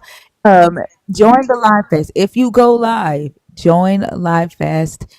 TikTok is giving away the opportunity for you to win a trip to London. So if you are live streaming, make sure that you join the live fest. Let me know so that I can support you as well. I'll see y'all tonight. Thank y'all. And Thanks, then I'll put Amir. pictures in the Discord, y'all. Bye. Bye. Congratulations on the new grandbaby. Congrats. Thank Yes, you. I want Thank my congrats on the you. new pictures before. grandbaby. Listen, I want my pictures before the Discord. Thank you. Okay. And and just one Okay. one last thing. AO, nobody's running from you. She's got a grandbaby coming into the world. You are not that important. Come back tonight if you want to have a conversation. People kill me thinking that, Exactly. like, they kill me thinking everything is about them. Nobody's thinking about you. I think tonight's song is going to start off with "You probably think this life is about you, don't you?" Exactly. One of them got into my DMs and was like, so like a couple of days before they got muted by a mod. I said, "Did you type in all caps?" They say yes. I gave them the rules. They said, "Oh, okay, cool. I won't do that again." So then on Friday morning, they came in there and it was like, "Oh, so you're muting me for typing in all caps again? Um, yeah, you must be scared of what I have to say. Free will to your sister." I'm like, you knew the rules, right? And now somehow you getting muted for typing in caps again, as if no, he said you only mute me for your algorithm. How did you Hmm? make the mute of you about the algorithm? Like, how are you that powerful that you getting muted helps the algorithm? And then, like, Well, you were warned 2 days before and told why you were muted the first time and you did it again. Like, I don't know how they make everything about them. I don't know how they do it. they think the creator of the entire universe is like God has their direct pager number. So this isn't that far from that. So they're, yeah, I don't get it. Yep. The Christian algorithm. All right, y'all. I will see y'all tonight. I hope y'all have a beautiful day. Have fun on Christina's live until 11 o'clock. Bye, y'all. See y'all later. Bye.